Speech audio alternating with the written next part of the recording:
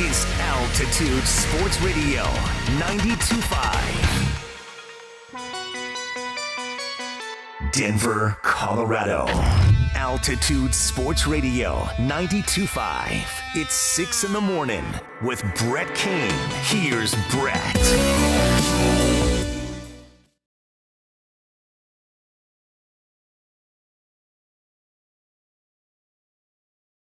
Hey, here's a shot from Kivi Ranta, and he shoots and scores. Goals in back-to-back games for Kivi. Go well! Kivi Ranta has the Avalanche up 1-0 with a $1:28 to go in the first. McCarr gets it towards the net front. It's tipped in by guess who? He cannot be stopped. Kivi Snipey. Go well! Kivi Ranta has 2 tonight. 3 in 2 games, and the Avalanche have the lead back. McKinnon holding, shooting. He scores! The Mac attack is back, Jack. And the power play is back on track. 3-1 Colorado with 8 seconds to go in the second here in Seattle. Tanev will let it go into the glove of Onanen, who puts it down, and that is it. They will be sleepless in Seattle tonight. They will have nightmares of Justus Onanen. Colorado comes in and gets their 3rd straight win by a final score of 3-2. Yoel Kiviranta, his first career game-winning goal.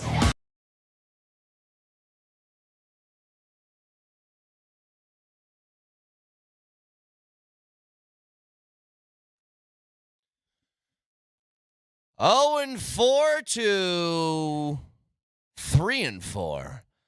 Very quickly things can turn. Just needed to see a little bit of positive momentum, and it felt like these Avs would turn it around, which they did. Getting some production from the, quote, others, which is always necessary. Kiviranta with 2 goals in that game as he continues to capitalize on maybe some opportunities granted to him with some injuries that are out in the fold right now. But with 3 goals in the last 2 games for him, a very nice showing. Again, with people stepping up. McKinnon capitalizing on a power play. But the story of the night, I think, is Juice. For his 2nd straight start, he looks solid. And this is the 2nd consecutive start for him. We're going to talk to Jared Bednar at 8 o'clock this morning. Or 8:35. Sorry, 8:35 this morning. So we'll see kind of what the rotation will be moving forward. And part of me thinks, as much as you just want to say, Georgiev's our guy, let's just go out and continue to try and get him reps, I think you got to kind of look at it and say, hey, man, hot hand, right? And it's not, I've said this before about Georgiev. It's always something to keep in mind. This isn't some sort of Bobrovsky contract. He's making a shade over $3 million. And for Juice, if you got somebody who at 24 years old, by the way, seems to be gaining a little bit of confidence. You know, we watched him last year. Plenty of games for him in which he stepped in and played really well. His save percentage last season was around .930, was .928. This year, he's at an even .900, but was put in a couple of tough positions early in the season coming in bullpen duty. I think you ride with it. It's kind of what you got to do. Team's playing well. You got last night a game against a tougher opponent than maybe the previous couple of games. The Kraken weren't amazing last year, but I think they're a better team than both Anaheim and San Jose. And then tomorrow, as you have our first legitimate double-dipperoo between the Nuggets opener and the Avs playing at Utah, you get this sort of introduction to a newer team in a new place that looks to be pretty jazzed up over there. I mean, they're off to a 4-2-1 start. getting that little early boost from a new energy surrounding that team, and maybe just playing in an actual NHL hockey arena, perhaps that too. I think if I were playing in a college hockey stadium for the past couple of years, and then you gave me a crowd that was revitalized and you're playing in an actual barn that is fit for a professional hockey club, then yeah, I might have a little bit more energy. Hector says, the juice is worth the squeeze. Keep Forgiev on the bench. Trade him for a ham sandwich. I don't think you trade Georgiev, but I certainly think you ride with Juice for as long as this thing rolls. Yeah, I was with them until the ham sandwich part. I mean, you ride the hot hand. So if the juice is loose, then keep him loose. Let's roll. I agree. You wouldn't just go back to Georgiev because he's supposed to be your guy. Just go with whoever your guy is right now. But Georgie can still be a serviceable backup, right? I mean, if Juice becomes your legitimate number one, there's no reason to get rid of Georgie completely. No. And look, Juice is far, I think, from just taking the number one goaltending spot on this team. He's got to do this over the course of a while. But still, the fact that for 2 straight games, he has played in a manner that doesn't make you nervous, that doesn't continue to have you thinking, okay, if they have a decent look at net, it's going to end up in the back of it. You ride with it. And the team is playing well in front of him, too. Again, a lot of opportunities for Seattle to kind of do that bone-crushing Seattle thing, which is game gets kind of mucky and a little bit sloggy, difficult in the neutral zone. They get opportunities. You shut it down and then capitalize on the other side. I think it's huge. Now, the Avs are doing a really good job this year drawing some penalties and capitalizing on their power play opportunities. It's a big reason why I think these last 3 games have gone the way that they have. But it's also because Juice in the last 2 games has made, let's see, get the total tally here. He's faced 53 shots, and he's made 50 saves. Pretty good. It is. Certainly not something you were getting from Georgiev. And you know what? Maybe just a couple of games with somebody playing a hot hand, and you get a little reset for Georgiev is what he needs too. You know, think of it kind of like Justin Fields is starting the season for the Steelers, and the team's 4-2, but you had a guy that you tabbed as your number one. Maybe he just needed a little bit more time to get totally right. He can step in and play well for you afterwards. But to me, and we'll get the answer at 8:35 this morning from Jared Bednar, I think especially towards the end of this road trip, I mean, you play against Utah in Utah, then you come back home for a 3-game stretch, Ottawa, Chicago, Tampa. Ride them out one last time on the road, see what the result is, and after that, you got a pretty extended break into your next game. Then you go into a back-to-back. You can get both of them to start during that stretch, and then you can make it a bigger decision from there. But I am not taking Eustace on and out of the lineup right now. I think it's too valuable. He's just gone about his business in the proper way. You know, remember, Georgiev won his last start, too. That 4-3 overtime win against Anaheim. So 303-504-0925. Shop Mazda text line.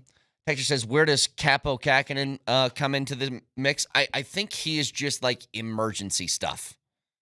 One of these guys goes down for an extended period. God forbid if both of them just played really, really poorly, maybe you give him an opportunity.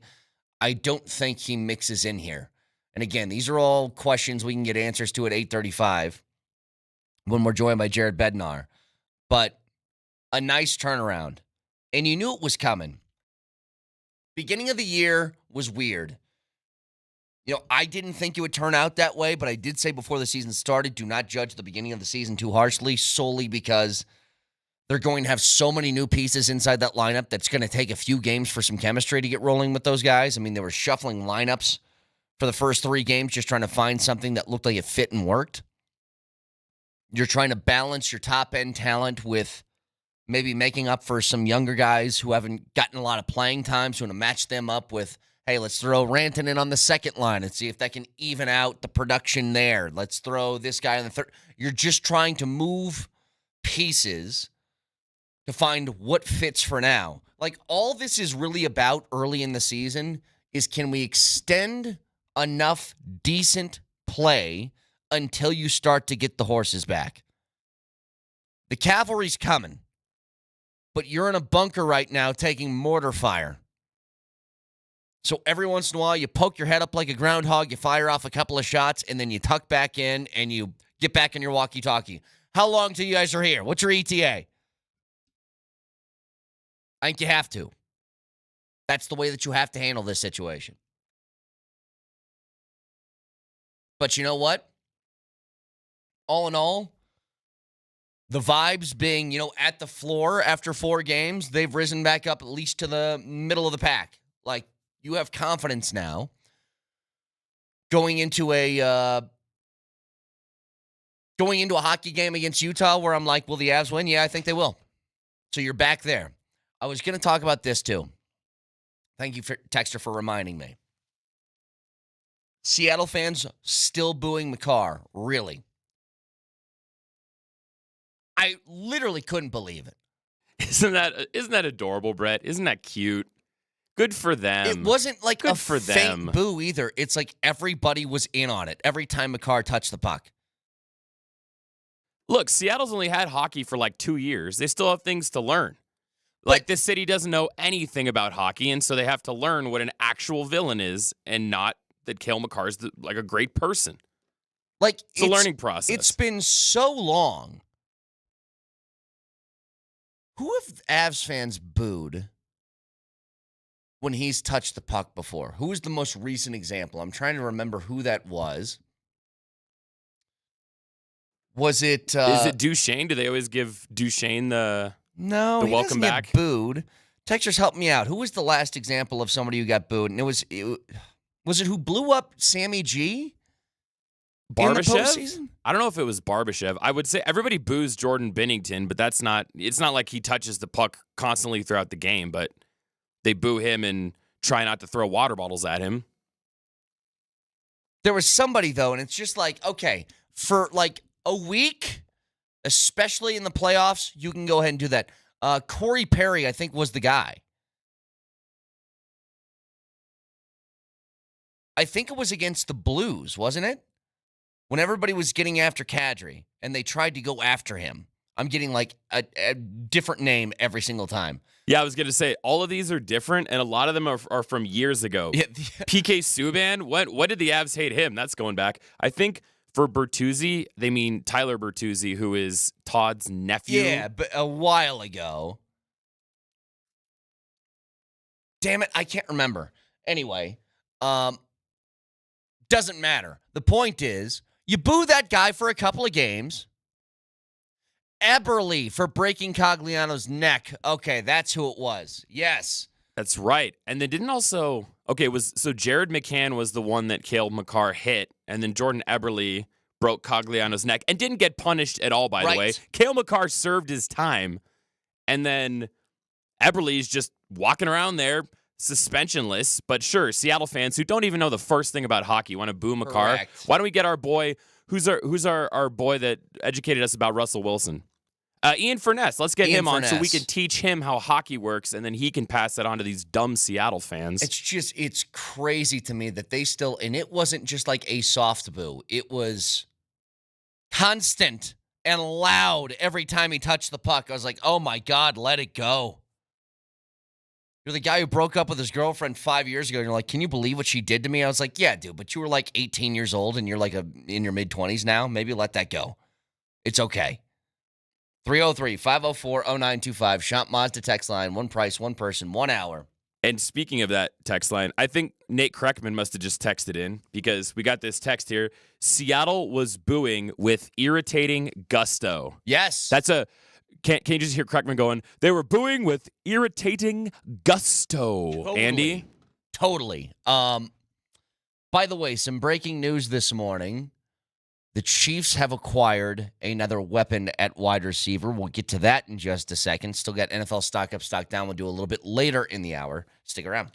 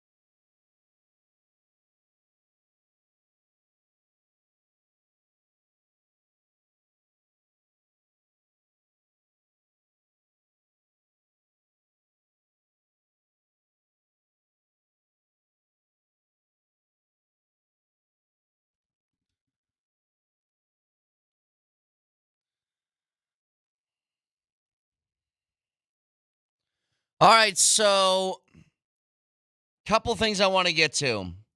We will have a pair of tickets to the Nuggets home opener that we'll be giving away today. We'll be doing this at 9 o'clock. Here's how we'll do it.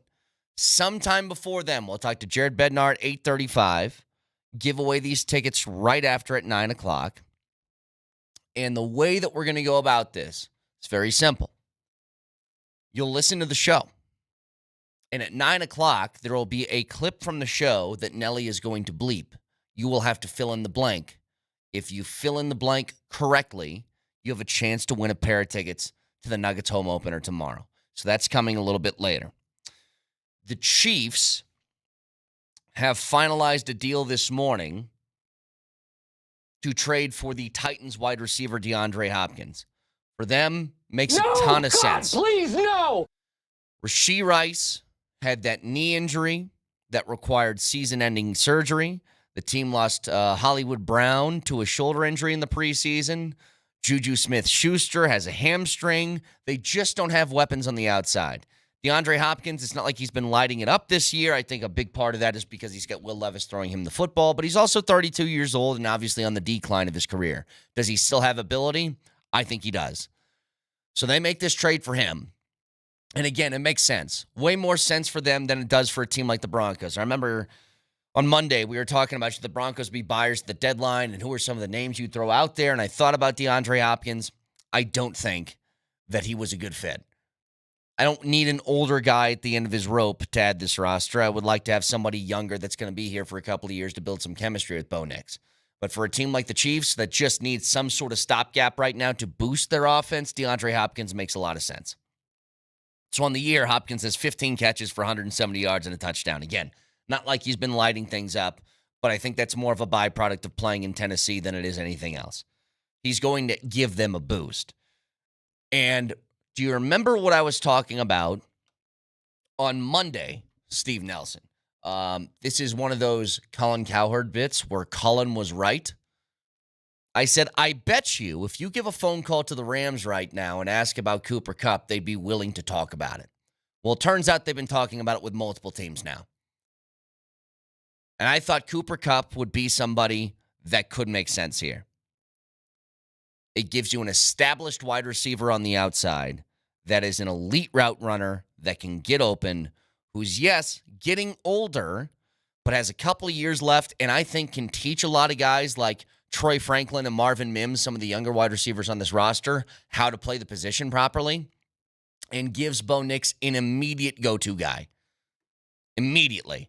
I don't know how to say his name, but he's one of the Locked On Broncos podcast hosts, Sayre Bettinger or Sayre Bettinger. Yep. You see him on Twitter. You know who I'm talking about, right? He said the Buffalo Bills should trade for Cooper Kupp. Then they would have 2 Coopers and 1 Kupp.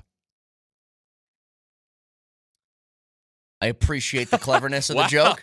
Tough crowd. Well, no respect. It took me a second because I was trying to think, okay, Amari Cooper Kupp. Okay, got it. No, I got you. But here's the situation. Is he worth the reported asking price of a second-round pick? I don't think so. But I just knew that there's going to be teams around the league that are going to be talking about getting rid of some pretty high-end players. Is Cooper Kupp the fit? Maybe not. I'm still looking at guys like David Njoku. I really want the Broncos to find some sort of weapon at the tight end position. I think that's what could make the biggest difference. If you can tell me they'd get a decent wideout to throw into the mix, I'd take that too. But, Troy Franklin is playing a little bit better every single week. Courtland Sutton is still a solid wideout. You'll get Josh Reynolds back, who I think is another solid wideout. And you can still mix in your Marvin Mims and guys like that. If you gave me a tight end that was reliable, I think that's ideal. And so you look around the league at some of these teams that are lower on the standings, and you say, would they be willing to part with one of those pieces? And I think a 1-6 Browns team that just lost Deshaun Watson would be willing to part with David Njoku, who is still in his 20s, by the way. His cap number's a little bit high, but the Broncos can make it work. He's still got another year left on his deal, so it's not some sort of rental. I just think that one makes sense. And here's the other thing. I'll tie this directly into the Panthers game coming up. There is no doubt the Panthers game should result in a W and put you at 5-3. If you're a 5-3 football team 8 weeks in, you're just a good football team, okay? There's no way around it. You're good. You can lose a couple, like I think that Baltimore, again, it has a recipe in there where things can go really poorly. The way that Derrick Henry's running the football is terrifying. But all I'm telling you is, when you're that level of 5-3 football, you got, man, the world's your oyster. You can do whatever you want with the rest of this season. And my whole point is, yes, a season that started as who cares about wins and losses? This is getting your quarterback thing figured out and making sure this guy is a capable future piece of this franchise. Those can switch on a dime and turn into, you know what? Maybe you have a little bit higher aspirations than that. And if there is one glaring weakness within this football team, it is very clearly the weapons in the passing game, and specifically at tight end. So on the year, through 7 games, your leading receiver is Courtland Sutton, who has 21 catches for 277 yards and 2 touchdowns. That's an average of 40 yards per game. In 5 games, Josh Reynolds averages 36 receiving yards per game. And then your next leading receiver on a per-game basis, actually your highest, is Devon Vele, who averages 45. Where are your tight ends on that list? Lucas Kroll has 6 catches for 57 yards. Adam Troutman has 2 for 32. Greg Dulcich has 5 for 28. Nate Atkins has 4 for 19. You could use a weapon at any one of those positions, wide receiver or tight end. But I think tight end would boost the wide receiver stuff. He would. Think about the weapon you would have over the middle of the field that could open things up on the outside, give guys like Courtland more one-on-one opportunities. Put somebody like Troy Franklin or Marvin Mims in a one-on-one situation to where their speed can just beat somebody. And a texter says, hard pass on Njoku, he drops everything. Well, Njoku had 81 catches last year. So I think that everything statistic is probably a little bit overblown. And he was doing it with a burned face. That too. We had Harvey Dent out there catching passes. That's crazy. I just want somebody who's a threat at that spot because it does 2 things for you. It makes your team better in the short term, but it will help the development of your quarterback because it gives him more weapons. And if you can do that while the team is actually playing well, it's great. But secondly, going back to the Panthers game, are we all, everybody answer internally or on the text line, go ahead. Are we all on the same page that this is a no-doubter Broncos should win this Sunday? I don't care about style points as much as just, do we all guarantee that this should be a win? And the answer should be everybody, raising your hand. You had me with the should. Maybe this is Broncos PTSD. Kreckman and Lindahl were talking about this on Monday. You heard that promo that we played going to break, right? Where Nate Kreckman says that if the Broncos lose to the Panthers, he will get frosted tips, which he didn't even have back in the late 90s, early 2000s. This would be Krecker's first trip down frosted tip lane. That's how sure he is. But then Andy said, if you've been a Broncos fan for the past 10 years, you know that the story of this team is blowing games that they should win. Can't be scared. Your Honor, let me submit for consideration Christmas Eve last year against the Patriots. That's the game that was the last nail in Russ's coffin. So, look, the should is right. You should beat the Panthers by like 40 points. David Tepper should be dumping drinks on all of the fans around him. That's what should happen. Andy Dalton should leave the stadium and should go to a retirement home. But I can't guarantee you that's going to happen because these are still the Denver Broncos. Yeah, I can. And I'll tell you why. There is nothing that is threatening about this team coming up. Not a single thing. They have nothing on defense. They have zero offensive weapons. Chuba Hubbard's had an okay year, but there is nothing about that team that scares me on offense. You should hold them in the same way that the Washington Commanders did. Like, let me remind you guys of something. The Washington Commanders were without Jaden Daniels last week and put up 40 points with Marcus Mariota. They have some decent pieces on offense. They don't overwhelm you with talent. Scary Terry's good. They got a decent enough running game. But it's not like they're trotting out all pros on offense. And they beat the holy hell out of them with a backup quarterback. That defense in Washington, who is not as good as yours, held them to 7 points. Like, I don't have any fear of this game, and you shouldn't either. And I'll give you the reason why. I think your team's good. Which is maybe the first time we can say that in a long time. Even when the Broncos went on that stretch last year. It was a fun little run. Got yourself back in the playoff conversation. And yes, ultimately came crashing down during that Patriots game. But we all kind of felt it was a little fraudulent at the time, didn't we? It seemed weird. The difference between the wins this year and the wins last year on that stretch. Remember sort of the screwy stuff that had to happen? It was always kind of close games that you just found a way to edge the other team out at the very end. It would take a couple of last drives in the fourth quarter to overcome some of those and get some wins. Remember, that stretch there, it was a 19-17 win over Green Bay. You're like, okay. They had one really good one against Kansas City. They edge out that game against Buffalo. They barely beat Minnesota. They have the nice win over Cleveland, but remember, Cleveland at that time was rocking with, a 3-quarterback system or something like that. They were playing P.J. Walker and Dorian Thompson-Robinson and a whole bunch of different stuff. Let me give you the wins this year. Even though it's not like you've dominated on offense, they've won 4 games. So one of them, the New York Jets monsoon game, crumple that up, throw it out the window. Let's talk about the other 3. You won 26-7 over Tampa in Tampa. It's not a fluky win.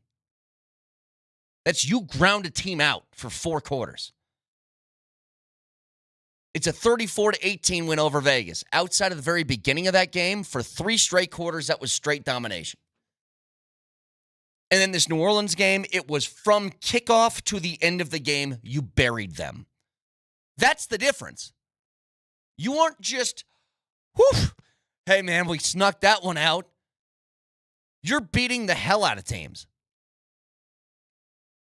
And out of all those, I will totally acknowledge throwing the New York game out the window. Tampa's the only good opponent that you've beaten so far. Vegas is not good. New Orleans is not good. New York, I don't know what the hell to make of them. For the moment, not good. Carolina's worse than all of them. It should look the exact same.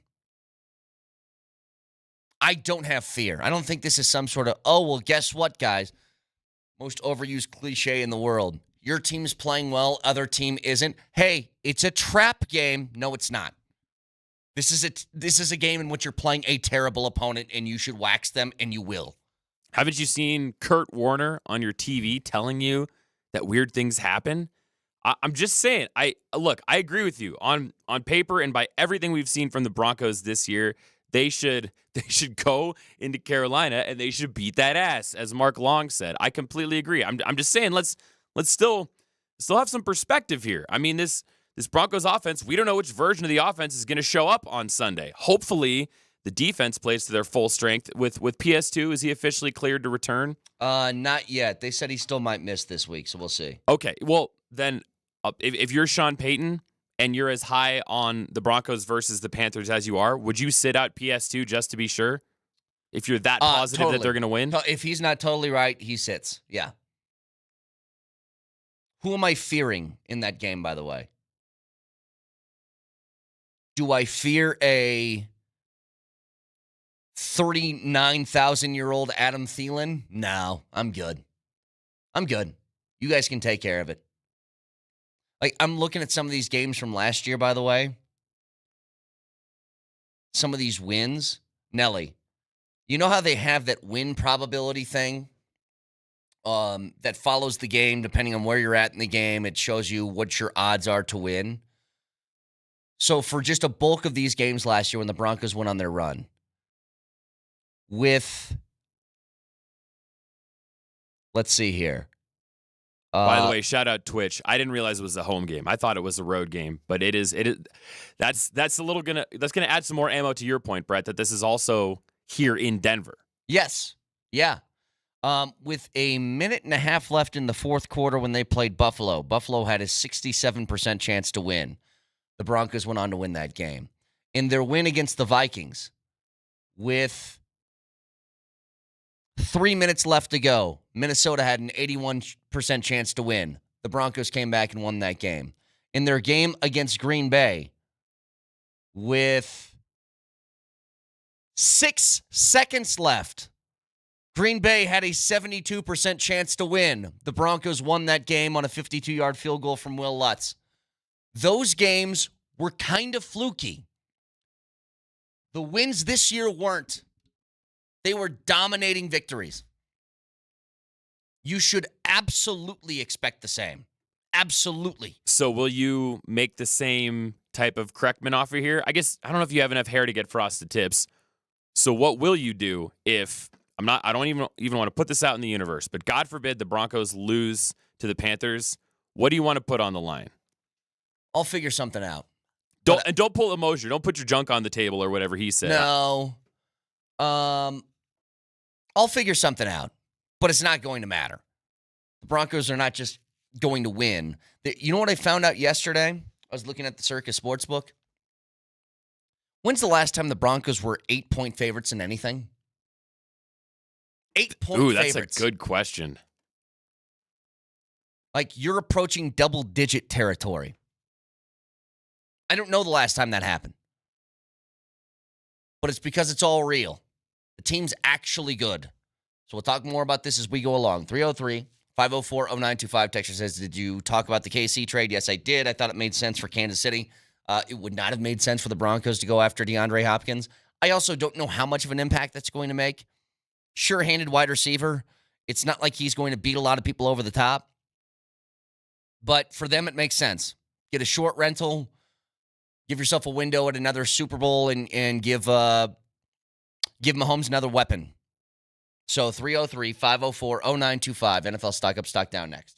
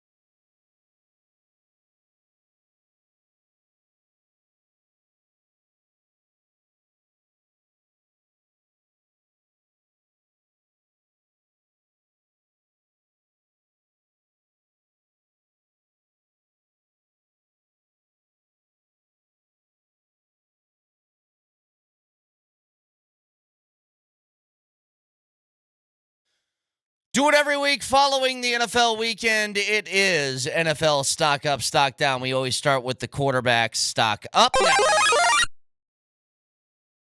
hard to argue this one. Jared Goff, over the last 4 weeks, has been remarkable. This past weekend, he was 22 of 25 for 280 yards and 2 touchdowns.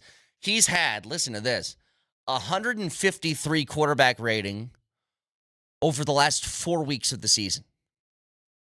Perfect, by the way, is 158.3. He's at 153 over the last 4 weeks. The only other player to do that ever is Peyton Manning and Kurt Warner. It's an amazing run. He's got 10 touchdowns, 4 picks on the year.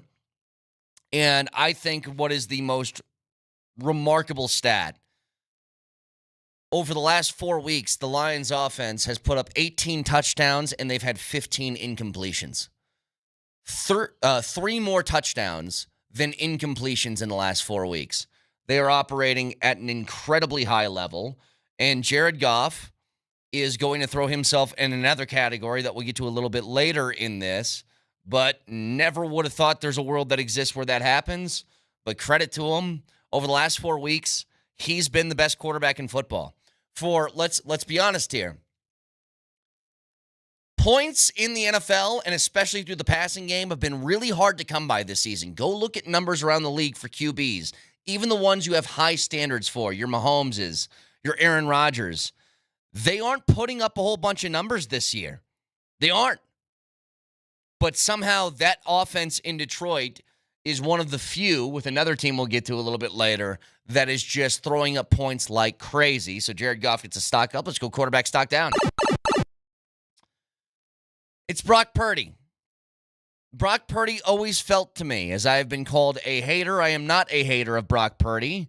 I'm just trying to evaluate what I see. He is very, very good when things are perfect. When he has all of his pieces on offense, when nobody's hurt, that offense, it is damn near unstoppable. But the second there's ever been a little bit of adversity to guys in and out of the lineup, it seems like he struggles. Well, he's got everybody out of the lineup right now. Debo has pneumonia. Brandon Ayuk is out for the year. George Kittle's injured. C-Mac injured. They have a lot of problems on offense with guys just getting into the starting rotation. Last week against the Chiefs, he was 17 of 31 for 212 yards, no touchdowns, 3 picks. A couple of those, at least one, but I think there were a couple, were in the end zone. He has 5 touchdowns and 6 picks in the last 3 weeks. They're a sub-500 football team, and he just can't do it without his weapons. He can't. And so all of these dreams that they had of capitalizing on these opportunities with a guy who makes less than $1 million playing that position, it starts to dissipate in a hurry when you don't have the proper sort of ammunition around you to bolster whatever your deficiencies are. So Brock Purdy gets a stock down. Let's go non-quarterback stock up. Bijan Robinson's been having a good couple of weeks. He is the weapon in Atlanta right now, and Atlanta's had an okay season to date, but Bijan is finally taking more of the bell cow role when last year it was a lot of Tyler Algier splitting time with him in the backfield. This past weekend, 21 carries, 103 yards, and a touchdown. He has 3 touchdowns and 200 yards rushing over the last 2 weeks. He's making plays. He's averaging 4.7 yards per carry on the year, and you can throw in for him 500 rushing yards so far, but also 200 receiving. He does it on both sides or in both aspects of the offense, through the rushing and passing game, and he's a problem to deal with. He's incredibly big. He's incredibly shifty. He can run you over. He can run past you. He's got sort of, I'm not calling him this guy, but he's got sort of the Derrick Henry qualities to him.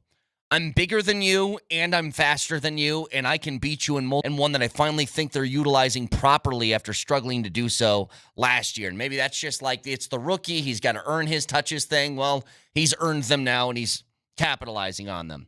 Non-quarterback stock down. It's not so much this guy's fault, but I'm going to say it's Devin Singletary, who had 10 rushes for 37 yards. We know the Giants are a mess. We know their offense is a mess. We know that if you play running back there, you aren't getting a lot of help from your QB.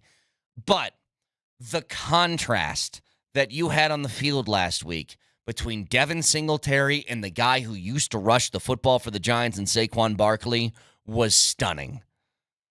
The difference in ability. And Devin Singletary's been somebody who's a good running back in this league for a few years now. He's had over 800 yards the last couple of years. But when you watch Saquon Barkley do that to his former team and you're standing on the opposite sideline and you don't get nearly the same production, it's a pretty incredible watch. So on the year, Devin Singletary's averaging less than 4 yards per carry. He's already lost a couple of fumbles. He only has 2 touchdowns. Saquon's game against the Giants last week was essentially Devin Singletary's season as the starting running back for the Giants. And it's just when you have those things butting heads with each other, makes it really difficult to stomach. NFL teams stock up. Hey, man, the Steelers are 5-2. And they've done it as they've made a quarterback change this past week. And you know what? For as much as guys like Rex Ryan and even myself had some doubts as to why you would do that when things are going well, Russell looked good. He did. And the offense put up 37 points. And after a trade and a fired head coach in New York, I don't think that's an easy game to handle. They easily could have had the fired coach, acquired new superstar boost.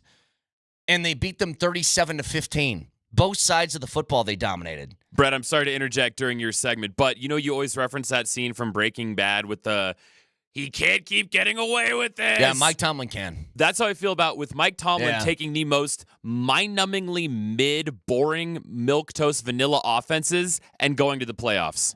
Every year he does this. He has never had a losing season in any of his, I think, 17 years now of coaching in the NFL. And that is going to continue this year. They're well on their way to a playoff spot. And I'll tell you what, any team that plays against Pittsburgh, I would stay away from the betting lines. Stay completely away from it because it is a terrifying watch. They could easily lose some football games against better football teams, but it would surprise nobody if they win some sort of grinded out 23-20 game. Like, it's just kind of who their DNA is, no matter who is shuffled in the starting lineup, so they get the stock up. Stock down. It's the Niners. They're decimated with injuries. And I don't see this turning around anytime soon. Now with Deebo Samuel with pneumonia, you're out Ayuk for the year. George Kittle's hurt. Brock Purdy doesn't have a lot to throw to. Jordan Mason's running the football okay, but he's not Christian McCaffrey. I don't think this gets better for him anytime soon. Like, if you told me they were like a week away from C-Mac and from Deebo being healthy again, then okay, maybe. But they have a Cowboys team that's desperate this weekend. Then they go on the road to Tampa. Then they play against a tough Seahawks team. Then they're on the road in Green Bay. Then they're on the road in Buffalo. It's like, show me where the run's coming. Because I don't see it. I really don't. So they get the stock down. MVP stock up. I'll just double down with the quarterback. I think Jared Goff's making a good case for it right now with the numbers he's putting up over the past 4 weeks. So MVP stock down.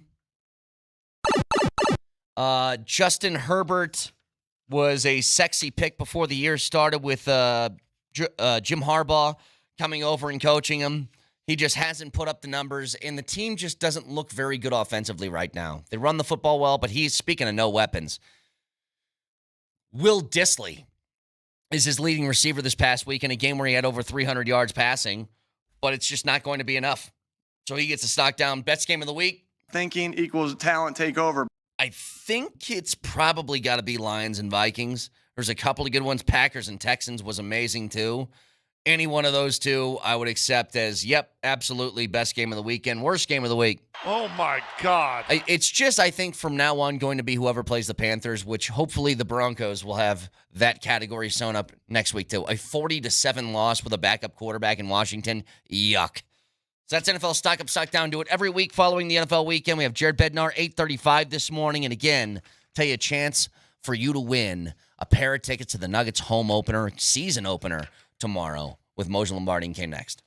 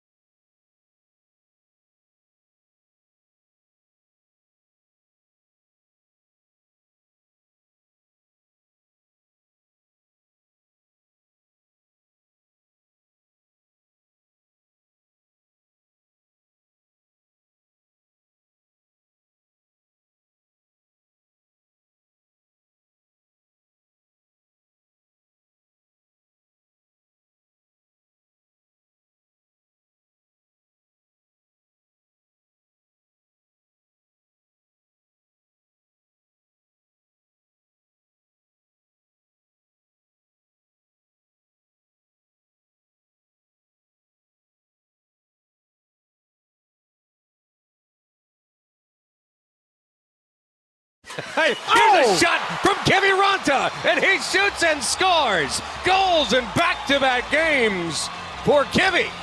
Go well! Kevin Ronta has the Avalanche up 1-0 with a $1:28 to go in the first. McCarr gets it towards the net front. It's tipped in by guess who? He cannot be stopped. Kivy Snipey. Go well! Kevin Ronta has 2 tonight. 3 in 2 games, and the Avalanche have the lead back. McKinnon holding, shooting. He scores! The Mac attack is back, Jack. And the power play is back on track. 3-1 Colorado with 8 seconds to go in the second here in Seattle. Tanev will let it go into the glove of Onanen, who puts it down, and that is it. They will be sleepless in Seattle tonight. They will have nightmares of Justus Onanen. Colorado comes in and gets their 3rd straight win by a final score of 3-2. Yoel Kiviranta, his first career game-winning goal.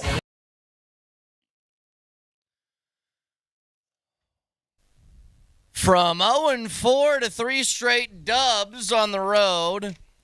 Nice little turnaround here. We'll talk to Jared Bednar about this game at 8:35 this morning. And keep this in mind. Tomorrow we're going to have our first official double dipperoo as both the Avs and Nuggets will take their respective courts and ices at the exact same time tomorrow. You can listen all day for your chance to win tickets to the Nuggets home opener, as every show has a pair of tickets, and you can only win them by listening. And here's how it works. We're going to play something throughout the course of the show. There's a buzzing, by the way. I think, Moj, it's your is there something near your system? Me? Yeah, I think there's some buzzing. Hold on. Here's how. Yep, there you go. Much better. Oh, he just turned it off, maybe. Here's how you can win these pair of tickets to the home opener tomorrow. We're going to play a clip at the end of the show today. And Nelly's going to bleep out a word from the show. And if you text in the word that has been bleeped out, you get a chance to win that pair of tickets. So that's how it's going to work. So tune in all day today, and it's going to happen for each show. Tickets still available, limited tickets at nuggets.com/tickets. So your chance to win those tickets all day on 92.5. To the game last night, I know there's a whole bunch of stuff you can point to. How about Kiviranta with 2 goals, including 3 in his last 2 games, which is nice to get a helping hand from some of the others as you are missing some of your top guys in the lineup. But the story's juice, right? In the way he's played the last couple of games. Yep. It's hard to ignore the elephant in the room, which is we all know that Georgie has been tabbed the number 1 goalie on this team for forever. Bednar said it to us last week, and we'll talk to him again today at 8:35 and ask him the same question. But Justus Onanen, the last 2 games, has been remarkably good, and it is directly contributed to win. Yes. He had help early. He had a pipe to the left, a pipe to the right. And, you know, they were scattered there in the first 5 minutes of that game. Yep. My God, it was like, oh, this assault. But he survived, right? He got some help from his pipes, his friendly pipes. And then he just seemed confident and secure. It just, I don't know if it was an outlandish goalie display where he made sprawling saves left and right. He just seemed solid. And solid is what they need. And the defense was solid enough. Yep. And they got Kiviranta, who looked like the second coming all of a sudden. Mm-hmm. He's all over the place making plays. Man, I don't know what it is about Seattle. I like beating those guys. Well, they suck. We'll get to the booing McCarr thing in just a little bit because it's just like, let it go. For crying out loud, let it go. But just to go back to Justus for a second. He's made 50 saves in his last 53 shots they've seen over the last 2 starts. I do not think it's a small detail that he got back-to-back starts here, by the way, Vic. I don't think so at all. I think they very easily could have went back to Georgiev last night, and they didn't. And now I'm thinking, dude, ride him until the end of this road trip. You have 3 straight home games after this. One of those is going to be a back-to-back where both of those guys can get a start. But I've said this about Georgiev. It's very clear they want the Georgiev thing to work. They do. Because I feel like they think his top end is higher than anything else that they have. But it's not like he's Bobrovsky making $10 million a year, okay? He's a guy on a lower, I think it's 3.4 is his cap hit this year. It's nothing crazy. He's getting towards the end of that contract. And Juice is 24. If you found somebody that's trustworthy, I have no problem just riding this thing out for a few weeks and just seeing what happens there. Why not? A lot of it has to do with how players play in front of him, Right. how they perform in front of him. Listen, he made the necessary saves, Brett, Yep. to give them a chance, Yep. right? Just to say, okay, we're still in this thing. And he got some help from the pipes. I get it. But he also made the necessary saves until they got it going. Nice win. 3 in a row. Here we go. He did the little stuff, like the stuff that bothered me about Georgie for the first couple starts of the year. There would be those pucks that go around the back of the net, end up on the other side, get a quick shot off. And I felt like he would just be a little, I don't know if lazy's the right word, slow's the right word, just a little slow to get pressed up against the pipe, though, there on the opposite side. Juice was doing that with some rhythm and some flow to it. Like he feels like he's seeing the puck really, really well right now. Let's rejoin Mark Mosier, who is, I believe, are you in Utah? You're wearing the same exact thing you wore yesterday. So I don't know if you left a hotel and went to a new one. Are you in Utah now? I'm in Utah Okay. now. Okay, why is your nose stuffy this morning? Yeah, I'm in Utah. Pardon me, I did not wear this yesterday. I wore Yeah, this you did. 2 days ago. The thing I wore a Van Halen shirt yesterday. So let's just get it straight, all right? So everybody chill out for a second. You know what? I swore to the Lord above. Yeah, you're having some issues this morning. We all know. Yeah. Yep. There's some problems. So let's just go ahead and reset You're gonna that have to again. say bye-bye. Go ahead. Reset Bye-bye. that system again. Jump back on. Bye-bye. We'll talk to you in a Bye-bye, minute. Mark. Yep. Bye-bye. Juice was Give me good. two. Good try. Good try. Go and shut him down. Yeah, we It's not can't. It's working. hard to have a conversation when there's 2 seconds in between me speaking and you speaking. Just go ahead, shut that thing down, get her back up and Shut running, her down. and let's see if we can talk to you in a couple of minutes. The point is, you mentioned a word, Vic, and I'll throw a synonym on it. It's just like comfortability in two sort of ways. Juice looks comfortable between the pipes, number one. And number two, I think the team looks comfortable in front of him too, which matters. Like, it doesn't feel like there's a panic. You know what? If there's an opportunity in a prime scoring chance for somebody to hit Onunen with one over the past couple of games, I feel better right now than I did with Georgie that it's not going to go in the back of the net. It's just the truth. What do you think Coach Bednar is going to tell us at 8:35 this morning when we ask the question? And the question is going to be: Is he thinking about making a change there? Maybe they're just a 2-goalie team. Maybe there is no firm number one. To be honest, Vic, I wouldn't be surprised at all if he said, hey, we're going to give Juice a few more starts and see if he can capitalize on this stuff. I wouldn't be surprised at all if he said that. Because, again, what's going to happen here is you have this last road game. You come back home, there's going to be a back-to-back here pretty quick where both are going to play anyway. But why not just ride the hot hand? Mosier, are you now available to speak? I think I am, man. You look great. That's perfect now, buddy. Way to go. I'm trying here, boys. I swear to the Lord above. I am trying my best from beautiful Salt Lake City, Utah. Tell me about the Juice here. Do you think that this continues now? Does he get the start in Utah tomorrow? Or what do you think happens? Brett, I don't know. He looks fantastic. I just sort of watched him last night and just watched his game. He looks so dang confident right now between the pipes. Here's what my prediction is with Coach Bednar. He's like, you know what? He played good. I thought he deserved another start. You know, he's feeling good right now, and why not ride the hot hand while we can ride the hot hand? I'm guessing that's what he's going to say. Even though Georgie's a number one, doesn't mean you can't ride a hot hand and see a guy's demeanor and the way he's seeing the puck. His glove hand is good. His flippers are good. His positioning is good. I like everything about his game right now. I mean, I was looking down and just watching him last night, and he didn't look out of place in terms of tracking the puck at all. Thought he looked great. So I'm guessing you ride him until you can't ride him anymore. Moj, I want to talk about the other side because Kiviranta obviously has been stellar the last couple of games. That second goal, the deflection goal, from a wild angle. I mean, there was no room. I'm looking at the replay going, how on earth did he sneak that puck in on the near side there. A lot of that's just luck, right? I mean, I know getting the stick on it's not luck, but where the puck goes, that's just pure luck, how it ricochets off that stick. It's skill to get the redirect. It's luck that it finds a hole. And these guys, the funny part is these guys work on it constantly. But when a shot is that hard, Vic, you can't put your stick out and go, okay, I'm going to redirect it perfectly right here.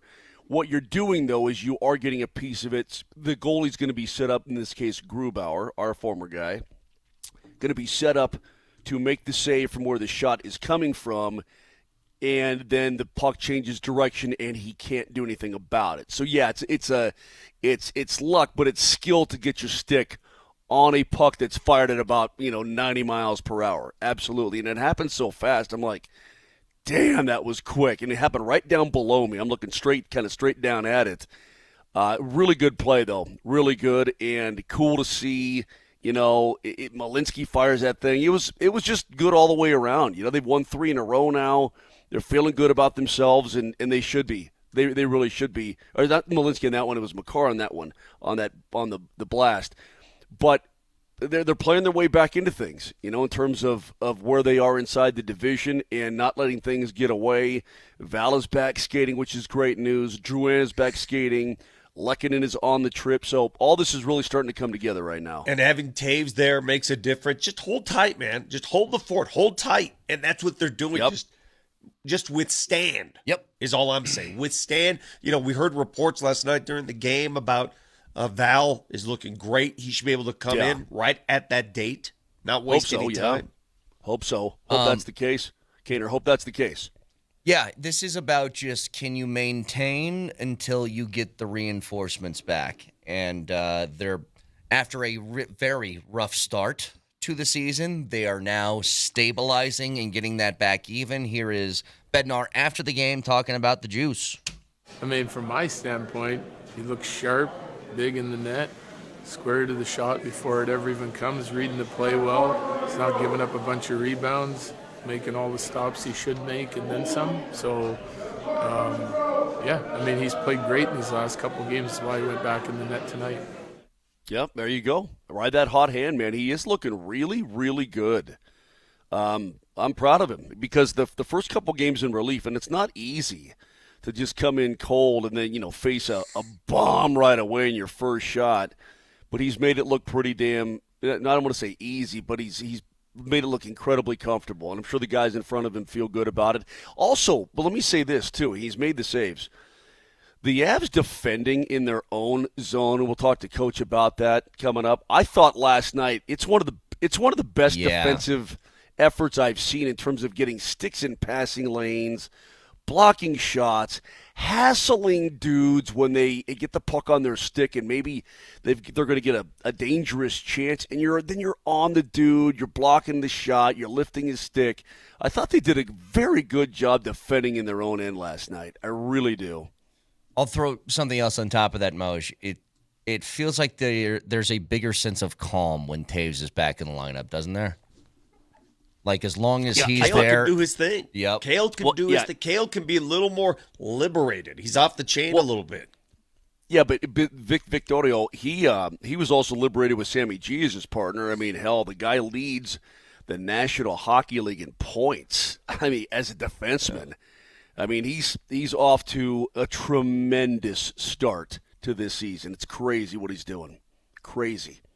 303-504-0925. So Bednar's going to be at 8:35 this morning. We will give away a pair of tickets to the Nuggets home opener tomorrow at the end of the show today. So stay tuned for all of that. Some news from the NFL, by the way, that went down early this morning. Yes, Victor?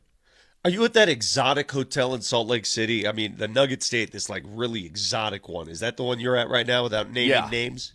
Yeah, it's the one that they call it kind of the old people's hotel, that one. Yeah. Yeah. It is weird, and it is an old person's hotel. It's funny because I said last night we got here, I'm like, oh, man, this is rad old school, right? Because it feels like old school hotel. And Aaron, our travel coordinator, goes, well, it's not that old. It was built for the Olympics in 2002. Like, it's not. I'm like, oh. Yeah, but it just feels old. Like those Yeah, drapes behind you, they look old. They designed it to have this grandeur-esque, feel like That it was looks like built a in the hotel room you 20s can or 30s. smoke in. Yeah. That you could rip some darts Should I in go? there. Should I go buy a pack of Marlboro Reds and just Yeah. start hammering them? Yeah. And just say, hey, I'm just trying to fit in. I'm not doing anything else. But just I'm pulling a full-on Troy Kane. I just want to fit in. Were you guys doing radio when people would rip heaters during their show? Was that a thing that you guys did? What's that? Dude, we're not 95 years old. Just asking. Are you asking if we hammered darts when we first got into radio? Yeah, were there people still hammering darts when they were doing Moshe, the radio show? Moshe, were you No, around? no, bro. No, Moshe. this is an anchor, man. No, Well, bro. I can tell you this. Were you around Moshe in Denver? Do you remember a guy by the name of Bob Palmer who was an anchor for Channel 4? You're probably before your Sounds time. familiar. I think, yeah, he was before my time, but I heard the name, yeah. So you'd walk just wait Yeah. he had during Yeah. commercial break in the studio. Like no bones about it. This is his studio. This is his domicile. He does as he pleases. Ron Burgundy. 303-504-0925. Back after this.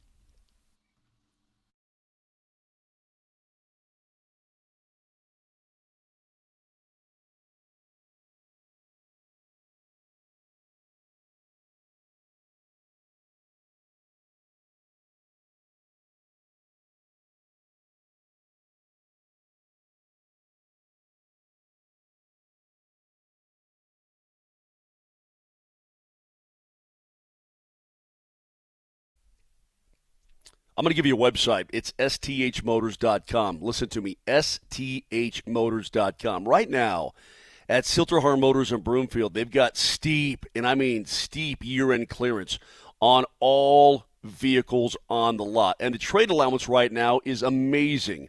It's at top dollar or it's above Kelley Blue Book value right now, and they're going to blow it out. Don't wait until the snow flies before you say, oh, you know what, I should have got a new rig to handle things this wintertime. Go there right now and see exactly what I'm talking about. It's easy to start your shopping online, sthmotors.com, or you can drive there, located right on the corner of Wadsworth and Highway 36.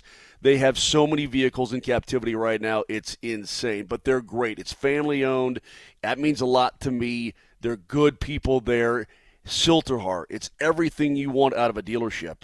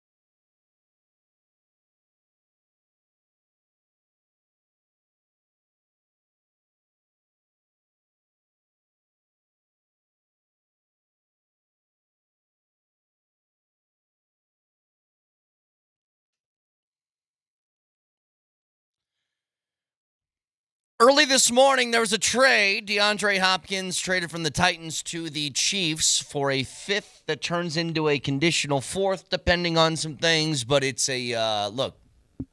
Chiefs have Rashee Rice out for the year. They got Hollywood Brown still injured. They have Juju Smith-Schuster, who's been dealing with stuff all year. They wanted another weapon. They have one. I don't know how good DeAndre Hopkins is anymore, but he's a sure-handed guy for Patrick Mahomes, so it makes sense for them. He's going to make him look good. Yep. Certainly better than Will Levis did in Tennessee. But here's the other thing. With the trade news going around, I saw something else. We were talking about this on Monday. Should the Broncos be buyers or not? And I threw out a name, and I was like, you know what? I think that if you made a phone call, they would tell you this guy's available. Now, I see you shaking your head, Vic. I wouldn't do it for this. But I told you that Cooper Kupp was going to be on the market. He was going to be. You were right. You're right. He's available at a high price. By the way, the receivers that have been nabbed already, it is pass catcher season. Amari Cooper to Buffalo, Devontae Adams, of course, to the Jets, and now Hopkins to the Chiefs. The thing about Cooper Kupp, because he was rumored to be out there for the Chiefs as well, and they opted to go another route. Cooper Kupp, in my humble opinion, is a decisive, precise, surgical route runner that needs a surgical quarterback to work with him. That's what he needs. I don't disagree. And I don't think, well, that's my look at this. And I don't think it's a good fit here in Denver. I don't think Bo Nix, who's still working on footwork issues, who's still trying to learn how to run an NFL offense, I don't think he's a good fit with Cooper Kupp here. Yeah, I don't disagree at all. Like, I think that you're probably right on that. Now, Cooper Kupp still is an elite route runner that can get open, but a lot of that, especially that worked in L.A., was timing with Stafford. And if you're like, if you got to give up a second-round pick, then I'm out on that. I think that price is way too high for where you're at. But you know what's funny? I was thinking about this. I heard Kreckman Lindahl. It was a promo from them. And you're talking about this game coming up against Carolina. And here's the thing about the Broncos. I don't know how else to say it, guys. I think your team's good.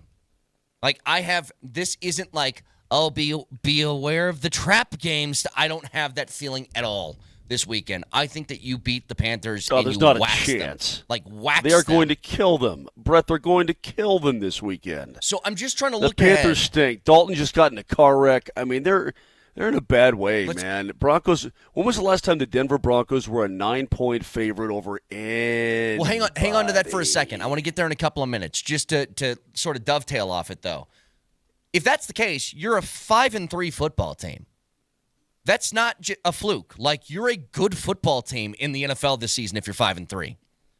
If that's the case, I don't see any harm in at least attempting to get another weapon. If it doesn't work, it doesn't work. Fine. But that's why I'm kind of obsessed with the Njoku thing, just because Cleveland's going to want to offload some stuff for multiple reasons. Their season's done, number one. And I have a feeling Deshaun Watson's not long for Cleveland, which they need to shed some salary if they're going to do that. I would take a tight end over receiver any day of the week, and it's not even close. That's what I'm saying. You give him some sort of safety blanket over the middle, and that's going to help Cortland Sutton get more one-on-one opportunities. It's going to help your speedsters like Troy Franklin get one-on-one opportunities. I think it could help a multitude of things. Well, it'd be cool if they could, they need to find, if they're going to get a receiver, let's find a guy who's a possession guy, who if the ball's in his area, he may not be a speed burner. Oh, you mean Tim Patrick? There's this guy, I'm thinking maybe a guy like Tim Patrick. Do you think that the Lions might part with a guy like Tim Patrick at this point in the year? Broncos I don't know, need man. Another receiver. They don't need another receiver. They're trying to get Vele on the. They're fine. Anybody who thinks they need receiver depth doesn't know what the hell they're watching. They need a tight end. Time out, Vic. I'm not necessarily saying receiver. I'm saying they need somebody like that who can help the kid. And if the kid's off a bit and so on, or the timing is off, this guy can still make a play. Now, if you can find a wideout, fine. If you can find a tight end, even better. I completely agree. But if you're talking about acquisition, that's what it would be. By the way, in my opinion. Can I just say something real quick about the Tim Patrick thing? Because people have texted that like every week over the last few weeks. Patrick's still, like, I'm shocked at how good he looks right now after the injuries he's had. He also has 10 catches, okay? I know. And he's like the fifth or sixth throwing option on the Lions team right now, which also helps. Is in jest. You're right. Listen. Time out. You're talking about a football team also there, Brett. that has Sam Laporta, that has Amon-Ra St. Brown, No, that that's has the point. Montgomery catching it's balls easier out to of the get backfield. open when you're like the fifth or sixth option on an Well, offense. yeah, okay, but I mean, but what have you of his 10 catches? How do they look? He looks great. He does. Okay, he then looks shut great. it. Then shut it. All right, fine. But to go back to the Panthers game, here's the deal. Can I make a comparison to last year? And for those who are maybe wary, because Steve was telling me in the appetizer, he's like, you know what? But I still have this like Broncos feeling that maybe something bad could happen despite everything looking like you should dominate. Can I tell you why I would throw those fears out the window? Because I'll give you the difference from last year and this year. When the Broncos went on that little run in the middle of the season, got themselves back into playoff talks, that sort of thing. Do you remember how those games went? They were like last second, make some sort of crazy play, and you end up winning. I went back and looked at those. You guys know those running sort of percentage tallies of win probabilities throughout the course of games that those have? 3 of the 5 wins that they had consecutively last year, the Broncos had like an 80% chance to lose with a minute left, and they flipped it around. You know what's not happening this year? With the exception of the Jets game, when you win, you throttle people. Like the game isn't close. Almost from start to finish, you have crushed teams, which is completely different than the way that they were winning last year. It took some nail-biting, clutch your chest like, oh, come on, please hang on for dear life wins last year. You throttled Tampa. Outside the first quarter against the Raiders, the last 3 quarters were just a murder against them. And then this past week in the Superdome, by the way, start to finish, from kickoff, you kick their ass. Not even They're close. controlling games. They're controlling games, and they're doing it as a team, both defensively and when you get a lead offensively. Yes, 100%. And by the way, with the Red Rifle getting in a car accident, and thankfully it wasn't too serious because his family was in the car with the dog. Ugh, Have we had any scary. further any reports? I mean, he sounds to be fine. Otherwise, we'd hear about it by now. It's not going to impact his availability on Sunday. They're not going to go back to Bryce Young, are they? I read up on it. So. Doesn't sound like yeah, anything big's going to happen there. No, from what I understand, though, and when I was reading Shefty about this, Carolina's looking to trade him, so they don't necessarily – or there's rumors that they're looking to trade him, so they don't necessarily want to put him out there Bryce Young, to you get mean? hurt. Yeah, if they want to move him, yeah, they're already ready to move on from him, which I find to be crazy. I mean, but somebody's going to get him, as Jeff Legwald would say. If the guy's a top 10 pick, it's an insta-claim, absolute insta-claim. And when you see what Sam Darnold is doing this year in Minnesota, damn, pretty good. And am I also to believe that Minnesota is sniffing around Matt Stafford? Is that true too? Holy Could be. crap! What is going on here? Why? I don't know. They're sniffing Matt. I mean, why would they do that? They drafted a rookie quarterback who's obviously hurt. The secondary guy's playing well. Why? I think for them, there's no question about this. Darnold's having a pretty good year. Stafford is way better than what Darnold is. The Vikings are a very, very good football team. And maybe they're thinking, if I can get him for, let's say, another year and a half, he plays out the rest of this season, gives us better quarterback play, maybe we can win a couple of playoff games, and then next year you can sit McCarthy one more year and then give him the reins and learn from Stafford. It has to be their thought.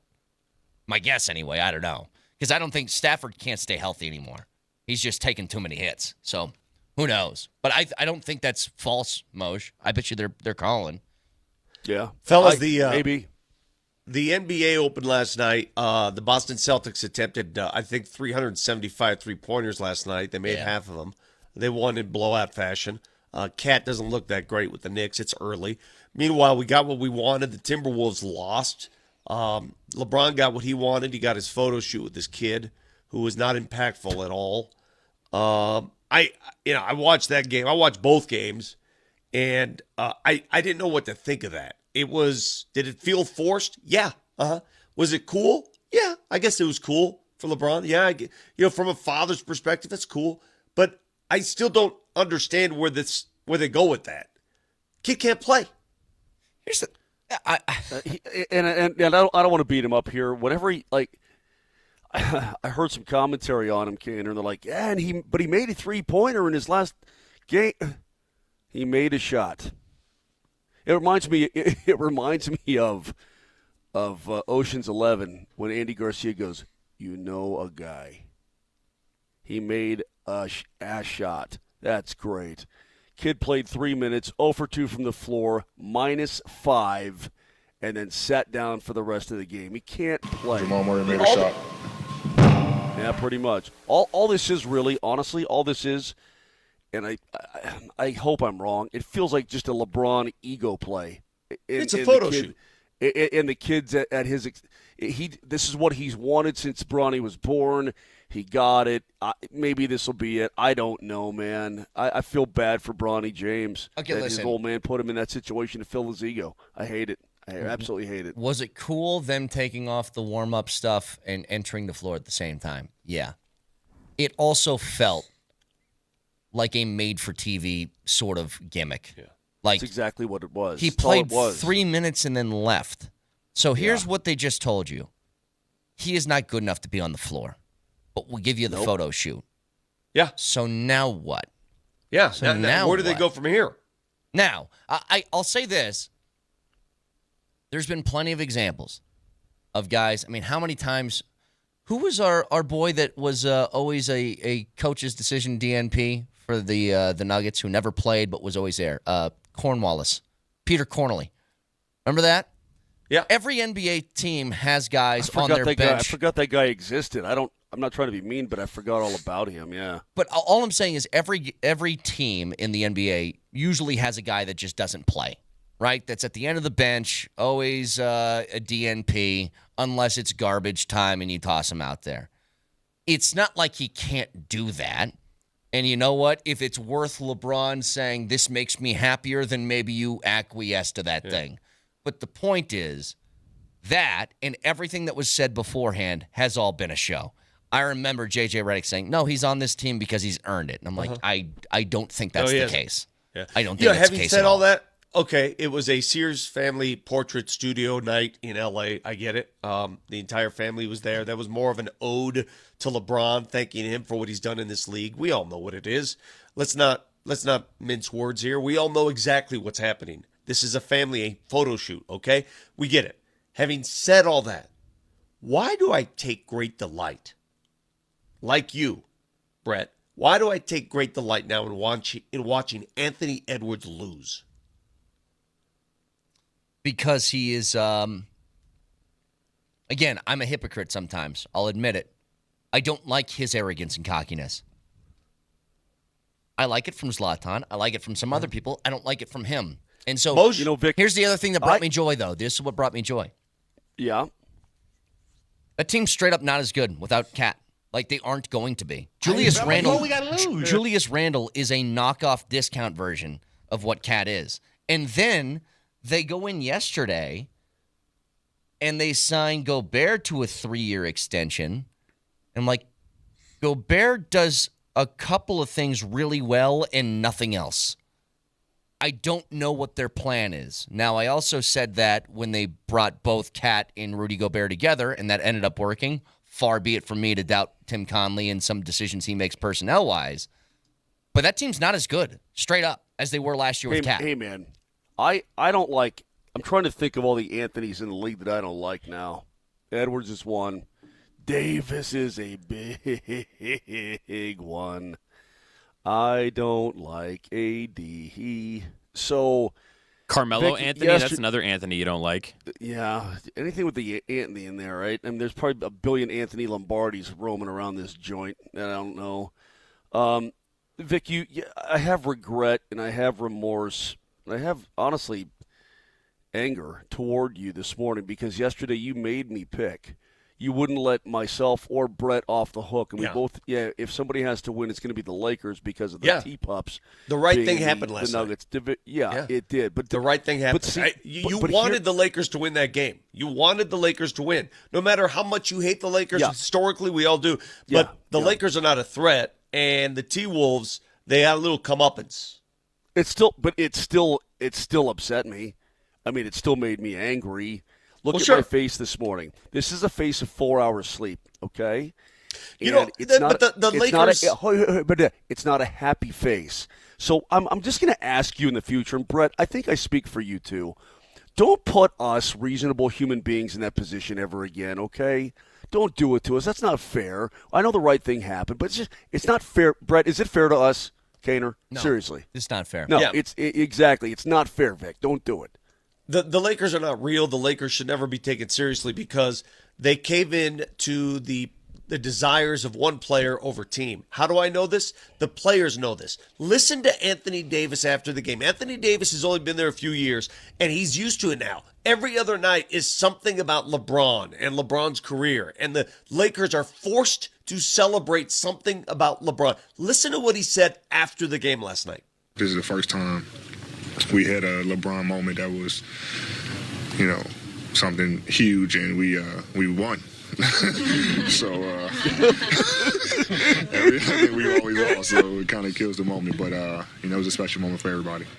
All right, Was that a laughing moment? Was that a laughing moment? And all the six fans are. But part of him is like, we do all this LeBron celebration, this fawning, and we end up losing games. Most of them to the Nuggets, because the Nuggets have ruined so many of their parties, and they finally win one where LeBron is praised heartily with his child. You like getting nailed by the king? By the way, speaking of Anthony's, nice one from a texter here. How about Moj? Nolan Antonato?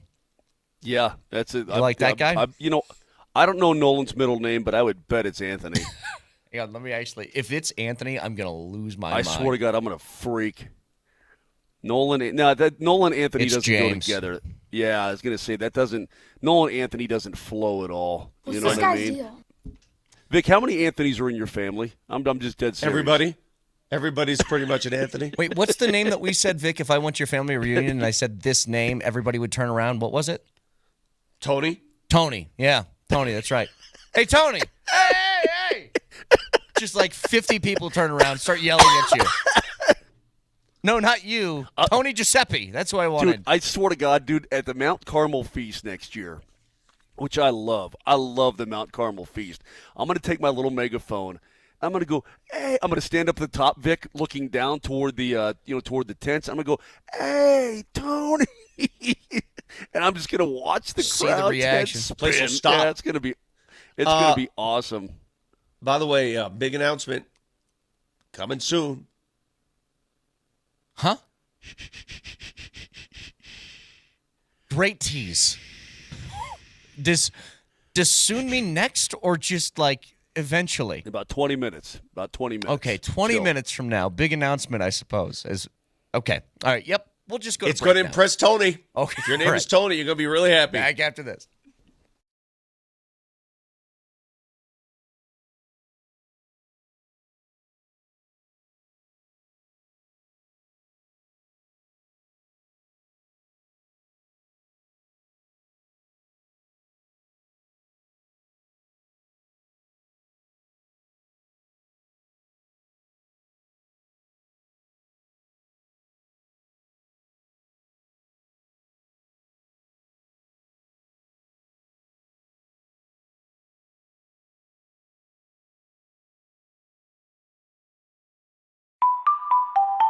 That's the sound of luck and the sound of Tulatero, and it is a Wednesday. Wednesday is a Powerball Wednesday, and if you download the Tulatero app, you got a chance to win in that Powerball. It's that, it's Mega Millions, it's Lucky for Life, it's every Colorado Lotto game you could imagine on the Tulatero app, so download it right now, and if you use my code MAGIC, you get a free credit to play in your first Lotto game on the Tulatero app, and with the Powerball tonight, it is $478 million, almost half a bill up for grabs. So download the Tulatero app and use my code MAGIC, and you got a chance to win that $500 million in the Powerball. Again, that's the code MAGIC. Download the app, Tulotero, and try and get your hands on some of that Powerball cash. It's Tulatero, your lottery app.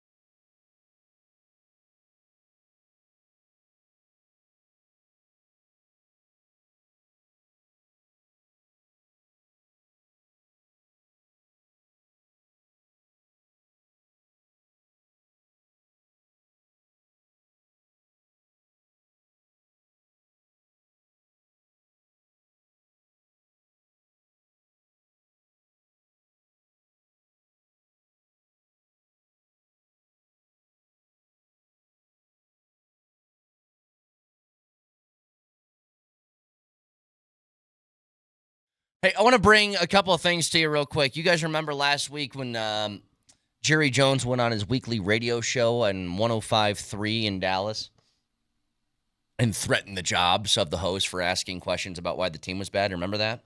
Yeah. Well, he went back on this week, and I'm just going to read. I don't have any of the audio here. I'm just going to read tweets from reporters who were following the interview. Jerry Jones offers no apology from last week's rant on The Fan. He says the radio station gets the privilege of having him, Stephen Jones, and Mike McCarthy on. That from Clarence Hill. He also said Jerry Jones said Cowboys coach Mike McCarthy is designing bad plays and bad concepts on offense.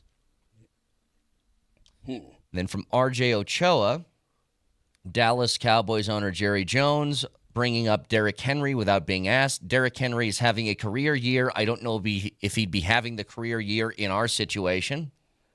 And then he said he equated Derrick Henry in that situation to his wife of 60-something years bringing up something that he had done in the past and wondering why he did the thing in question and said he didn't have a proper answer.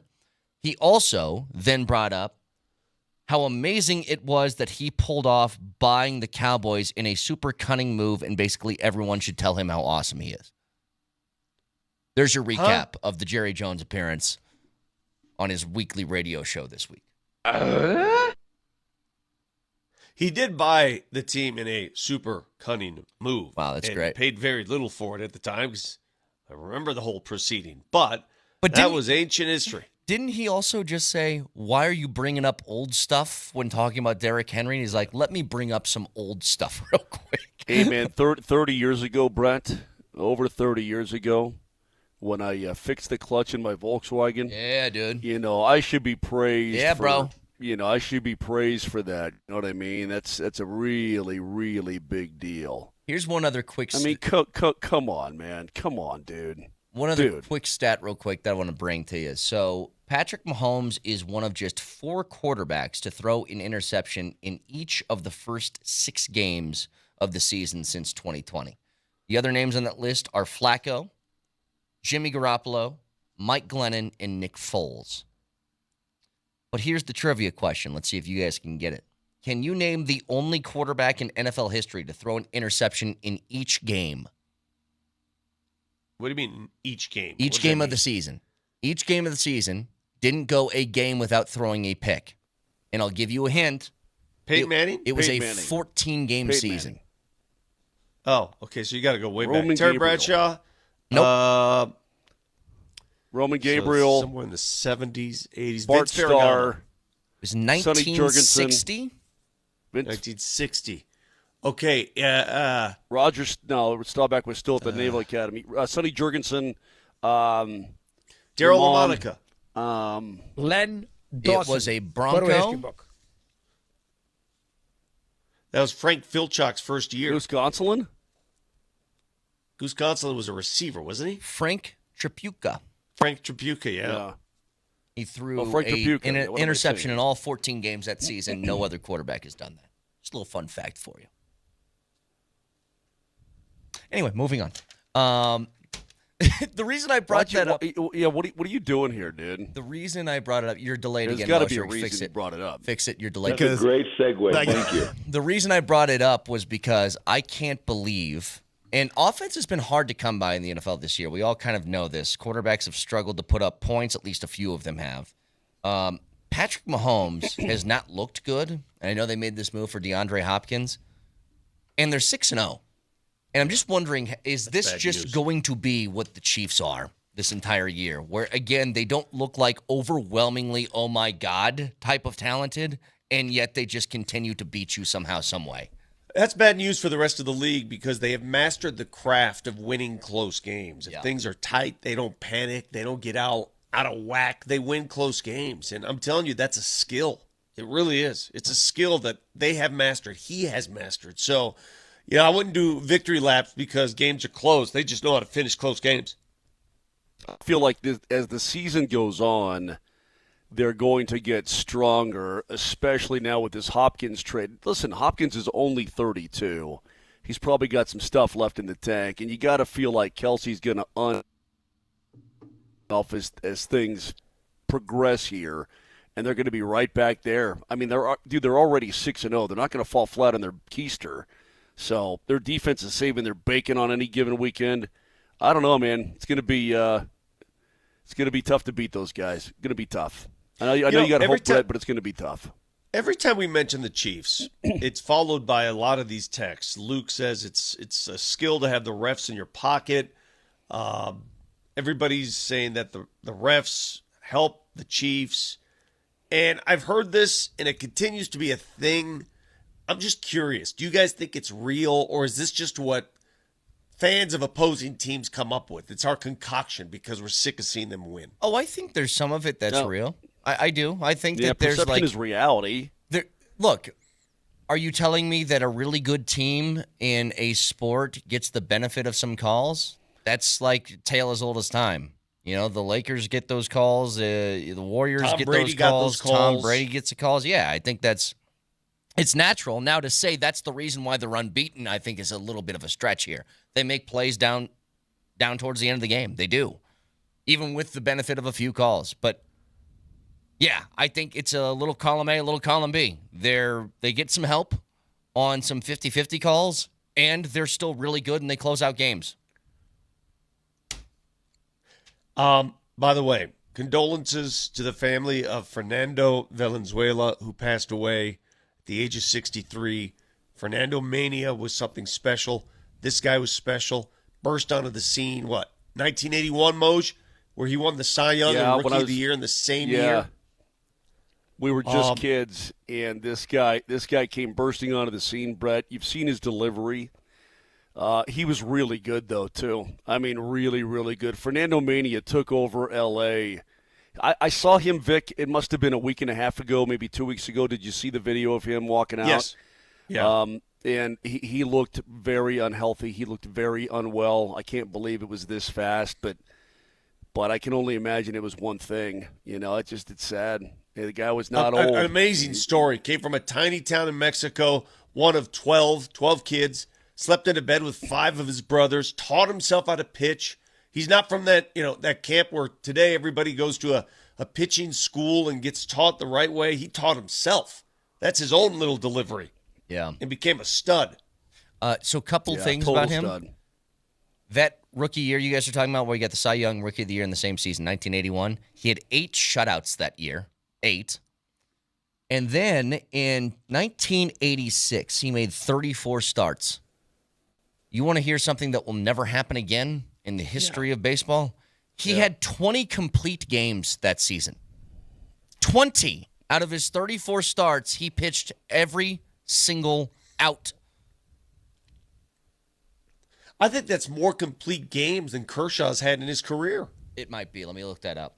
That's I'm nuts. Dead serious, it might be. It's close, if not. It's just a different time, dude. Different age. They let him go.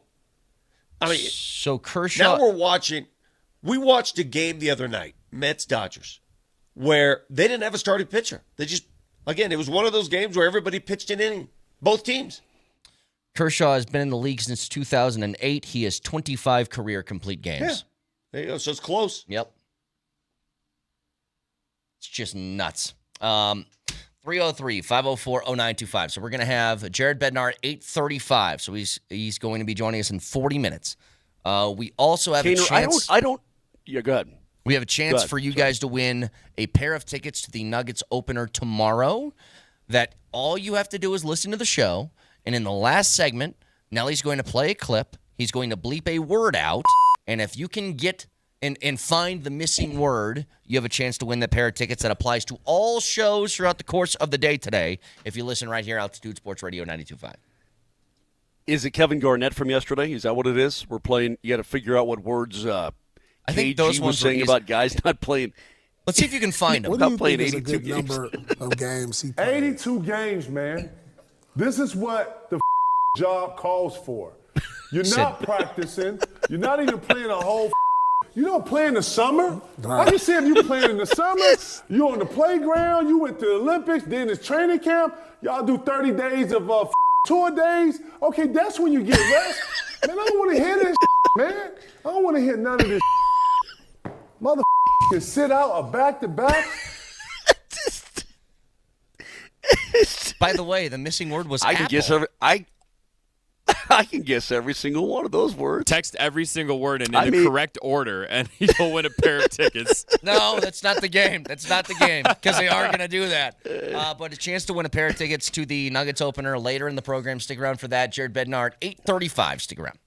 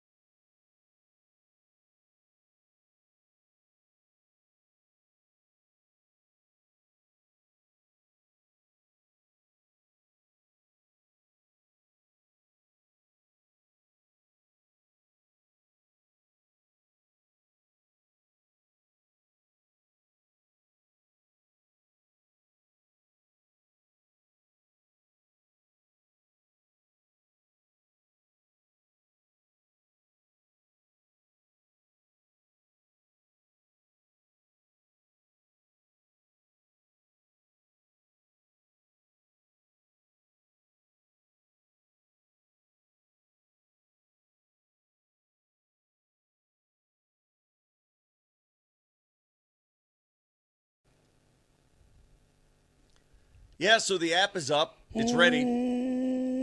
Altitude Plus. Go to your app store. Apologize it took longer than expected, but it is ready and ready to rock. So if you want to watch Avs and Nuggets and you're willing to download that app and subscribe, it is there at your pick. And I'm looking at it right now, Moj. Let me see if you look any better in the app. As I turn on the app, oh, no, you don't. So the app doesn't change Mosier's appearance at all, but it's there, and I'm watching you and I'm watching our show. By the way, with the app, you get, obviously, all of Altitude programming. The day will come, hopefully sooner than later, too, where they're building this sucker out, where you're going to be able to get video on demand. If you miss a show, if you miss something and you want to go back and watch it, it will be available via the Altitude Plus app. Download it at wherever you download your apps today. There you go. I saw it pop up in the store yesterday, but now it is live. So if you guys wanted to jump on and... Would you just screen the app store every day for... Well, no, I saw people screenshotting it, saying that it was up yesterday. I don't know. But do they do the same? Do they people just browse the app stores? Maybe they do. All I'm saying is you can go and download that right now and get all of the things that you want that comes with Altitude Television, including this show. How about that? Us too. Moj, when is your next broadcast? Is it tomorrow night? It's tomorrow night. Yep, we will be on 9 News, Altitude, and on Altitude Plus. We've got the whole thing going. It's our first 9 News game. It's going to be awesome. Going to be fun as heck. So all of that is available now, so go and check that out. We will talk to Jared Bednar in 30 minutes. In the meantime, Moj, again, elephant in the room here, and we'll get a bigger and more cohesive response from the head coach. It's a good couple of starts for Juice. It is. And I was looking back through his numbers, not just this year. It's tough to kind of judge, save percentage numbers this year. He came in bullpen duty twice and didn't go well, and that's a tough thing to do, is just come in and pinch hit for a couple of games. But last season, in 12 starts that he had a save percentage of .928, which is nothing to bat an eye at. And over the last 2 games, he's made 50 saves on 53 shots. He's 24 years old. We've been looking for a guy that's been a homegrown talent in this town that maybe you can trust between the pipes. This is not saying that I've given up on Georgiev at all, but it's hard not to be impressed with this last couple of starts. And if I'm Bednar, again, we'll get an answer in 30 minutes. I'm going to ride the hot hand and see how long this can last because he's playing well right now. Yeah. Yeah, that Riker Evans goal at 19:55 last night was a nothing goal, which, again, it goes against Juice, but it's a 6-on-5 goal. It doesn't mean anything. They're not going to score again to tie the game. So that was kind of disappointing, again, that went in so late. Nice shot. Puck went right to the guy. He did a good job, short side. But no goalie in the league is going to stop that. But he's played well. His initial save was superb, by the way. That was the key, Vic. That first save was great. It was. And that puck pops right out to dude. Avs didn't have time to cover him. Again, he got an extra attacker on the ice, and he has a nice shot. But the first save was really, really good. That's a great point. And we heard from Jared Bednar. In fact, we'll hear from him coming up here, like you said, Kaner, in about 30 minutes. But here's what he said. Literally, if you have the cut from Coach last night, it makes an awful lot of sense. I mean, the guy's playing well. You need dubs. You're 6 points out of first. Winnipeg's off to a 6-0 start this season. They haven't lost a game yet, but you don't want to get too far behind. And if you're going to ride the hot hand, well, then heck, ride the hot hand. Yeah, do it. I mean, from my standpoint, he looks sharp, big in the net, square to the shot before it ever even comes, reading the play well. He's not giving up a bunch of rebounds, making all the stops he should make, and then some. So, he's played great in these last couple of games. That's why he went back in the net tonight. There you go. I mean, he's playing well. Don't fix what ain't broke. He looked all night last night, Moj, that he was always in position and had really good anticipation for where the puck was going to be, which is different from what I saw from Georgiev early in the year. I told you, he was always first to press up against the post when the puck was coming around. There was no sort of openings there. Like that, it's just a lot of things. And again, I think that the front office and Jared Bednar, maybe they feel like Georgiev's top end is higher than Juice right now. Maybe because they are. I doubt that we're going to get Bednar on in 30 minutes, Moj. I'm going to ask him about goaltending, and he's going to tell you, yep, we've made the switch. We're done with Georgiev. It's now Juice's net. I doubt that's what's going to be said. He's not going to say that. But no, he's not. And by the way, I'm trying to remember, when was that penalty last night? Which penalty you referring to? Which one? Which one? The one late in the game. Was that a 6-on-4 goal last night? I'm trying to remember. Yes, it was. Okay, yeah, because they were in a power play and they emptied the net and they brought everything at them. Yep. And Kivy couldn't get his hattie because they couldn't get control of that puck. They just couldn't grab it. But he took it right at the 18-minute mark. Yes. Yeah, exactly. Okay, there you go. Sorry. I'm just reliving it in my head. Well, here's what I said earlier, Moj, when you were having some issues connecting. I said they obviously have an affinity. Like their preference would be Georgiev has been the starter here the last couple of years, that he's going to be the starter, for this year as well. But part of that is on him just to play better. But this isn't like you have a Bobrovsky contract between the pipes. You know what I mean? Like, it's not as if Georgiev is making an obscene amount of money that you just don't want to give up on for financial reasons. He's a little bit over 3. It's not a big deal. Yeah. Like, if Juice is playing better, then Juice should play, is the way that I look at it. And I'm sure there'll be some rotation throughout the course of the year. But I'm looking at the schedule coming up. One more road game tomorrow in Utah. Give him another crack at it. You come back home, you got 3 straight at home, and one of those is a back-to-back where both are going to play. Like, I think this sets up pretty well to give Juice an extended kind of look here and see if he can continue to roll with it. Here's Bednar, by the way, another clip from him in the postgame talking about goaltending. Yeah, when we're making a mistake, our goalies are coming up with the saves now over the last 3, which is nice to see. That's true. That's not just a backhanded compliment. That's it's nice to get a save when you need it. Listen, and Georgiev did that in his last start too. He did get a win in his last start. His legs are good. Talking about the Juice, his glove hand is very confident right now. It's just tish, tish, tish. He's just making, he's not wasting a whole lot of energy in his crease. I like his calm nature right now. He's a big dude.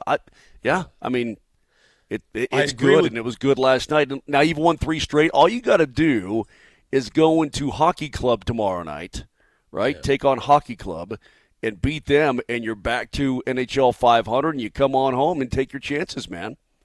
By the way, Moj, so you didn't call the game last night. Obviously, it was a national game. Every team played in the National Hockey League last night. So what do you do when you're not calling a game? I mean, you just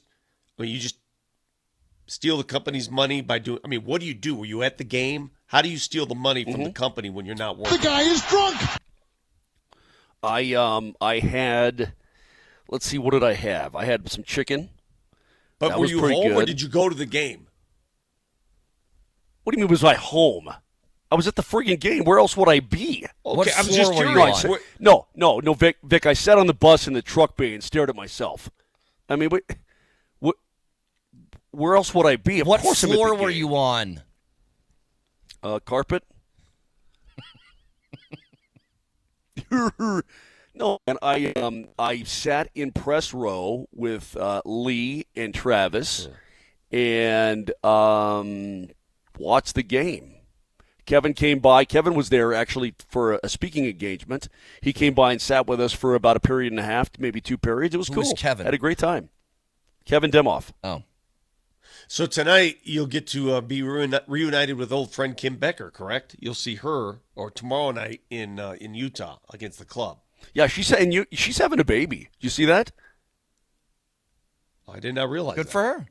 Yeah, it's totally awesome. Anyway, she's having a baby, but she got to the point where she said, I think people are looking at the basketball around my waist and going, hey, something going on there. So she announced, we're going to have a baby in the beginning, in the new year and all that kind of thing. It's cool. Yeah, and she's kicking butt here. I think they're all doing really, really well here, the broadcast crew. And then I told her when she made that announcement, the best part is Utah isn't going to make the playoffs, and then she can have the baby in the offseason, and she doesn't have to miss any time. She has lined this up perfectly. You know what, dude? That's speaking kind of cold-blooded. There, I don't know. They're kind of an interesting club. I was just going to say, Utah's they interesting. got that pick me up. They got that pick me up. New place, new town, new feel. That's what I'm saying for tomorrow, though. It's look, you're playing the Coyotes with a different name in a different town, but I do think there's probably something to. We played in a college arena for the last couple of years, and now I get to play in a big boy NHL arena again with fans who really, really care. Like, I'm sure you feel a little bit of extra oomph whenever you're on the ice at home in that kind of moment, at least early in the season. I think it's something that probably is a factor, at least for tomorrow. No? I'm sure it is. You know, and they've got. That's a long time. That's a long time in between. We're going to do this again this year. It's a long time. I thought it was like really, really close. I thought it was really, really fast. To be honest with you, now it's better. My bad? Now it's better. Okay, good. They've got some really good young players in that team. We all know Clayton Keller, he's the Ricky Fowler twin. Shut him. Shut it. Nelly, shut it. Shut him. Shut him down. Shut him off. Shut it. We are going to take a break. We have Jared Bednar joining us in 20 minutes. Stick around.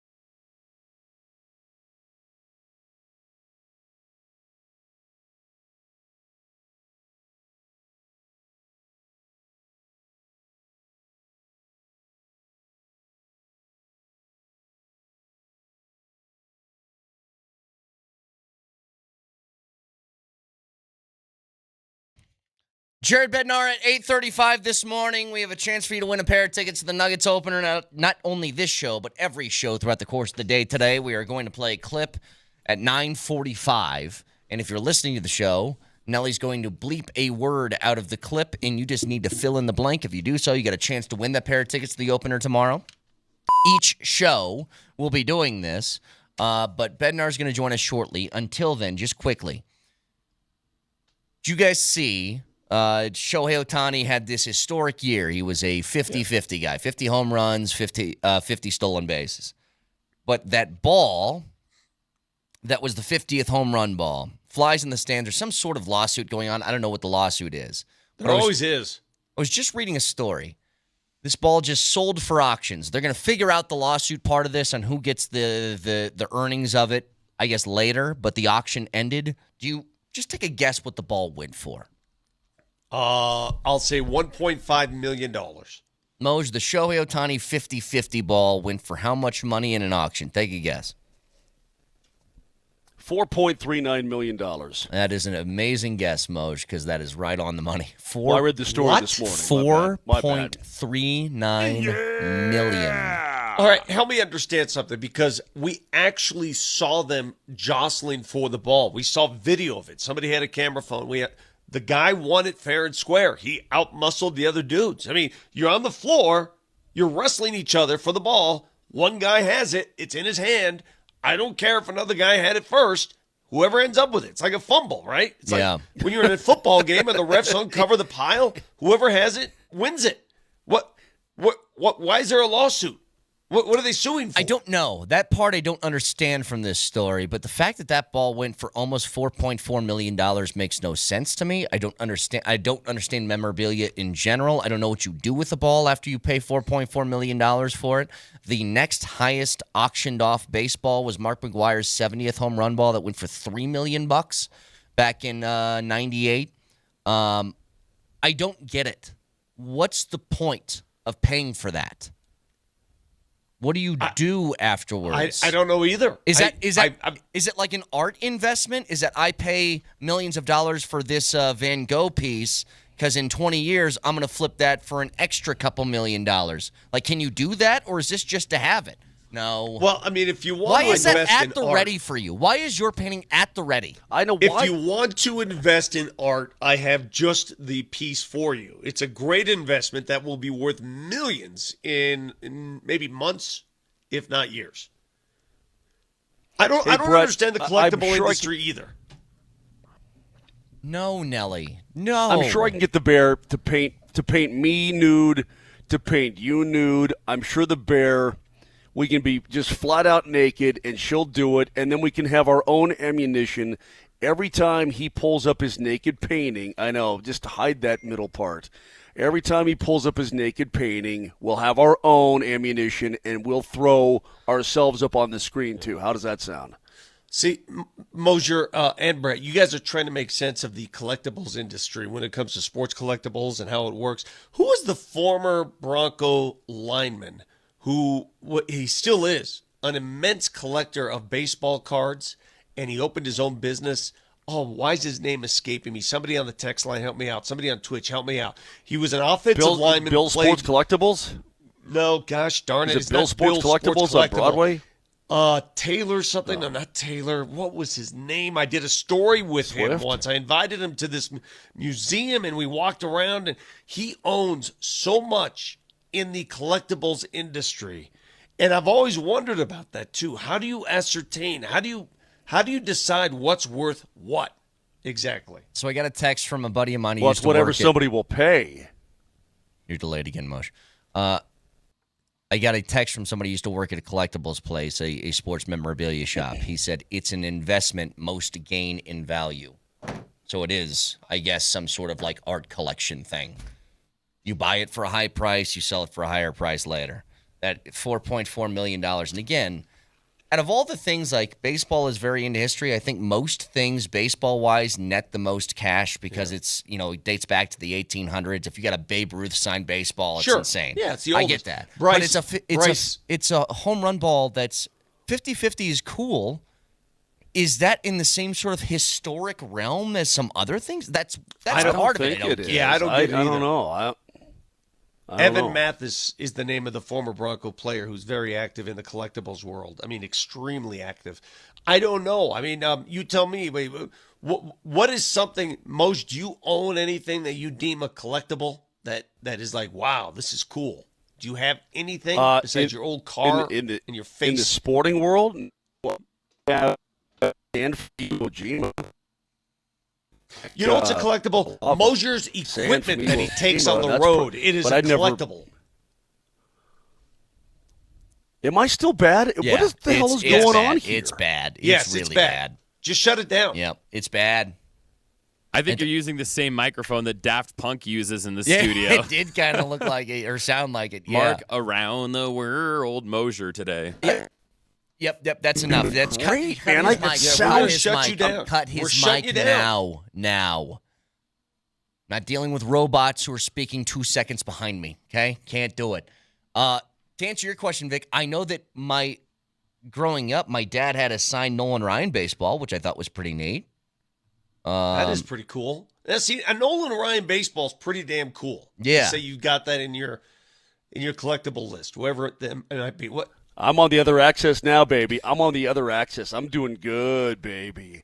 Let's go, baby. Can you hear me? I'm doing good. Okay, baby. fantastic. Hey, man, I'm in Salt Lake City, man. The land that time forgot, bro. I mean, what do you mean to do? You know, What happened? Shut him down again. Shut it down. I mean, are we Go just ahead. going to play this game Go the ahead. entire day Shut it today? down Are we again. just going to have him just appear and reappear and trying to force his way onto the show when it's not working? Yeah, Are we going to do this today? It's a tale as old as time. It really is. So again, 303-504-0925. We're gonna have Jared Bednar on in 10 minutes. What do I sound like, Nelly? Nelly, cut him off until he figures it out. Cut him off. You cut him off. I want you to hear until he figures it out. Arrives. I want you to hear from Aaron Gordon. Got a chance to visit with Aaron Gordon at Nuggets practice yesterday, and as you know, he is now re-signed. Mm-hmm. He's got a long contract in front of him. He wasn't going anywhere. He was committed to Denver, just like Denver was committed to him. And speaking to some front office members yesterday, it's a win-win because he makes it less expensive on the front end so that they don't go into that second apron, but he makes up for it on the back end. He gets the years, he gets the money at the tail end.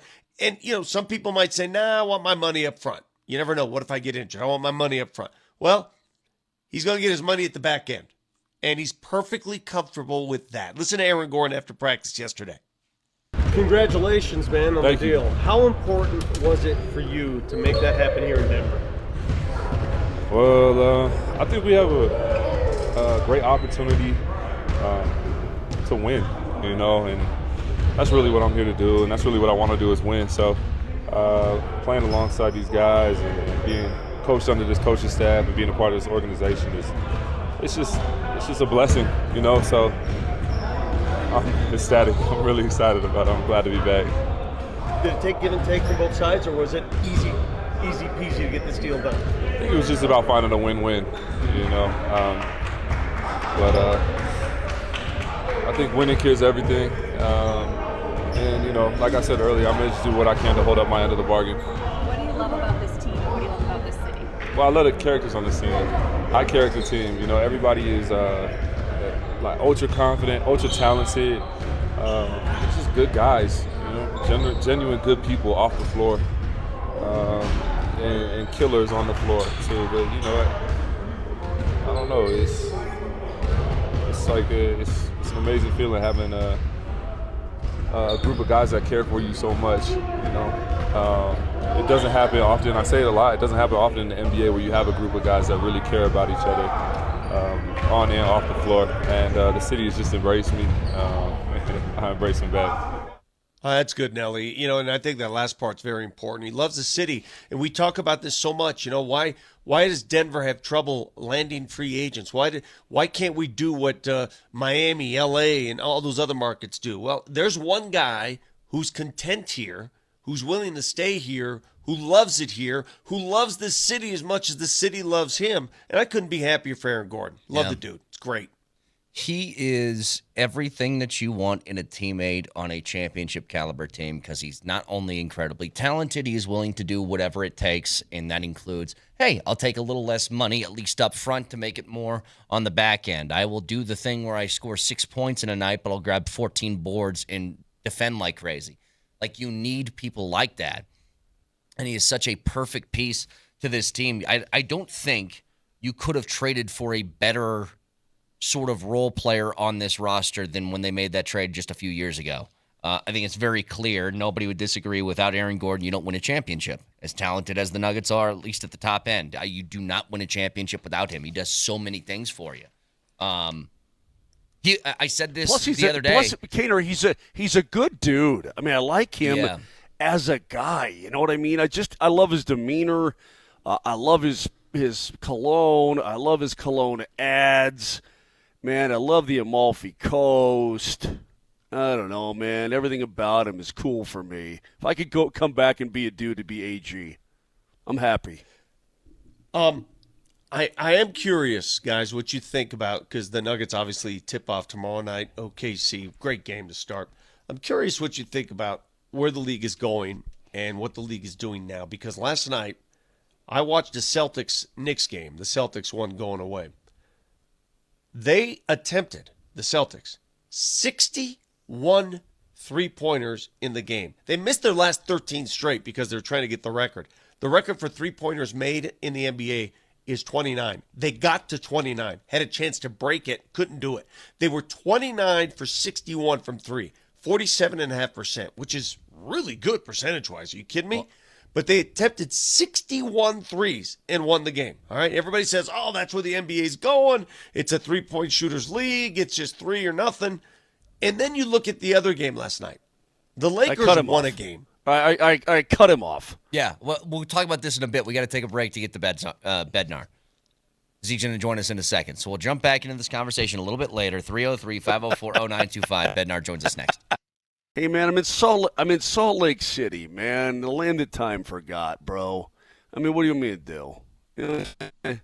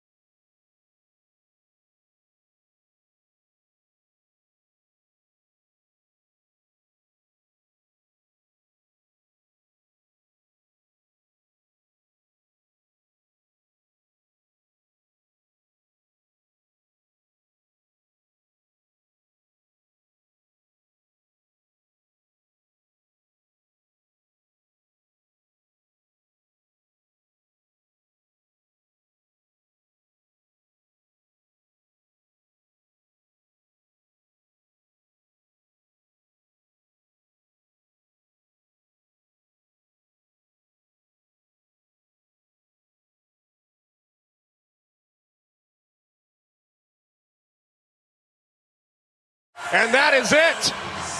They will be sleepless in Seattle tonight. They will have nightmares of Justus Anonen. Colorado comes in and gets their third straight win by a final score of 3-2. Yoel Kiviranta, his first career game-winning goal. Talk to the head coach of the Avs every single Wednesday, and he joins us now on the Ramos Law Hotline. Car accident, you need Ramos Law, medical doctor and attorney, ramoslaw.com. Coach, first of all, congrats on this little stretch you guys have gone on. Good to see some wins after a tough start. But I think most importantly here, can you give us a breakdown of Justus Anonen his last couple of games, and will he continue to see some starts here, not just for the Utah game, but maybe heading into the homestand?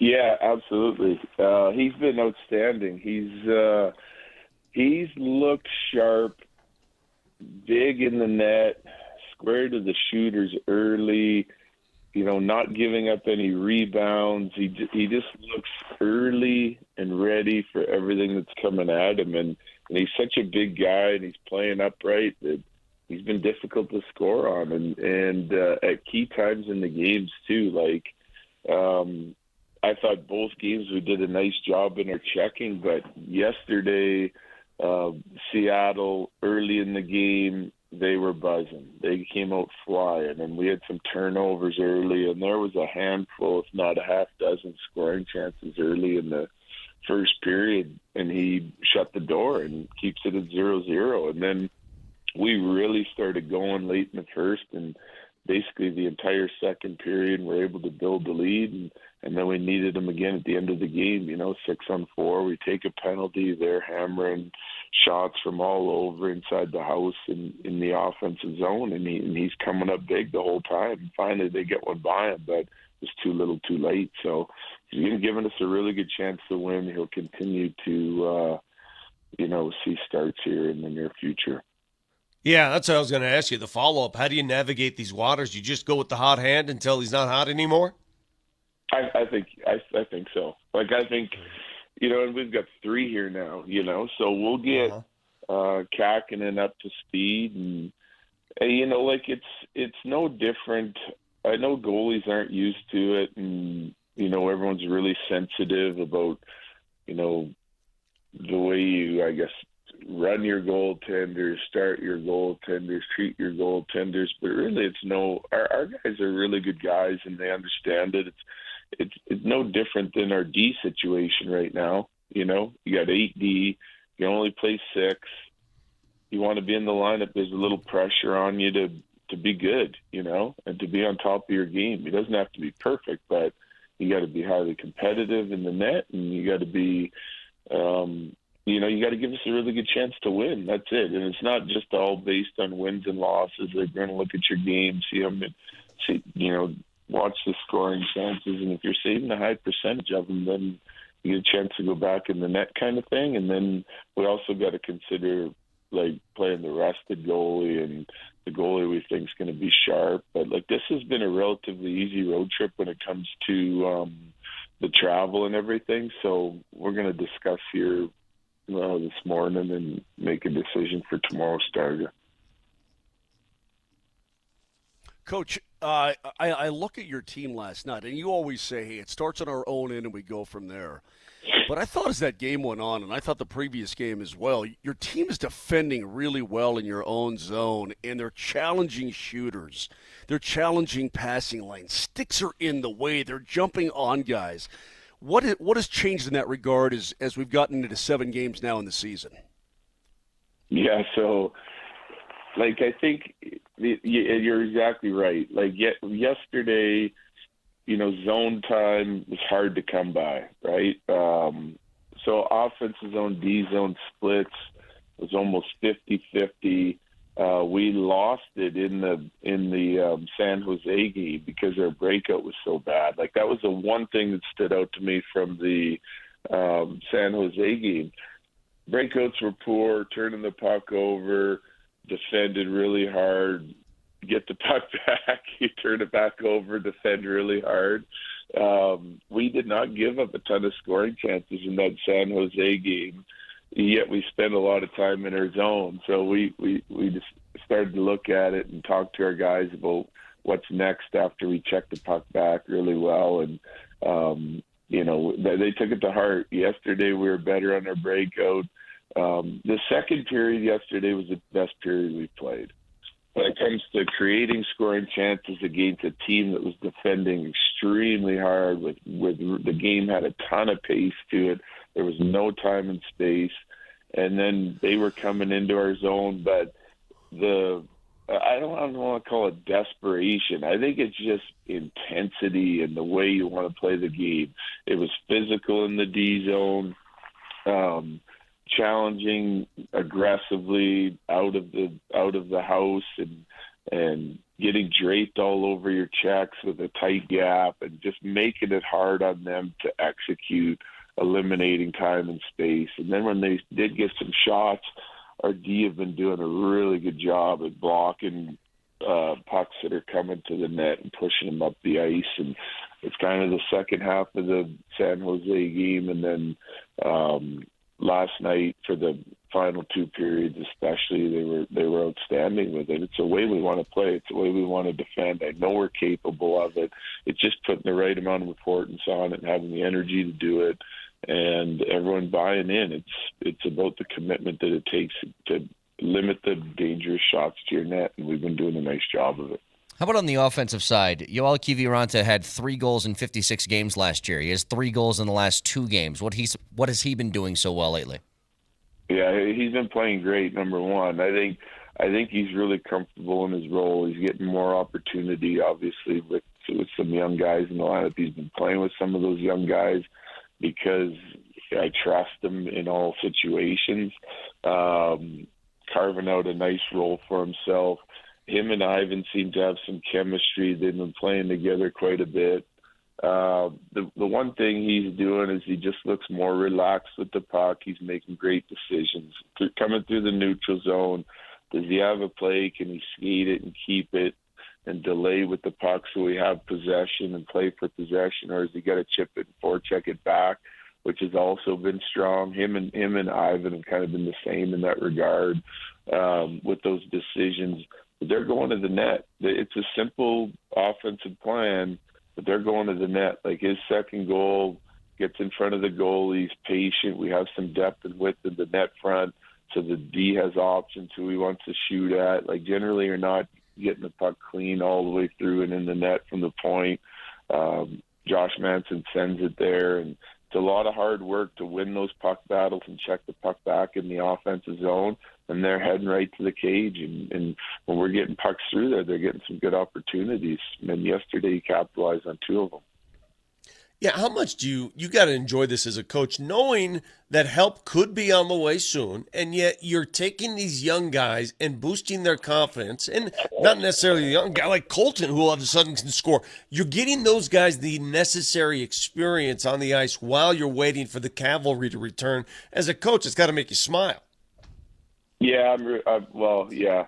It was a little stressful there in the first handful of games because you need the wins, but we weren't as bad as our record. People can say I'm crazy, but there's a lot of things I liked in the Vegas game, the Columbus game. That I didn't like the Islanders. But we 3 out of the 4 games, we could have easily deserved a better fate. It was no different from last night's game in a lot of ways. You're not going to go out and dominate the whole game. They took it to us in the first. In the first handful of games, we've been down a couple. So when you see the big guys rolling along like they are, right? Probably not committed enough from our big guys early in the season with their checking game, but they were playing really well offensively. They've rounded that out to be really good on both sides of the puck, which is first thing that I want to see. Then you start adding guys like Colton in the mix, Middlestead in the mix, and what they're creating and how they're starting to dig in on the defensive side. I really like that. And some of the young guys, like I've mentioned, they've done a really nice job. New guys coming in, learning the system and getting better every game. It's exciting because we have a lot of guys out of the lineup, and this, I'm trying not to look forward, but you start putting those guys in line. Every guy you add back pushes another guy down the lineup, makes another line better. It doesn't make just one line better. It makes two lines better, and guys will get slotted against the right level of competition and the right type of minutes that you want. So you don't want to take anything for granted, but we're building some habits here that are definitely habits that we can sustain throughout the course of the year to drive us towards success. So it's definitely exciting. It's been a lot of fun working with the young guys and watching them grow just over like the handful of games that we played. Coach, Cale Makar is on pace for 164 points. I'm sure he's going to get there. I mean, come on, man. I mean, he leads as we wake up this morning, he leads the National Hockey League in points. It's simply remarkable. I don't know what to say about a guy who's 25 years old, already has a Norris and a Cup, but it feels like his game is elevating in that regard as well, that if he stays healthy, and knock on our wood, boys, that this guy is capable of tremendous things this year. Yeah, he certainly is. You know what makes me proud of those guys like him, Nico, Mac, you know, all in their own way. Like, there's a lot of pressure on those guys out of the gate. They know the players that are in the stands, right? And they know deep down that they're going to have to produce in order for us to win. And certainly when they go out and produce early in the year, which they did, and we don't get the results, you know, they're still leaning, we got to get more offense.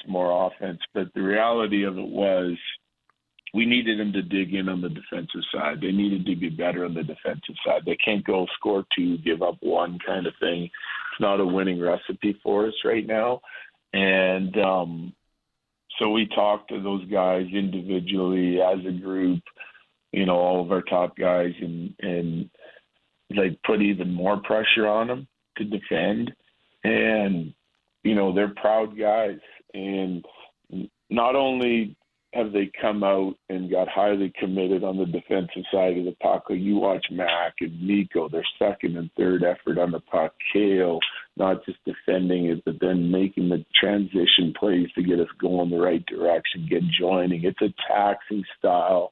They're playing a lot. We're asking a lot, and they're delivering, you know, but it's fun, again, going back to what Vic said, when you can push your top guys and they accept that pressure and understand that they're setting the example for the whole team, and then they go out and play as hard on both sides of the puck as they've played this early in the season, knowing that this is a marathon. You know, we're trying to push them to be better. They're accepting it, and they've been way better. And they're the driving force, so they deserve a ton of the credit. And Cale is just, you saw how critical he was of his game at home. And after that loss, didn't like the way he defended, didn't like the way he got into the rush. And it was mostly about his defensive game and those guys getting scored on a handful of times in that game.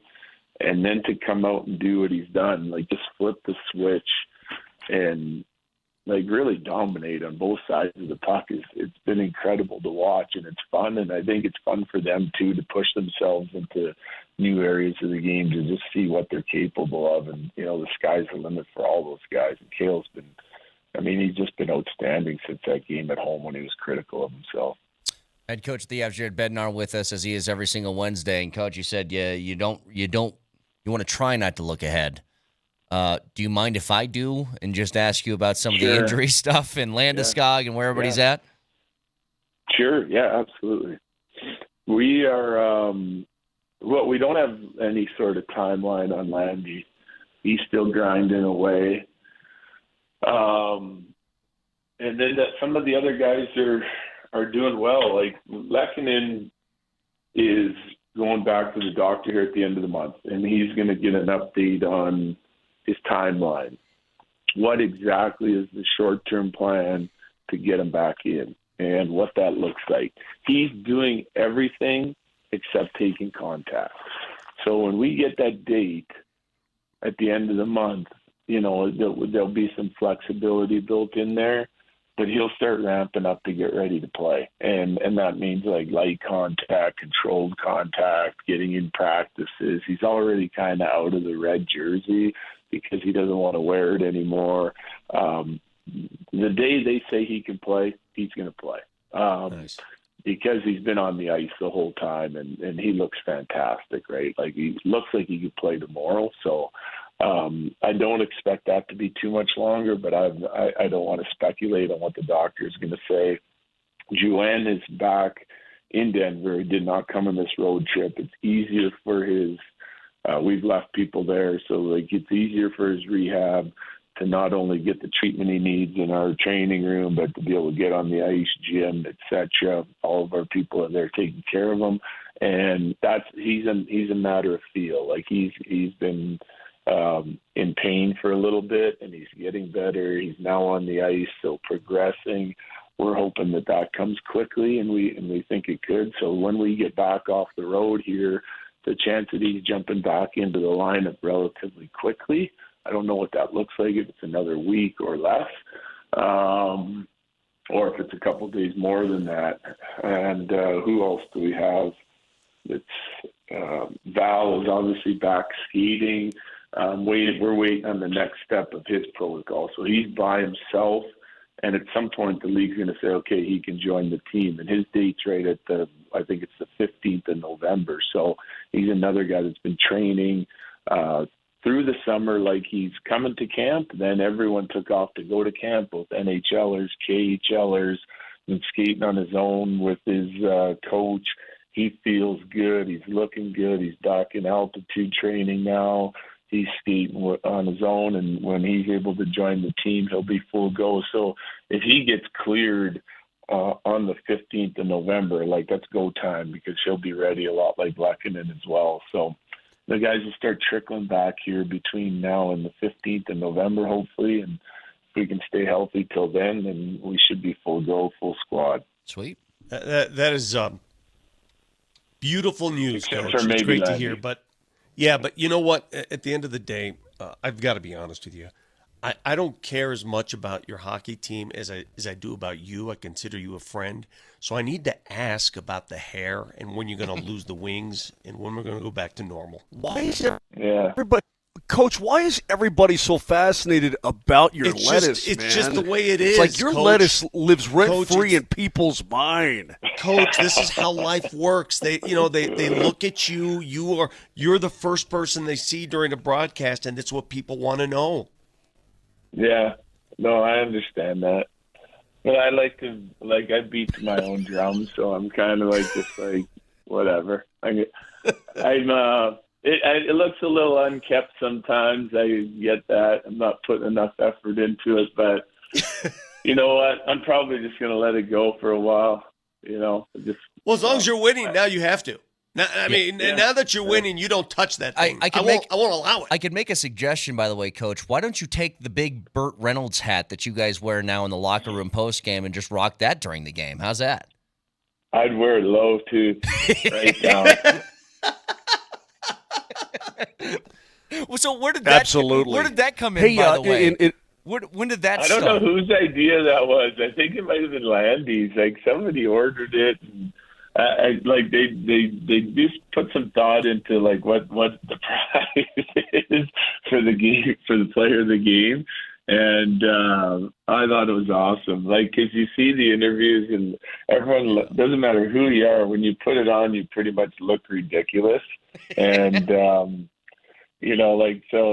just seeing Nate day one, he gets it, and for the first win, and Landy delivers it to him in the locker room, and it's awesome to see that the guys are just proud to throw her on and do the interview. It's hilarious. There was a joke last night. Someone said, "Well, why does it look like Eustace is a big guy, big head, right?" Yeah. And someone said, "Why does it look like the hat just fits Eustace?" Coach Dave on the text Well, he's not. line. It's funny. He's got that chubby little face. It cracks me up, man. Dave on the text line says, there's not another coach in sports who gives better answers than Bednar, and we could not Facts. agree more. Appreciate your honesty as always, my friend, and congratulations. 3 games, 3 wins. Got to make you feel better. Keep it on. Yeah, thank you guys. Appreciate it. There you go. Head coach of the Avs, Jared Bednar, joins us every single Wednesday. He's not cutting the lettuce, Vic. You got to let it go. He said he's just going to let it rock for a while. I don't know how far. I do love the hat. Fascinated by I wouldn't touch it either now. I wouldn't touch it either. I mean, when you win, you don't touch anything. It's not my fascination, Moj. It's everybody. Look at the text line. Everybody wants to know. I'm just voicing what the people want. And I'm not afraid to ask. I'm not like you. Talk to Bednar every single Wednesday, so always appreciate that. Chance to win Nuggets tickets coming up in about 45 minutes. 45 minutes for you guys to get a chance to win a pair of tickets to the opener tomorrow with the Nuggets. All we're going to do is we're going to play a clip from the show. We're going to bleep out the word. If you guess the word, then you get a chance to win a pair of tickets to the opener tomorrow. That applies to all shows throughout the course of the day today. KG, man. I need some KG. Yeah. KG. What you need to do is reset your system again. That's what you need to do. Again. And we'll do that when we come back. Yeah.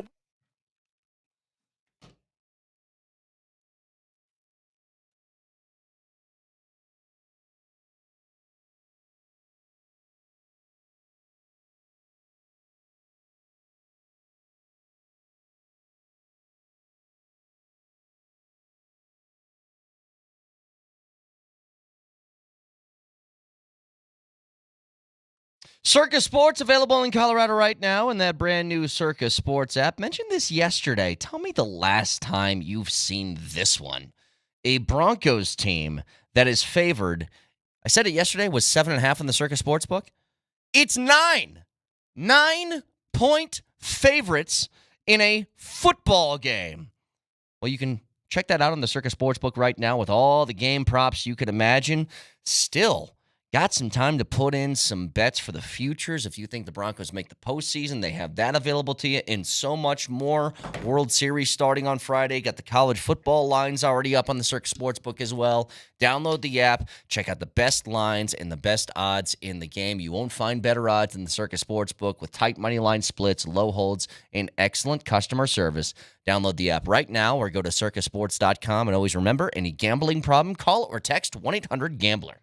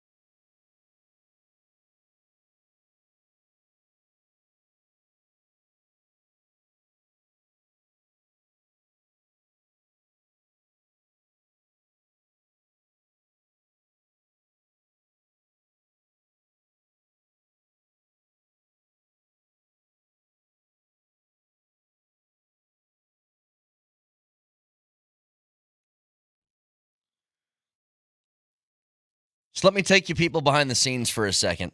I have to share something with you. Before being a host, I was a producer in radio for about 8 years. Just biding my time until I get the crack at the mic, right? Biding my time.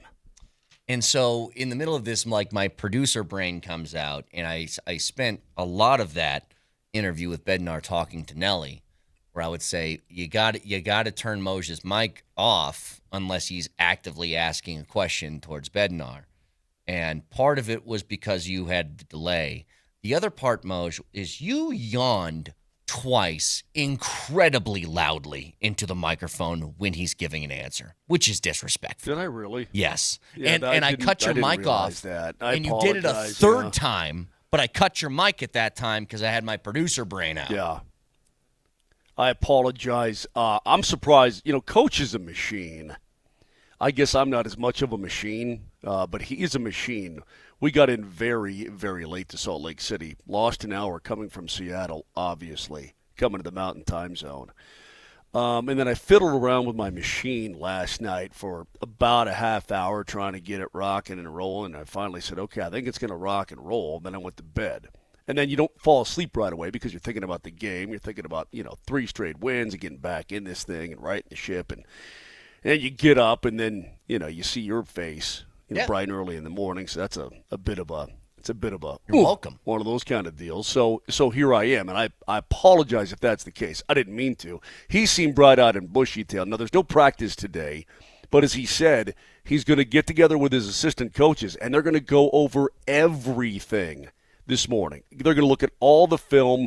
Everything's already been cut up from the game by Bretsky. Everything is ready to go. Brett Heimlich does a great job as the video coach, and so they're all going to get together and figure some things out and get ready for tomorrow night.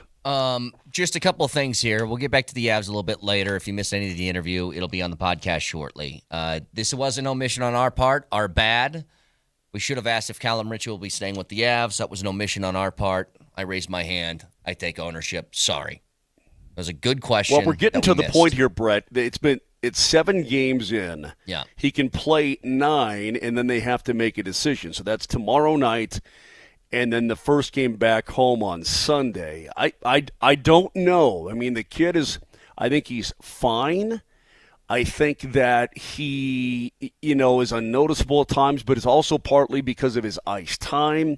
I mean, if he was up there playing with McKinnon and Rantanen and playing, 20-plus minutes a night, would he be more noticeable? I think probably so. But I don't think the answer for him is to play junior hockey because he's been in the National Hockey League. He already has a goal. He'd go back there. I mean, you want to go back up and smoke a 17-year-old? What's the point, right? Mm-hmm. I mean, what does it really, really, truly mean? I don't know. I mean, I honestly, if he goes back and beats up on 17-year-olds, what really is what's that doing for him? I don't think it's doing anything because he's expected to go do that. He did that last year, and now that he's been in the National Hockey League, I don't know where he can go unless the new rule comes in that he can go back to college and play college hockey and then come back into professional hockey. And by the way, I'm not sure that Jared Bednar would know or give us an answer anyway, so don't beat yourself up about not asking it. It's a good question, though. Could have been asked. Missed opportunity. Whatever. Moving on.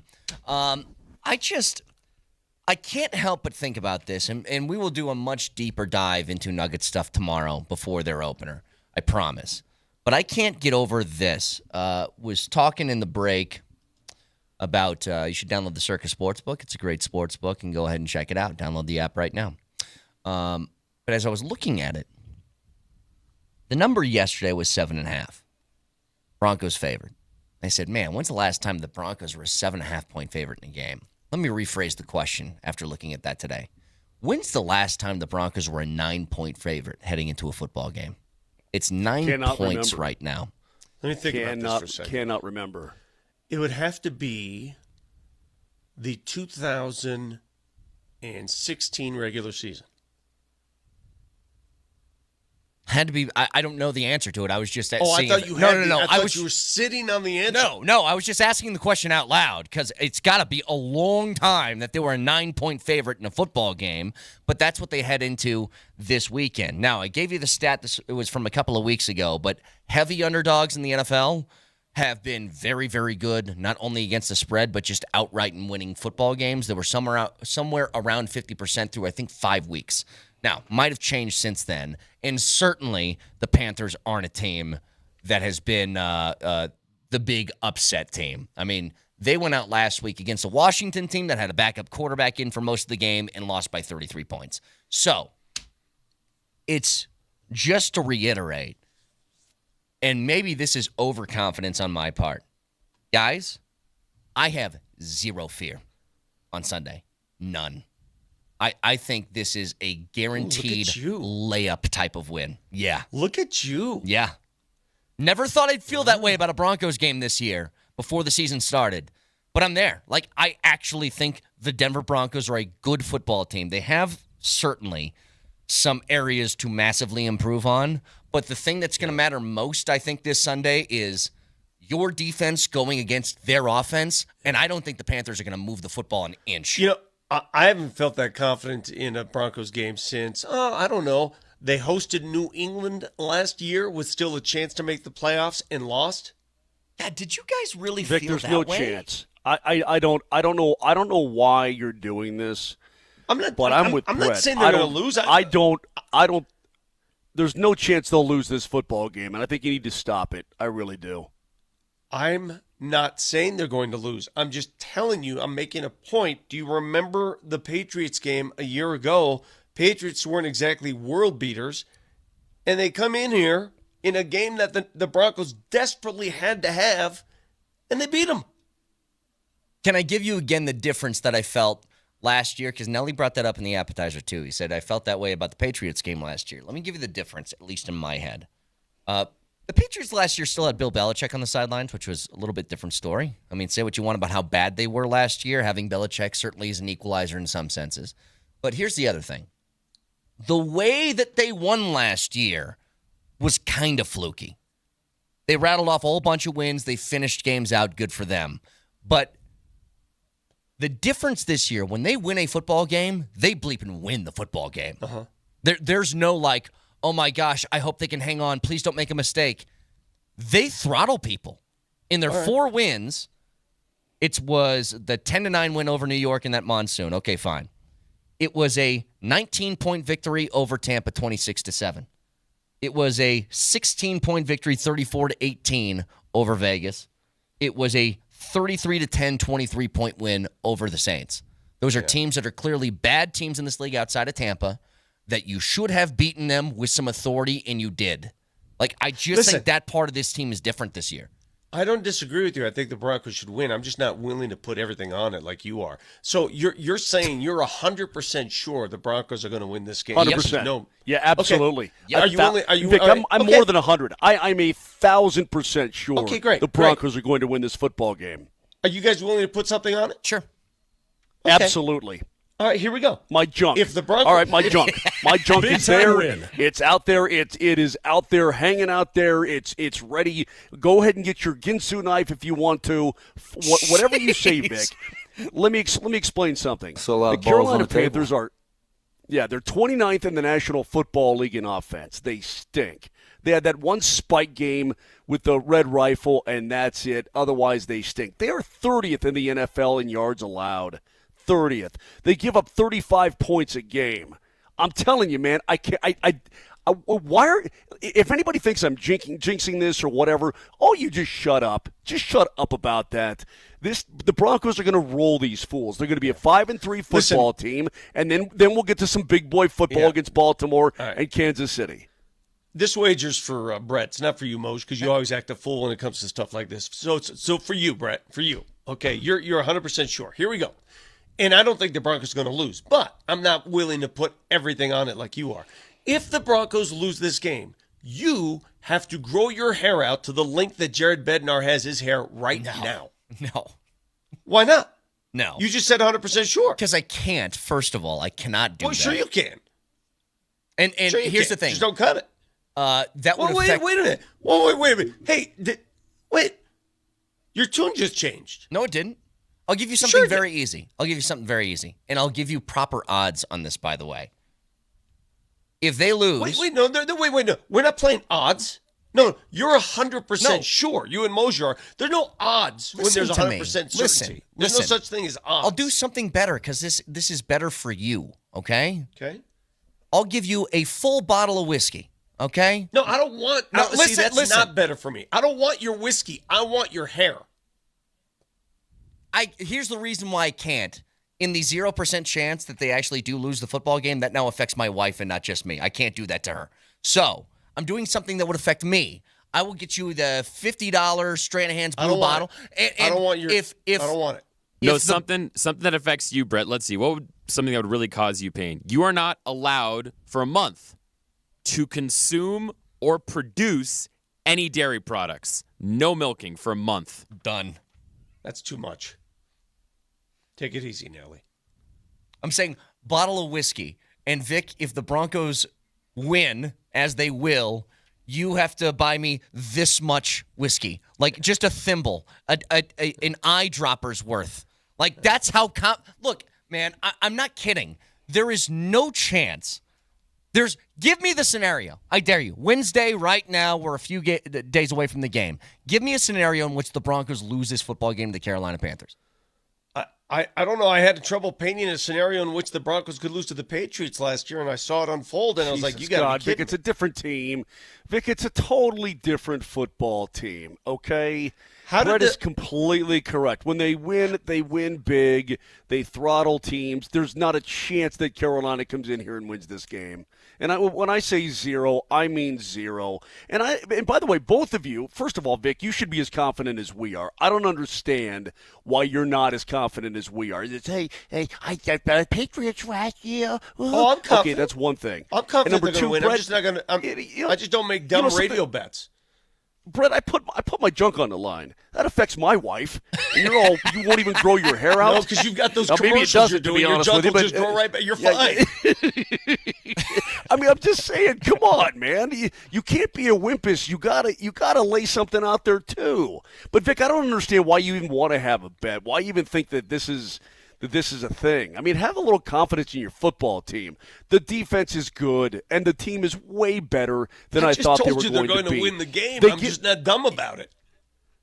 You're a great American fraidy cat. They give up 165 yards. They give up 165 yards a game on the ground. This usual Mosier trope. I'm so tired of it. Brett, what am I saying? Brett, what am I saying that's not making sense at all? The reason we watch sports, the reason we're into sports is because there's always a chance the other team can win. That's why. Not this week.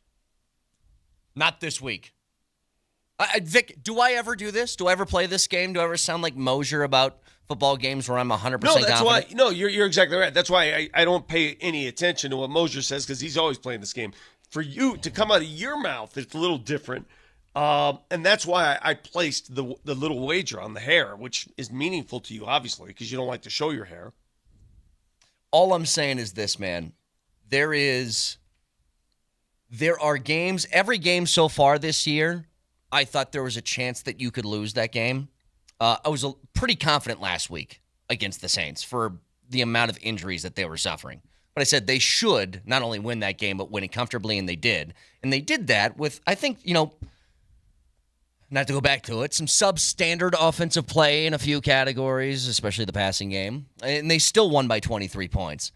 And you're playing a worse version of the team that you played last week. That's exactly right. That is exactly And you're correct. doing it you're at playing home. A worse. Yes. Vic, the Broncos have everything going for them this week. Everything. And Carolina has absolutely nothing going for it. I understand your hesitation, I guess. Anything can happen on any given Sunday. Fine. It ain't happening this Sunday. The Broncos are going to be a 5-3 team, and then it's going to be, what do they do against the big boys in Baltimore and Kansas City back-to-back? That's the simplest way I can put it. You can listen to the show anywhere on the Altitude Sports Radio app. It's powered by the Will Hite Law Firm. Injury lawyers. Go to willhitewins.com. That's willhitewins.com.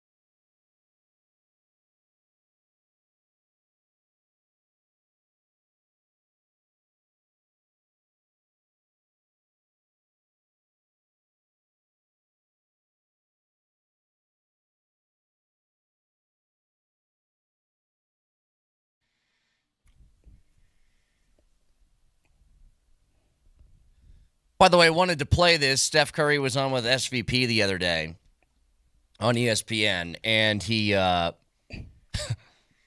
he was talking about the preview to the NBA season and how excited are you to get back at it, and the Warriors, what chances do they have, and blah, blah, blah. Now, Steph Curry's a Carolina guy. He's a Panthers fan. He said this in signing off with SVP. Always great to visit with you, Steph, and stay well until the next time, all right? Absolutely. Go Panthers. Good luck with that. Which is a perfect response from SVP. Yep, good luck with the Go Panthers thing, because I don't think that's probably going to end the way that you want it to week to week. But, look, man, we're a day away from the Nuggets opener. Basketball tipped off last night. Vic, I know you got some thoughts about the Celtics and three-point game and blah, blah, blah. But before that, have you guys noticed, because I heard Kreckman and Lindahl yesterday talking about this bubbling sort of negativity regarding the Nuggets this year from some people? I mean, they had like an entire segment where it sounds like the text line was lit up with people filled with hesitation about this year. And more like pessimism. Yeah. I think it's more like pessimism, Cater, is what It's it is. okay. They're pessimistic. But it's which is okay, fine. guys. Sure. I've always believed that the Denver Nuggets as a franchise, and this team specifically, is better off being doubted. It's better off being that team that nobody thinks can do it because they do it. And when they're the favorite, as they were last year, you come in off a championship and everybody's shooting for you. There is something to that. And I know it sounds like a fable. It sounds like myth. It sounds like, oh, yeah. But there is something to being the team that nobody expects to be there. Because that's when you're the mystery, the shroud of mystery with the Nuggets actually benefits them. Are they that, though? Are they the team nobody expects to be there? I don't think anybody would be shocked if they're back in the championship. Really? How many national folks have them in the championship? If you ask somebody, it's like, could you see Nikola Jokic playing in another NBA Finals this year? You think people are going to be like, oh, hell no, they have no chance. Oh, it could happen. It could. But, I mean, I think they're back to what they were when they won it. You know, the year they won it, they were the top seed. They were like a contender, right? But nobody, it wasn't pronounced like it was last year. Last year, it was more pronounced. It's, who's going to beat the Nuggets in 7? Right. That's the familiar line we got. Who's going to beat the Nuggets in 7? Everybody said that. Well, the T-Wolves did. And now they're going back to, the Nuggets got some qualities about them that they need to work on. The three-point shooting, depth. Is Jamal back to being Jamal? Is MPJ's contract too much? There's a lot of questions that are bubbling up again, and I think it's great. I love it when this team's doubted. And I think it's fair, too. I have no problem with that whatsoever. There's a lot of teams in the West, though, that I have questions about, including Oklahoma City, their opener coming up tomorrow night. But I just, when you're riding with the MVP, and what Jamal Murray said the other day had an impact on me. His confidence, his calmness, his overall demeanor about where his game is, about where the Nuggets game is, it sort of put me at ease a little bit. I think he could have easily just gone to the side and say, well, we'll see, get going here and da-da-da. But he was pretty damn confident about not only what he can do, but what his team can do, Vic. And then you get AG being happy. MPJ looks good. I have some questions about Christian Brown in that position, but I think that Russell Westbrook is going to be a good addition to this team with his slashing style. I know they need to make threes, and I know you want to go off on Boston last night. I don't know how a team takes that many threes in a game. They made a boatload of them, but I just think out west here, I think they're in pretty damn good shape. I do. They're right there. There should be nobody who is above them. There could be teams that are with them, but not above them. Let me make my point on three-point shooting because I think it's the Nuggets' chief weakness. I think it's their biggest problem, three-point attempts and makes. However, maybe I'm thinking too much about that. Maybe I'm making too much of it. And I'll give you a classic example. Boston is the measuring stick when it comes to three-point shooting. They're the best at it in volume and in makes. Last night, they tied an NBA record with 29 three-pointers made. They attempted 61, which is preposterous. That's borderline insanity to attempt that many threes. They won the game easily. You know who else won last night? The Lakers won. You know how many threes they made? 5. They were 5 for 31. And it just taught me or reinforced to me that there are different ways to win basketball games. And it's not just bulk shooting all the time. Now, does it make life easier? Sure, when you make them. But it's not the end all. All right, everybody's going in that direction. Oh, got to take more threes, got to make more threes. It's what it is, the analytics of the sport. It's what everybody wants. But it's not the end all. The Nuggets, I should say, proved already that it's not the end all when they won a title. The mid-range game can still help you. You can still win that way.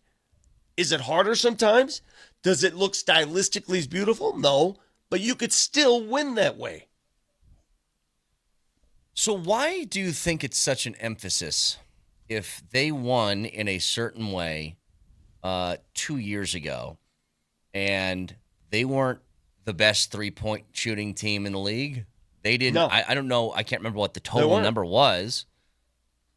You know what? I'm actually going to look this up. I want the total numbers of threes attempted last year as opposed to the championship season. Yeah, look at that and look at their three-point percentage. Now, the one thing I will tell you, Joker made more threes in that championship run during the playoffs than he did last year, for sure.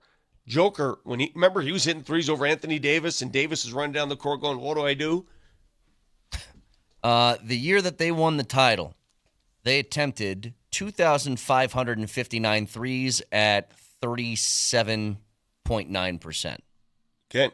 Last year, they attempted 2,560 threes at 37.4%. Same damn thing. Yep. Same damn thing. And the year before, they won a championship. So I guess my claim that's got to improve, maybe I'm falling victim to the same analytical BS that sits out there. That, you got to follow the numbers. Really? Because according to the numbers you just gave me, one team produced a championship, shooting the exact same way. This is why I was trying to say this last year, and it was tough to do because you were in the middle of being angry. And I'm not saying you as in Nuggets fans, including myself. You're in the middle of being angry, and you're like, well, why didn't it work this year? Why couldn't they just win the championship again? And you're just, I think you get a little bit greedy after you get one. And I was like, I don't want to oversimplify things. Your second best player, who is arguably as good as Nikola Jokic in the postseason, really any other season other than last postseason, was really hurt and couldn't make shots. And if he did, I bet the outcome looks way different. Well, here's the text. The number 1 and number 2 teams in threes were in the finals last year. So what? The Nuggets won the championship the year before, and they were nowhere close to number 1 and number 2. And that's the point I'm trying to make. So what? Mm-hmm. Are we that into these stupid numbers now that you're forcing 61 3-point attempts a game? It's like, teams win a lot of football games, Moj, by running the football and playing good defense, too. Like, there's different ways to do it. Is that analytics, though? Yeah, hang on. Is that analytics, or is that their roster makeup and their mentality? It's both. Are they doing it because they're being instructed to do it? Okay. Okay. Well, now if I'm Jason I guess if you're Tatum, constructed that way. If I'm Jason Tatum, if I'm Peyton Pritchard, if I'm Boston, I'm shooting threes because you know what? I'm pretty damn good at making them. But I'm looking at the Nuggets roster and I'm seeing guys that maybe aren't as good. Why would you do more of what you're not good at? Yeah, I think it's got to fit to what your skill sets are. Like the Nuggets just aren't a very good three-point shooting team. Think about this. Your best three-point shooter is Michael Porter Jr. And who you hope to be your second best is a kid who's never played really before, and Julian Strawther. That tells you where your strengths and weaknesses are to the team. Do you want that to happen? Sure. But it's like, Moj, if I go to a Guy Fieri restaurant, I'm not ordering sushi. You know what I mean? Like, can he do it? I'm sure he probably could. I'm getting a burger because that's what he does. It's what he does best. And Alex, is that really how he pronounces his name? Is it Fieri? It's Fieri. Yeah, who cares? Alex, you're misreading what I said. Me. I'm not saying that Boston forced shots last night. That's what they do. This is what they're good at. The shots they made, they did because they're good. I'm saying the Nuggets. If you told me the Nuggets took 61 threes in a game, I'd say, are you out of your mind? That's a force. That's beyond a force. Yeah, that's they're what beyond I'm saying. Forcing the ball in the air. Yeah. Yep. Their thing is they got to be just consistent, Moshe. They just be consistent from the outside. You just have to be a threat where you keep the defense honest enough that you're going to be able to make the outside shots. And we've been saying this for a long time. The big fella is going to draw the double teams down low, right? His ability to kick out and your ability to swing it on the perimeter and find an open guy is good.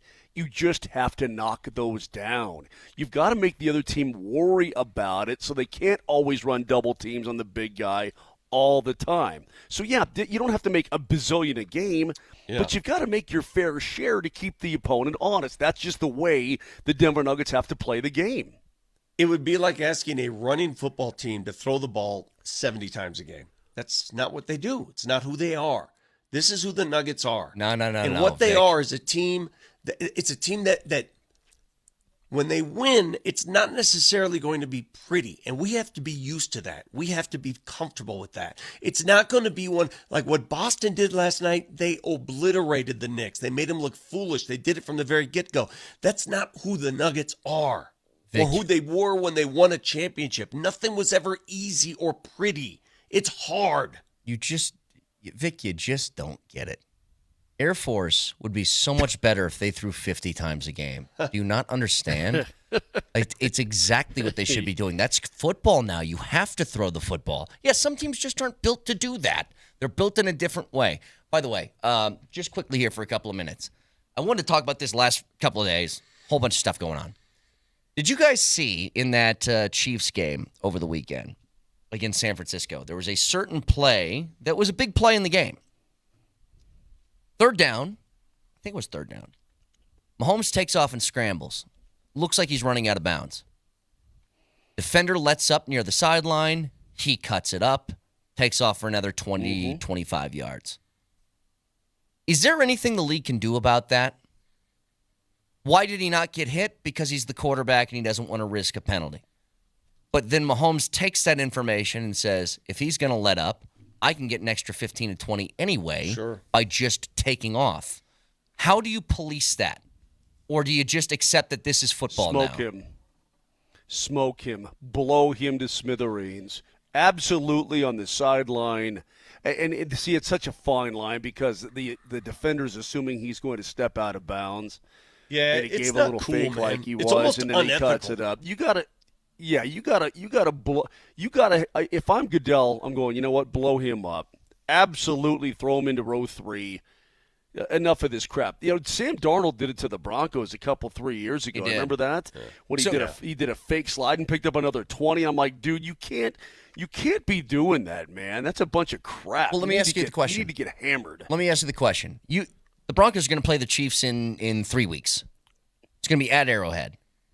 If it gets to one of those types of plays, Mahomes takes off trying to scamper for a first down. He's near the sideline, and Cody Barton is closing in on him. Smoke. Would you accept the 15-yard penalty to set a precedent? Don't you ever do that again? Yeah. Okay. Absolutely, I would. Well, do you remember, not even a doubt. I always called for this, and they never delivered.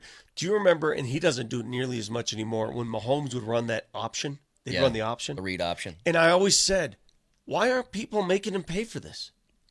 He's now made himself a runner. He's no longer a quarterback. He's running the option.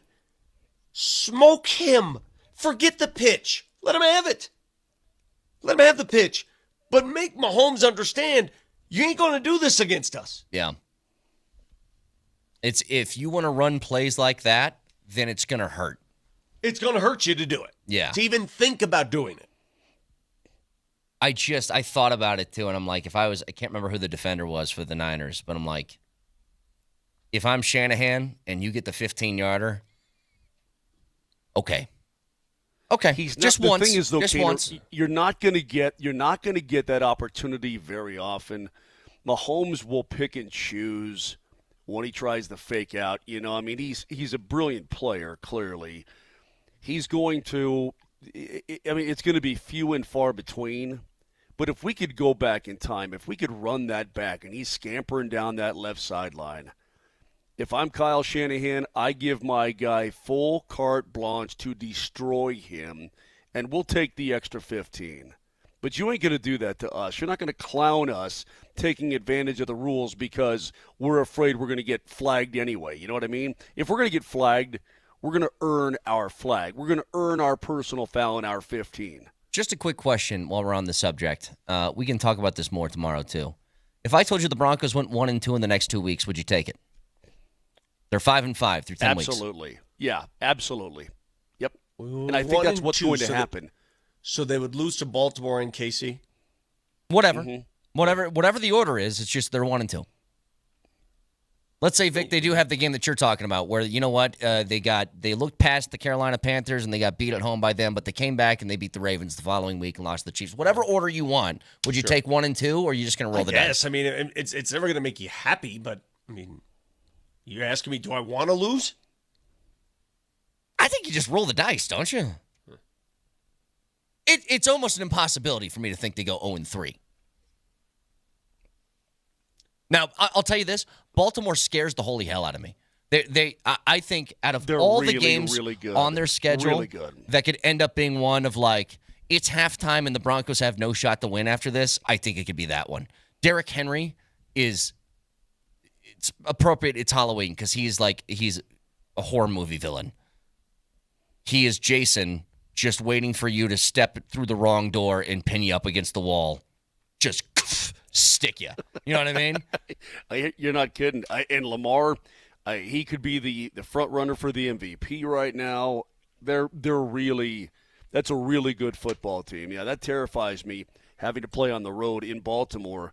But, Brett, I think that's what it's going to be. I think you're going to smoke Carolina like crazy, and then you're going to lose big. You might lose tight to KC, and you'll be a 5-5 team, and I'll take that all day. If you had told me before the season 5-5 through 10 weeks, you got it. I'm in. So here's your chance. You want to win tickets to the opener tomorrow for the Nuggets? We're gonna play a game. Nelly's got a clip from today's show. He has bleeped out a word. If you guess the word correctly, you got a chance to win those tickets. We'll get to it next.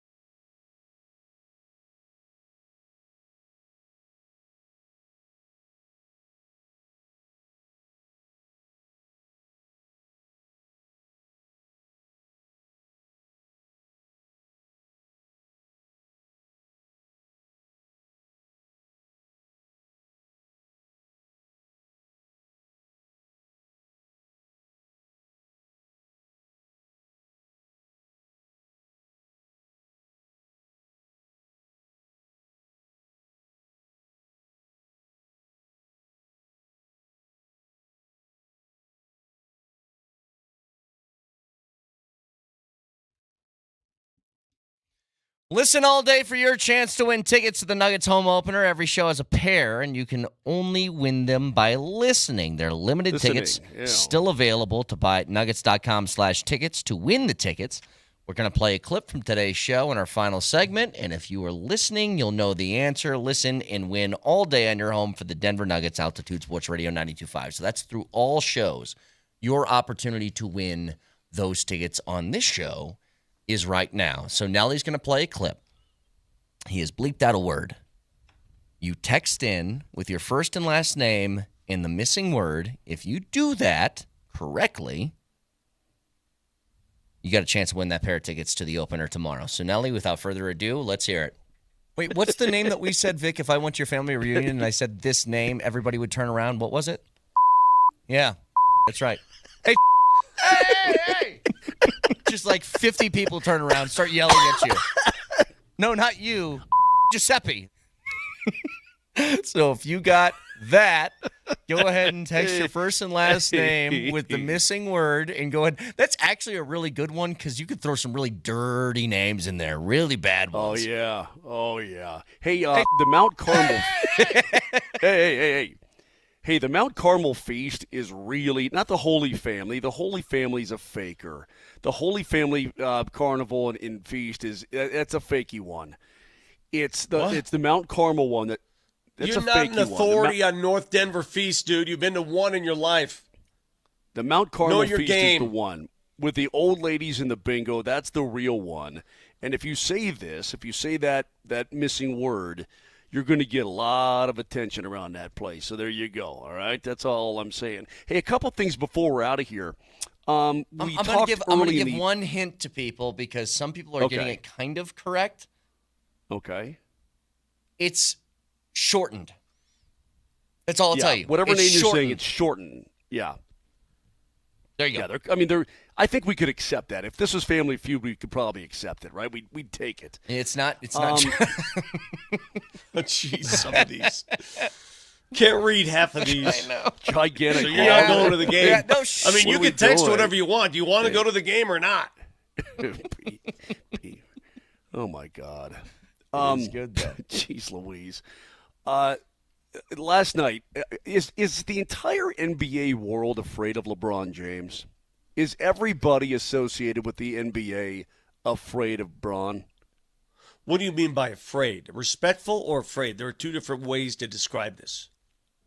Okay. Well, they're pretty synonymous to me right now. Yeah.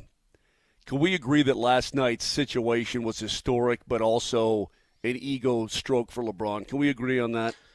Well, if you know it for what it is, and again, there's nothing wrong with what he did in terms of you want to spend time with your family. He's a good family man. Say what you want. He's a great family man, and he values that. But it was done for him. It was not earned. That was not earned. That was done for him, for his sake, his legacy. That was a photo shoot on behalf of LeBron and his legacy. Everybody knows it. Nobody's hiding behind some charade that the kid actually earned it. Everybody knows it. But how does Bronny feel about it? I mean, his kid's a prop. You know, he feels fine. That's what it He's really an is. NBA player. To say. Here's the thing, though. Prop. Bronny feels fine. He's getting an NBA contract and playing for the Lakers. I don't think this is a punishment for him, okay? He's doing okay for himself. The only guy who's really said, hey, come on, what are we doing here, is Mad Dog Russo. And I think he nailed it on the head. He's like, look, if it's not LeBron James, he calls him the second greatest player of all time, we're not even, nobody's even really giving a rip. And then Molly said, well, yeah, we would. It just wouldn't be the same. It wouldn't be like it is with LeBron and Bronny. But, it's all about LeBron. I've been dreaming of this moment since he was born and all this kind of thing. And I can't help but, if the kid is content with it, who am I to say it's, it's a photo shoot or it's, just a prop situation? It's that too. Look, I don't think this is that complicated. It's the kid's probably not good enough. Hang on, Mush. It's none of my business. I guess it's none of my business. But and that's fine. What do you mean? It's sports analysis. I mean, If I'm a Laker fan, I'd make it my business because it sort of takes away from what the team is trying to accomplish, and that's make its way back to a championship team. Which, when you're putting on these exhibitions and these carnivals, and whatever you want to call it, photo shoots. I've said it before. How does that help you win? So you like getting nailed by the king? This isn't totally unique to any situation. Giannis's brother is on the roster in Milwaukee and has no business being on a basketball court. Agreed. In the NBA anyway. Agreed. Has no business. But that's just, it's accepted. This is no different. Here's the difference is this gets much more attention. Well, because it's the first time ever it's a father-son thing, but also, it's very clear in this sense. You know how I know that J.J. Redick doesn't think he belongs on the court? Because he was there for 30 seconds and then left. Yeah. It was a photo shoot last night, okay? And that's also true. Because if he thought he was an actual player, bench guys for the Lakers got over 10 minutes. He was on the floor for a second and out immediately afterwards. Father-son teammates in major American sports history. Okay, major sports. We know about what happened last night. That's the first in the NBA. Major League Baseball, Ken Griffey Sr. and Jr., they were there in attendance. They played together. That's a case where the son was better. Yep. In the NHL, Gordie Howe with sons Mark and Marty Howe. Yep. They played together. They could play, though. They could play. I mean, especially Mark. Mark was a terrific player. Terrific. The other one in Major League Baseball that I forgot about, Tim Raines Sr. and Tim Raines Jr. played together. Both of them could play, though. And there's one in the NFL, which, believe it or not, I never knew existed. Never even heard of this guy. Never heard of him. Either of them. In the NFL, father-son duo, Ted and Charlie Nesser. Nesser. No clue. Hang on. Get you some Ted Nesser stats real quick. Give me some Ted Nesser. If Frank Gore would just he was try an to offensive hang on lineman. a little bit. Okay. If Frank Gore could just try to hang on a little bit, it could happen with him. Isn't his kid like in college? What year did the Nessers make this claim? 1920 Columbus Panhandles, Vic. Yeah, that doesn't count. That's crap. The NFL, come on. That's stupid. That shouldn't even be on this list. 1920 Columbus Panhandles. You know what? Do they have some gear? I want to get a Panhandles hat. Let me look at that. That's a great. Hey, I got you a Flyers hat. You never wore it. You didn't get me one. You got one from Marty. You didn't get me one. Oh, my bad. Sorry. How about this, by the way? This is an example of somebody who did play and was, a capable player. He played here in Denver, for crying out loud. Now, it wasn't father-son teammates. But do you guys remember when Doc Rivers traded for his son and what that did to that Clippers locker room? Even though Austin could play. But he wasn't like starter elite level caliber, but he was a rotational player in the league and did that for a number of years. But you ask the people in the Clippers locker room about that trade, they hated it. They're like, what are we doing here? Doesn't work. Now, I agree. I don't know how it ever works. The Columbus Panhandles look like Washington. Yeah. I like that. They look like Washington. What is that, Moj? Is that just an old logo? Do they have gear? Yeah, they have T-shirts. Yeah, Columbus Panhandles. Yeah, I need me one. And they have of one that those. says Columbus Panhandles Football Club 19 here. This one came to this is the perfect one. Columbus Panhandles Football Club 1920. There you go. How much is it? How much? That T-shirt will run you $36. That's a lot for a T-shirt. I'd take it, though. I'd still take it. All right, let's get a couple things here. Fact checker Play first, your cards Nelly. right, maybe Santa will take care of you. Monitors the mistakes in today's Fact Checker. Presented by Rock Plumbing, Heating, and Air Conditioning. Your local home comfort specialists. RockHeating.com. Rock, bringing comfort home and simplifying your life. How'd you like that fact checker intro with the Columbus Panhandles music over it? I got you get used to that. I like it. All right, here's a fact for you. Mosier's tired this morning, and Vic called this to my attention. We were talking to the head coach of your Colorado Avalanche, Jared Bednar, and evidently the interview wasn't that entertaining for Mosier because he gave us Listen this. closely. They took it to us in the first week. In the first handful of games, we've been down a couple, So That happened No. It happened 3 times. Yeah. But I told Nelly to cut his mic unless he was speaking to Bednar during the interview because that's all I heard. Jesus, Moj. I'm you were sorry. a mess this morning. They took it to us in the first week. In the first handful of games, we've been down a couple, Nice and respectful for the coach. I thought I was being silent. I apologize. I'm not trying to do that, man. We got in so dang late. Just quickly here, Moj. Yeah, go ahead. Give me some thoughts on the game last night. The Avs win. Actually, I thought it was really good. I mean, there's a couple of different things. Appreciate it. How'd that feel? That feel good when somebody did that to you? Felt great. Couldn't be better. All right, Nelly. Hey, we got to. Don't expect a ton out of Kivi Ronta, but he's playing really well right now. I like it. Okay. Okay. Great. Sort of a That came out of backhanded nowhere. compliment, by the way. Well, no, I'm saying he's not going to be called upon to be a 20-goal scorer in this league, but damn, you really need everybody to kind of be there when you're dealing with so many injuries, and he's been great. Love it.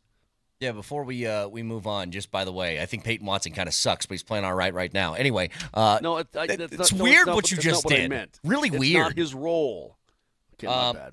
All right, so Nelly, let's hear the proper answer to our question with a chance to win some Nuggets tickets. The name we were looking for was Tony. Tony was the name that you said. That if you go to a Lombardi family reunion, you say Tony, everybody's going to turn around. And who properly identified that, we got Raul. Raul, congratulations, Raul. You are the winner of the opening day tickets to the Nuggets. And I will It would have been contact funnier you. if Tony had identified Tony. That would have been funny. Nelly, can I hear the bleeped out version one more time? Because you could insert a lot of really fun names in this. Wait, what's the name that we said, Vic? If I went to your family reunion and I said this name, everybody would turn around. What was it? Yeah, that's right. Hey, hey! Just 50 people turn around, start yelling at you. No, not you, Giuseppe. By the way, Raul Garcia. That's who. I did not give a last name. I want to make Raul. sure. A lot of Rauls, a lot of Tonys listen to us. Raul Garcia, congratulations. Good And guess job, what, guys? Raul. It's not your last Awesome. chance to win. You can have a chance to win with Raj and Sanford coming up. You have a chance to win on PhD. You have a chance to win on Kreckman and Lindahl. All shows throughout the course of the show, or course of the day today. Sorry, I saw Mosier yawning again. Didn't mean to bore you with chances to win Nuggets tickets tomorrow, Moj. Good Lord. The disrespect through the bleeping roof with you. Moj, this showed. I would, if I were you, I would take the show, crumple it up, throw it right in the trash can. Yeah. That's a nice old New York Jets win for you today. We made it through, but you don't want to watch the tape on this one. Why don't you go fall off a ladder? Seriously, just put it right in the trash can. By the way, Vic, amazing healer. I mean, you took a trip down the ladder, hit every single ugly rung on that thing, and now it's pretty much gone. Good for you. Yeah. Get a colonoscopy at 2:30 today if you want to. I'm serious. I've been working on that all night. Vic, do me a favor. Bring a ladder into the room and say, do it while I'm standing on this, please.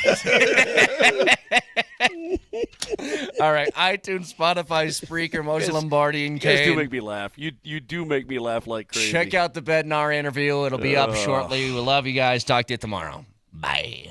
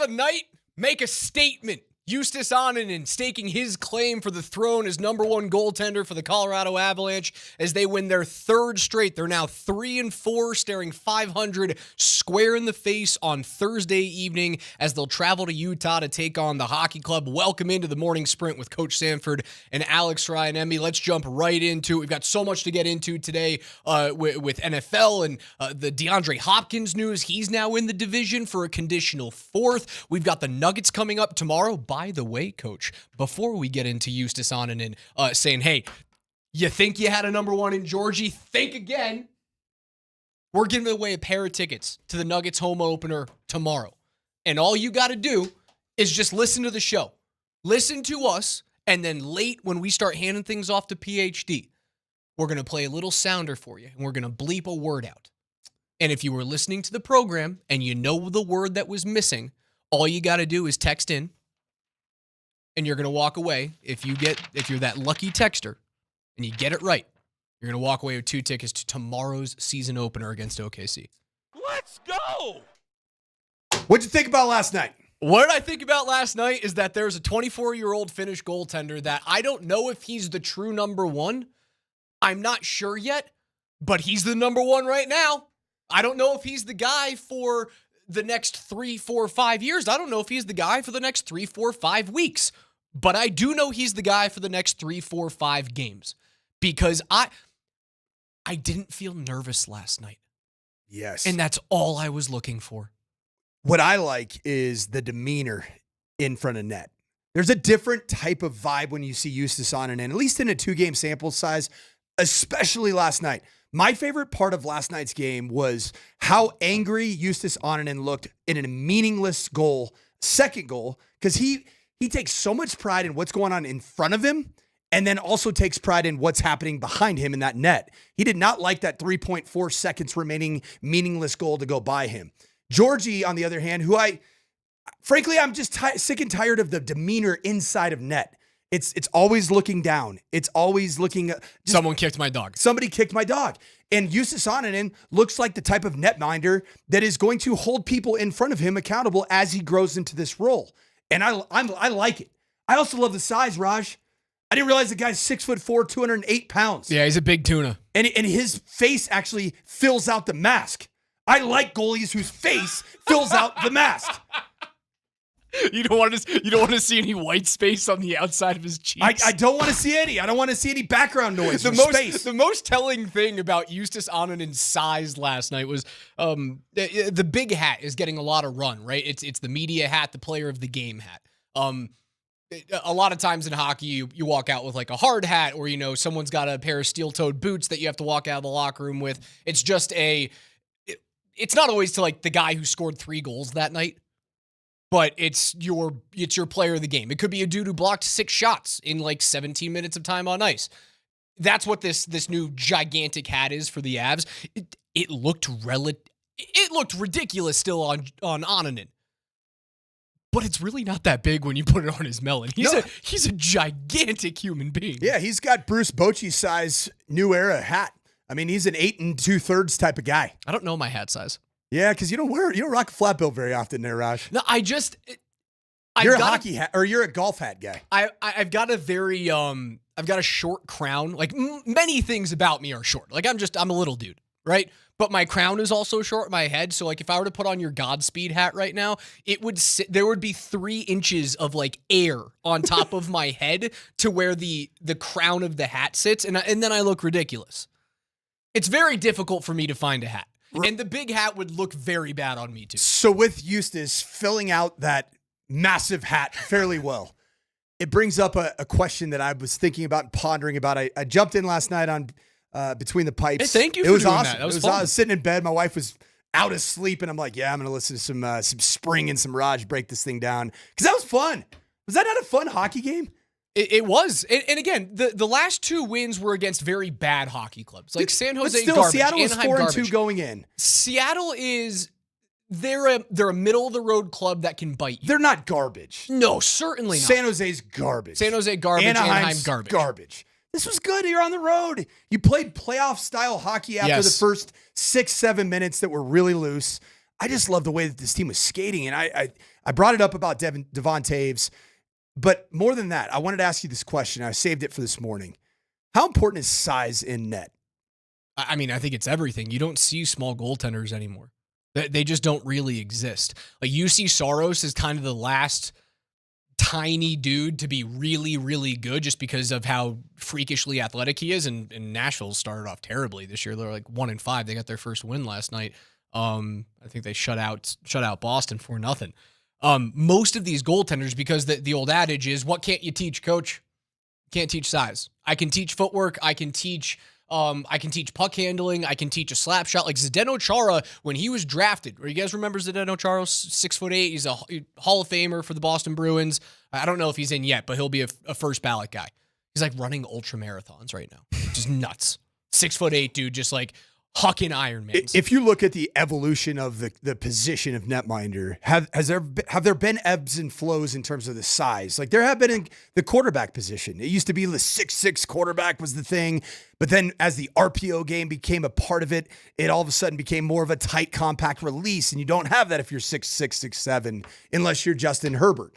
There are very few guys like that. With the goalie position in hockey, is it a bit of a, like, was there a time where cat-like reflexes? There was a split. So back in the mid-'80s, when Patrick Waugh was coming up as a rookie with the Montreal Canadiens, what was still the predominant goaltending style in the NHL was stand-up goalie, where you would get those, their shoulders are close, their elbows are glued to their rib cage, and they're standing up like this. The pads are square, right? Instead of a more athletic stance, where you are then creating as big of a wedge as possible on low shots with your pads. That's when Waugh, who was the pioneer of the butterfly goaltending technique that is now utilized by every goalie in the planet, that's when it started to change. And that's knees together, elbows out, like as a base position. Is that butterfly? Yeah. When you go down to the ice, your pads create essentially a butterfly. A straight line. A straight line as possible. And that wasn't the case in the mid-'80s. Once that started to happen, and there were smaller goaltenders, certainly in the 60s, the 70s, and the 80s. Like Darren Pang. You know the name Darren Pang? I'd be lying if I said I did, right? All right, Darren Pang is on national broadcasts for certain hockey games, and he was on ESPN's broadcast for years before they lost the broadcast rights, like 2 decades ago. And Darren Pang is like 5'2". He is a tiny, tiny dude, and played in the National Hockey League because he was quick, he was fast, and that's what they wanted. You got to start hanging out with D. Payne because you'd feel like a monster next to that dude. I feel like a monster. Like with most of the dudes here at the radio station, I feel average height. Like Vic and I are comparable. D-Max, I got 3 inches on D-Mac. The other two guys on the PhD it's a little humbling. It's tough, but those guys are mutants. Like 7 feet, that doesn't grow on trees. Like 6'8" to 7 foot you're a little bit of a circus freak. I love you guys, but like you guys don't exist. When I look at a 7-footer, I probably feel the same as you do when you look at Scotty. There's not really a difference there. Yeah, but you're right. You tower over me. It's not really that big of an issue. I digress. When the butterfly goaltending technique was set in the 1980s, that's when you saw this change to bigger goalies in the National Hockey League. And it has not changed. They're looking for 6'4" and above, 6'3" and above. Sure. Do you have other guys that are 6'1", 6'2", 6'3"? Georgiev's one of them. Sure. That happens. But if you can find a 6'4", 6'5" kid that you can draft at 18 and develop, that's what they want. And that's what the Avs want out of Annunen. I think he's staking his claim to the starting position. And I think that Bednar, in his pregame interview with Connor McGay, he kind of played his hand. I'm so glad I was picking up my son from football practice yesterday because I was able to listen to that. And I'm like, oh. He played his hand. Oh, okay. This is a different little vibe that I'm getting now. Yep. And what coach said was, we're going to go with the hot guy in net. And that was prior to last night's game. And Eustace played his best game of the year last night. Played the best game of any goalie that the Avs have had last night. He's the hot hand. You should play him on Thursday. If it's a catastrophe on Thursday, guess what? You go back to Georgie. I don't think... Who you got Thursday again? Utah, the hockey club. Oh yeah, I got the Utah, the fighting Kim Beckers. The fighting Kim Beckers.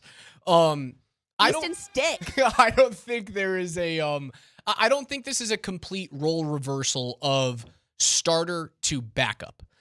The Avs aren't a very. They're different from most organizations in the league right now, in which that.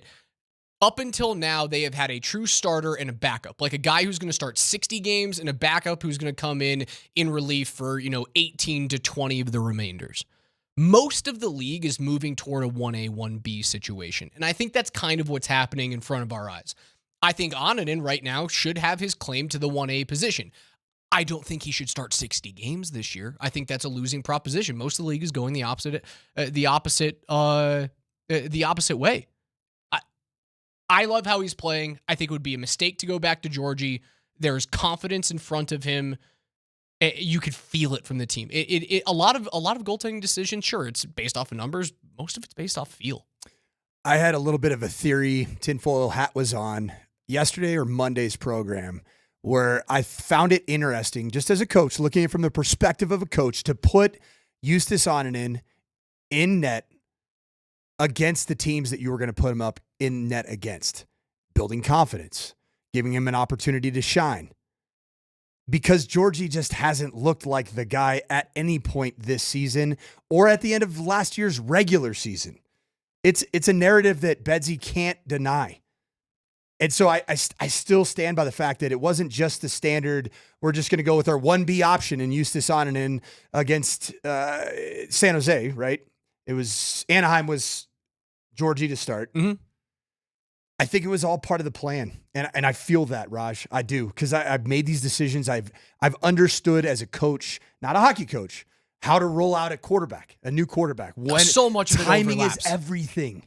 Timing is everything. And so that's what I've been feeling. And now watching it, like I'm really hooked right now. Listen all day for your chance to win tickets to the Nuggets home opener. Every single show, including ours, has a pair that you can win just by listening.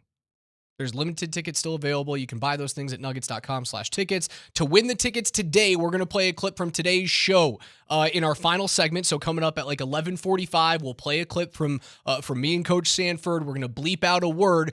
You can listen. You can win all day long. Pair of tickets here, pair of tickets on PhD, pair of tickets on Kreckman and Lindahl as well. So listen to the entire show, and you guys could be going to the home opener as the Nuggets take on the Oklahoma City Thunder. On the other side, big news in the AFC West. DeAndre Hopkins is coming to Tennessee. Should the Broncos be trained for a wideout as well? We'll discuss.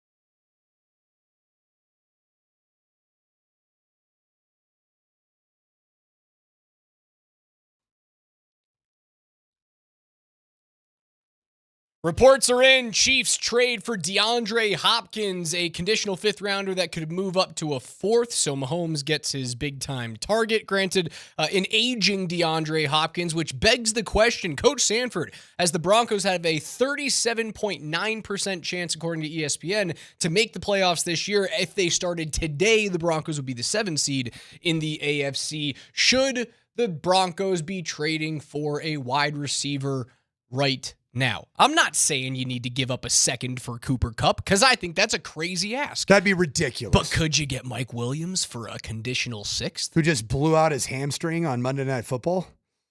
Is Mike Williams, he got injured on Monday night? Oh, Mike Evans. Sorry. I was going to say, I don't remember Mike Williams getting hurt in that. I always get those two confused. I mean, one is way better than the other.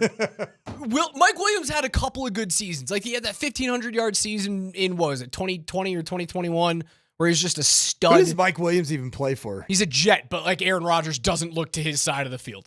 I don't know. At all. I mean, what does that give you? He's got 11 receptions on 19 targets. What I think, I'm more in the mindset of taking a tight end if available. I did my research on David Njoku.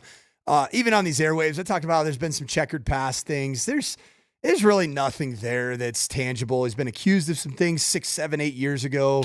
He had the burn issue, which is not his. I mean, he had, what was it, a charcoal lighter or something, like something blew up in his face. I think it was a fireplace.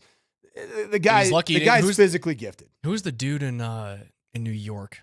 Pass rusher blew off his hand with a firework. Who was that guy? Not Justin Tuck. Was it Justin Tuck?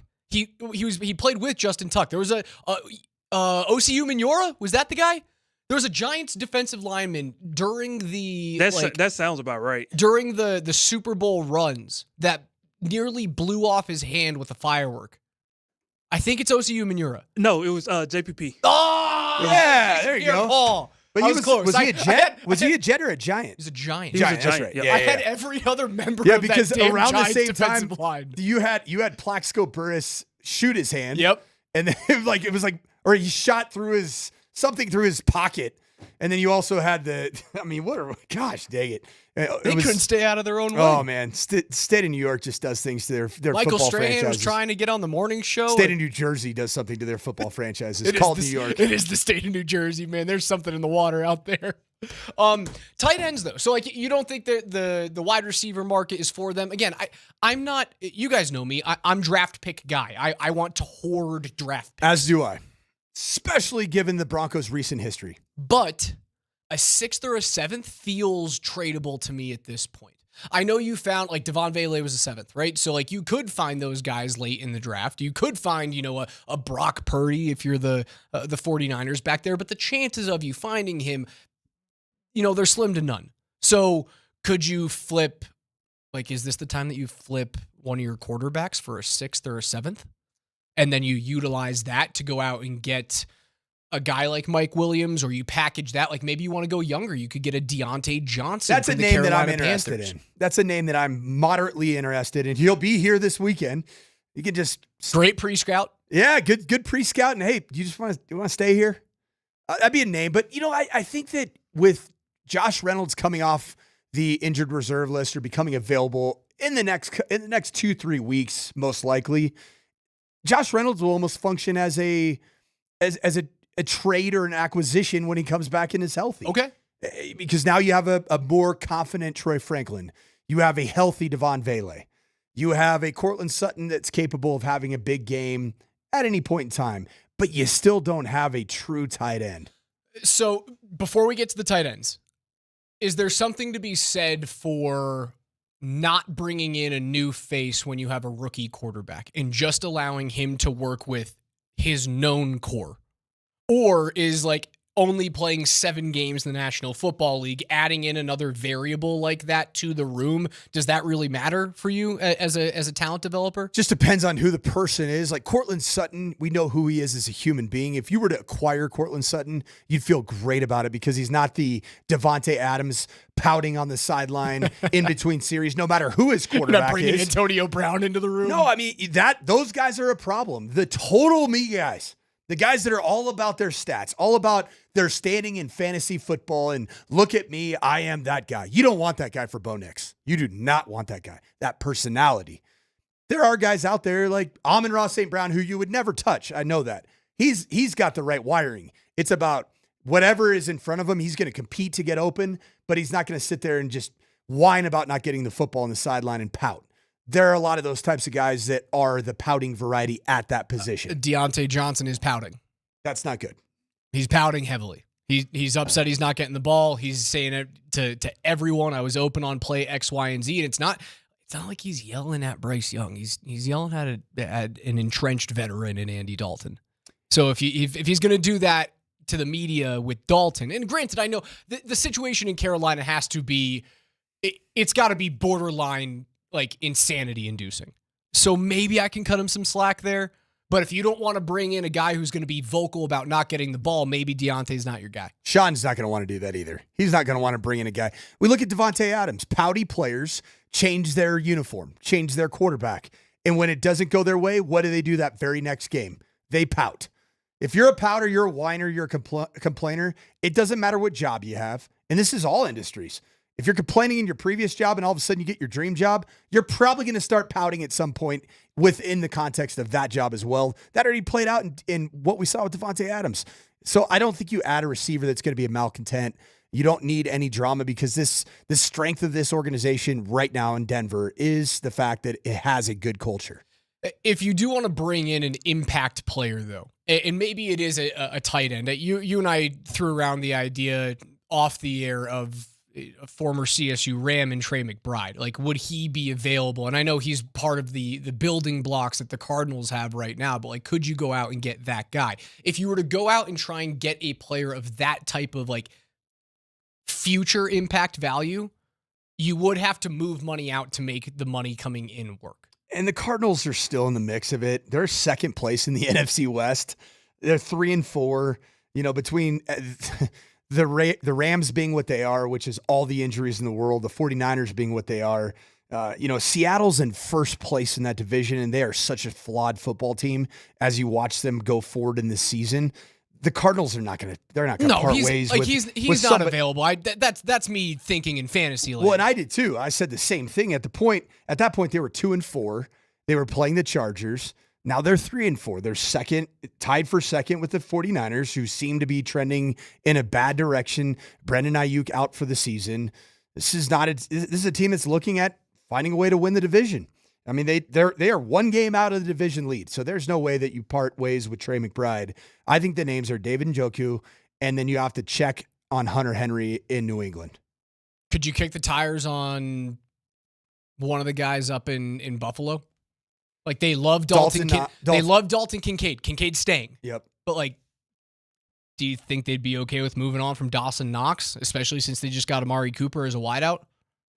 Potentially, but you just think with Josh Allen being in a championship window, you want him to have all of the different pieces that you can have. And if you can make it work in terms of interpersonally and spreading the football around and everybody wants to win a ring, I don't think that you're going to part ways with either of those two tight ends that are talented. What all of this indecision brings me to, in a very roundabout way, is the Broncos under no circumstances should be buyers right now.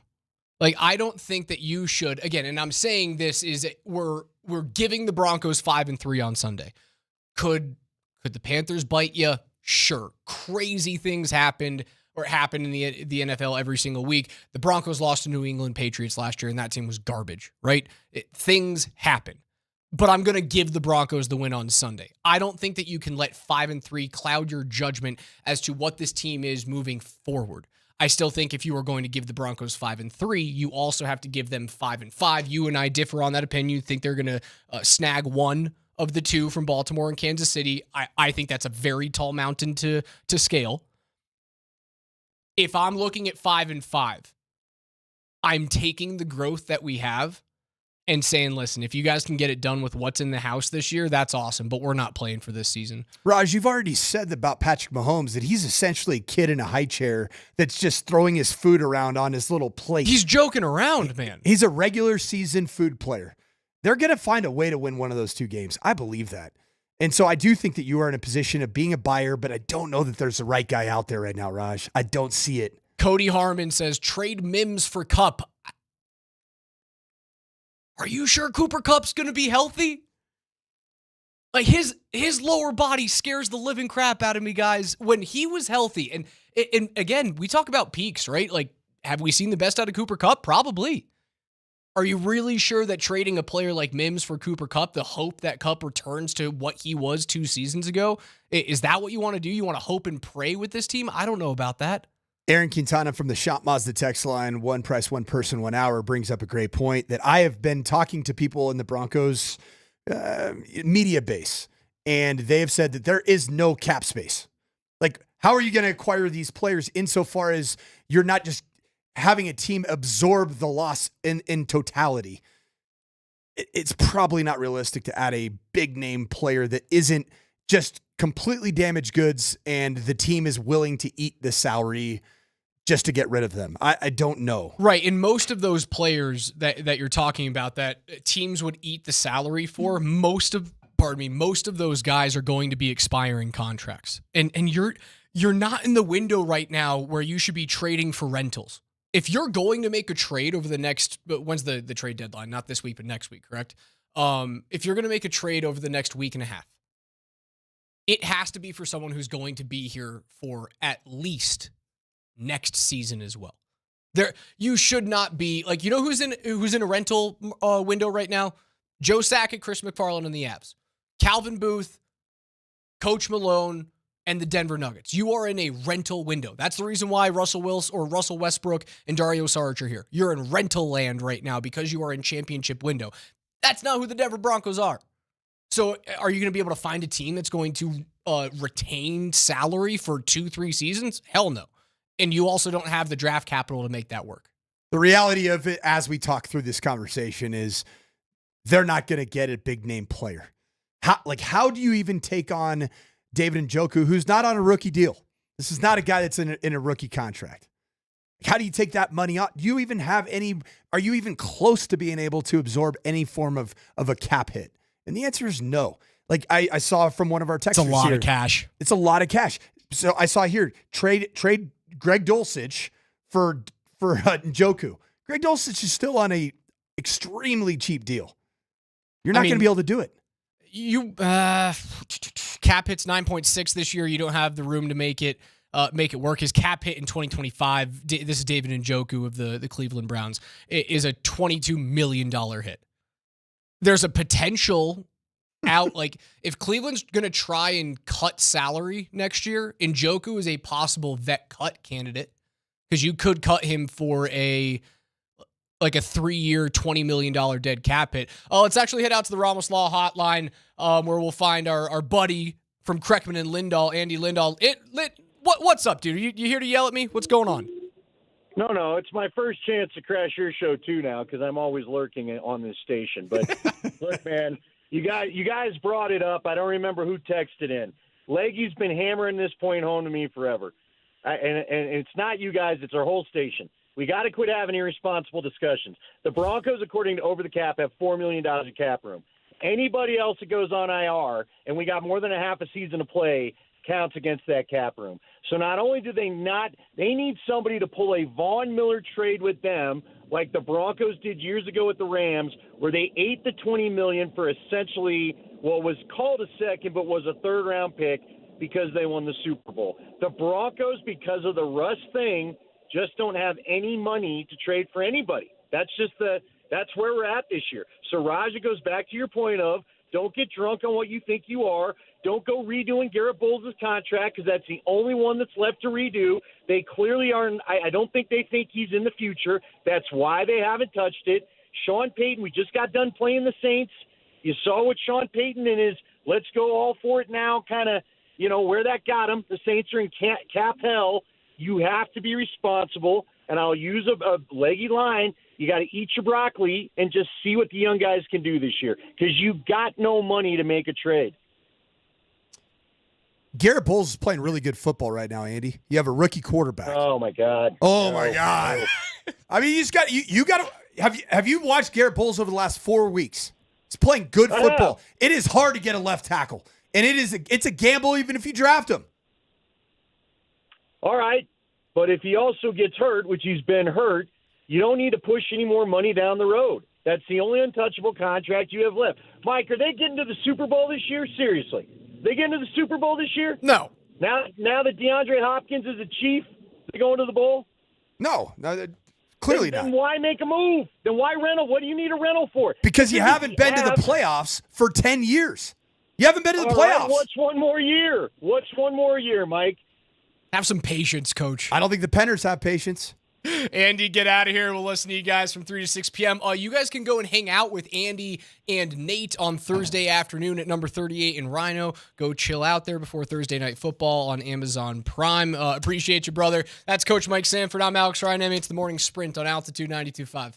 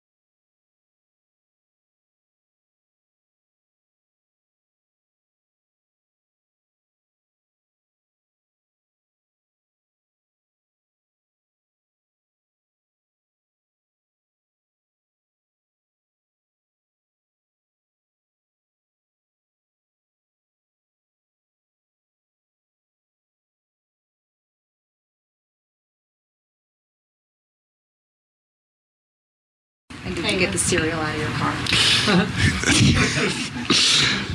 Thank God that wasn't my car. Hey, LeBron. He has multiple cars now. He opened that one and then got in another one. Chuckle Factory in the lay nepotism locker room. LeBron and Bronny James, the first father-son duo to play in an NBA game alongside each other, although Bronny, it's so very clear that he's not a National Basketball Association player, like so painfully clear. And I know it's very easy to hate on LeBron James. I get that. But I do feel as though we were robbed of what would have been a really cool history-making moment last night. And that's what, like, the NBA was trying to tell us, that it was this big historical moment for the National Basketball Association, that a father and a son are playing alongside each other in a game. But what it just took away from the grandeur of that idea, that it was forced upon us, that it was a photo opportunity. And I wish that it had been just like a run-of-the-mill NBA player who had just found a way to carve out an 18, 19, 20-year career. Like, not the best, one of the greatest players of all time, that is LeBron James. Top 3 without a doubt.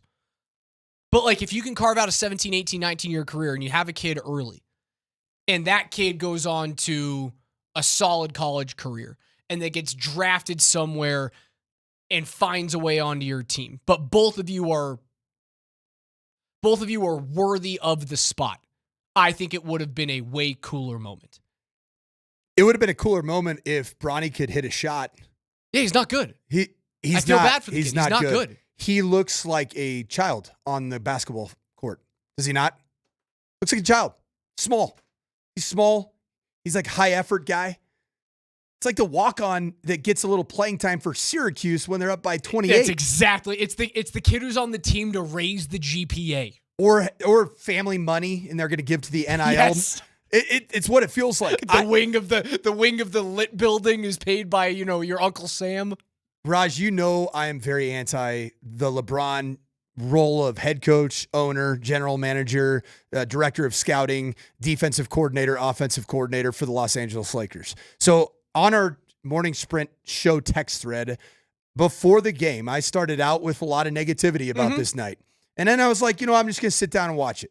And as a person that has committed 2 decades of my life to working crazy hours, traveling all over the place, I did have a little bit of a soft spot in my heart for all this stuff. KJ, play that clip. You have accomplished many milestones. You have made history countless times. Why is this feat so special? It's family. It's always been family over everything. And, for me, I lost a lot of time because of this league and committing to this league, being on the road at times, missing a lot of his things, Bryce's things, Zuri's things. So to be able to have this moment where I'm working still and I can work alongside my son, it's one of the greatest gifts I've ever got from the man above, and I'm going to take full advantage of it. All right, Raj, I apologize. But for at least that 30-second clip, LeBron was grabbing my heartstrings and pulling on them because I've been through the exact same thing. But then I went back and realized how bad Bronny is on the court, how he had a wide open 3-point shot and he couldn't make it, how he looked so small. And then the sensitivity just left the building. But for that one moment, I felt exactly what LeBron wanted me to feel, which is a little bit of empathy. All right, I get it, but I don't get it. Like, there's a South Park episode that's like, oh, I'll never get it until I get to that point. Like, I'm not a father, right? And we're in the realm, but I'm not a father yet. So maybe this will change whenever I get there, Coach. You've got 3 kids, and like you said, you lived in 8 states over the course of 12 years. It's something nuts like that. 12 states over the course of 12 places, 12 coaching jobs over the course of 18 years. Okay, there we go. I knew I was somewhere in the ballpark. Yeah. Just insanity, right? I think it was 8 states, though. So I knew I was kind of up there. I understand how, like, getting that time back with your kid matters. And this is not a hit at LeBron's faith. It's not a blessing that happened last night. That was not a gift from the man above that happened last night. That was a gift you gave yourself. Because your kid could have been 5'7" and 135 pounds. Which is what he looked like out there. Which is what he looked like comparatively. And had you, LeBron James, pushed that same agenda, that other, fictitious kid would have also played an NBA game. That is not a blessing. That's a forced photo opportunity that you made for yourself.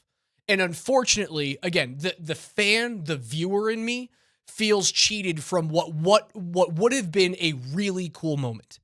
Because when you think back to the Griffey days, both of those dudes could play.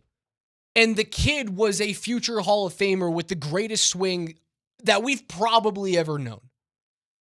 The Howe sons, when Gordy was still old, but could still skate and put the puck in the net. Both of the Howe brothers that played with him were damn good hockey players. And one of them was a Hall of Famer. Those were cool moments because they seemed deserved. And this one got taken away from me, and I feel upset about it because there's going to be another instance of this at some point in the future. And I hope that it's actually a real one. Raj, my hope for you is that you get a similar blessing that LeBron gets of empathy. Because our Shop Mazda texters here, Raj, stop hating. It was amazing to see. I'm trying to tell you guys, it is a level of empathy that I might not have right now. And I'm saying that, talk to me in a couple of years. Talk to me in 3, 4, 5 years, right? Maybe I'll get there. But it was so personally orchestrated that I don't think you can, leave it up to chance that it happened. And we're so lucky that this happened. No. Your buddy, the agent, who is your son's agent, told the rest of the league you're not allowed to draft him. And then you forced the organization into hiring your friend as a head coach that would be okay for you drafting a player that is nowhere near good enough to play in the association. That is not a blessing. It is not. That is you being blessed as an amazing basketball player, which you are. Maybe the all-time greatest ever to bounce a ball. And you're also awesome off the court. Don't get me wrong. He's definitely not that. He's in the conversation. No, he's not. He's in the conversation. Michael Jordan, end of story. End of conversation. But come on, man. It's disingenuous. It feels bad to Bron because I got nothing against Bronny James, but CO Sports Fanatic from the Safeway Twitch feed brings up a great point, is that everything these days is manufactured for content. That is so true. We live in the content creation era of sport, and everything's about the YouTube channel, about your TikTok feed, and now it's about your Hulu series or your Netflix series and how it all corresponds to that.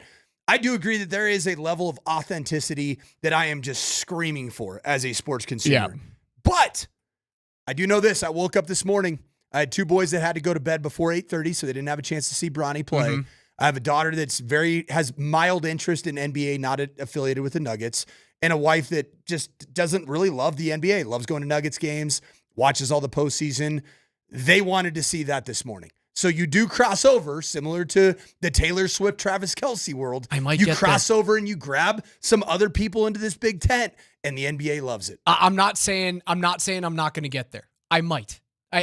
Again, talk to me in a year. Talk to me in 3 years, 5 years. I might have a completely different outlook on this, but I just couldn't help myself from being pessimistic about the entire situation because it just felt disingenuous. But again, you just said it. What do we always say?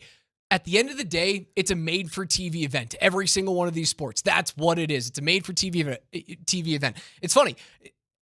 We finally saw a kick return for a touchdown. This is completely different than the LeBron situation.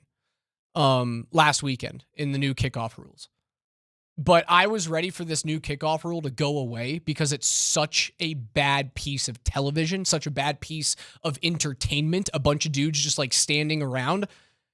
And the sports media pro in me looks at the kickoff rule and goes, you guys are making a TV show. And you put something in there that doesn't make me excited. But then I see this LeBron situation, which is very clearly made for a TV show, the NBA. And I'm pessimistic about it. I don't know how to reconcile that. I don't. I tried last night. I tried this morning. I can't do it. The kid did nearly nearly die. True, but like other kids also nearly die, and they don't get to the NBA. Bronny's not the only, and again, I feel bad for him. Bronny's not the only kid to suffer a cardiac issue on a court or on a field of play. He's not the only kid. Not everyone gets to the NBA because of that. Come on. The other semi-soft spot in my heart for this situation, known LeBron James hater over here. I did like his era in Cleveland. I'm not going to lie, because that is home to him. That is a place that has had nothing but awful things happen in their sports history for a majority of it. I do think Bronny is a really impressive, humble young man. I do. Though, and the way that I saw it is when he did come off the floor, a floor that he shouldn't be on. If this is a world that you get what you work for and you get based off your merits, a meritocracy, there's no way that Bronny James should be on that floor right now. No way. You can't make a case for it. You can say that what LeBron did gave him the opportunity to be on the floor because of his hard work. Yeah. But it's the NBA. LeBron even said it after the game. There's only, 450 of them, or it might be less than that, NBA active roster players that are playing on opening day or even on the roster on opening day. But I did love that Bronny, after he came off the floor, he was coached by an assistant coach, and that was truthful listening. Yep. And I like that. And so there is a tiny soft spot in my heart because I think that Bronny isn't the silver spoon kid that takes it and just completely runs with it, even though he's not very good. Again, that's not my take here. I've got nothing against the kid at all. This is all a LeBron nepotism thing for me. It's the reason why I'm in Josh Coe's negative Nancy Raj is on one today. I'm telling you, I tried to get over it personally last night and this morning. I tried to find a way to get into that was a really nice moment for a dad and a son, and I just couldn't get there. Is there a world in which Bronny is coached up to be a competent NBA player? Maybe. It's going to take a lot of work. No. I agree, KJ. I know. It would be an amazing story. He needs to have Steph Curry-like abilities at the three-point line. It would be an amazing story if somehow after all this, because he's set up to fail right now, right? If there's any expectations on Bronny James, he's set up to fail because of his father. If he were to become a competent NBA player, you would look back on this and go, how the hell did the kid do it? And I'm rooting for him to find a way. So you want a positivity take from me there? After this, I'm rooting for Bronny James. I think there were probably some Coach Prime haters that had similar sentiments upon arrival about Shedeur Sanders. Is he real? Until you watch that son of a gun play the game of football. Shedeur Sanders can play football, man. That man can play. There is no nepotism in that. We're giving away a couple of tickets to the Nuggets home opener tomorrow against the Oklahoma City Thunder. You can watch it on TNT. You can listen to it right here on Altitude Sports Radio 92.5 with Kaz on the call, 7:30 pregame show. But you guys can get in the building, and all you have to do is listen throughout the entire day. We've already given away a pair of tickets with Brett Kane in the morning. We gave away a pair of tickets with Mosier, Lombardi, and Kane. We're also going to do so 45 minutes from right now. You just have to be listening to the entire show. We're going to bleep out a word of something that coach has said or something that I've said over the course of these 2 hours on the morning sprint. If you get that word right, text into 303-504-0925 when that time is upon us, and you could be going in with a friend to watch the Nuggets open up the season tomorrow night against the Oklahoma City Thunder.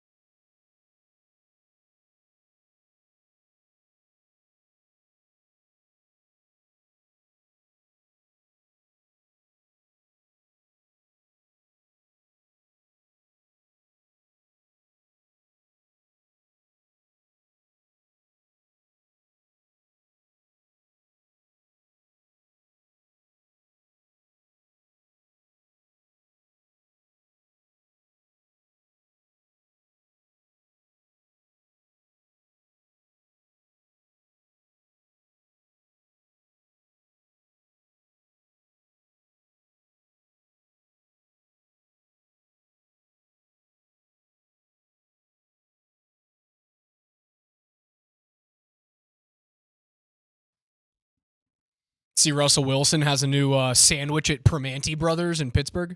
You ever been a Primanti Brothers guy?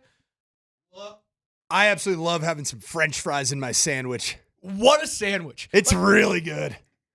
Pittsburgh's also kind of a sneaky it's good a town. good city, man. Sneaky good town. It's a miserable place to get around. Like traffic in Pittsburgh is brutal. It's kind of like congested and tight. Oh yeah, because you got all the bridges and everything's and like in a hills. circle and Like right across from the stadium complex, there's just hills, but the little downtown area to go out and have a cold one is pretty fun, man. like it almost feels as though, like, you know how difficult Boston is to get around because everything is all the streets are like built in crop circles essentially. Pittsburgh's kind of the same way, but it's like built on hills and mini mountains. It's Boston on steroids. Like it's terrible to get around. Great place to be. They called it the Danger Witch. If I'm in Pittsburgh over the next few weeks, I'm eating that thing, man. I'm eating it. Italian herbs and cheese, pepperoni, salami, Black Forest ham, bacon, topped with lettuce, green peppers, tomatoes, banana peppers, yellow mustard, mayo, fries. Get out of town. Sounds pretty good. Get out of town. I think Rush should probably stay off that sandwich though, with his history of belt, kind of belt line doing what mine's doing right now. You know who probably would stay off it? You see the picture of Eustace Onanen last night when he was wearing the big hat? It's kind of yak. Dude, he is ripped. You would never know that because you were talking, just tongue in cheek. You're like, I like a goaltender who fills out the mask, which I loved that. And Coach Bednar, when he was on with Moshe Lombardi and Kane, one of the things that he said he likes about Onanen is that he likes his size. He likes that he fills out the net. You could see it in his face.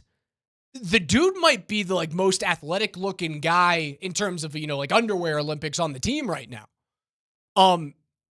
I think he has staked his claim to be the guy moving forward.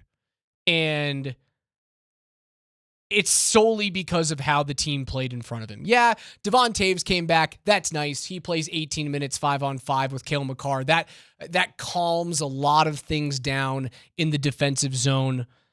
But the biggest thing I saw at Onanen is that I didn't really notice him. I didn't really have to notice him. He never made the big flashy save because he didn't really have to. The first 7 minutes, as you said when we opened up the show, Coach, was they were holding on for dear life, right? Yeah. 12 saves in the first period. One hits the post 13 seconds in, so he gets a little bit of luck. But everything after that, he's making the save that is in front of him. And he's putting it to cold areas. And that was the one thing that Georgiev wasn't doing for the Avs, was he was making some spectacular saves, some big-time 2-on-1 saves, breakaway saves. But the ones that you expect every goalie to make were squeaking by in the worst situations possible. When you needed him to make a save, when you needed him to keep you in the game last night, Onanen was doing it. When you needed him to make the one that was right in front of him. Like on the power play, there's a screen in front of him. It's a low shot. He's just there. He doesn't make a spectacular save, but the puck gets redirected into the corner, and then you can reset, push back out into your box, your Pistons, depending on what the Avs would be playing against their opponent that night. That's the defining factor for me. You're not going to let me down. Raj, if I didn't have the sample size, the data that we do have from last season, particularly in the regular season, and then these first 7 games, I would think that you're being radio talk show emotional take artist. You're not. Because we do have that data set. It's time. And so I don't know nearly as much about hockey as you do, but I watched Onanen last night very closely, and what I loved about him was his positioning. He was in great spots throughout the course. He knows how to use his big frame to get in the right spots so that he doesn't have to make the fascinating save. And that's where I think that this is becoming more clear every single time that he's out there as goalie number 1. He seals the post really well. Yes. That's something Georgiev hasn't done to start the season. Like Georgie's gotten ear-holed 2 times from bad angles. He's not getting beat on the short side, which is something that Onanen has had. He had a little bit of difficulty when he had his 12 starts last year. Was the one thing he gets in trouble with is he'll overcommit to the puck a little bit on like the strong side of the puck, if that makes sense. So if there's a skater coming down the left side and Onanen is hugging his blocker side post, you'll see him cheat a little bit too far to the post side. So he's not going to get ear hold, that bad angle shot that Georgiev's given up. Earlier on in his career with the 12 starts last year, you saw him get beat far side a few times. I haven't seen that lack of angle play. Granted, sample size, what we're talking about here, sample size for this year is very small. I haven't seen that yet from him. I haven't seen him overcommit on pucks. He's the guy moving forward. And I think Bednar said it this morning with Mojo Lombardi and Kane is we're going to play the hot hand. He has deserved to see more starts in the immediate future. They're going to have the conversation today, whether or not he plays Thursday or if they go back to Georgiev. But I say, like, if you're going to tell your team, if you're going to tell Connor yesterday and you're going to tell the boys in the morning that you're going to play the hot hand, play the damn hot hand. Do it. You have nothing to lose.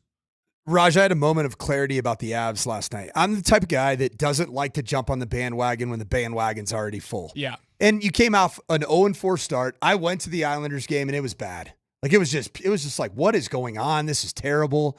What I see with the Avs and what I'm excited about is even the Justus Onanen revelation that he's better.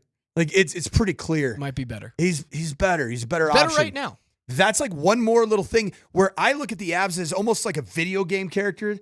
Or my kids that play Fortnite and they're just asking me for a new battle pass or a new set of skins. It's like as this season continues to progress, it's going to be power up. Here comes Jonathan or Devon Taves. I keep saying Jonathan. Here comes Devon Taves. It'd be really cool if you got like prime Jonathan Taves on this team too. Well, and then here the next one, most likely the next one, is it Jonathan Drouin or is it Lecky? We'll see. But it's going to be power up. Here's the next version of the powered up Colorado Avalanche. And then it's going to continue into November. Val Nichushkin, power the frick up. I was going to say, power up ain't enough. You got to power up on steroids. Yeah, you better buckle that chin strap because it's coming. Holy smokes. And then Gabe Landeskog. A little sprinkle on top. Power up. That's what I'm saying. And that's what I see the Avs are starting to play themselves into. They just needed some good news. They needed some type of positive trajectory. And this is where for the first time in my life, I've never had the ability to watch a hockey franchise in the month of October, ever. I've been coaching. I've been looking at a screen for 18 hours in a day, trying to find a first down on 3rd and 9. You're gonna get a little sick and tired when you get to like game 52. I'm sick though. You know that, Raj. You are like I'm you are a sick puppy, I am man. Sick bastard. We've got man. a couple of like Energizer bunnies here at the station. Like DMAC Energizer Bunny doesn't have an off switch in terms of like getting to games and being in locker rooms, lives for it. There's no one better in the state at that. You are an Energizer Bunny in terms of your sports consumption. And I would say it's nuts. Well, because it's new to me too. Like I'm like a small child. What are these hours that you speak of? Sports, I can watch these? What is it? These are cool. Wait, I don't have to rewind and zoom in on the all 12 of my backup left tackle. But it is fun because I was looking as a consumer of sport. I just simply the fan side of it, not the work side that I'm watching these Avs games to at least sound semi educated on what I'm talking about. I needed something to get me over the top, and yesterday that was Justus Onanen in net and doing what he did. Like that got me excited as a fan, and that's where I'm at right now, Raj. That's not the Kroenke family telling me to pump the Avs because they're doing just fine. They're going to keep selling out the arena. They're going to make the postseason. But me personally, I needed something. And then you see all the potential things that will be added, the pieces that are going to be added to this team. It's going to trend in a positive direction in preparation of the long haul. I haven't thought about the season like that because again, like I'm going into year 6 of hosting the post-game show with Springer, right? So Spring and I have done 600 plus games together, just in a lot of those regular season games in the middle of December that don't matter. I hadn't thought about it in terms of milestones for the Avs coming back from these injuries, right? It's always like, oh, how are we going to get through the slog of 20 games without the big time guns? And it's just going to be those conversations of like, well, you finally got a couple of points. That's really good. Your head are above water, but we're still playing for when the calendar turns to 2025. Having those milestones along the way of the first 2 months is it's going to be a really cool way to keep, I think, not only the fan base energized, but keep the team energized. getting through 82 games is tough, man. You hear these guys talk about it all the time. Sure, can we sit back and go, yeah, for $12.5 million, Nate, I could get through the slog of 82 games, right? That's the common thought process when talking about professional athletes, and I think I share that sentiment. But it is a mental grind in those 82 game seasons. Certainly, baseball with 160. 162 rather. Yeah, I think they want to move it down. The players want to move it down to like 160 or 158 if they can. This will be a great way to keep them focused on the next milestone that's right in front of them. Because Bednar talks about splitting the season up into like 2-week segments. That's all fine and dandy. But I've been in those rooms where coaches are like, hey, like, we just have to worry about our, the next game, the next period, the next shift. It's the right thought process. But as a player, you've been there too before, coach. It's like, what's a 2-week segment, man? Like, it's kind of made up. At least you have like, oh yeah, Drouin's coming back in 2 weeks. We got Val coming back on November 15th. Gabe's going to be back in December on the first week. That's a complete guess. I'm not saying that like that's actually breaking when he's going to news. be back. Raj right. announces Alex Ryanemi of Outfield Sports Radio announces the return of Gabe Landeskog on the date. Imagine it's actually like December 2. But you know what I'm saying is that like those made up milestones that coaches give you, they help, but they're also in the back of your mind. You're like, it's game 2 through 6. I'm just glad I was exposed to Nostra Rajas, the hockey. You two stop it. You got any more breaking news for us? What you got, man? I can't have my credibility shot this early into the show. I can't handle that.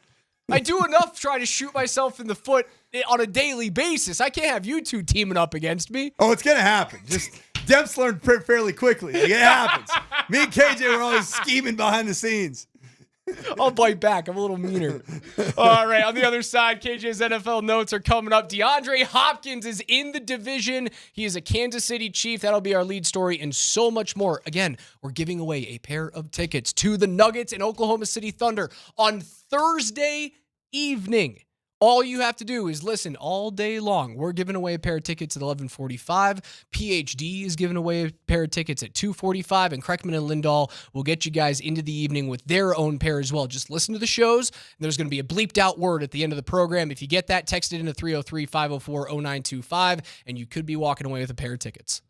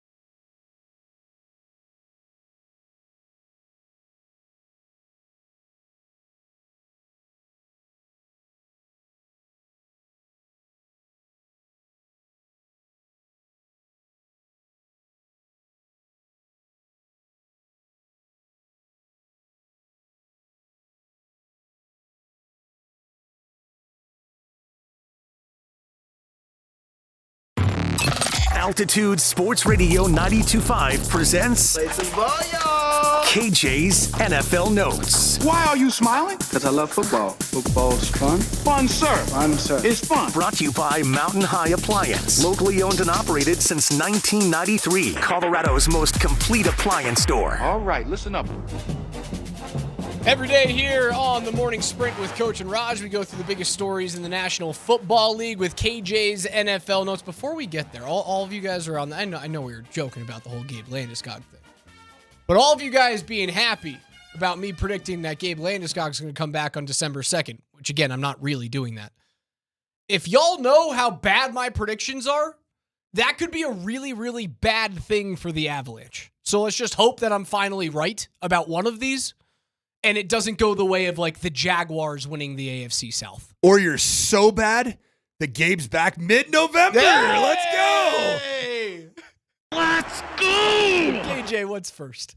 Well, let's start right here in the AFC West as DeAndre Hopkins is officially a Kansas City Chief as reported before we were even up. Like I get up roughly around like 5:30, 5:45-ish. Coach on a good day gets up around 5:30, 5:45-ish. No. Adam, Ian, they were working like hard. And they are reporting that the Tennessee Titans, conditional 4th-round pick, but that's not even the most intriguing part. The Kansas City Chiefs, according to Diana Rossini, were in on Cooper Kupp. Oh. But they were not looking to trade a 2nd-round pick. They wanted something that was a little bit more reasonable, and they wanted the Rams to take on a larger chunk of the salary because the Chiefs obviously are in cap purgatory as well. With all of that being said, if you're the Kansas City Chiefs, how much more confident do you feel today knowing that you have DeAndre Hopkins with all of the injuries you have compared to where you were, and knowing, as Rod said earlier, you're playing with your food like a little 7-year-old? I just feel bad for DeAndre Hopkins. He had Will Levis as his quarterback in Tennessee, and now he's got to go for the interception leader and play for Patrick Mahomes. Okay. It's just Okay. it is a crime how they're treating DeAndre Hopkins. Because Patrick Mahomes is leading the National Football League with interceptions. Poor D-Hop. Poor D-Hop. He just gets to go to the champs, a team that like doesn't try for 70% of the season, turns it on, then wins Super Bowls. If you're the Chiefs, man, you're really happy about this. Is Cooper Kupp a better wide receiver right now than DeAndre Hopkins is? Yes. But I'm more confident in Hopkins' ability to stay healthy right now than I am Kupp's. Both of them at this point in their careers, I'm not super certain, right? Like Hopkins was a guy that stayed on the field every single game for the first like 10 years of his career. And now that he's hit 30, you've had an injury-plagued year in 2022. You played 17 games last year where he had 1,000 yards. Solid season from a 31-year-old wide receiver. Except for he was targeted 137 times and caught the ball 75 times. That might be a bit more of an indictment on Will Levis. Probably.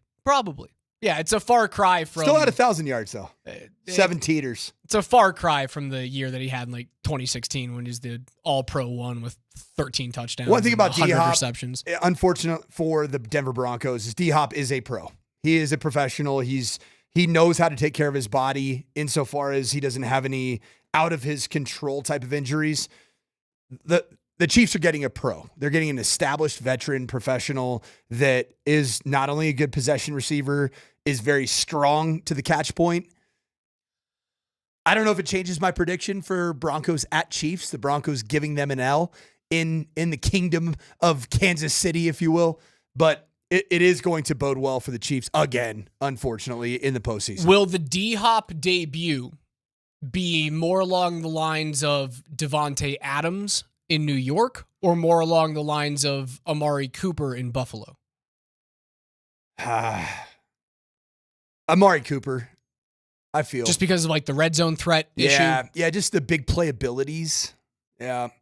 But I think DeAndre Hopkins, if you look at the body works, better wide receiver as the pro's pro, he's a better wide receiver than you have in Amari Cooper. Yeah, it would have been too much for me to give up a second-round pick if I'm the Chiefs there for Cooper Kupp, knowing that I don't know if he's going to be on the field at any given point.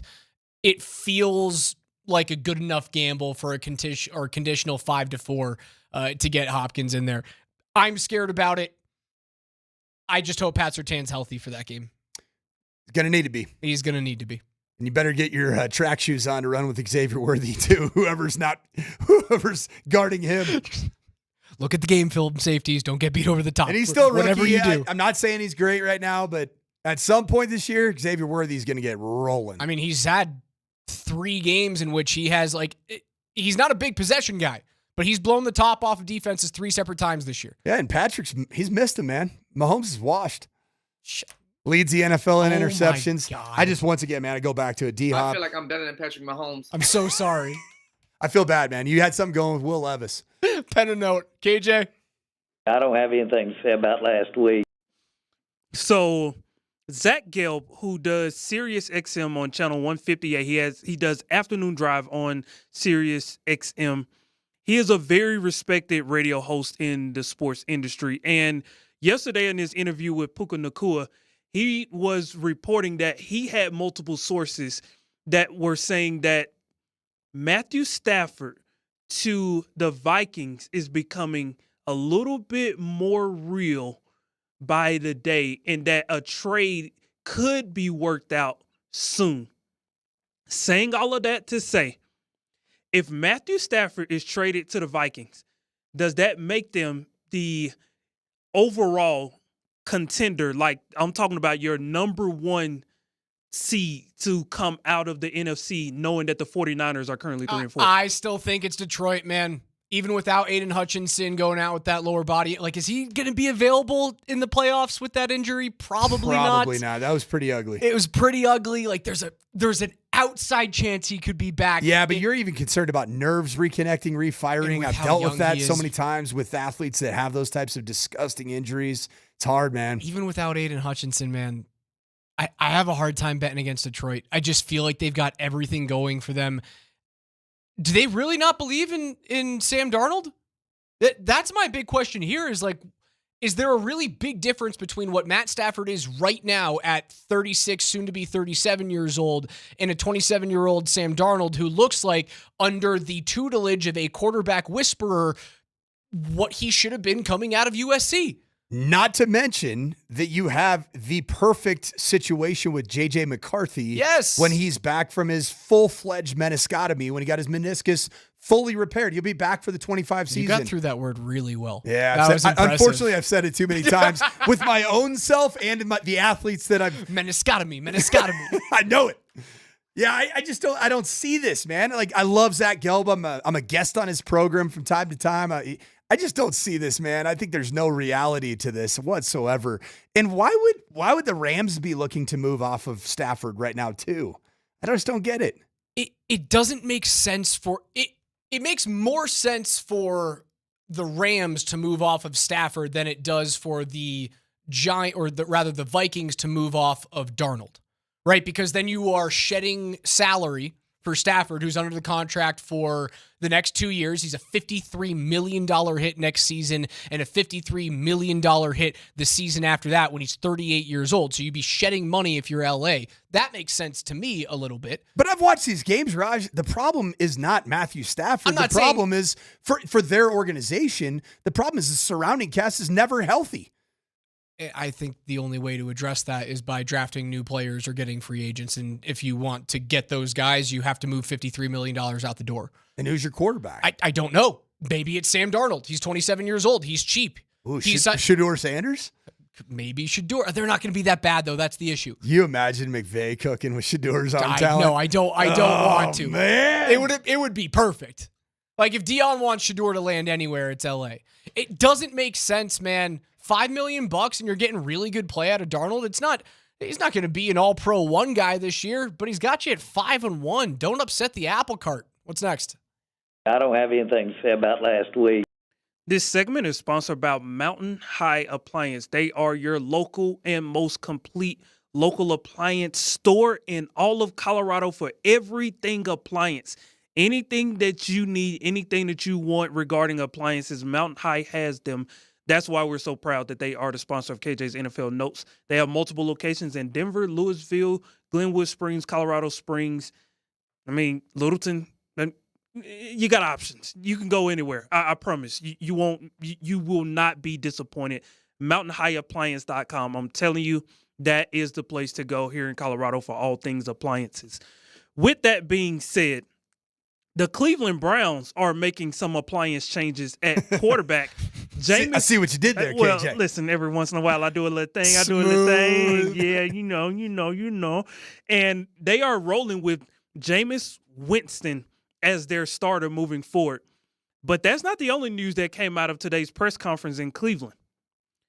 Ken Dorsey, the OC, is now going to call plays this week. He's taking over for Kevin Stefanski. Who is coaching? Not coaching. Who is in a position to secure their future more? Who is attempting to secure their future more right now? Kevin Stefanski or Jameis Winston? Clearly Jameis Winston, because Kevin Stefanski wouldn't fire himself from play calling responsibilities and hand it over to somebody that was run out of town in Buffalo in the middle of the season just a year ago. Can you have it any worse if you're a Browns fan? It's just one bad news bit after one bad news, and that's exactly what they're getting. Ken Dorsey, who I like, I know him. Dude, he's got a lot of egg on his face as a play caller. I've had egg on my face as a play caller. And when things are going bad for your franchise or your team, and all of a sudden it's like, hey, you got it, bro. I think Kevin Stefanski is washing his hands of this season. I wonder if Jameis Winston and his whole get up on a soapbox and defend Deshaun Watson because the fans cheered his Achilles pop. I wonder if that was his big audition for the locker room. Hey, guys, I got your back. Doesn't matter what you've done. You rally around me. Because if the team doesn't believe that, the organization doesn't believe that Deshaun Watson can be the quarterback here, and they're going to try and shed that salary somehow, like if they can, by God's grace, trade that contract, the guy, like the incumbent, would be Deshaun Watson if they're not, or rather Jameis Winston if they're not able to draft a guy in the first round this year. I think that was Jameis getting in front of a microphone and saying, I hope that everyone in this room hears this. That, like, you guys can rally around me. I'm here. I might not be the best quarterback in the world, but I'm going to have your back. And I think that was a smart thing for him to do. I think it was ridiculous that he did it for a guy who's, settled like 20 counts of sexual assault, but that remains a different part of the conversation. Yeah, but if the intent of what Jameis did was for the locker room, just put yourself in the locker room. Maybe. You're starting left guard Ethan Pacic. I don't know how to say his last name. You're 6'6", 320 pounds, and you see that clip. Do you not see some cheesiness there? Do you not see some pre-rehearsed, ridiculousness there? Yeah, these guys aren't idiots. Is there not some authenticity that's required out of somebody in your locker room, and you're doing it in a very dramatic fashion like Jameis Winston did talking about Deshaun Watson? Dude, I love everything Jameis Winston does when it's humorous. That rubbed me the wrong way. Did we not demand that level of authenticity from Russell Wilson last year? That was one of the biggest rubs against him, was like, are you actually an authentic dude in the room? But he was super consistent, man. And I think Jameis Winston's it's either humor or it's standing on a soapbox and preaching to everybody. Like I played that for Anne Marie, my wife, this morning, because everybody's making funny memes about it. Yeah. Involving the Zach Bryan country star getting caught up for the third time. Godspeed. Yeah, absolutely. She's like, is he a pastor? And I'm like, yeah, in training. Yes, in training. It's just everyone needs a job after they leave the league. I don't know, man. It gets to the point, it's like, we're talking about football players. You're talking about a quarterback. Should the fans have applauded his injury? I don't believe they should have. Your Achilles pops. It sucks in the moment. Your past history is not great, but you don't have to bring, but Jameis, man, just be real, bro. Just be real for 1 second. KJ, what's next? I don't have anything to say about last week. I can confirm as someone from Mississippi, being a pastor in the Deep South, specifically at a Baptist church, it pays well. Lucrative. It's lucrative. I'm telling you. It right. You get you one of those 3,000 people congregations, and they're just floating in, and you got them falling out all over the place. I'm telling you, that's a whole nother story.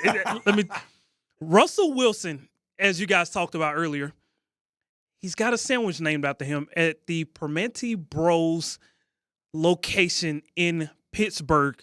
Their selling point on Twitter, he cooked, we cooked, the Dangerous is now available.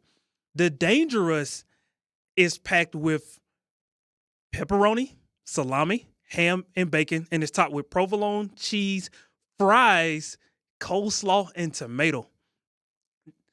Russell Wilson also had a sandwich at Subway, and it was called the Danger Witch. That was known as a sandwich that had pepperoni, salami, Black Forest ham, bacon, and provolone cheese, lettuce, green peppers, tomatoes, banana peppers, yellow mustard, and mayo, all on an Italian herbs bread. Which sandwich sounds more delectable, and do you like fries on your sandwich? Permanente Brothers, 100%. Yes, I love fries on my sandwich, Coach. I think you're probably in the same boat as me. I have a question for you. Yep. If you could choose one restaurant to create a dish for you, named after you, what is it? What's the restaurant? It'd be back to my hometown, man. Great seafood. Walt's Wharf in Seal Beach, California. About a 20-foot walk from the pier. So what goes into the Sanford seafood platter? Oh, man, swordfish. I just love just fresh, like off the boat, just get some seafood, man. I'm a seafood guy. KJ, you got a restaurant that you would beg to have that type of endorsement at? This may sound like super silly, but I would like Smoothie King. Whoa! I do. I am a huge You a kale Smoothie guy? King. Listen, I like kale. Give me some strawberries. Give me some key lime in there, Healthy guy. I do. I am. And, whatever, if they got something like Orange Boost, give me that. And that'll be the KJ smoothie. I just like something simple. I'm not too crazy, but I am a huge smoothie guy. Orion says Pasta J's. That'd be great. Pasta J's would be solid, man. Super solid. I think for me, it's like, give me a sushi place. I like sushi. Give me a sushi place, It's really or give me fun. My 14-year-old daughter's starting to get the taste for sushi. It's a blast. That's the teenager thing. Oh yeah, blast for your bank account, I'm sure. We found some pretty affordable spots. Here's a real question, Raj: cooked or raw? Sushi? Mm-hmm. Any, but agreed. raw. Like Anything. I even like it when it's some type of like steak that's cooked on there with. It doesn't matter. I just like sushi. It's a tremendous delivery service for wasabi and soy sauce. That's what I look at sushi as. It's just a train. It's a train. It's like, open my mouth. Here comes wasabi and soy sauce. Boom.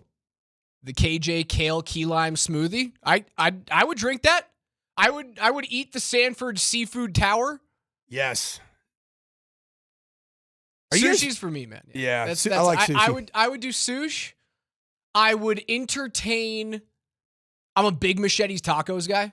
Like, love Machetes. I don't know if such. You've such never been to a establishment. Machetes? I'm up north, brother. We have different. We got to places. get you to one, man. It is. I love Machetes. I love their street tacos and their Cadillac margarita.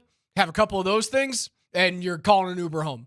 I know love what? it. That's what I want. I want Machete to name their damn Cadillac margarita after me. From the That's what I want. 3563, we have an awesome texter that said, "I had sushi for breakfast today." We have those questions all the time, man. It's like, if you could only have one type of food for the rest of your life, my answer is sushi. Mine's pizza. Mine's Mexican. I love Mexican food. Tacos, chicken enchiladas. I also love wings, man. Wings. That's my best niche restaurant. I like checking out regionalized wings, local places. That's Coach Sanford, KJ Granderson. I'm Alex Ryanemi. It's the morning sprint. On the other side, if you guys have been listening all show like we told you to, you'll have a chance to win 2 tickets to the Nuggets season opener on Thursday night against the Oklahoma City. We'll test your listening skills on the other side. Get your fingers ready too. 303-504-0925 on the Shop Mazda text line.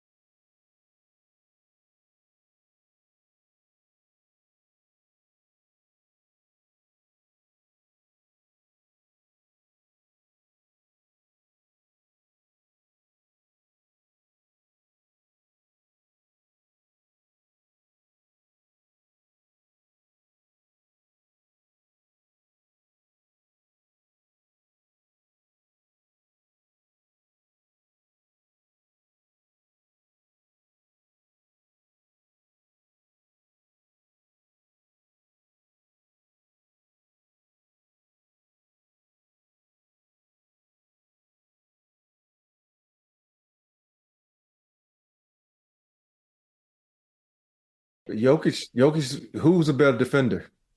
Anthony Davis, but who's a better all-around player? Anthony Davis. Okay. Oh, well, we'll agree to disagree on that one. I don't know.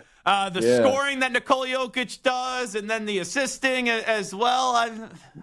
Because it's about the system that you're in. Now, if you made AD run the same system that Jokic does, he could do it. And for me, I don't look at how what guys star in. I look at what they are bad in. Jokic is a bad defender. He's a great rebounder, but he's a bad defender. And most guys in this league don't want to defend. And so that's how I judge players. Real basketball players judge basketball players as basketball players, not this quote-unquote two-way players, because that's football. That's not basketball. Did Robert Horry just call a 3-time MVP a system guy? Did he just call a 3-time MVP not a real basketball player?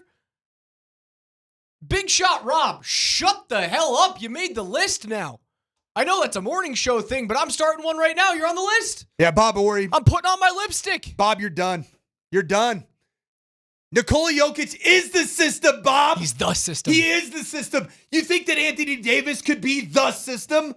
No. He's just an athlete with length and a semi-refined offensive skill set.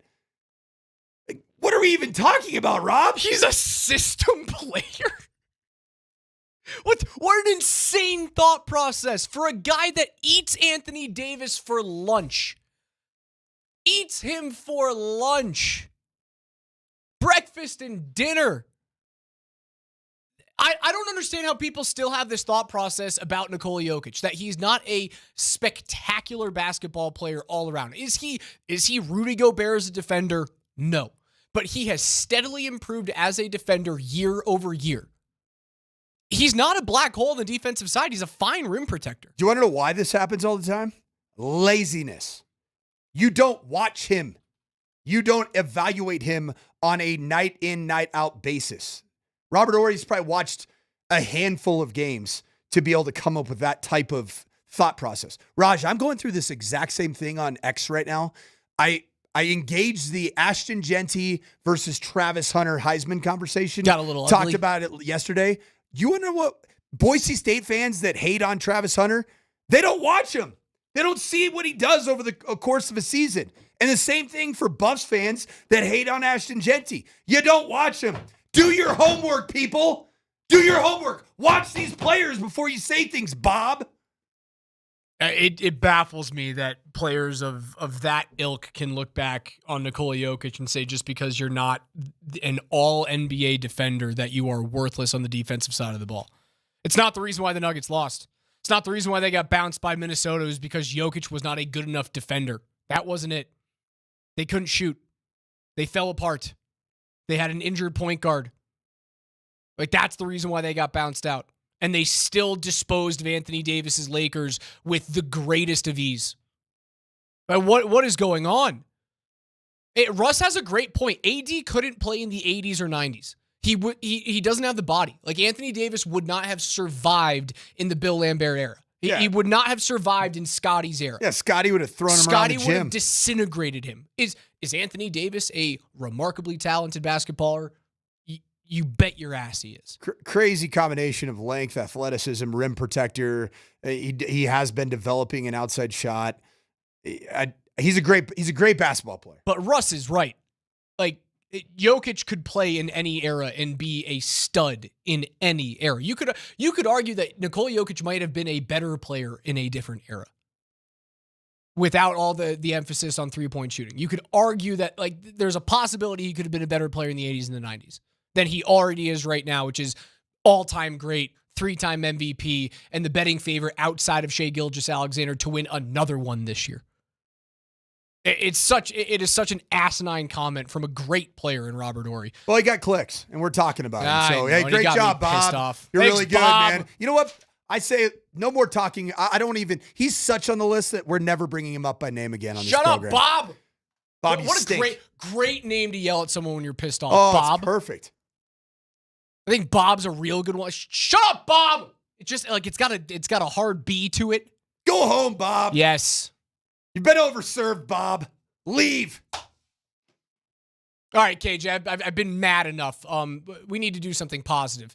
We've been telling you guys we have 2 tickets to give away to the Nuggets game tomorrow night. 8 p.m. on TNT, 7:30 p.m. pregame show right here with Berto tonight. Tomorrow, actually. And all you had to do was listen to the program that we started 10 a.m. today. And if you were listening, you would have heard something. We're going to bleep a word out of the next highlight that KJ plays. And all you have to do is text what that word was to 303-504-0925 with your first and last name, and you will be entered to win a pair of tickets. So, KJ, take it away. Josh Reynolds will almost function as a trade or an acquisition when he comes back and is healthy. Okay. Because now you have a more confident Troy Franklin. You have a healthy Devon Vele. You have a Cortland Sutton that's capable of having a big game at any point in time, but you still don't have a true. Give it to me one more time, just in case someone didn't hear it, please. You have a Cortland Sutton that's capable of having a big game at any point in time, but you still don't have a true. If you know what that word was, text it in to 303-504-0925 on the Champ Mazda text line with your first and your last name attached to it. And we are going to give away to a winner here a pair of tickets to tomorrow's opening game. I know what the word is. Text it in, 303-504-0925. We'll give that away in the next handful of minutes.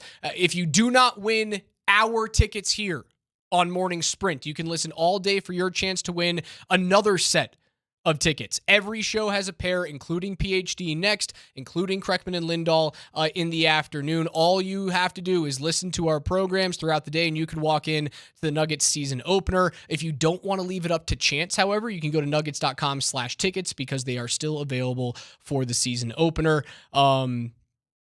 Denver's home. I can tell who the real listeners are because the text lines are exploding right There's now. Some guesses. And the guesses are coming from people that probably have not heard some of my consistent takes on what the Broncos might need.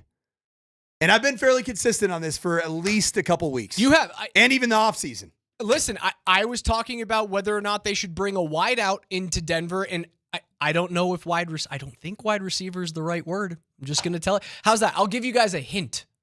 I don't believe wide receiver is the right word. You want to play it one more time, KJ? Give everyone a chance one more time.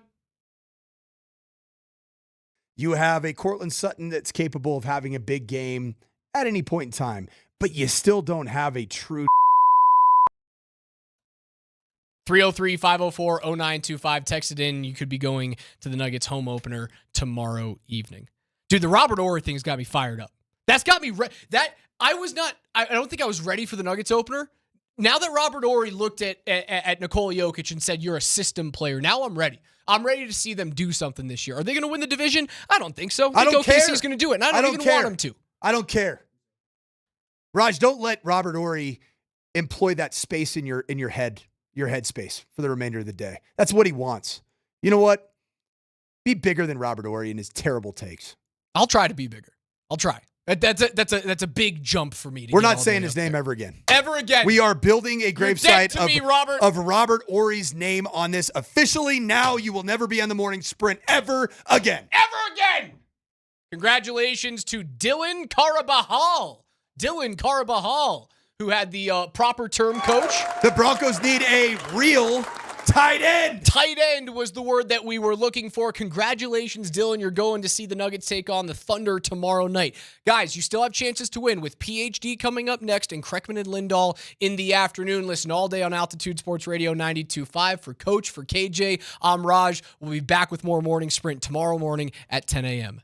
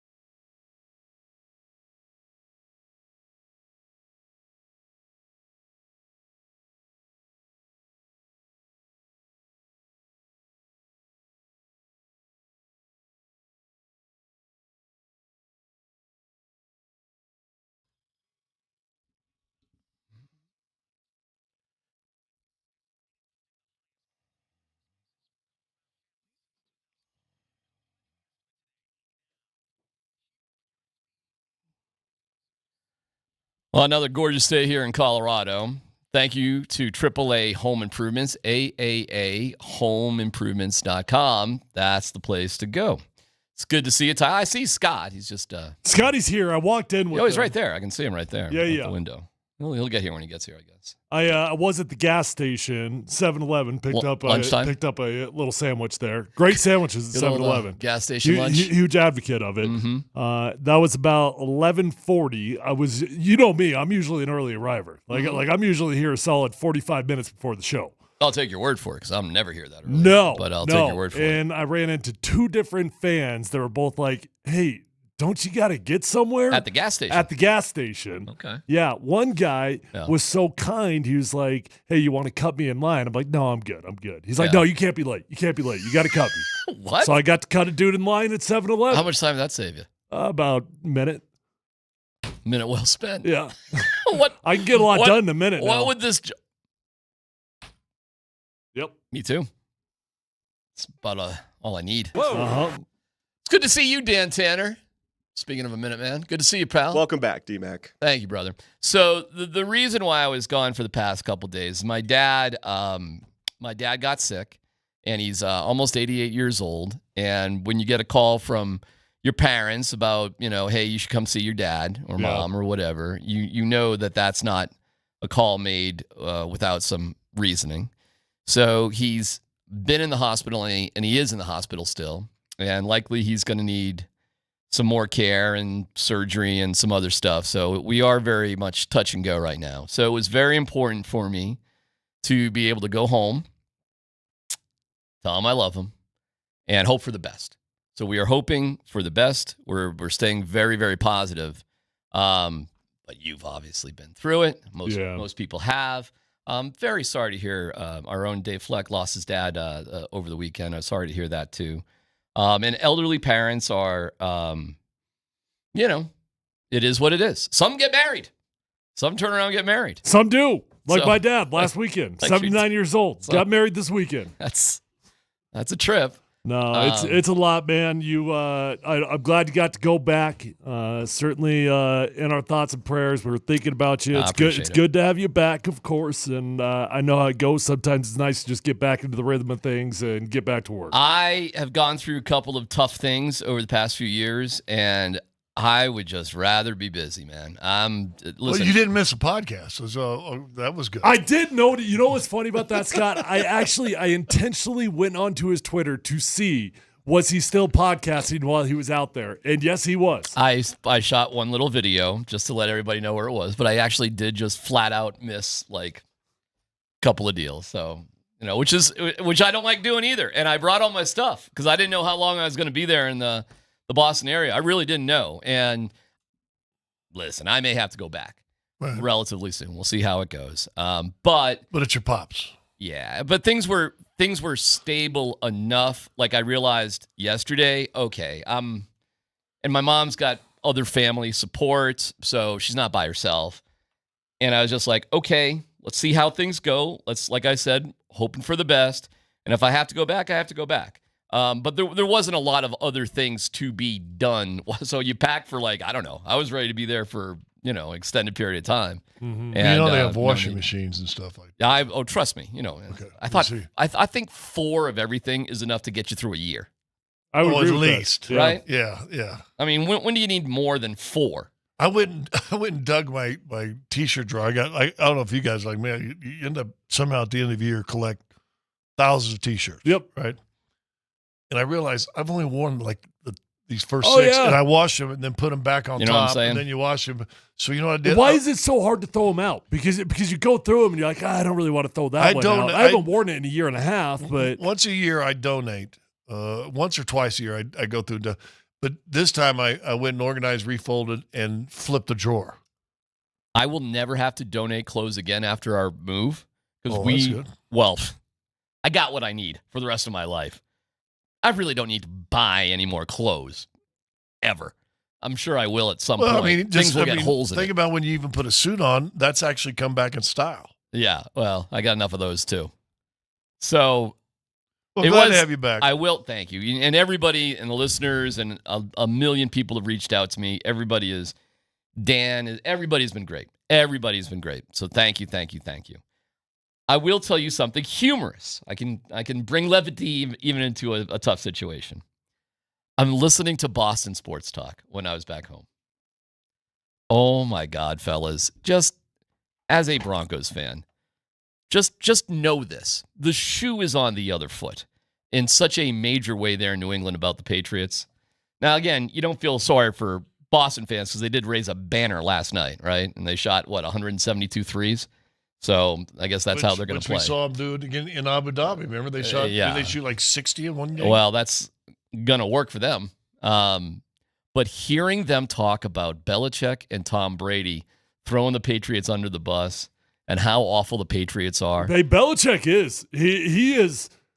Belichick is insecure about Mayo. He's flat out insecure about the dude. Mayo called him soft or something. Yeah.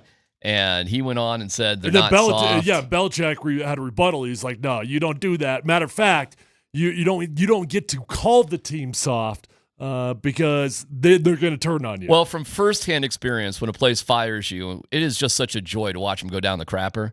So it is with relish that Bill Belichick has taken his victory laps these days. Yes. And he's on national media 4 times a week. 4 times? You think I do a lot of stuff? Belichick doesn't stop. Yeah, but he's getting paid $9 million. Well, yeah, there's that. So to go back and, hey, it's Sully from Boxford. Mayo, he's got to go. He's terrible. And I thought he looked okay. He was okay this weekend, wasn't he? Gerard Mayo, the head coach. He's looking a little overweight. You know what I'm thinking of May. Oh, they don't. I'm thinking Drake May. They don't blame Drake May. Drake May is fine in their eyes. Mayo needs to get on that soda plan. I'll tell you that much. Well, there you go. With a name like Mayo. And James Polk, I don't even know. Like, I heard them talk about their position guys. 2 kids named Sally and Annie. Hey, now. They are in a pit of misery. Like, it is actually, I was laughing. It was putting a smile on my face just to hear the pit of misery that is the New England Patriots right now. Yep. And I think most Broncos fans and probably let me ask this. Fans of the world would appreciate it. But has the Bronco fans now been in that pit and coming out? Because this was now the 4th year without Brady, first year without Belichick, right? Yep. So they're still going down towards that pit, right? They're still climbing in it. Dude, and here's the thing. They're going to be there for a long time. We're still in the pit, but now we're just enjoying that other people are there with us. Yeah. We haven't climbed out of the pit. Dude, at 4-3 and with a quarterback who's working out comparatively, we're on the top of Mount Everest compared to where they are right now. And we are doing a lot of things as good, if not better, than anybody else in the NFL. I mean, the pressures, the sacks are through the roof. Scott, this one's for you because I know you always call me out when I say the Broncos have a pretty good offensive line. You know who's given up the least amount of sacks in the NFL? Ooh. The Denver Broncos have given up the least amount of sacks, 9 sacks on the season, and that's with the quarterback who is taking as long, if not longer, than anybody else to throw the ball. Well, but he's also breaking the containment and running as much as anybody else out of pressure. Yep, too. which that's tomato. Like it hurts you as much as it helps you. Well, it helps the sack thing. I mean, you said even yesterday. I mean, how many in the last 2 weeks? He's about ready to get his clavicle separated from his sternum. Yeah. And all of a sudden he ducks and the guy flies over the top of him. He's about 3 legitimate Houdini moments. That was me back in the day when I wasn't an Elway fan. And I was a Chiefs fan at the time, growing up as a kid and watching Elway drop back. Oh, I got him. And he duck. Now, he was also a bigger guy. I mean, he was a pretty thick quarterback. And I haven't seen a lot of quarterbacks that had that kind of sixth sense. And so I always look for it. It's funny hearing a fan base like New England, just their season's over. It's done. I mean, it's But you know what they got to land back on? Celtics and Bruins. They do. They got that. But you know what, man? They do have that. But it's football season right now. Even though the Nuggets open up tomorrow, I get it. I understand that, but you don't think Boston fans right now? It's also Celtics season. Well, yeah. I mean, they're raising banners and they're talking about stuff. And you know what's funny? The chip on your shoulder, man. It's such a powerful thing. So guess what they're using Celtics-wise about chip on their shoulder? Guess what they're using? Tatum and Brown were snubbed for the Olympics. Boom. And you know what? That might work. That might be pretty effective for them. That might be the sizzle on the bacon to win another championship. That might help. Doesn't hurt them. That's what they were using. And they've changed style of play just a little bit. They're playing quicker, and as you said, they're just launching. Launching threes. Okay. So how would the Nuggets do against that? How'd they fare against that? Well, they were, in play until the fourth quarter in Abu Dhabi, but I think they would be great against it, actually. If you can stop it. I mean, the one thing they struggled with this year, everybody shot threes against them. Well, Nuggets don't want to get in a shootout, not in a 3-point shootout. I get it, and teams are going to attack them from three, but hey, man, shots don't fall all the time. Hey, that being said, talking about that Celtic thing, did you see what TNT did for their, it's the last year of the whatever that show I did they not. called? Yeah. Oh, dude, they blew it out. Oh, really? You would have thought it was the NFL I draft. didn't even think of that. They had a giant stage outdoors somewhere in Boston, this long runway that Kenny could go up to and do a screen. Literally 2,000 or 3,000 people, easy, standing around, cheering them, going crazy. Yeah, this is why you don't feel bad for Boston fans. So when you can put them in the pit of misery with something, just keep them there because they always got something else. They always got something else. It's frustrating. Well, it's good to be back. Good to see you guys. Good to have you back, man. But I do have an idea for the Broncos in terms of selling and buying. DeAndre Hopkins? Not DeAndre. Yeah, who is he with? Chiefs now, right? Chiefs, yeah. Thank you. I think and I was talking to a high-level muggle about this. I think they should buy and sell. So it wasn't my original idea, but it's such a good damn idea. So what did Kliss tell you? He's a good dude, that Kliss. Get people in trouble. Look at you. If you were to, now you got to think about it. If you're going to buy somebody, what position would be the most obvious? Probably tight end, just on that. If you were to sell something, though, what type of person would you be selling? There's really only one player that you would sell. I can only think of a singular player that has got value that you... On an expiring contract? Yeah. Okay. Who? Cortland. Oh, I got somebody else. I would say Bowles and Cortland would both be Bowles, viable. I got somebody else. Okay. Hold on. Let's see. Yeah. I mean... Oh, I got somebody. I guess on defense, we've got some... We've got some extras. Well, you got a third-string quarterback that was a long-time starter that hasn't played a down. Why don't we hang on to that thought? 303-504-0925. Let me roll it past you guys, because I think they could be buyers and sellers on an idea that wasn't even mine. But I think it's a good damn idea. Details on who that is next.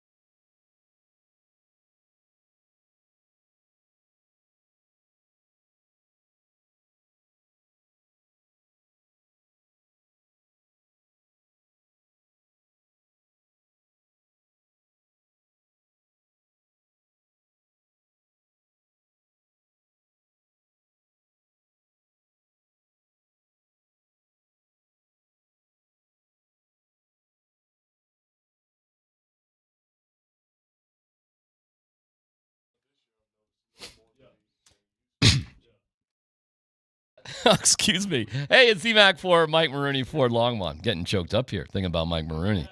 Mike Maroney, Ford Longmont. They're located at 3rd and Alpine in Longmont. Love Mike Maroney. They are the absolute best. And they've got brand new Ford F-150s being sold with their lowest price of the year. It's truck month. Back and bigger than ever. So whatever you're thinking, they're blowing snow up there at Loveland. I see the leaf peeping is optimal. Chef's kiss up there in the mountains. So if you want to get to the mountains this winter, a Ford F-150 with payments lower than you can imagine could be right up your alley. And Maroney means more.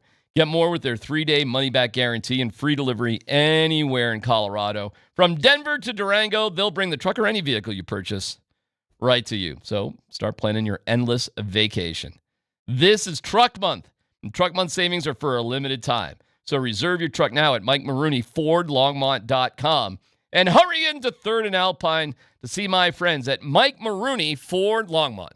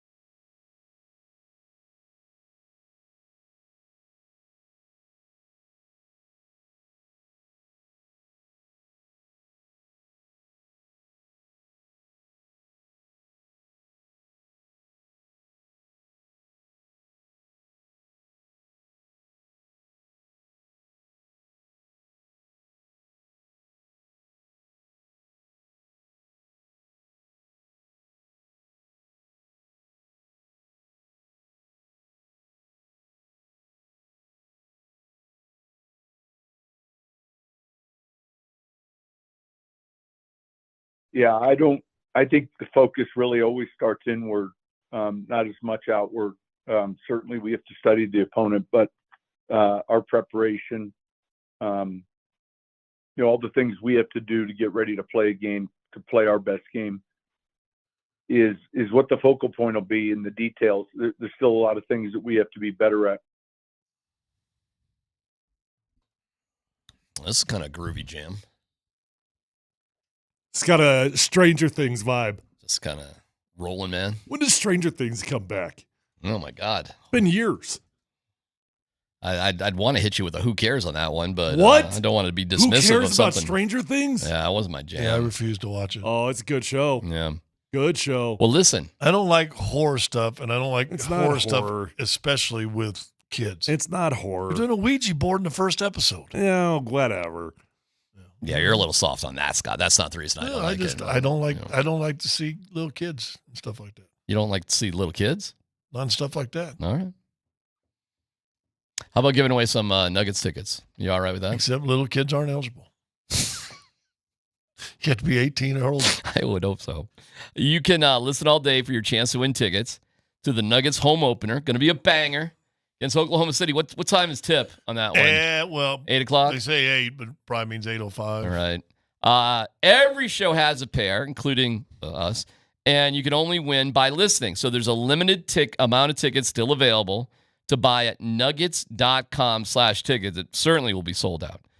To win tickets, we'll play a clip from today's show on our final segment, and if you were listening, you'll know the answer.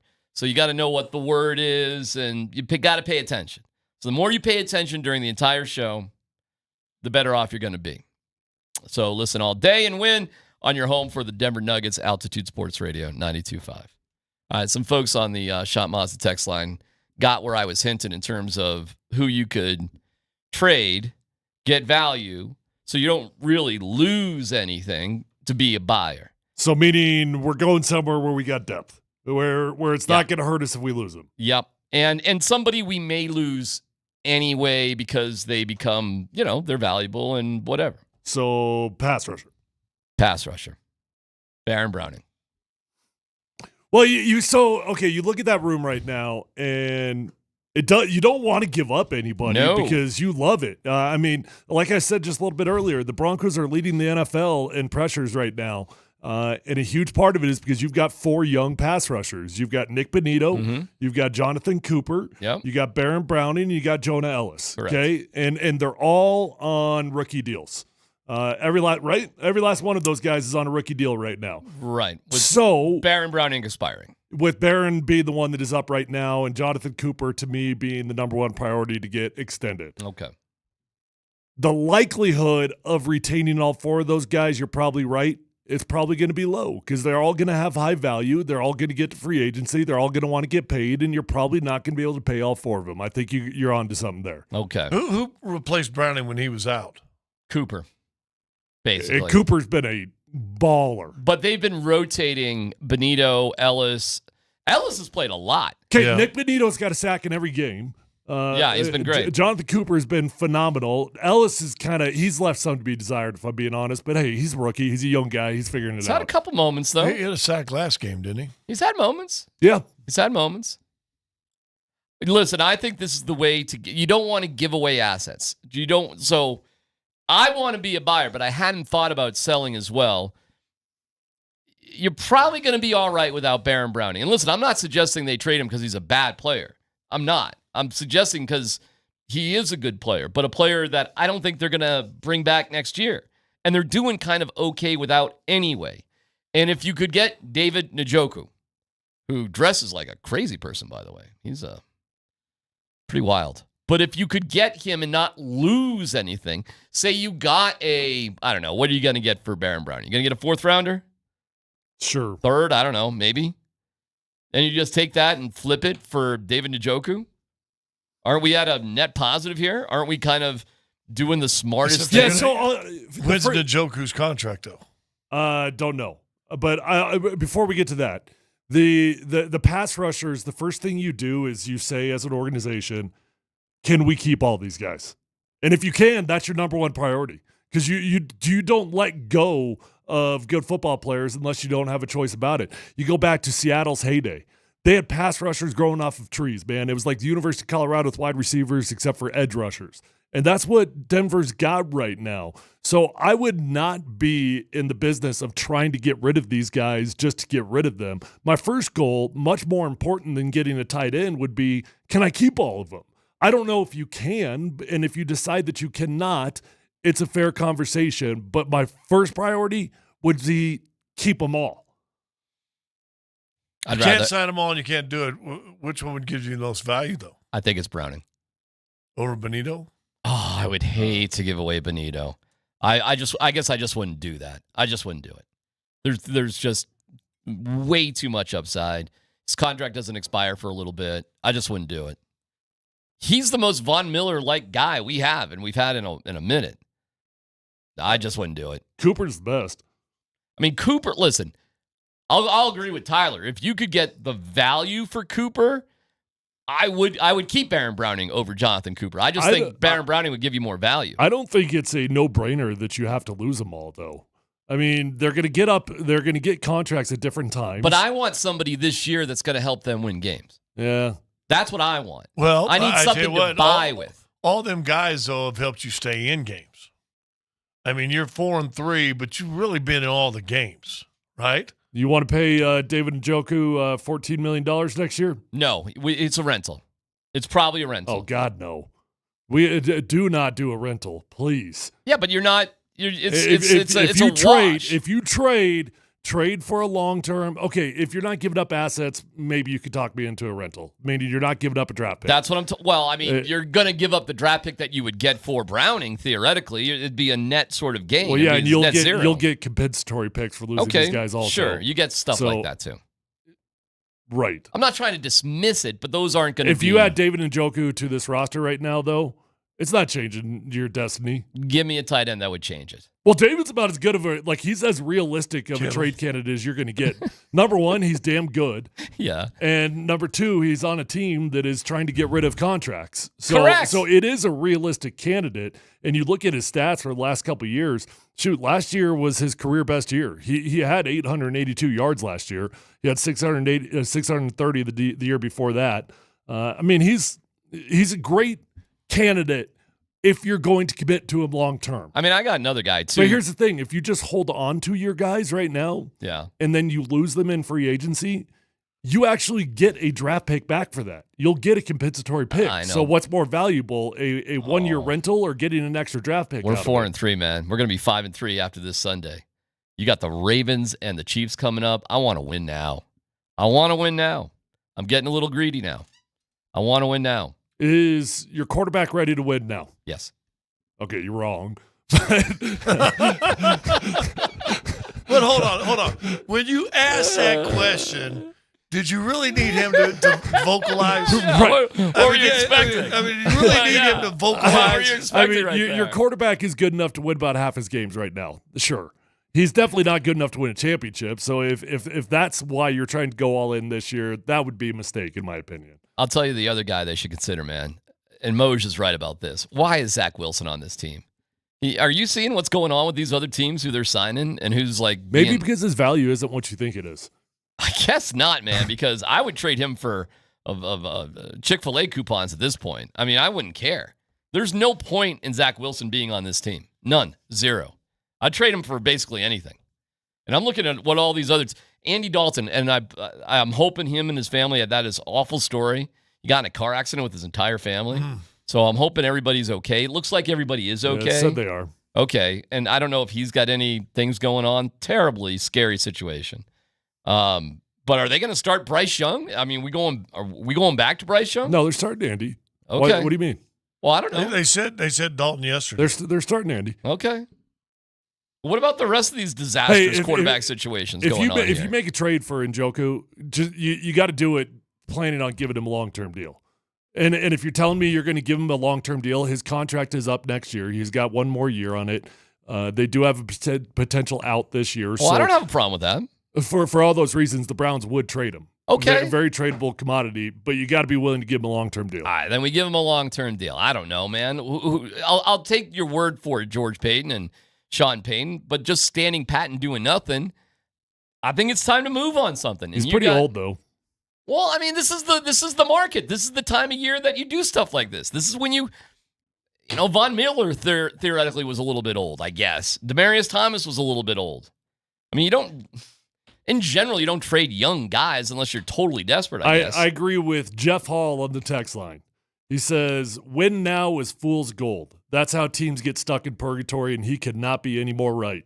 If you get fooled into thinking you've got an opportunity this year and you forego the future for now, you will get stuck in purgatory. But how am I foregoing the future if I obtain something by trading Baron Browning, who we're not going to be able to retain next year anyway? You missed the point. Even if you lose him in free agency, you get a compensatory pick back for that. Oh, you're just stand pat on this, huh? You just want to stand pat with the Broncos? You don't want to do anything? No, I'm interested if you give him a long-term deal. Okay, all right. How old is he? You say he's an older guy. He next year will be year 9. 31, 32. Don't know his actual age, but sounds about right. Scotty, I'm into doing something. Listen, man, I think I'm still a little burned by the Nuggets season. He's actually only 28 right now. 28? That's good. Come on, man. Prime. Sure, a 4-year deal worth blah, blah, blah, blah, blah. Hey, how about our guy AG, huh? Dude, he's got Wolverine blood, by the way. Who's that? David. He's got that Russell Wilson Wolverine blood. Did you guys see his face earlier in the year when he got burned?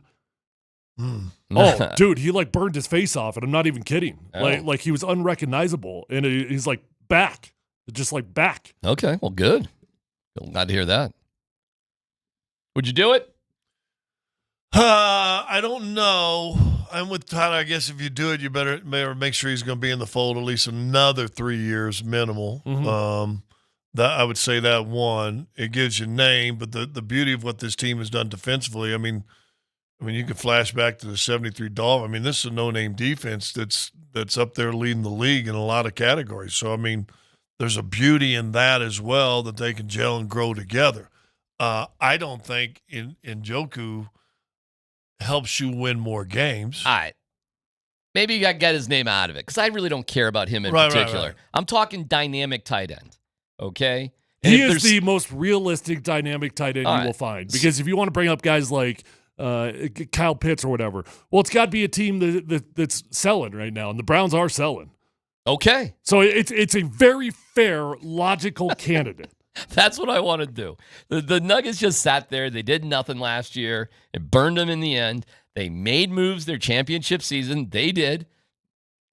Didn't have a huge impact in the finals, but maybe it helped them get through the regular season. I don't know. But just staying pat, come on, man. Let's go. And this isn't about mortgaging the future. We're selling something to get something. We're staying even, man. We're not doing something crazy. This is not some sort of giving up 3 first-rounders or something like that. It's nothing crazy. I think you can keep all your guys, though, and I like them. I mean, Baron Browning and Jonathan Cooper are both going to be up, and you're going to have to make a decision on both those guys. You probably can keep them both at a reasonable deal. And then you don't have to make a decision on Nick Benito for, 2 more years? I think it would be 2 more years on Benito. Man, the text line is so mean. Zach Wilson is still on the team when they need to bench Mr. I can't throw in the rain or with any accuracy 15 yards downfield. Some people just are never happy. All right, let me ask you because really you can't do that in the sunshine. How does this season end this year if you get David Njoku on the roster? 10-7 in the first round playoff wild card win, and then probably lose to the Bengals or some team like that, the Bills or something in the next round. But pretty cool, pretty exciting. Then you go 12-5 next year. You make it to the AFC Championship game.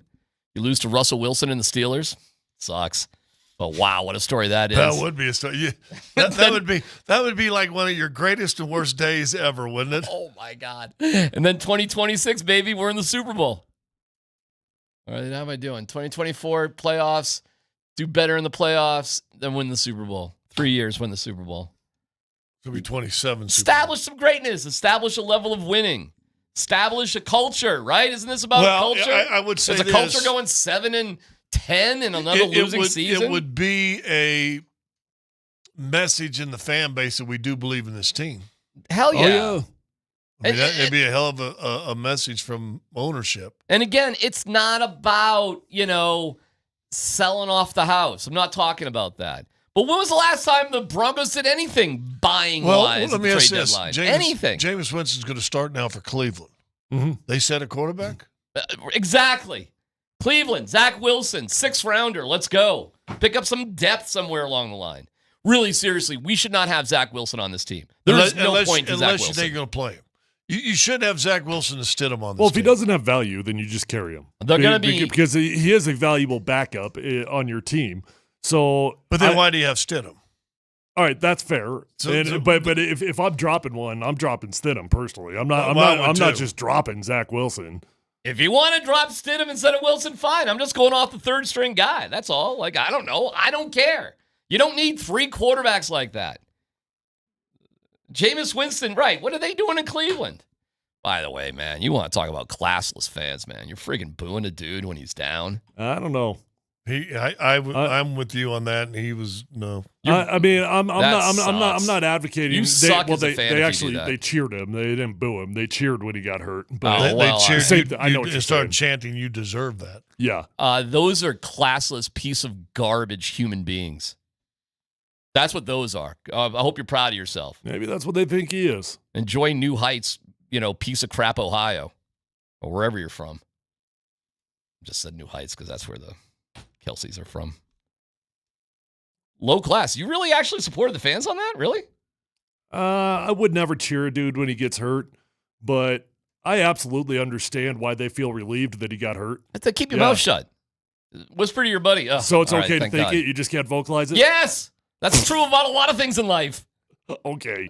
So the vast majority of things what are we told not to talk about? They're not they're classless if they externalize it, but not if everybody agrees that they think the same thing. You can write it in your sad little Ohio journal, and it's fine, you know? Dear Dogbone, I'm so happy Deshaun Watson is gone. Love, Dogboney. I don't know. Whatever they call themselves there. Dog Pound. Dog Pound.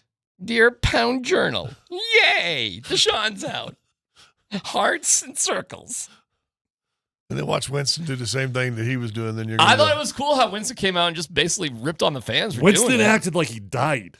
Like he gave like a 5-minute eulogy on Deshaun Watson's life. Well, he's his quarterback. He's my quarterback, man. And then when he starts talking about Deshaun being a good person, I was like, All right, well, give them Stidham, give him Wilson, give him Liberty, give him Death, give him something. Just get some draft picks from Cleveland. They're going to suck. They're going to have a good draft All right, pick. well, now you're talking. Getting draft picks makes sense for a rebuilding team. Giving up draft picks does not make sense for a rebuilding team. Get draft picks for Baron Browning and use those too. Let's go. Let's go. Do what you need to do. Let's go. I do not want to see the Broncos just be passengers on this bus. Why not just keep your guys? Why not just keep the best players you got on your team? Because I'm with you. I'm with you. I don't like getting rid of great players, but I'm also hearing what Darren is saying because you're right. They won a championship. Now, listen, Broncos didn't win a championship, but Nuggets basically won a championship. Kind of stayed pat for the most part, right? And it kind of bit them in the long run as far as depth and everything else. I just think if you make a move, as long as it doesn't hurt your team, I think I do think you're sending a message to the fan base that we believe in this team right now. Oh, yeah. Especially if it's Absolutely. Uh, an offensive player. Do you think if today we were talking about, in the rest of the league, for example, DeAndre Hopkins was just traded to the Denver Broncos. You don't think this fan base right now would be going nuts? Mm-hmm. Yeah, what'd they give up for him, by the way? What did they give up for him? I don't know, but they're saying the Chiefs aren't done yet either, which is of course not, because that's what they do. They buy all the time. Get rid of Kelsey. Yeah, they do get rid of people because they want to buy. They buy. They're freaking in sync. Buy. Taylor Swift's new remix, Bye Bye. Is that right? I know it should be. Right? She should. All right, anyways. Titans got a 5th rounder that elevates to a 4th rounder if Kansas City makes the Super Bowl and Hopkins plays 60% of the snaps. Okay. Let's go, Broncos. Damn. They got Hopkins for a 5th rounder. Jeez. Right? And if you make the Super Bowl, guess what? And he plays 6% of the snaps. That means he's helping you, and you're probably going to win a Super Bowl. Yeah, you couldn't care less at that point. No, you care less. All right, well, let's keep it in mind. You got a week and a half to do this, but teams are not waiting around, obviously. So don't get caught with your pants down, and let's go, Broncos. They're going to kill the Panthers. The Panthers are dog butt. They are terrible, man. It's interesting that just dog butt teams. You know them, Panthers, Patriots.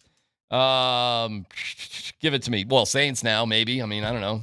Lost 5 in a row. Browns. The Saints are right now, especially because of injuries. Season's over. Well, what did I say on Friday? The one thing you learn about this team, they ain't bottom feeders. There's a handful of more bottom feeders right now than even the Broncos. You've at least crawled up to the bank. Yeah, and you got some bottom feeders left, man. You got Panthers, you got Browns, you got Raiders. Yeah, exactly. And then, gosh, there was one more in there that I said yesterday. I'm drawing a blank. Rams. No, I wouldn't say the Rams are bottom feeders. Dude, what are they? Are they 1-6 or 1-5? They're terrible. I heard a rumor. Oh, they got the Colts. That was the other one I was thinking of. Colts are bottom feeders. You know what? And the Broncos aren't, man. See, I think the Colts are pretty even with the Broncos. Anthony Richardson we'll see him. Sucks at football, and I loved that kid coming out of the draft. He has not figured it out. No, the Rams are 2-4. Yeah, their season. What are the Colts? Colts are same thing, aren't they? Colts are, come on now. Well, the Rams are trying to trade Matthew Stafford. Oh, the Colts are 4-3. They're doing all right. That's what I said. They're the same as the Broncos. I'm so fascinated by this Matthew Stafford for Sam Darnold deal. I am so fascinated by it. By the way, real quick, because we got to take a break here. Your guy Lamar Jackson is the odds-on favorite to win the MVP. Oh, now. He's going to win it. It still sucks? You still gonna bang that drum? Never said he sucked. Oh, what'd you say? Said he's not going to win a Super Bowl. Okay. Because he's a running quarterback. All right. There's other things in there too. He might win his third MVP, but can't win a Super Bowl. Uh-huh. Boy, what is it going to take for you to get off that one? Well, when he wins one, I'll get off it real quick. Is this going to be your Irv moment right here? The day is this your Irvin Joe the day moment? Lamar Jackson wins the Super Bowl, I will get off that. So not a second before that. I will say this: you watch that game last weekend. You can run, and now you've got a running back behind you that's crushing people too. But you see how throw he made about 55 yards on a dime to the end zone. Yeah, dude's got an arm. Oh, he does. Yeah, and that is the most lethal two-headed backfield in the history of the NFL. Yeah, and that's what the Broncos have to do after they beat the Panthers is go there and probably lose. And then it's the trade deadline, and the Chiefs are the next week. So let's give ourselves the best chance to do as well as we can. But if we get David Njoku, we'll win a Super Bowl. We'll have a better shot. And if they don't have a better shot, don't. But let's not look back at the end of the season and say we could have done something that we didn't. That being said, you could have had Hopkins for a 5th rounder. Could we have? I would have rather traded a 5th rounder for Hopkins than give up Baron Browning for David Njoku. Fine. So why didn't we? Because it doesn't make sense. Okay. You're rebuilding. Yeah, you're missing that process. Got to be able to throw it that deep. Because to you, Bo Nix is ready to win a championship. Damn right he is. And that's why we will not be on the same page. One of the most ridiculous moments in all of sports happened, and I think only 4 people were excited about it while the world paid attention. Details next.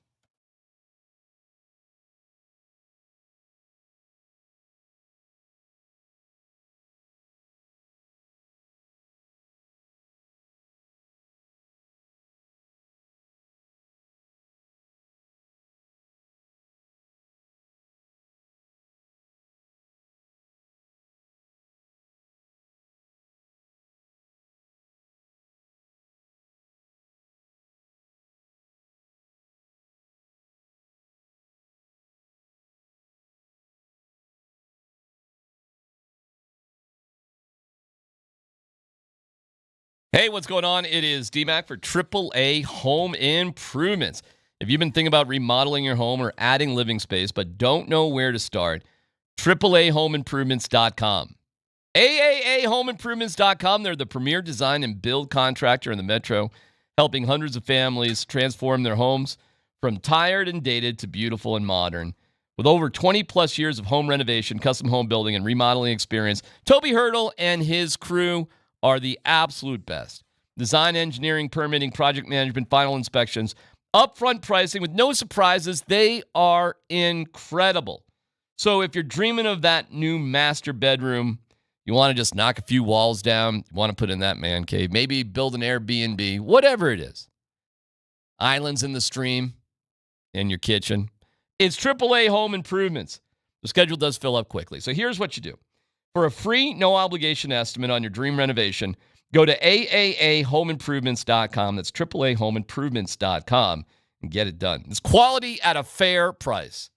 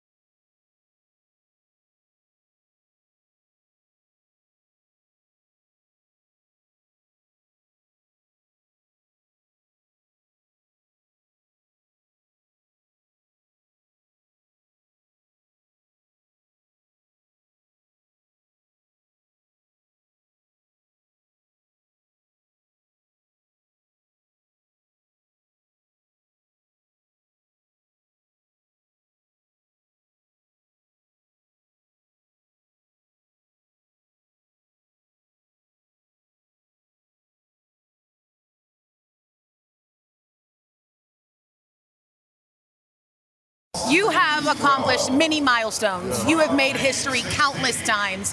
Why is this feat so special? It's family. It's always been family over everything. And, for me, I lost a lot of time because of this league and committing to this league, being on the road at times, missing a lot of his things, Bryce's things, Zuri's things. So to be able to have this moment where I'm working still and I can work alongside my son, it's one of the greatest gifts I've ever got from the man above, and I'm going to take full advantage of it.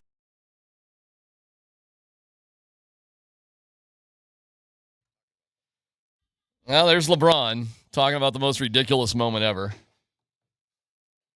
It was cute, though. Oh, my God. It happened kind of exactly the way I thought it was going to happen. It happened during a meaningless time of the game for a very short period of time. What do you mean, 3 minutes? Yeah, like at the, we're like 3/4 of the way through the second quarter or something.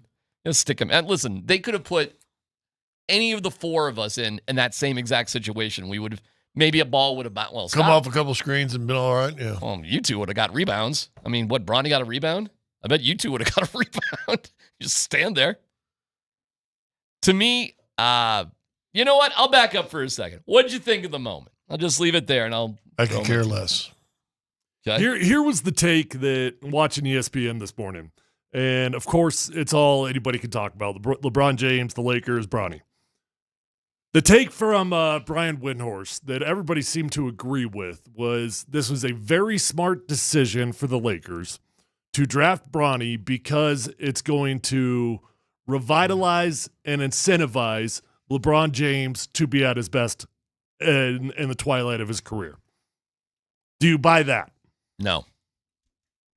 LeBron James is a pretty motivated cat. He doesn't need this. Windhorst, the same guy that reported 2 days earlier that the Nuggets are struggling and don't want to pay Aaron Gordon. And then like an hour later, is that got right? the deal done. Yeah. I didn't catch that. Is that right? Yeah, he put it out there. Although he wasn't wrong because he said they didn't want to give him a max deal, and technically he did take a bit of a discount.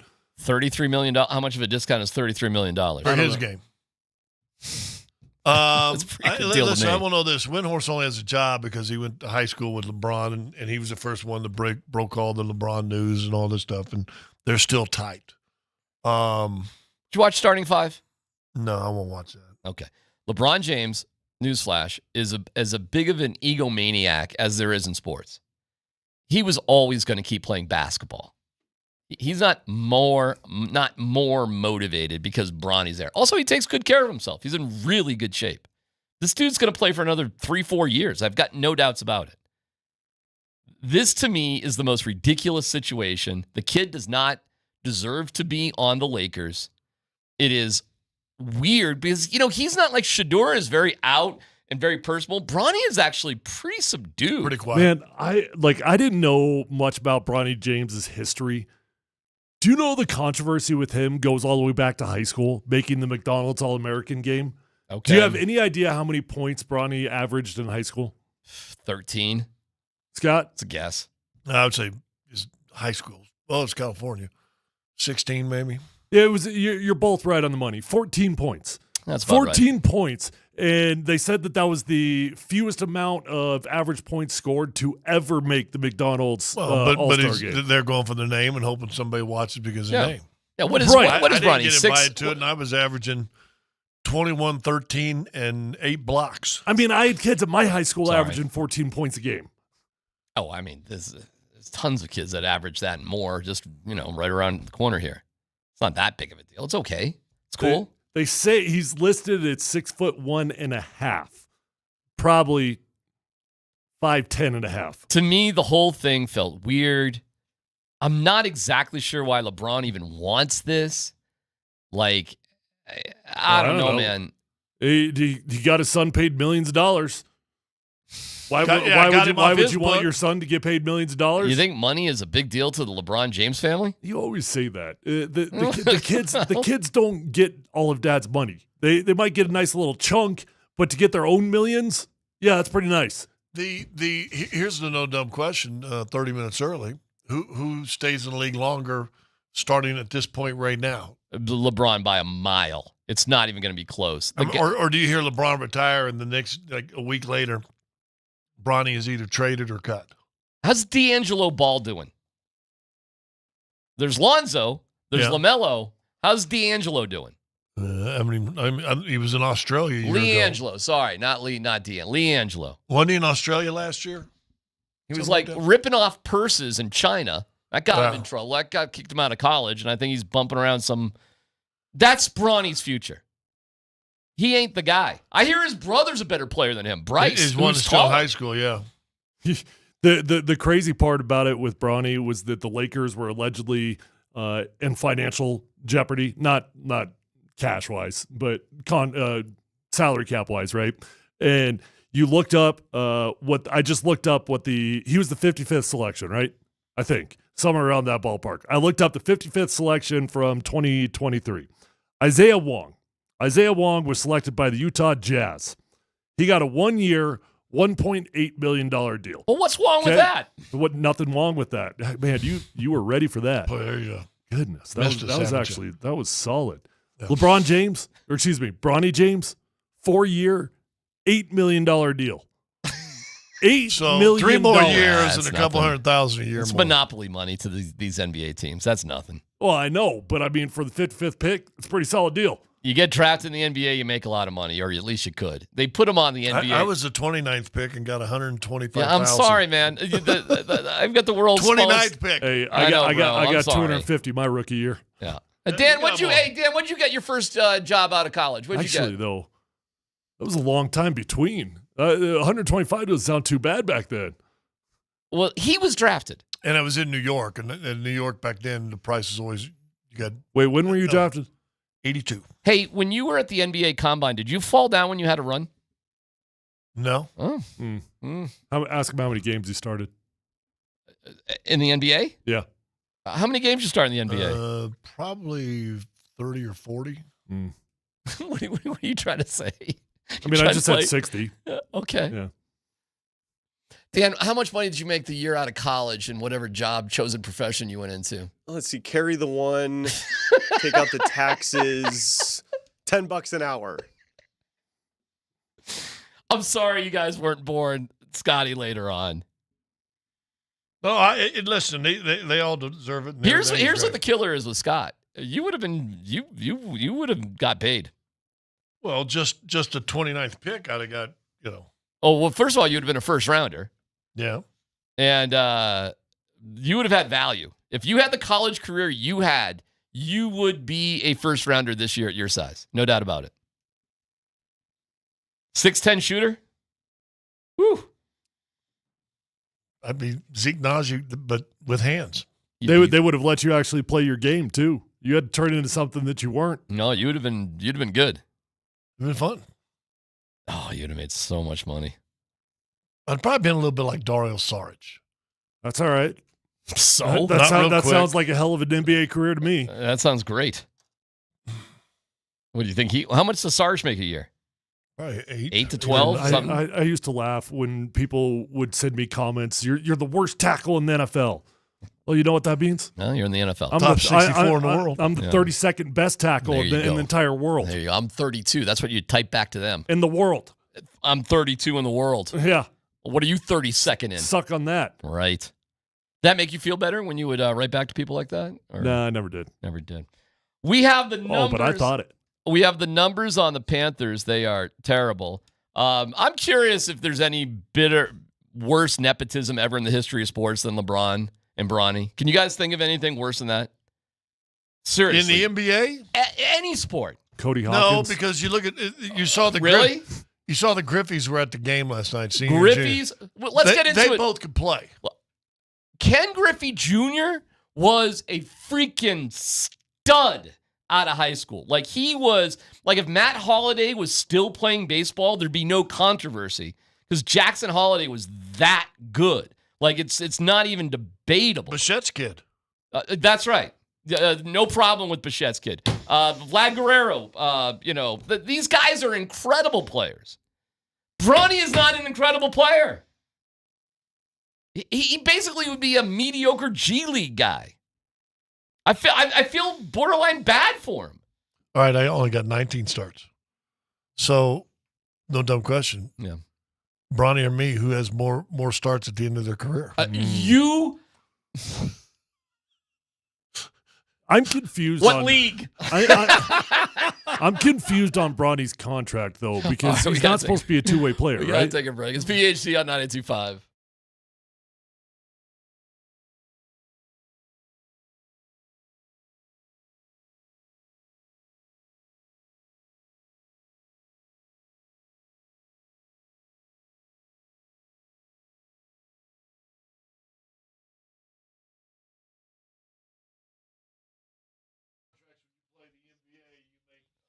Hey, what is going on? It's D-Mac for the Rocky Mountain Men's Clinic. Half of men over the age of 50 have erectile dysfunction. That sucks. Gets worse as you get older. You know, even in your 30s, it can make an impact on you. So the Rocky Mountain Men's Clinic, they're there for you, fellas.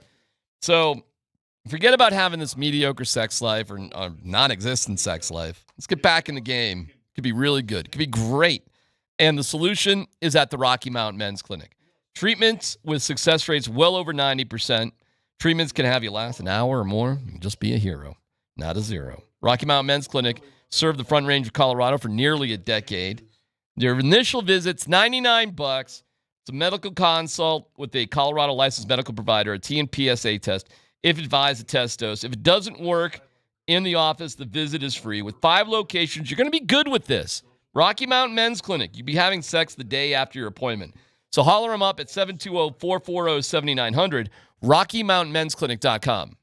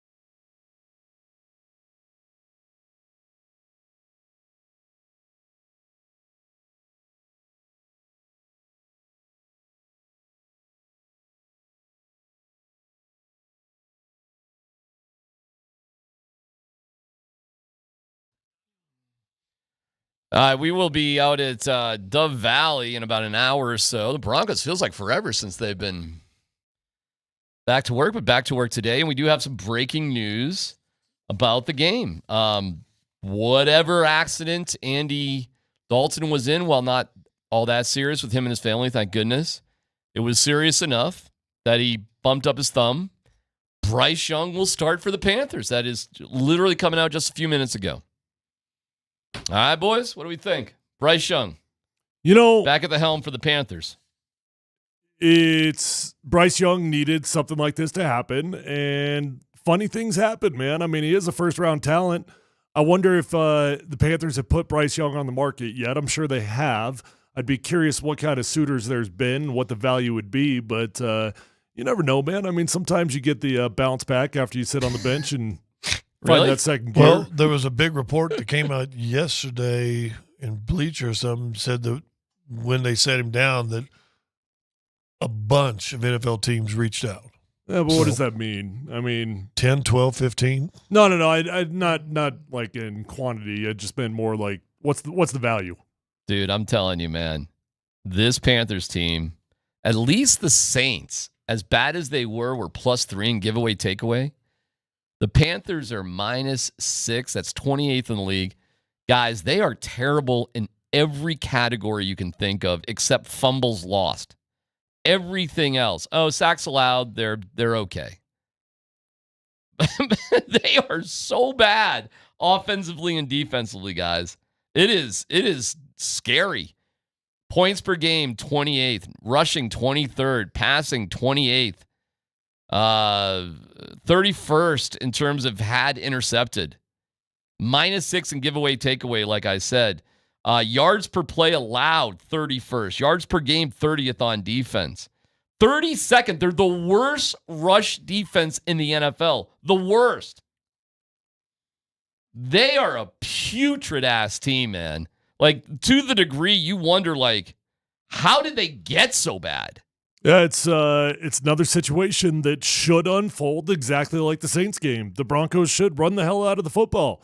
Bo Nix had 10 rushes for 75 yards in the last game. Javonte Williams had 80-some yards. Jaleel had like 35 or 40. Audric Estime had 35. Everybody got a piece of the pie against the Saints, and that should be the formula again. I mean, Bo Nix should have his best game of his career against the Saints, and I hope that comes with some big plays off of play action because you're running the hell out of the football. He may not have to, man. I mean, I understand what you're talking about. They're a terrible defense. They're 25th against the pass, too. But you may just roll on these guys to the degree where you can just shut it down. It might be like a 23-3 game, and that's good enough. I wouldn't be surprised if it was something like that. They're terrible.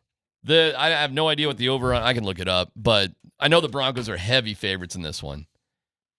Under the eye roll cliche must win, this is you obviously have to win this one. Yeah. But I'm not concerned about it. I don't even know if this is an any given Sunday game. Well, this is a game that gives you now a cushion with Baltimore and Kansas City coming up. It helps. I mean, look, there's a very realistic path to the playoffs for the Broncos. You've got 4 wins already.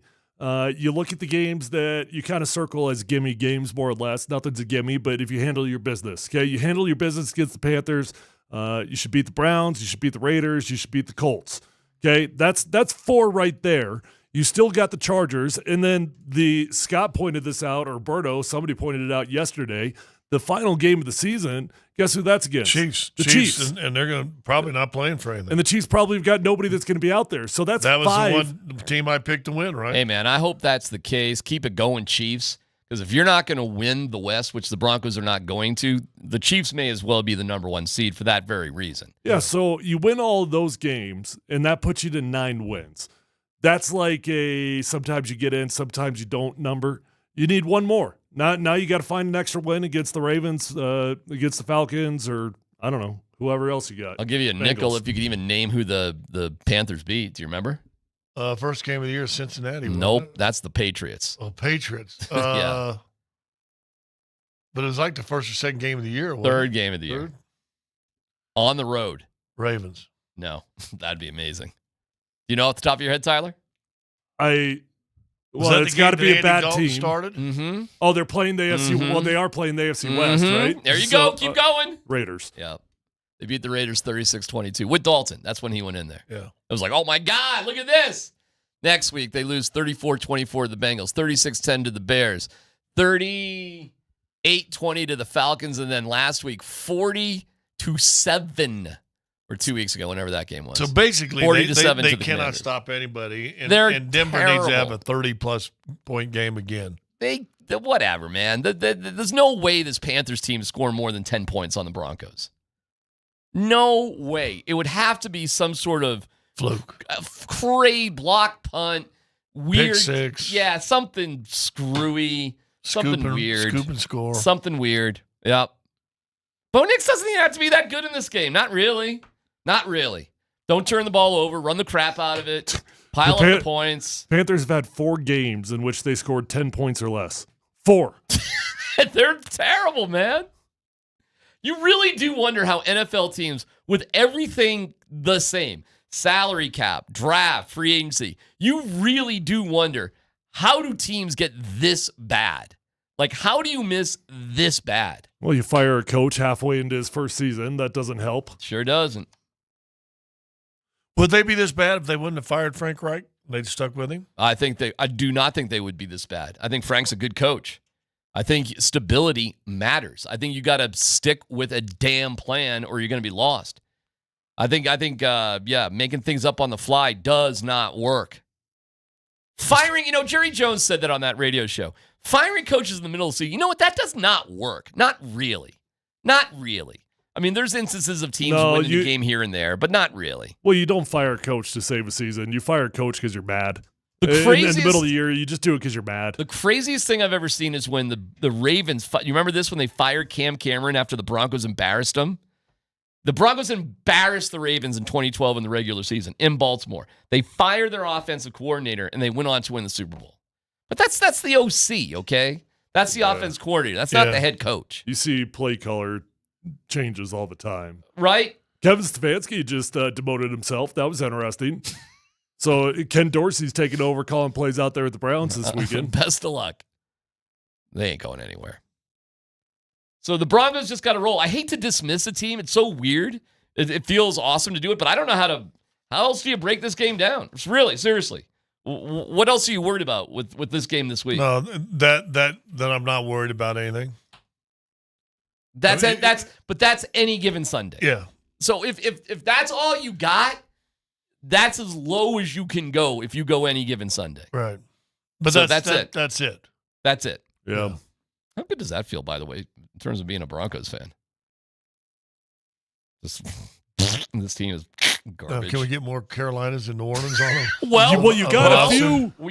Tyler's right. You do have a few. You got the Browns. You got the Browns. You got the Raiders. Yeah. You got the Colts. You sure the Colts are going to be that bad? They're 4-3 right now. Sure. I actually did not realize they were 4-3. To be honest, I just been watching that quarterback, and that dude ain't got it. Well, haven't they been playing Flacco the last couple of weeks? Yeah, they were, but they put Richardson back in. I thought. All right, maybe the Colts aren't as bad as I thought. No, but whatever. They're not world beaters either. No, they're a team like you are. They're sitting up on the bank of the sludge, and you know what? You want to climb a step higher out of the sludge. You beat teams that are like you. All right, let's go through you just got to win. You should win. Panthers, that's one. Yep. Should win. Raiders, yeah. At Raiders, Browns. No, the games they should win is pretty simple, man. I mean, it's only 3. Where's the Browns at? You should beat the Panthers. You should beat the Browns. You should beat the Raiders. You should beat the Colts, in my opinion. All right, I'll go with you. 4. And then, you know what? If you can't split against the Chargers, which is a pretty mediocre football team. But you already lost at home, so that means you're going to go on the road to win. Yeah, it's going to be tough. I know, but come on, man. I mean, D-Mac says that we're ready to win a championship. I'm not saying that. If you can't beat the Chargers, you don't belong in the playoffs. I think you split with the Chiefs. I think you can split with the Chiefs, sweep the Raiders, and split with the Chargers. That's a step forward. This is actually crazy, but we should root for the Chiefs to basically be undefeated this year. Yeah. Because if they're Because you only get a bye if you're the number 1 seed. We got to hope for the Chiefs to be the number 1 seed. Well, but who's even close to them? If they come to week 17 and they're 16 or 15-1, that's going to be good enough. Well, the Bills going to lose another game. Every other team in the AFC has at least 2 losses right now. There's no team with 1 loss. The Texans will probably lose some other games. Texans, yeah, they're not nearly as good as what we thought they were going to be. How about the stupid Steelers? Oh my God! I'm sorry I wasn't here on Monday for your victory lap. It must have felt sweet. Oh, you were mentioned. Mike Tomlin gets the greatest victory lap of all time after that game. God, he had so many like Russell Wilson moments too in that game, but had a nice touch pass, made enough, did enough. He threw for like 264 yards or something. I saw the game. I saw every damn play. I'd like to see Bo Nix throw for 264. And if it wasn't for your situation, I'd have been texting you because I was watching the game. I'd have been. Oh, you should have. You should. Don't hesitate on that. I'm all for distractions at this point. So, I guess you just keep going with Russell Wilson. I guess. What do you mean? You guess? There's no question what you do. I know it's okay. All right. What a story the Steelers have. Yeah, Tomlin. There's still only one big quarterback question left, though. What's that? I'll tell you on the other side. Oh, it's PhD on 92.5. Bet.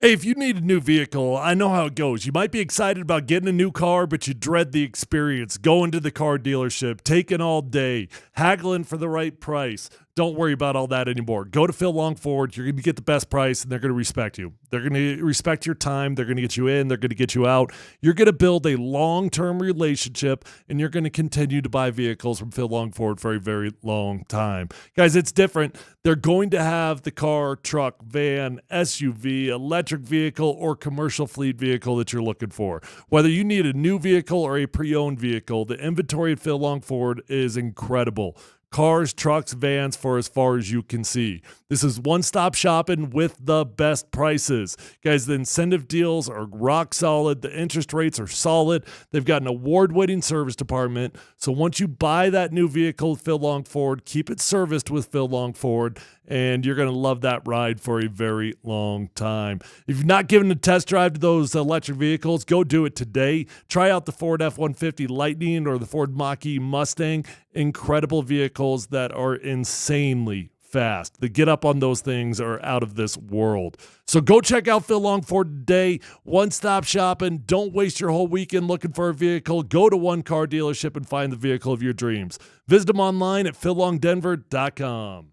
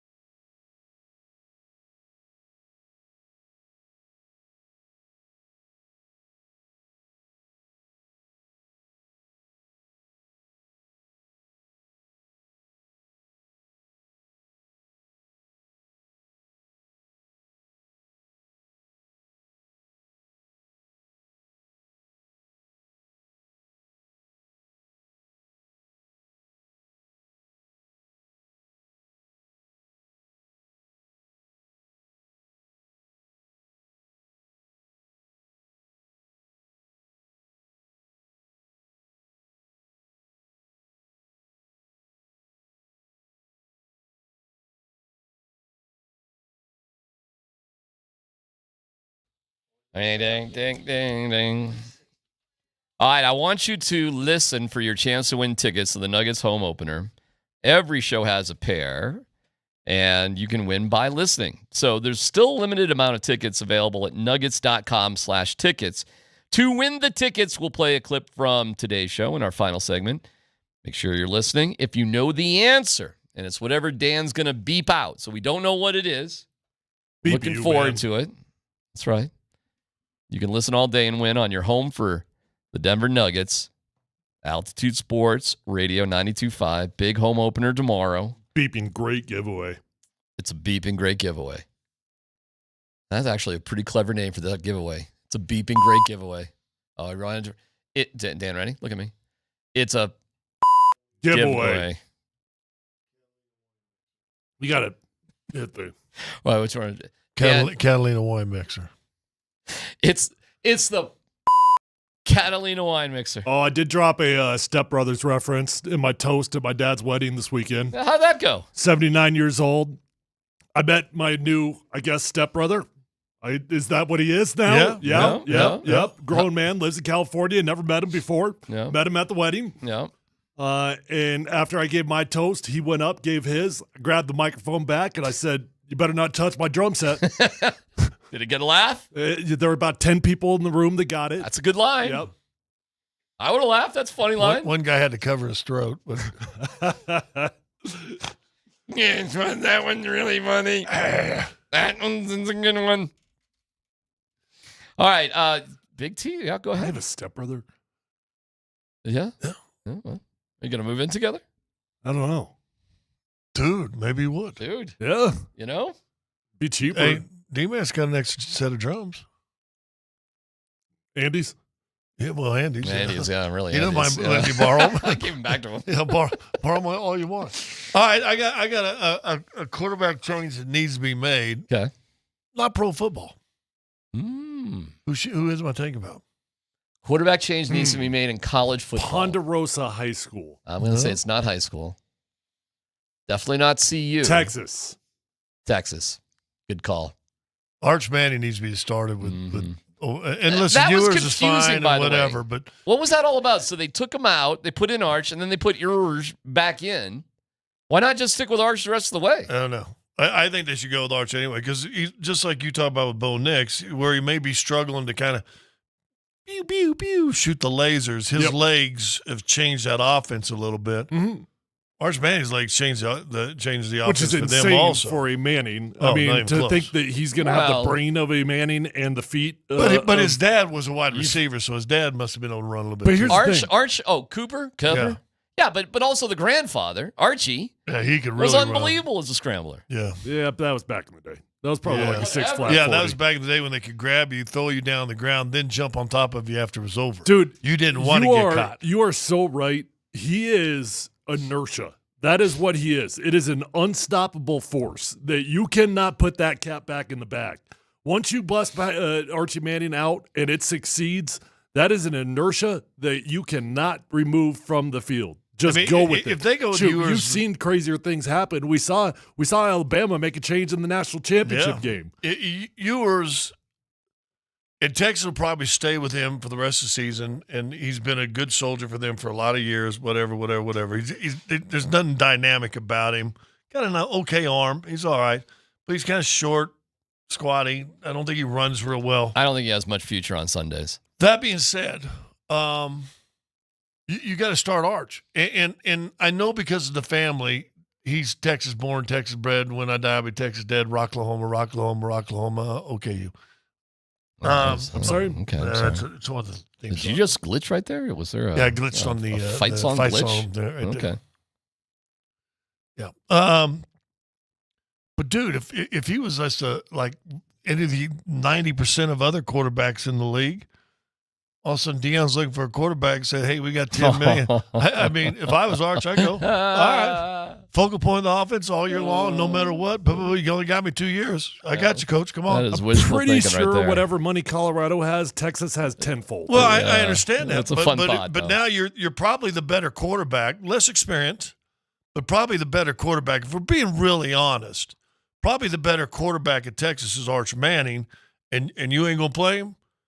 and Steve's going to say, "Here's the keys." By the way, he's going to get the keys to that Austin well, Cadillac. Yeah, absolutely is, and they're probably going to be more viable. But hey, I was a little bit surprised he didn't transfer before the season began.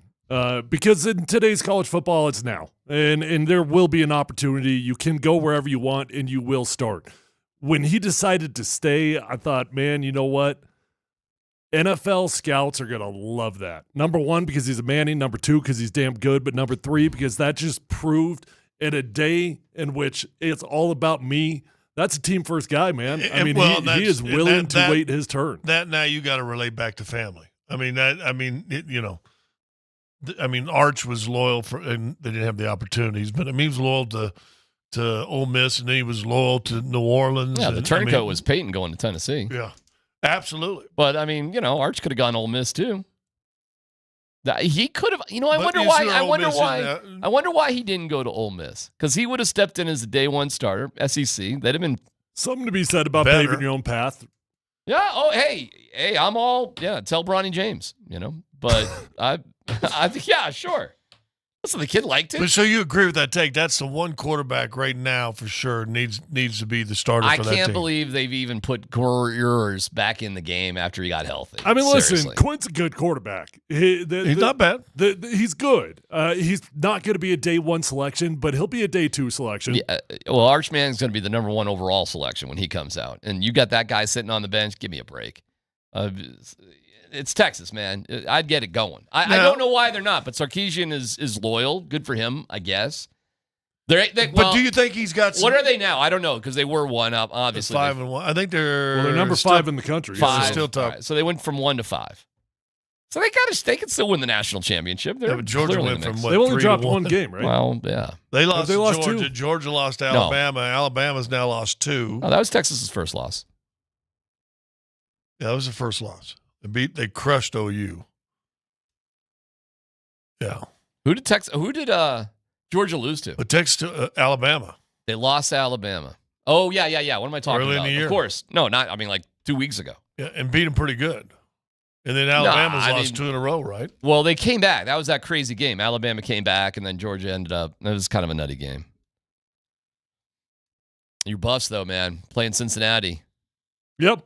I think they're going to kill them. Well, it's a decent football team. They're okay. Cincinnati's not bad, but it turns out the remainder of the schedule for the Buffs is pretty friendly. It is. A bunch of teams that you could lose to, but a bunch of teams that you should beat. Matter of fact, I would go as far as saying they should be favorites from here on out. If you're looking at the betting odds. Well, where's the Arizona State game? They're not playing Arizona State this year. No. Do you see? Well, did you see what's to get them on the? Not this. Unfortunately, I don't know if you know what's going on there. This is pretty funny. So I did watch Cincinnati every play because they played Cincinnati last week. They lost their starter, who had been doing really well for Arizona State, and they put in Jeff Sims. Does that name ring a bell? Yeah. He was the Nebraska quarterback last year. I don't know if there's another college quarterback who looks like Tarzan, plays like Jane, more than this Jeff Sims guy. He sucks. He sucks. So they lost to Cincinnati, and they were so bad at field goal kicking. Ken Dillingham, which the was coach, hilarious. Open tryouts on campus for kickers. He apologized for that. I'm like, why'd you apologize? Why'd you back off from that thing? I guess you can't talk about college kids in a negative way. I want to know if anybody showed up on Monday for the tryout, though. That's what I want to know. That's what I want to know. Did anybody kind of, Coach, I'm here. Here I am. Yeah. I kicked in high school. Yeah. I'm on the baseball team. What do you think? Yeah, I was a midfielder. Soccer player. Sun Devils, forks up. Here I am. Well, that dude that's kicking for the Lions right now, he'd never kicked in his life, went out to the UFL, hit like 5 60-yard bombs, and now he's like the best kicker in the NFL. I saw Prime talk about this yesterday, and he was just like, of course I'm going to go for it on 4th and 10. What's a punt going to do for you? And college kickers aren't like NFL kickers. They cannot make 50-yarders like nothing. Hitting a 50-yarder in college is still like... Especially their kicker, Mata. Mata is terrible, man. Right. Whatever his little automatic Mata or whatever, he kicks the ball like 10 feet off the ground. He's not good, yeah. Put it up in the air. And who was the son of a kicker? Oh, it's Feely. Jay Feely. Yeah, but he got hurt. He got hurt. He tore his ACL or something. Yeah, he got hurt on the kickoff. But they were using him as a kickoff specialist. Yeah, because he blew a bunch of kicks last year. I couldn't believe that kid didn't transfer out of the program. Because he was the starting kicker for all areas last season. Dude, he was, and now he's out because he ripped his leg up.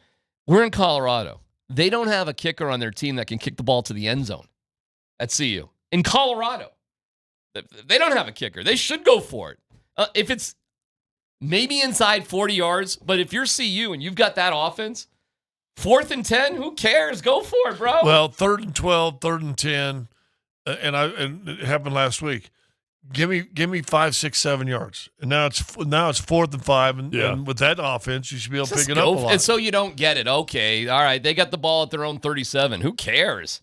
The way their defense is playing right now, CU's defense, who gives a crap? It's pretty awesome, man. You get that ball to midfield, that's 4-down territory for CU. Pretty cool. Yeah, I mean, look, you've got the remaining games, so you go Cincinnati, Texas Tech. Win. Is it Kansas after that, I think? But who's only won one game, I think. Okay, so it's Cincinnati, Texas Tech, Kansas, Oklahoma State, and Utah. Those are your games that you've got left. Utah's down, too. I might have messed up the order there. Still be Oklahoma State and Utah. Oklahoma State's last. Yeah, Oklahoma State is – no. Oh, is it? Yeah. Utah and Oklahoma State, though, will still be tough games. I mean, you'll have to play well to beat both those teams. Yeah. Dude, CU could beat anybody on their schedule right now. It's pretty exciting. I think they're gonna beat up on Cincinnati. That Kansas State game is gonna freaking haunt them, I think, man. I think that game is going to haunt them. To what degree? Like, are you talking about it as like as a playoff hope? Because they could have won that thing. Because they can still win the Big 12 with losing. If they can win the Big 12, then fine, then no big deal. But I'm nervous that is going to cost them when it comes to the Big 12 championship. I don't know. That beatdown they put on Arizona, who is not the team that they were last year after Jedd Fisch left. That was awesome. I mean, that was a beatdown. That was unbelievable. It was so cool. It was so cool. Travis Hunter wasn't even playing. No need. I think he was just not a healthy, but a relatively healthy scratch in the second half of that game. Yeah, they're making so many smart, good decisions at CU these days. It's kind of ridiculous. Well, it's a shoulder with Hunter, and he did have a play late second quarter where he dove all out. He kind of got up. You could see he was kind of grimacing a little bit, and then they didn't. But if that game was on the line, he would have been playing. Time for no dumb questions. Columbus, Hastings, and DMAC present No Dumb Questions. This is your safe space. Safe place. I'm leaning into the segment. You're a smart guy. Send us your not dumb question now. Tweet it, text it, or Twitch it. It's No Dumb Questions. With thanks to Old Chicago Pizza and Tap Room. Visit oldchicago.com for a location near you. Thank you to Old Chicago. Find them at oldchicago.com. Yeah, Scotty. No dumb question. I was thinking about this. I got to go a week ago Thursday, the Broncos game night. Gotcha. Which, my next dumb question is stupid apps that have sports on it. But anyway. What? Did you see the ratings for the ESPN Plus game? There was only like 1.6 million people watched. Oh, the Chargers and the Cardinals. It was terrible. So they're right there at the WNBA championship. And I'm happy about that. I'm happy that they got terrible viewership. Well, I was looking for it. Avs Kraken last night was ESPN Plus. That was a hard one to find. I watched it on ESPN. Oh, mine was on ESPN Plus. It was on ESPN. It was on both. It was? Yeah. Yeah, I watched it on ESPN. Then the Knights. I didn't stay up for the Knights game after that. All right, anyways, go ahead. We got to talk about the Avs on a roll. Sure. Right there, they played in the hot hand. Anyway, I went a week ago Thursday. I went to the DU women's soccer game. You know, Ellie's club team. Mm-hmm. They did all the stuff they had, which is really kind of cool. If you Fun environment. A great environment, great little stadium, by the way. Was that your first time there? Yeah, first time to watch soccer cool. there. Yeah, and they were having a lacrosse camp just right next to it. I mean, unbelievable facilities, really is. Yep. And they had a women's volleyball game inside, in the Ritchie Center, and nothing going on the ice, obviously. But here's the no dumb question: have we slept on too many we don't cover sports that are actually kind of real? I mean, if you're like a sports person, that we should kind of invest in a little bit once in a while. We? Well, the regular sports fan, people that listen to the station who might go to a Broncos or a Nuggets or an Avs game, but they aren't going to go see DU play this year. Now, there are a lot of Avs fans who go see DU hockey, But they're not going to watch. I mean, DU basketball is Division I. I think if you have a personal investment, any sporting event can be kind of fun. And the deeper your personal investment. So you have investment, to have a personal investment. I think so, yeah. Yeah, like, listen, you're there because your daughter's team was there. And you know what she did? You weren't there because you said to the warden, hey, I got a good idea. Their team, and there was different teams, different roles. Their team was the team that ran out there. And as they introduced the starters for DU, they were the ones giving all the starters high five. Now you care because Ellie was. Have you done a DU lacrosse game? I did actually in a championship year. I've only done one, but it was a blast. It's unbelievable. I mean, beautiful little setting. I mean, it's just they're all right there. Now the worst thing about parking in DU is absolutely horrendous. Oh, there is no parking. Yeah, you got to go. I had to park in that RTD. Boy, if you're struggling finding parking for a women's soccer game, that is. Well, it was unbelievable. I will tell you what. Apparently, and I know they how many people were there? I would say the stands were probably 80% full, 85. That's pretty good. And they're playing Omaha. Okay, that might be 1,000 people. I think it's bigger than that. All right. I think just the 1,000 parents of people kids. in women's soccer game seems pretty good to me. Yeah, no, it was more than that. All right. But I think someone said that the Mines, either women's or men's soccer team, is like ranked number 1 in the country. Mines athletics is just on top of the world. But how much do we check in on them? Listen, man, if you don't got a personal investment, you're not missing anything. The sport's not that exciting. But if you got a personal investment, anything what's my personal investment with the Broncos? I would say it's your other than my job. Well, if you feel like that, fine. I mean, if you don't feel, I mean, God, how long you've lived in Colorado and you're on the broadcast and, you know. But is it a personal investment? Personal means I have my daughter out on the field. Tyler's probably been to more swimming matches than any of us. Yeah, and I'm sure there's a lot of close races, but I could care less because I don't have a personal investment. Don't foresee myself going to a random swim meet, though. As much as I love seeing my daughters in the pool. As great as it might be. No, but if they had the Towel Girls with your daughter's club team at DU for women's swim tournament, to support my daughter. And I think you'd be shocked how kind of fun it is. Sports is all about personal investments on every level. See, I don't know about the personal investment. I don't get that. Okay. Then if we find some sort of champion. It's always more fun when you got a reason. That's for sure. I mean, I guess you can get caught up in the moment if your team gets to a championship level. That's why I'm a big Steelers fan. Yeah, okay. Really big believer in Russ. All right. I have a personal relationship. Now you're touching my button. What sporting event, non-traditional sporting event, have you gone to on your own volition, like, I got to go to this? That you didn't have a personal investment in? I used to go to high school football games after I got divorced, which was Friday nights. My son was everybody. I mean, I had no dog in the hunt, and I went to a handful of Friday night high school football games, and it was outstanding. I'll tell you one.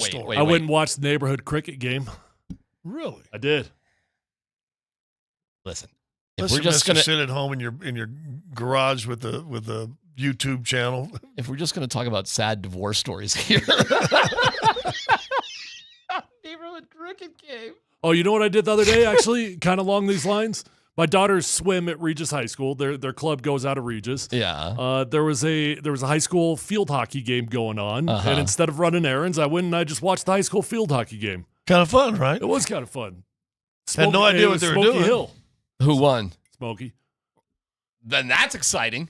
Why weren't you there? You got a personal whatever you call it. It's remarkable how my all right, I got a serious question. My desire to watch the Smoky sports has diminished over the past couple years. Now that your kids are out? I still root for them, but you got to make it quick because we got Jeff Legwell on the other side. We can answer it later, but I'll just tease it. My no dumb question of the day. Bednar said he's going with the hot hand. Oh, yeah. He's keeping Eustace in there. Yeah. Does he ever turn back after this? Let's get to that after 2 o'clock. But Jeff Legwall joins us coming up next.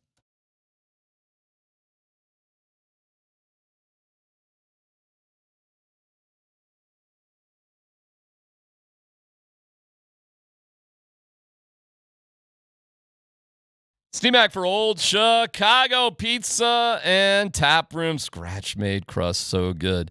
110 local and legendary beers on tap. That World Beer Tour is just waiting for you. Incredible, the unbelievable lunch deal for under $10. But now, how about this? The threefer. The threefer. 3 of your favorites, only $10.99 anytime at Old Chicago. From cheesy scratch-made pizza and calzones, a signature burger, spaghetti with sausage, then you throw on a salad, throw on a dessert. It's a threefer for just $10.99. Get exactly what you want. My good friends at Old Chicago. They were founded in Boulder in 1976, perfecting pizza ever since. And to find your local Old Chicago, it's simple. Just go to oldchicago.com. It beats the buy one, get one. It's the threefer at Old Chicago.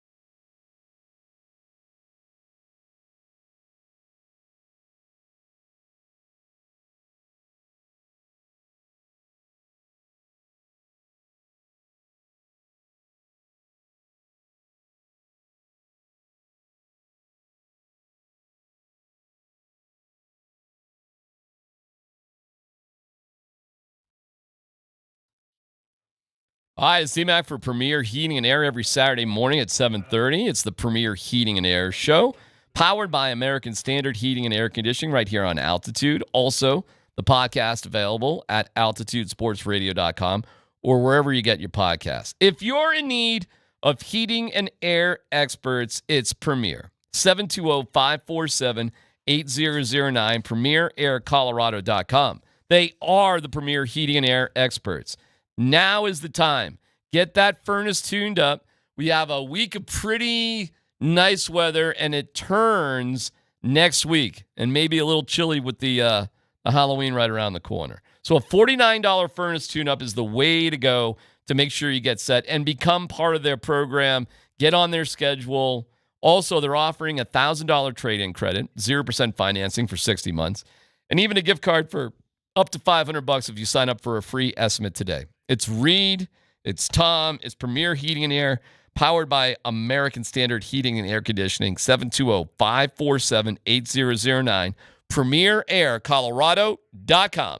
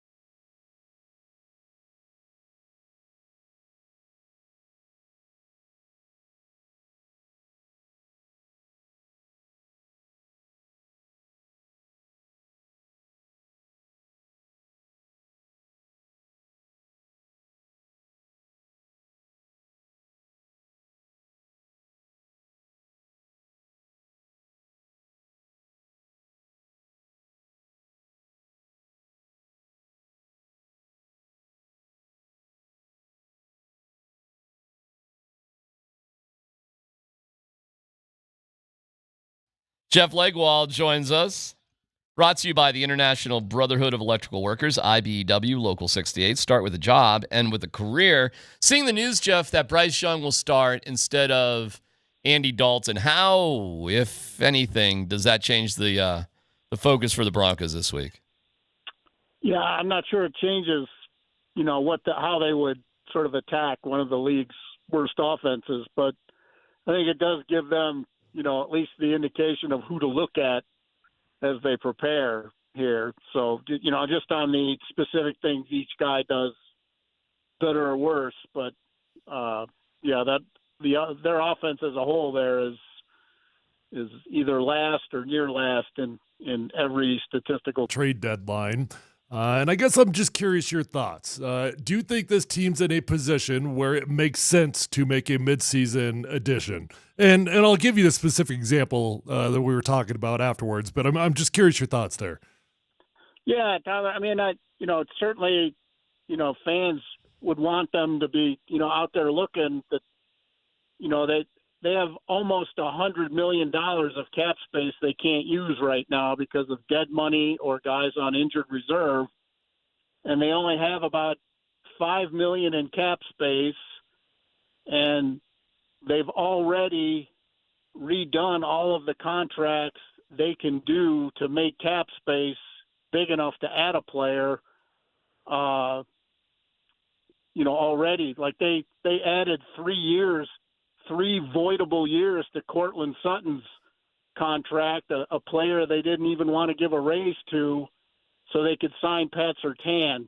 Mm-hmm. Now, at this point in the year, you could add a guy because his salary's prorated and essentially say, we're turning all of this salary into bonus and give them the cash and take the cap figure down, but you'd have to add some voidable years and all of those things they've already done probably too much for teams that are really concerned about a salary cap problem down the road, already. So yes, they can do it, but it would be a heavy lift and they're already creating a lot of trouble for later that they would only be adding to. So, are they good? Are you really good enough right now to like sort of make that move? I know that's a tough call to me. All right, what about selling? And the one positional group we were talking about was actually edge rushers, not because you don't like him, you love all of them.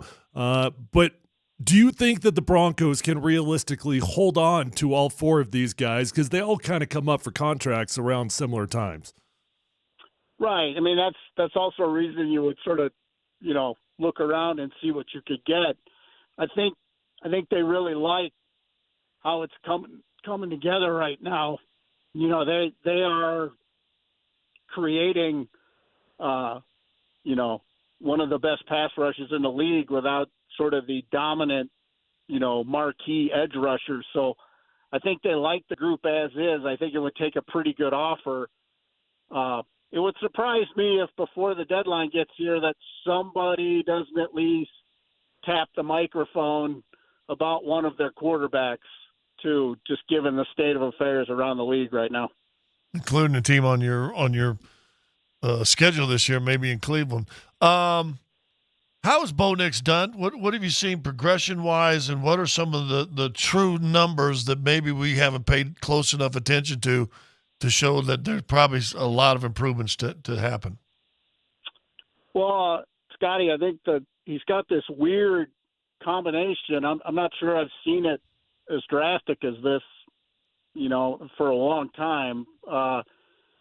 He's in the top 8 in pass attempts. I think he's tied for 8th right now. So he's busy. I mean, he's one of the busiest quarterbacks in the league, and he's also one of the worst in the league in completion percentage and yards per completion. So he's throwing a lot. They're asking him to throw a lot, and he's not completing a lot of the shortest passes. So it is really it's a weird combination, and they seem bound and determined to keep him busy no matter what the numbers tell them.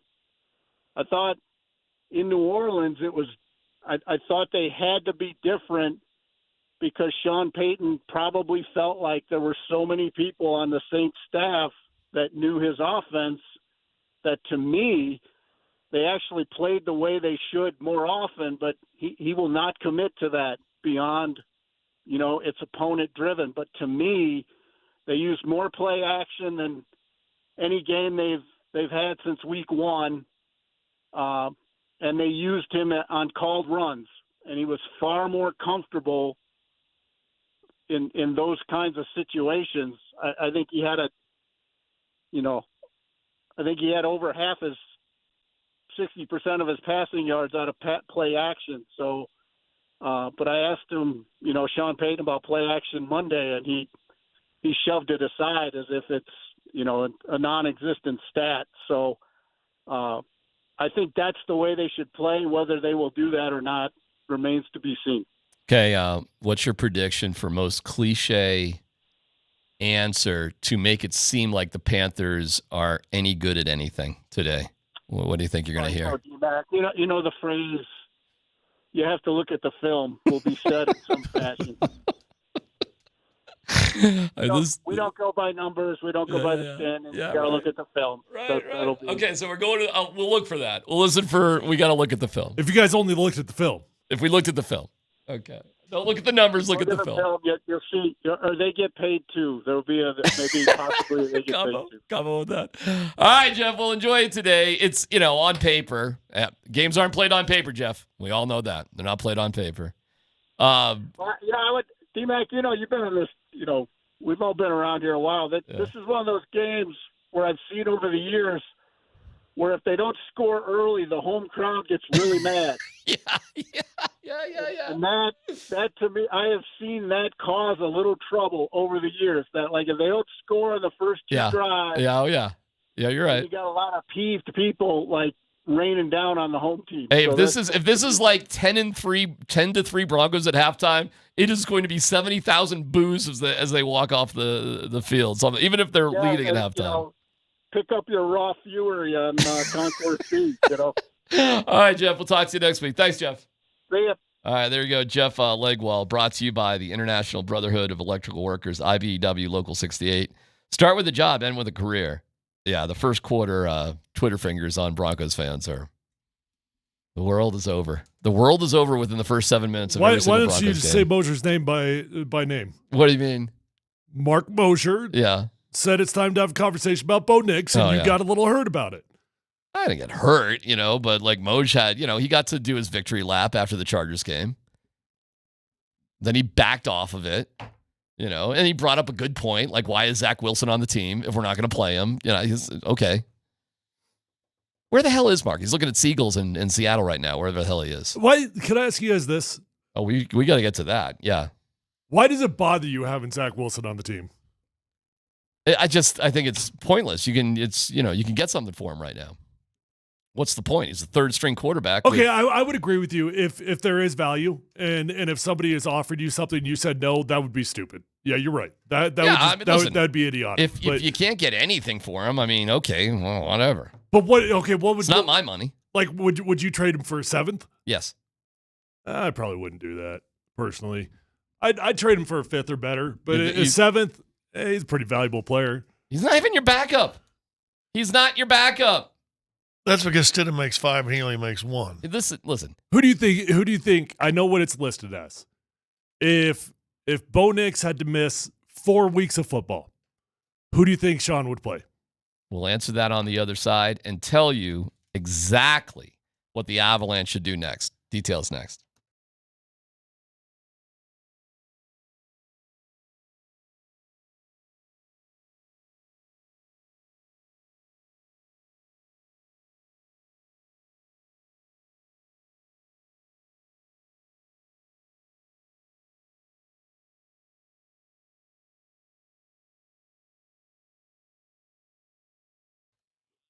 All right, it's D-Mac here for Mike Maroney, Chevrolet GMC.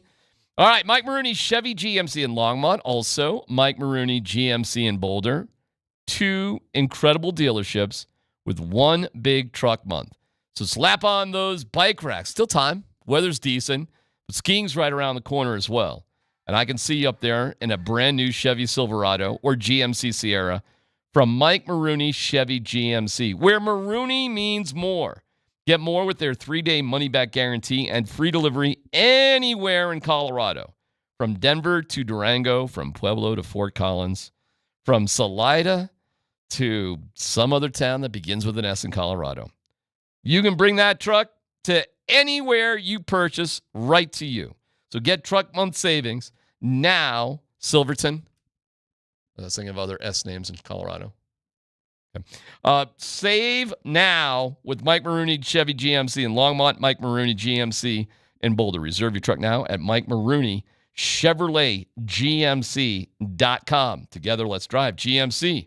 We are professional grade. Tell them D-Mac sent you.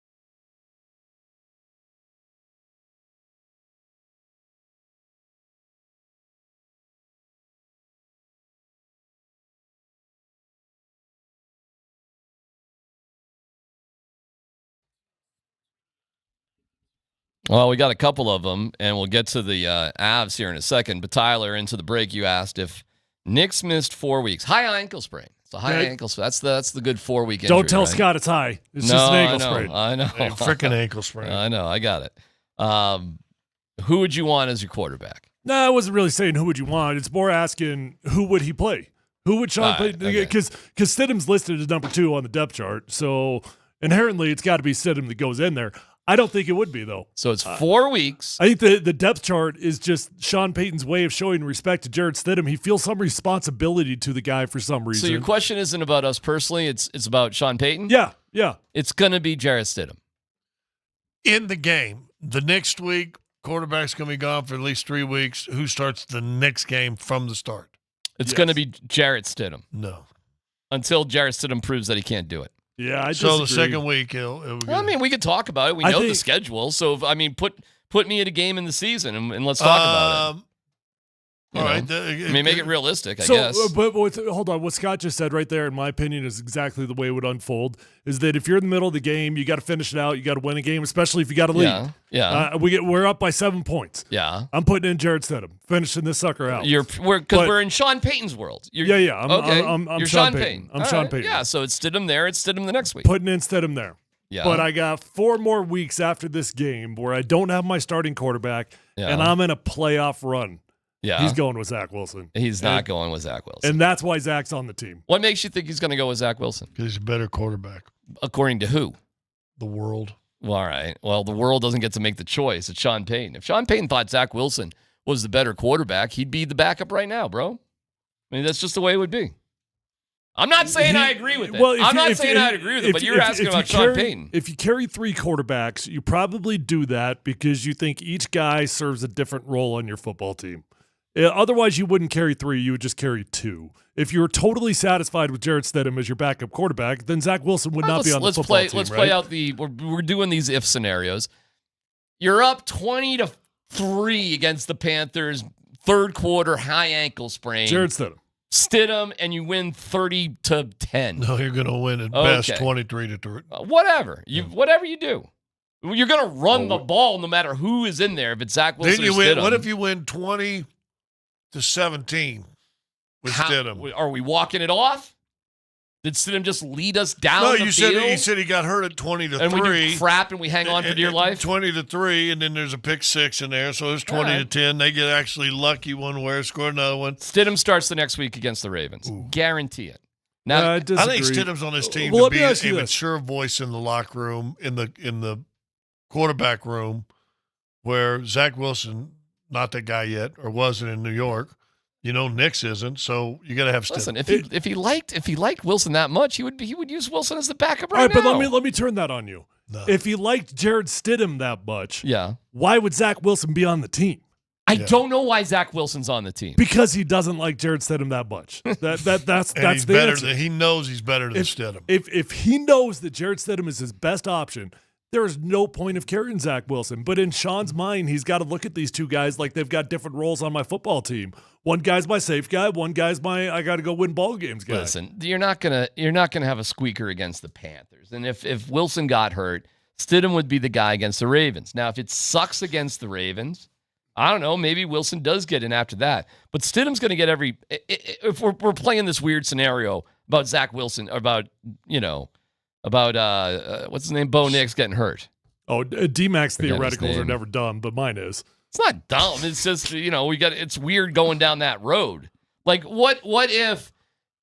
Well, the only reason we're going down the road because you said let's get rid of Zach. Exactly. Why is Zach on the team? And I think he's given a scenario. Here's why. I'm telling you why he's on the football team. Because if you're satisfied in Jarrett Stidham, you only carry 2. It's that simple. All right, I'm not disagreeing with you. It's weird that Wilson's on the team, so there must be some thought that Stidham isn't the guy to back him up. You're probably right about that. And you know what it is? My opinion.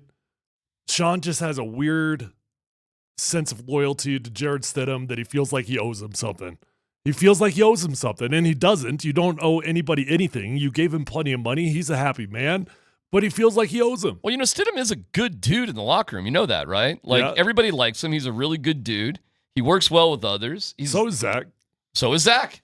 It's a real. We told you that during training camp. Like, this is no joke. These guys really get along great. The room is solid. And well, we all agree that if you could trade Zach, you do. And Davis Webb is a key guy with this whole thing as a quarterback coach. Like, it's a good room. There's really no problems here. So you don't have to manufacture a problem where it doesn't exist. It's all good. Well, then why are you trying to get rid of Zach? Because I want value and depth for this team to build towards the future. I do too. Well, you could have had that in the draft by taking Bowers. Oh, that'd have been idiotic. Thank God. Get Bo Nix in the second round. Yeah, get Bo Nix in the second round. Now maybe get Bo in the fourth. Oh, now all of a sudden, boom. You guys trying to? How long does Bo last? Welcome me back. Career? No. If he doesn't get selected by the Broncos. Well, you saw who went next. Spencer Rattler in the 5th round. It probably goes in that direction. No, the Raiders. The Raiders would have picked him with the next pick. Yeah, the Raiders. 13, you think so? Yeah. Oh yeah. They needed a quarterback desperately. Yeah. They. Although maybe they just didn't like the dude. Well, first of all, Bowers would have been gone in that scenario, so it's not like Brock Bowers would have been there. The Broncos. Wait. Why? The Broncos would have taken him. Oh, you're saying for the Raiders? I thought you were saying so the Raiders don't move up. The Broncos don't take Nix. Bowers is gone. Yeah. The Raiders would have definitely taken Bo Nix. No brainer. So Bo was going to go no matter what. So then you got Spencer Rattler. I kind of 5th round. I went on a tangent last night about they'd take him early second. Realistic expectations for Bo, and it feels like we grade him on a different curve than you grade Caleb Williams, than you grade Jaden Daniels. Like it's not fair to compare Bo Nix, the 5th quarterback off the board, to Caleb Williams, who's balling, to Jaden Daniels, who's balling.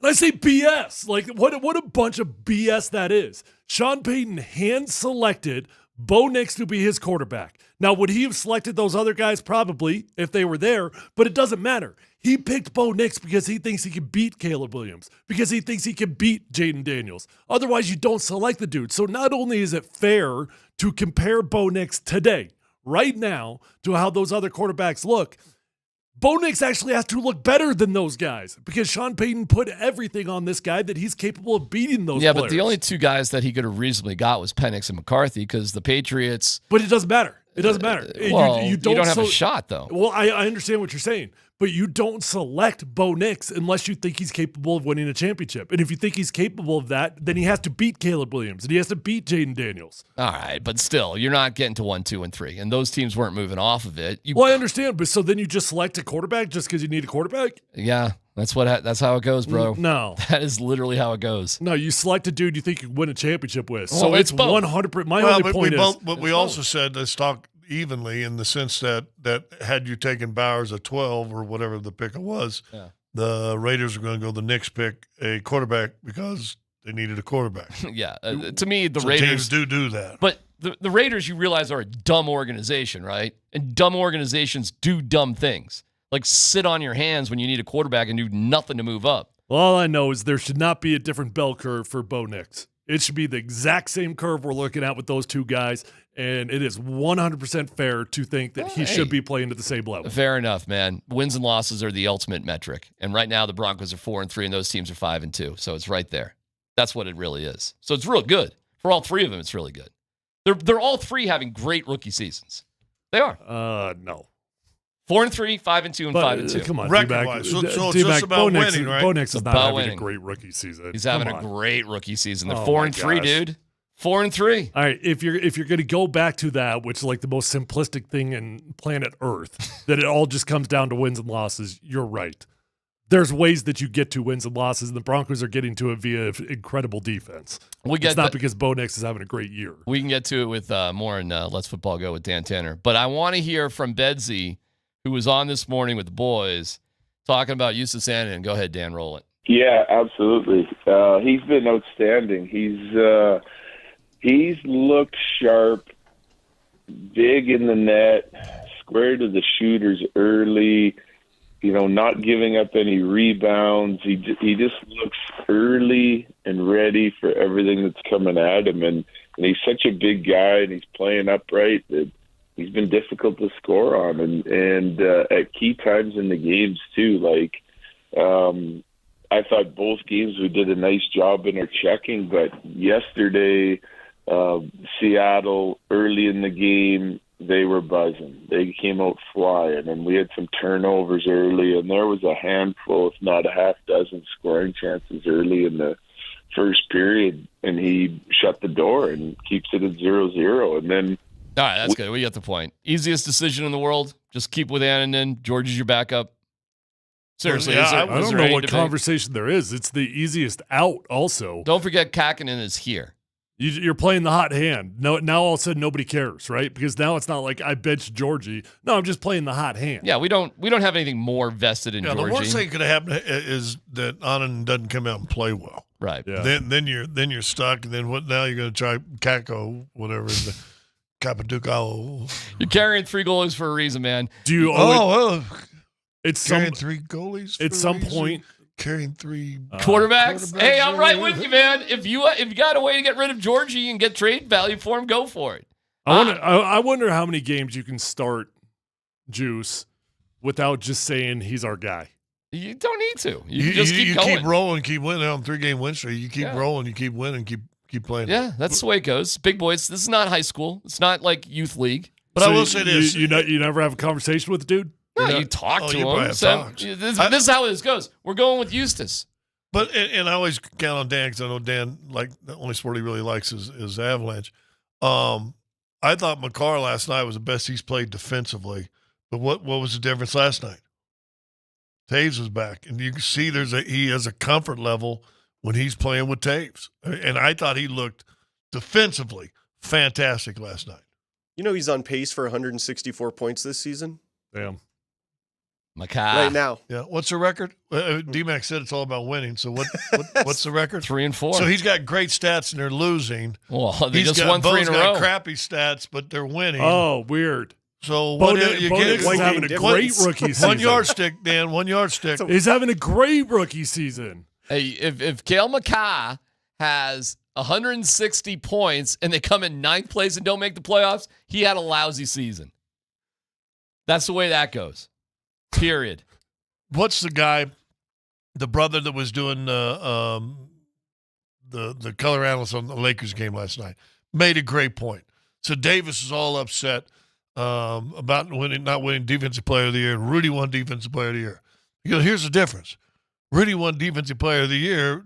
Minnesota was the number 1 ranked defense in the league. LA was 17. He goes, there you go. He goes, you ain't winning Defensive Man of the Year if your team's 17th in the league in defense. You guys hear Robert Horry going off on Jokic that he can't play defense? Great take. And Robert Horry could? Yeah, a great take. They're like ripping on a multiple-time MVP is not a championship-level player or something. Lamar Jackson's doing good. Okay, let's football go. Dan Tanner coming up next.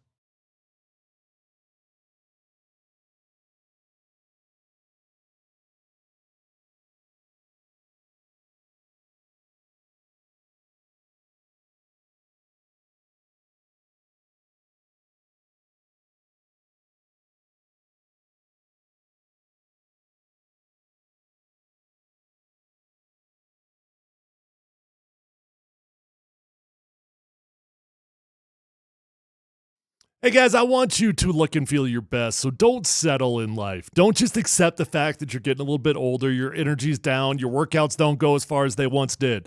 Do something about it because you can easily change your life when you call my friends over at Revitalized Health.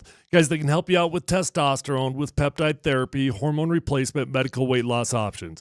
You go into Revitalized Health, they're going to check your numbers, they're going to get your numbers where they belong with a customized, individualized game plan for your body, your needs, and believe me, you probably are deficient somewhere. When you get those numbers where they belong, you're going to feel like a different person. You're going to look better, feel better, sleep better. You're just going to be in a better mood. So don't settle. Change your life today. Call Revitalized Health. They've got 3 locations. They're close to you no matter where you live. You can find them online at revitalized-health.com.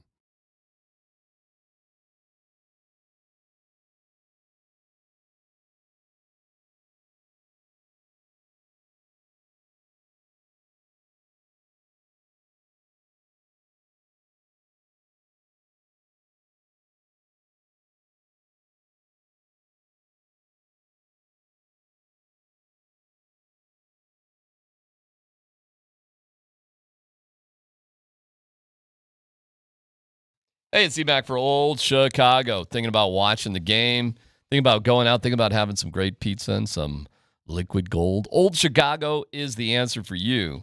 And you can save some money, too. They've got their 3-for going on right now. 3-for's pretty amazing, man. It's 3 of your favorites for $10.99 anytime.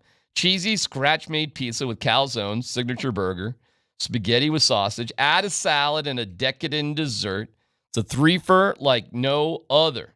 Just $10.99. Get exactly what you want. Have that 3-for at Old Chicago. Founded in Boulder in 1976. Perfecting pizza with that scratch-made crust. Oh, it's so delicious. So good. So whether it's dine-in or take-out, Old Chicago is the go-to spot. Find your closest Old Chicago by simply going to oldchicago.com. That's oldchicago.com.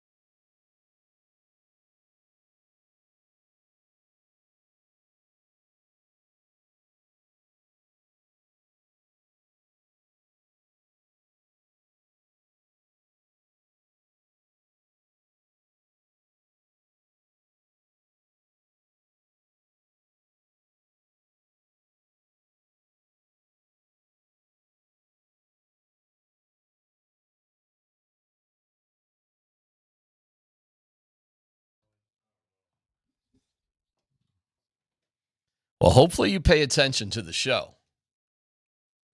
Well, nod, Why is right that, there. Well, because only a bleeping idiot wouldn't listen. For a cat person, you got a dog hat on. That's a little tribute to my dad going on right there. Oh, there you go. Little black dog, Martha's Vineyard action right there. Yeah. So, Is that where you had your boat? If I had a boat, that would be in Martha's Vineyard. I would not be doing radio shows. That being said, or it'd be a radio show at WMVY. We have a pair of tickets for those Nuggets opening night. Tickets are still available at nuggets.com/tickets. To win the tickets, we'll play a clip from our show in our final segment coming up in about 20 minutes or so. And if you're listening, you know the answer. We'll bleep it out. So it's a word, right? Just a word. That's it. You got to know it. And you have a chance to win Denver Nuggets tickets. And Nate and Andy will have a shot to do that as well. Same sort of way from Altitude Sports Radio 92.5. All right, Dan, Buds, Quins, Tanner, what's good? All right, just a quick Broncos note here, fellas. Congratulations to your AFC Defensive Player of the Week, Cody Barton.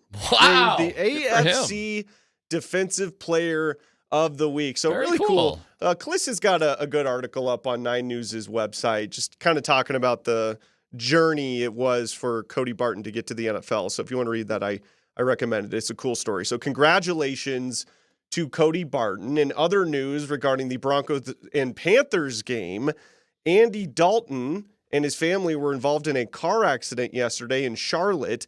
None of he or his family were transported to the hospital, so it sounds like the family is okay. But Dalton did hurt his thumb, so last year's number 1 overall pick, Bryce Young, will start against the Broncos this Sunday. That's wild, man. You know, most jobs, you hurt your thumb, you're probably good at most jobs. But spinning a football, that's terrible luck, and I'm glad his family's okay. That's terrible luck for Andy Dalton. Yeah. So I think worse than that, he's getting jabbed in the lung. What's that? The only thing worse is get poked in the lung with a needle. Oh, yeah. Who did that happen Oh, that to? was it was Tyrod Taylor. Tyrod Taylor, right. Out there with the Bills, right? That was terrible. That was with the No, Chargers. that's with the Chargers. Oh, okay. That's when Justin Herbert got his start. Oh, that's right. But listen, man, let me tell you. They did have one good game with Andy Dalton being the Raiders, but that really was about it. It's not like he's been their answer. They're a bad team. Andy Dalton was a damn good quarterback at one point in his career. Dude got a $100 million contract. He took the Bengals to the playoffs quite a bit.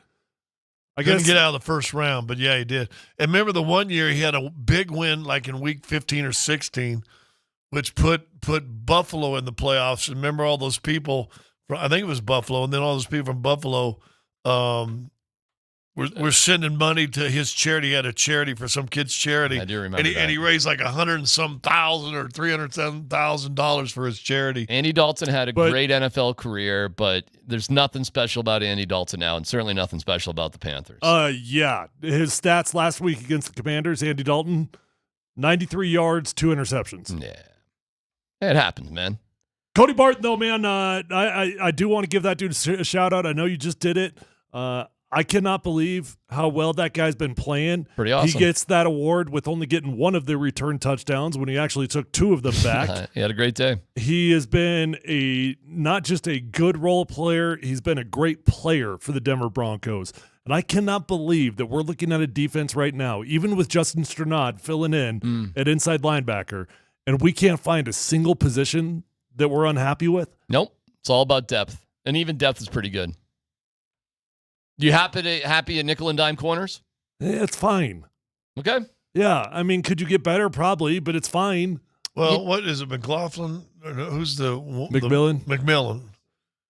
I thought he struggled in the first couple of weeks, but I thought he's played better in the last 2. Are you guys, I'd be so tempted to give Pat Surtain just another week off and just get him good. See, Tua's coming back? But he's missed 4 weeks. Right. He's missed a month. Don't you think, hey, we'll be okay without Surtain for this one? I would think about it. Like, even if he was okay to come back, you know what I'm saying? Like on this, because you need him a lot more, don't you think, in Baltimore than you're going to need him here tonight. You could always dress him and play him if you needed him. I just would be careful. That's all, because he's too valuable, and you should be able to beat these guys no matter what. It does seem insane to me that there is not like a standardized minimum amount of time that you have to miss with a concussion. That's wild. I get it. You can't standardize a concussion. Trust me, nobody knows it better than me. But we can't just put some common sense rules around this thing. Like you have to miss a minimum of 2 weeks. You have to miss a minimum of 3 weeks. Well, they have a protocol, but yeah, but the protocol. Here's the protocol. It seems ridiculous. No. I'll tell you how the protocol goes. How do you feel? I feel good. Right. Okay, let's go put you on the elliptical for 30 minutes. Yeah. Okay, how'd you do on the elliptical? Did you throw up? Nope. Okay, let's put you back there on the field. Did you throw up? Nope. Okay, how's your baseline test? Oh, you can't pass the baseline test anyways? Don't worry about it. You're good with all the other symptoms. You're cleared. Well, to me, the baseline test got to be first. You got to pass. I'm going to tell you right now, one of my out. concussions, I never cleared the baseline test. And they cleared me for play. Yeah, and then that's wrong by the NFL. I couldn't pass it. I couldn't get back to where my numbers were supposed to be. And they're like, well, the baseline test is just a small piece of the puzzle here. Everything else looks clear for you. And and this is no knock. You're the kind of player that can't afford to sit out another week or two. Of course. Yeah. All right, next up, Dan. That's BS.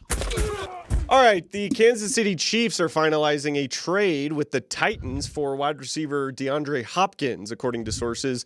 So the Titans would receive a 5th-round pick, which is conditional. If the Chiefs, I believe, get to the Super Bowl and he plays 60% of the snaps, it turns into a 4th-round pick. Obviously, the Chiefs have been decimated by injuries at receiver. They lost Rashee Rice and Hollywood Brown to season-ending injuries, while Juju Smith-Schuster suffered a hamstring injury in Week 7 and has already been ruled out for Week 8. Fellas, how much better does the trade for DeAndre Hopkins make the Chiefs? Doesn't make them worse.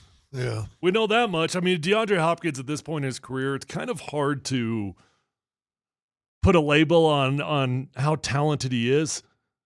He's been stuck without a quarterback now for what feels like 5 years on the teams he's been playing with. But shoot, man, for a 5th rounder, nobody wants to see that go to the Chiefs. No, he helps, man. And Xavier Worthy's a dangerous dude, and Steele, their new running back, seems to be doing all right. I mean, everything they touch turns out to be gold. So why would this? They pulled Kareem Hunt off the street, and he's running the ball like crazy. I get you. Hopkins' stats on the season, though, are pretty abysmal. Get ready. Yeah. Get ready for a nice second half comeback. He's likely going to be really good.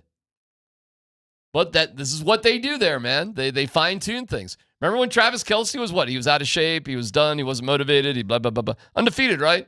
They haven't lost a game? Doing all right? The Chiefs are a defensive team. You got to do something, man. You got to always be improving your team. You got to be improving your team if you care about the season at all. How about this Hopkins? He's older. He's 32. But, I mean, we've seen receivers do it. At one time was just a phenomenal in his career. You know he's only got 21 targets all season long in 6 games. There you go. That sucks. Last game, he's only got 173 yards. Last game, he had 1 target, 1 catch for -2 yards. Okay. What do you think he's going to do with Frankly, they don't have much to lose. What, they give up for him, a 5th rounder? Yeah, 5th that could turn into a 4th if they win a Super Bowl. You're talking about trying to win your 4th Super Bowl in 5 years. I mean, what do you care about draft picks? He's also had over 1,000 yards in 7 of his this is his 12th season. In 7 of those years, including last year, he went over 1,000 yards. You're picking up players at this point just to huge. become like a little bit better, incrementally better. Are you a little bit better because you got DeAndre Hopkins? Probably. Now you just got a guy now that at least a threat, and guess what? Everybody's going to have to worry about where he's at on the field. No, that's right. And what are we giving up? A 5th round pick? I mean, what it does is it just gets Kansas City through until they get their guys healthy. And once they have their guys healthy, it's pretty terrifying. Yes. I did see a funny meme for the 49ers. The healthiest wide receiver on the 49ers roster right now is a dude that got shot 2 months ago. Yeah, they're kind of cooked, man. That season is are they about done? I think they are, man. I never count them out, but it doesn't look good. All right, next story, Dan. All right, speaking of wide receivers, the Tampa Bay Buccaneers will be without both of their star wide receivers for the foreseeable future. Todd Bowles said yesterday that Chris Godwin will undergo surgery for a dislocated left ankle and will likely be done for the season.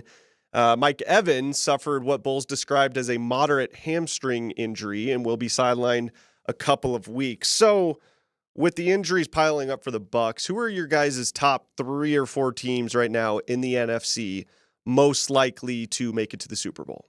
Well, there's 2 that are super obvious. I guess the third is debatable, but Lions and Vikings. Yeah, I think the Lions. I think the Vikings are going to be good all year. I think Sam Darnold's real with that team. You're not buying the Packers? I think the Packers will make noise, and I think Philadelphia will come back and make noise this year. Oh, the Packers are incredibly dangerous. Jordan Love just is a little bit too much Brett Favre to be comfortable, meaning he's got all the good and the bad of Brett Favre. The dude is a flat-out gunslinger. Brett Favre that won a Super Bowl? Yeah, exactly. That's a badass division right there, huh? NFC North? Oh, it's damn. Yeah, and even the Bears are coming alive. All right, next story, Dan. Lastly, fellas, let's go to Aaron Rodgers on the Pat McAfee show yesterday to talk about Boogergate. Did you hear about this while you were away, D-Mac? I did. I saw the highlight. Yes. Well, Aaron Did Rodgers. He eat it? That's what he's talking about here. Did he eat it or not? Here's Aaron. As far as the boogs goes, I've actually never eaten my boogers. That's one thing I'm very proud of. That was your first time on TV?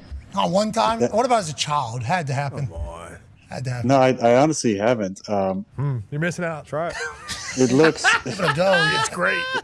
It's a tough look to try and defend because that video it's a little incriminating. But I can tell you that there needs to be a side view that shows that there wasn't a boog that actually went in the mouth. Okay. It seems like I didn't get anything on that one. That's why I was just kind of like seeing what was going on. But yeah, it's a bad He look. just tasting the flavor. What a weird thing to lie about. All right. Okay. Whatever. It's a weird thing to lie about, man. I don't think he actually got a bug, though. I don't think Gardner Minshew got a bug. All right. Whatever. Okay. But you gotta love McAfee. You Who's don't McAfee go, on you, there with? You don't go straight from the nose to your mouth unless you've previously gotten a bug. Yeah, listen to their reactions. Like, they're like, hey, come on, dude. We've all done it. Well, no, Tyler already came out this week, said he's never done it. I know. Listen, it's not something you're proud of. Just salty, a little soft. Yeah, I mean, it's nothing to brag about, but to say that you've never done it, you've never done it. I've swallowed a bug from swallowed a bug or two on accident. That bug have a little sugar in it? There you go.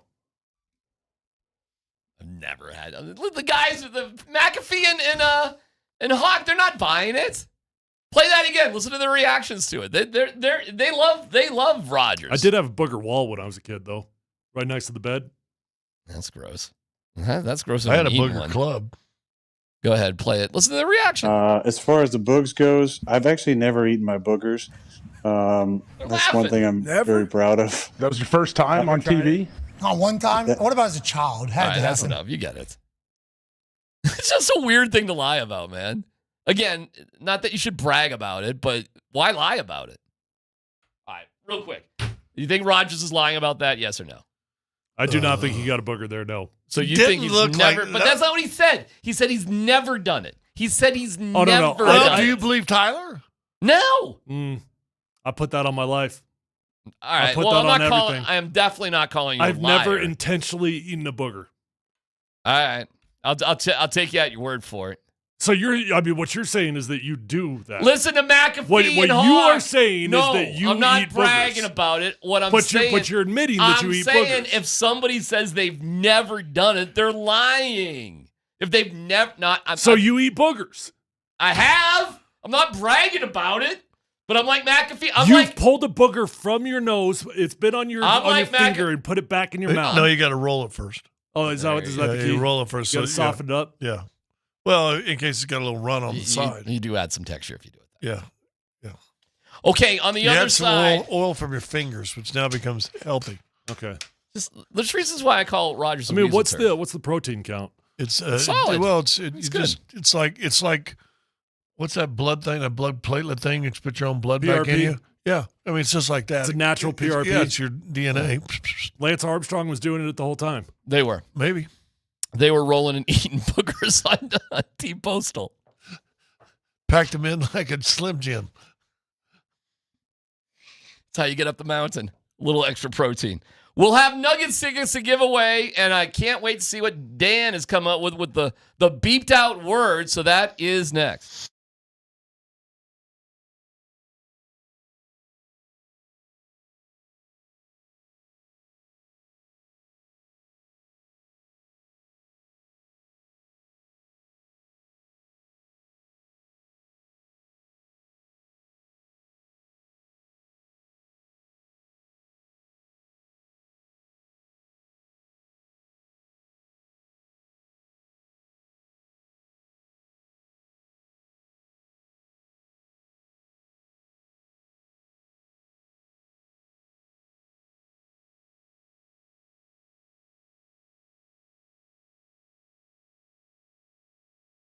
All right, it's D-Mac from Mike Maroney. Mike Maroney Auto Group's Truck Month is happening now with their lowest price of the year. So whether you're tackling mountain roads or city streets, what do you need?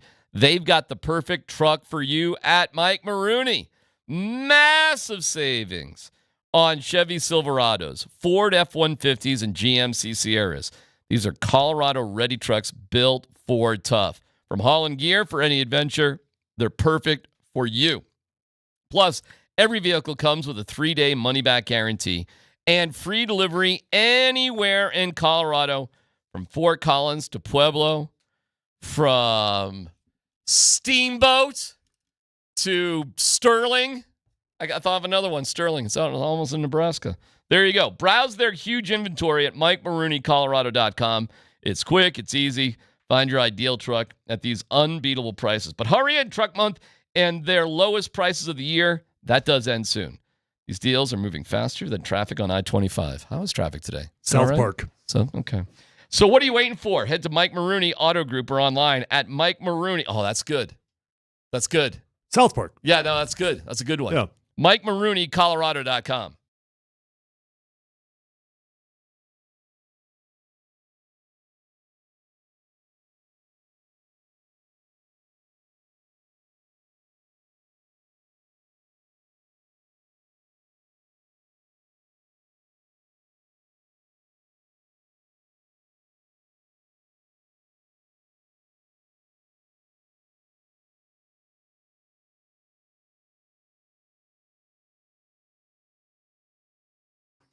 All right, so you're losing your hair and you're looking for a simple solution that works. You want the best, right? Modern technology with top-rated physicians, something that's guaranteed to work.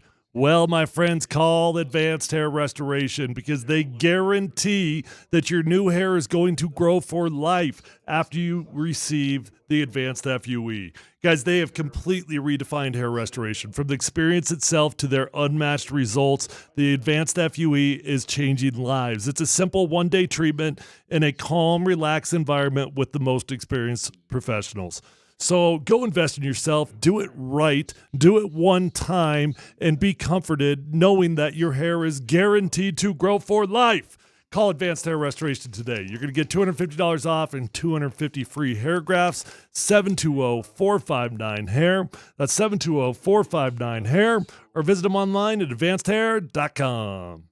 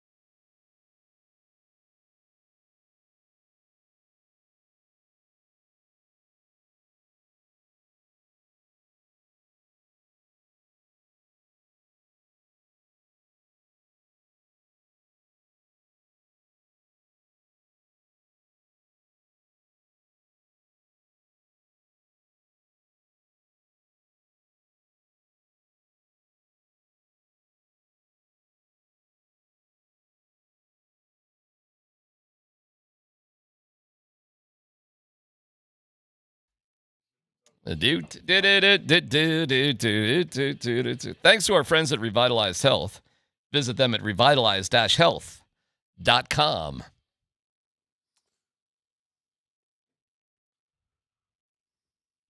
Oh. This is a good remake. Oh, it's a great remake. Do you know who does it? Plain White Tees. What's that? Plain White. No. What is it? I'm forgetting who does it too. I hope I'm right. I have to look it up now.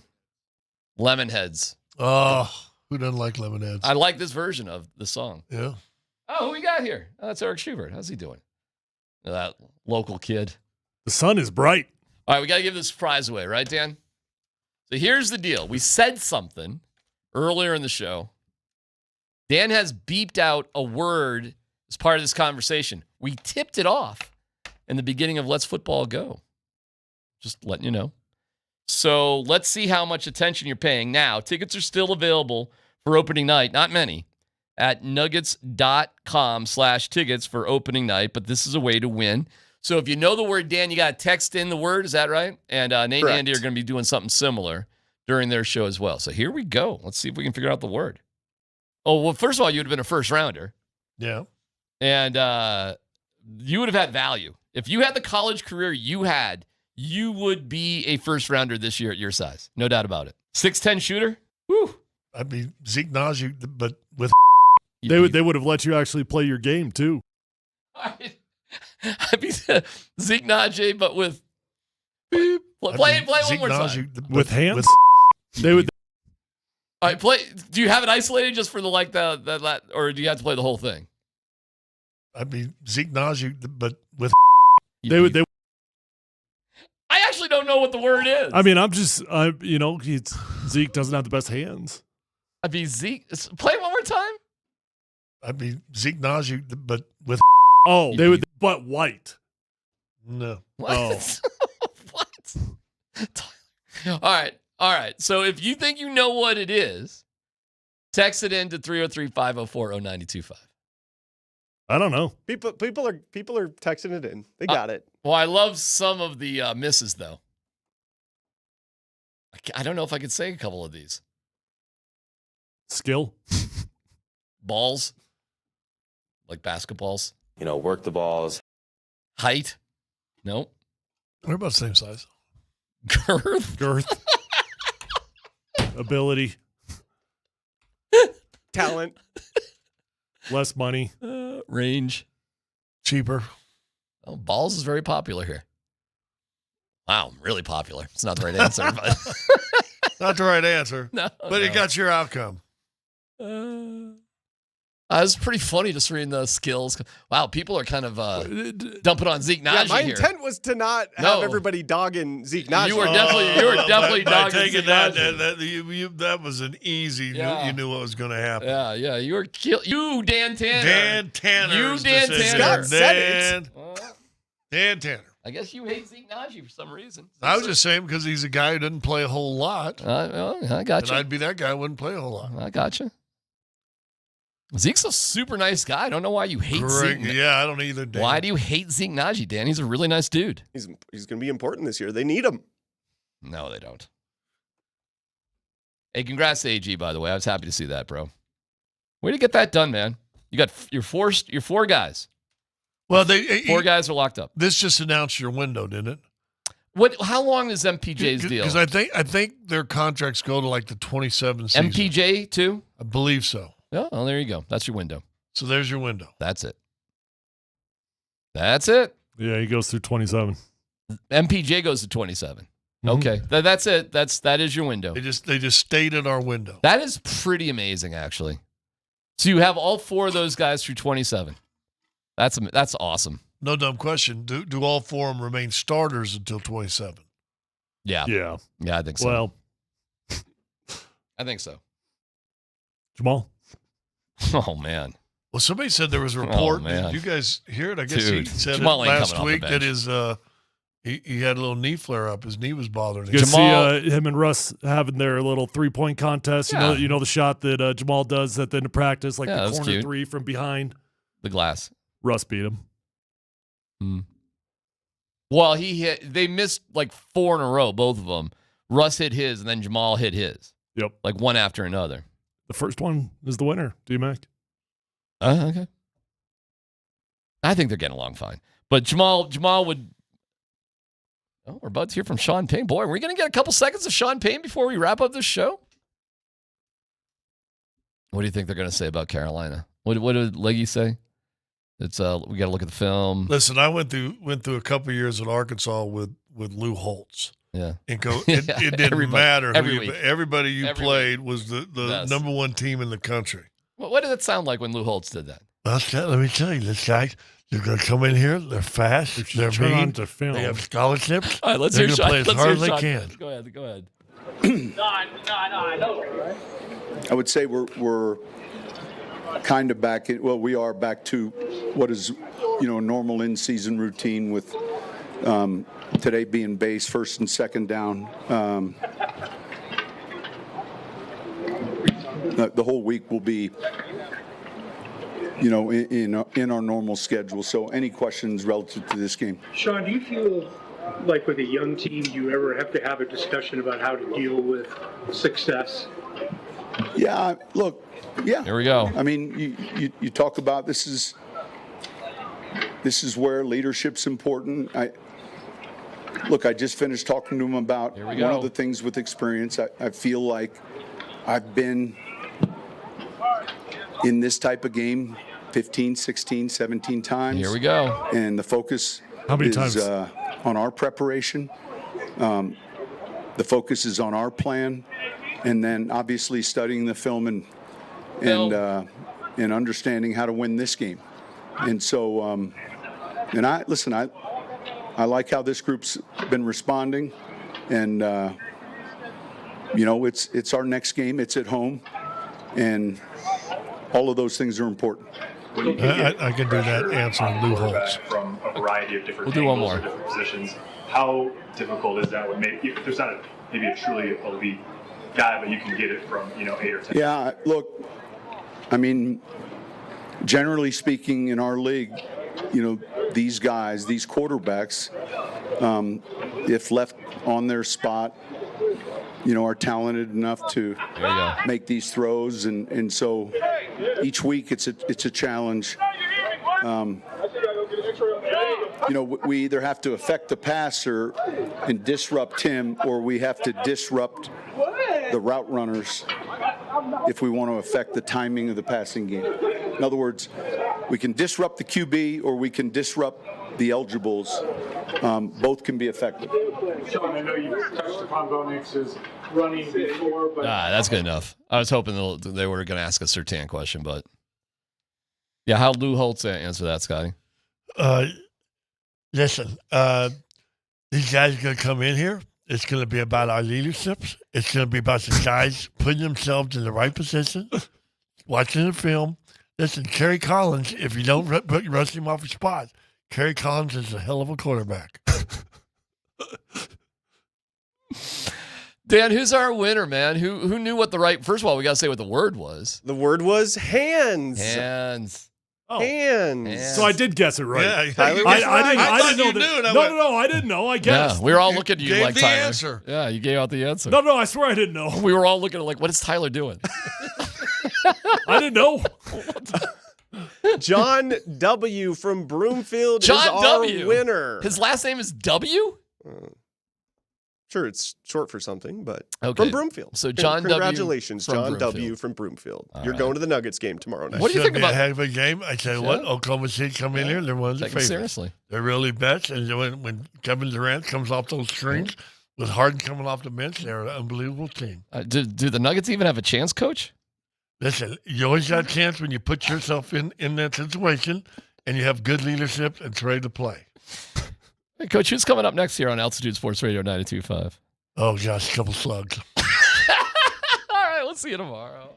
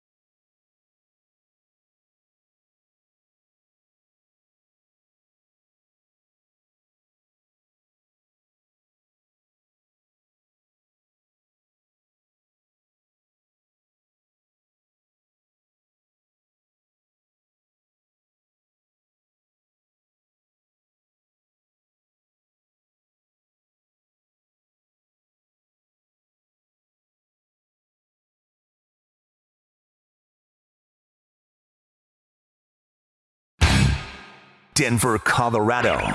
Altitude Sports Radio 92.5. It's Kreckman and Lindahl. Miles Wood bailed, and here comes Stevenson. Save made by Onanen as Stevenson tried to go 5-hole, and Onanen shut the door in his face. A couple of big saves there. One big slap shot by Montour and a semi-breakaway. Looking strong still Onanen. Beniers. Near side for McCann. Up top for Montour. He's got room to shoot. Doesn't take it. McCann again. 27 seconds to go. Stevenson in front. Tipped on. Save made by Onanen, and he covers up the rebound. Eustace Onanen. Have a night. Justice will be served. Let justice be served. Here's Nate and Andy, driven by Colorado Off-Road.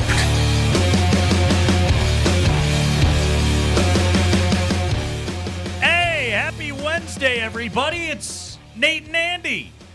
I'm Nate, that's Andy. Mark Springer is the producer of our show. That's the Mark that we're always talking to. We're with you today until 6 p.m. Oh, the Avalanche, they suddenly can't be stopped. Yeah! That's right. They have found a goaltender. Plus, Andy, did you realize right now both Cale Makar and Nathan MacKinnon are on pace to score in 82 consecutive games. Makar! Is that how streaks work? Makar! Love it. Both of them a perfect 7 for 7 in putting points on the board so far this season. Cale Makar, your NHL points leader. Nathan MacKinnon tied for third right now at the moment as the Avalanche get the victory last night, 3-2 over the Kraken. The 0-4 start in the rearview mirror. They have now won 3 consecutive games. Eustace Onanen, 25 saves last night in victory. And some good defense. You know what I love the most? Late in the game, when the Kraken were trying to climb their way back in with all 8 of their tentacles, whatever the hell a Kraken has. Many tentacles. Yeah, there was a skater skating down the backside trying to get that shot. There was a defender with him. What a concept. Don't let the backside guy free. Wide open. Love it, Nate. Real quick. Hey, you tend to give up less goals when you defend the free guy.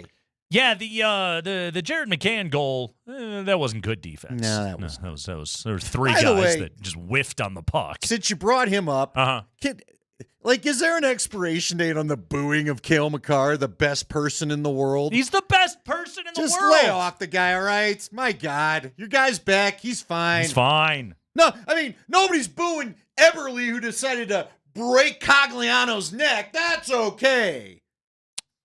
Stupid Seattle. Did any of you bet the Avs puck line last night? Oh, bad beat. I didn't. No. Beat. I told you. Ooh, the bad. last time I bet hockey, this is how Andy goes. Bad you want to know the beat. last time I bet hockey? You still talk about it. Because I can't forget. I was literally a second away from winning $85. Yeah, bad beat. And what happens? Bad beat. Nazem Kadri. We're not going to have this thing tied. Uh-huh. Boop, there's a win. Kraken scored with 3.5 seconds left last night. Oof. Ouch. I was like, really, we're going to do this? Why are you doing that? Avs still get the victory last night. Couple of goals for Kiviranta. He scored 2 goals last night. Tipped in a Makar shot on his second goal. That was good to see.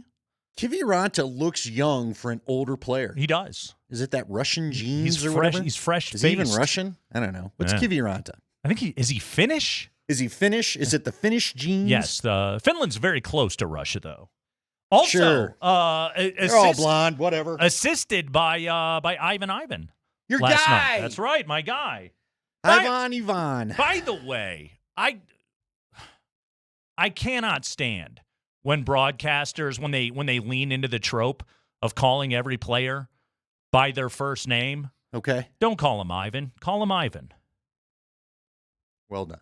Well done. There you go. You know what I get tired of is when everybody's got the nickname, and maybe not everyone is sure of what the nickname is. If we even know what the nickname is. If everybody, but whatever. I digress. McKinnon power play goal last night beat Grubauer. Oh, they jumped out to that. They love trying to defend him in that left circle. They know he likes to kill him from over there, and he was just like, hey, watch me stick handle and then zip this sucker off the post. Jeez. Beat our buddy Philip Grubauer. Yeah, 3-2. The Avalanche get the win last night. Good to see. One more game on the road trip. That is tomorrow night against Hockey Club. It is our first ever look at Hockey Club tomorrow night. Cannot wait. It's you throw out the records when the Avalanche and Hockey Club. How long get before together. they're not the Coyotes? They're. What do you mean? Like when they separate the history They've and all had that? enough time in Utah. They're no longer the Coyotes. They're no longer the Yotes. They're Hockey Club, man. Sure. Yeah. What do you think of that hat that guy's wearing behind you? Look at that. Is that Cody Barton? Is that Cody Barton? Is that your AFC defensive player of the week? Spring's like, I don't know. I was like, that can't be a coach. That guy's in shape. Cody Barton is who that guy is right there. It's a pretty sweet hat. Got the mountains in it, the whole deal. He won Congratulations to him. An award. Yes, he is the AFC Defensive Player of the Week. Congratulations to Cody Barton. And now he and his defensive teammates, they will prepare for Bryce Young. Sure, congratulations. He's back because Andy Dalton, while he was out driving the entire family and the dog around yesterday, gets into a small wreck, hurt his thumb. Sprained the thumb. He hurt his damn thumb. So the throwing thumb, we're assuming? One of the thumbs. So you know what must have been going on? He was cool guy in it with one hand on the wheel. Right there. I think he was got the jolt, reclined, gave it the yank. Yeah. Now he was one-handed. The dad. My son did this to me the other day. The dad tax. He's making fun of me of the dad tax. He goes, "I know what you're going to do." We went to Chick-fil-A and he got, I don't even know what he had, but he just wanted to make fun of me because he's my son. And he said, "You're gonna take that little gadget arm of yours and shove it in the back seat, want one of my fries or something," as the dad tax. You know, that the whole little creep behind the seat as you're driving thing, give me whatever you got. Yeah. Was Dalton doing that? Could have been. But in which case he got what was coming to him. So did he put one hand on the wheel and slide it down the old side door? He went the side door route there in the van. So is it possible maybe the fender bender was his fault because he was too busy reaching for the fries? He's got a Tesla, I'm sure, drives itself. Does he? I don't know. We were trying to figure out what he was driving yesterday. What is Andy Dalton? What's the family car he relies on? Hopefully a Chevy Astro van. Does he got the Mercedes-Benz Jeep? I'm hoping the Astro van would be perfect. The wood panels on the side. Did you ever have one? I never had one. We owned one. Did you? I took my driver test in that thing. Oh, that's sick. Yeah. Oh, it was. Were the ladies all over it? That thing handled. What's the opposite of a dream? You know what happened on my driver's test, by the way? What's that? Welcome to the opening segment of Kreckman and Linden. We're here, folks. I'm driving, and a bus is coming. An RTD bus is showing up. All right. Okay? It's riding my way. The bus had a stop sign, and it didn't look like it was going to acknowledge the stop sign. So I stopped, and the guy marked me off for it. You had the right of way. The bus was going to plow us, bro. You were defensive driving. Points. No, not to him. Not to him. That's the guy that's the rep. It's an that aggro by guy. the letter of the law, you did something wrong. Really? I didn't get you. Matter of fact, it was coming from the driver's side. I didn't get you crushed. In that guy's world, the answer You to had everything the right is away. speed up. You had to go. No, the dang bus was about to hit us both. The bus and is I bigger can't than me. ruin this sweet Astro van. Yeah, your mom will never let you live that down. Panthers have been outscored 170-97 over the last 5 games with Dalton How at much the have they helm. scored? 97. 97 over the last 5 games. They scored against the Raiders. That was it. And now They had that one fun moment. Bryce Young gets back in there. I don't think Canales wanted to play him. I don't think he had any desire to, even though they weren't very good. And Young is young. Why I ask you? Doesn't he have more trade value if he does not play? Somebody's got a good report on the guy. Well, here's the thing about trading quarterbacks that have gone in the first round and they're all huge busts. You don't get anything for them. No, you're right. Justin Fields. They didn't get anything. But yeah, tell me Mac again, what did the Jones. Jets get for Wilson? Didn't they just trade picks? It They was like- technically didn't even get anything new. I think they got like they had a 7th rounder that moved up like 50 some picks. Right. Was what it is. Yeah, you don't really get much out of those trades. So honestly, you might as well just hang on to him. I would agree. He was good enough to be a number 1 overall pick. We watched him play in college. He's a good quarterback. Now, he got drafted by the worst franchise in sports, arguably. I know the Cleveland Browns would in on that conversation, but who is the worst franchise in sports? Boy, we had those interesting rankings, Yeah. and you had all Carolina. Then towards the end, it caught up with a bunch of Cleveland. Somebody threw in Wait, some hold Cleveland. on. Did you say worst franchise in Who sports? is the worst franchise in right Boy, now? I was dialed into the NFL. You might be right. Right now, like what would be like the most painful, annoying fandom to have in pro sports? You really want to go here? There's a candidate in town. We're thinking about it. There's a candidate in town. They want to dump payroll, by the way. Yeah, the Rockies allegedly. Yeah. They're going to move Brendan Rodgers, El Gambarino, Cal Quantrill, probably going to be gone by next year. Yeah, that people still go. Like they were right middle of the pack in attendance How again much money this are year. you saving moving Brendan Rodgers? Did he get some big extension I No, missed he out got on? one of What the are we team talking about friendlies. here? Come on. Yeah. But Get outta here. they claim they need to cut payroll. Yeah, because they got sure. to pay Chris Bryant. No, that's a great point. No, I forgot about that. That's abysmal fandom right there. That's really, really bad. That's a tough one to have That's to get one up of for them. every week. What about the White Sox, though? I mean, the White Sox are a national joke all the time. So a buddy of mine who is a White Sox fan, he sent me this picture. And this is coming from a fan of the franchise, okay? So you know the place right next door to us here? Yeah. Down at the strip mall in Lone Tree, the Yeah. Spirit Halloween? Yep. It was a it was a picture of Guaranteed Rate Field with a Spirit Halloween I've banner seen a on few the of those. outside. Those are great. Uh-huh. And I think I did see the White Sox one. Russ has the Athletics. The Sacramento Athletics. Yeah, but that is. How do you even? But in that. They're going to move to Vegas. Nobody wants them. No, but. Okay, but what about the Browns? Like, again, if you're a Browns fan, and here's why I bring up the Browns. There's some bad. The Browns, like, people love the Browns in Cleveland. Yep. They love them. It'd be like Heritage. if Denver lost their team. Heritage to be honest franchise, with you, which right? happened to them. Yeah. And now you're back with this, Mm-hmm. and your owner goes and gives Deshaun Watson the worst contract in the history of sports. Sure does. Russell Wilson thought he was going to be sitting on that podium for a while. Right. And it turns out he's going to get Not even knocked off close. right away. Then they keep adding years to it to make it Uh-huh. even more worse. Uh-huh. If you can do that. They were Yeah. a playoff team last year. Right. And solely because of Defense. meddlesome ownership, they get rid of Joe Flacco, who got him to the playoffs a year ago, and so we got to go back to Deshaun, even though he's a scumbag of a person and a bad player. You're cheering as he's going off the field with his torn Achilles tendon. That is awfully bad. And yet, the Carolina Panthers, the team that the Broncos play this week, again, meddlesome ownership in the NFL, an owner that's poking his head into the meeting rooms and telling everybody who to play. But see, who to draft. You only have recent history with Carolina. I guess their creepbag owner, did he pass away or did he get forced to sell the team? What happened there? The guy with the seatbelt deal? He was forced to sell and then he croaked. Okay. Yeah, that was Jerry Richardson. Jerry Richardson. Yeah, but they had a proud history going. Like, they were pretty good for an expansion They team. really were. Richardson was the owner that was alleged that he liked to take his female employees out to lunch, and he insisted on buckling their seatbelt Like for they were them. 3. Right. Come on, dude. Throw up in your mouth. Ooh, Chris came in with the Charlotte Hornets. That was another fun franchise for a while. They might be a little better this year, but they're generally they're a nothing NBA team. They had to be the Charlotte Bobcats for a minute. They were.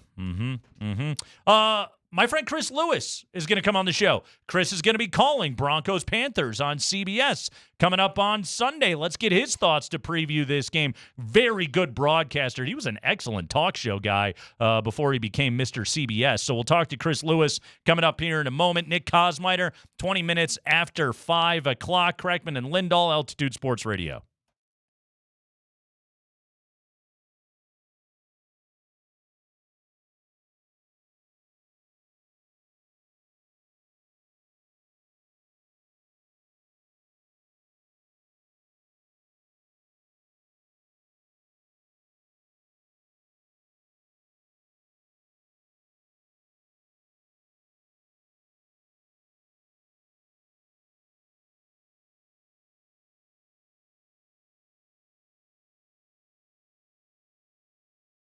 Hey, what up, Denver? This is Nate Kreckman, and I'm a proud owner of a Rad Power Bike e-bike. I have a Radster Trail e-bike that I got from Rad Power Bikes.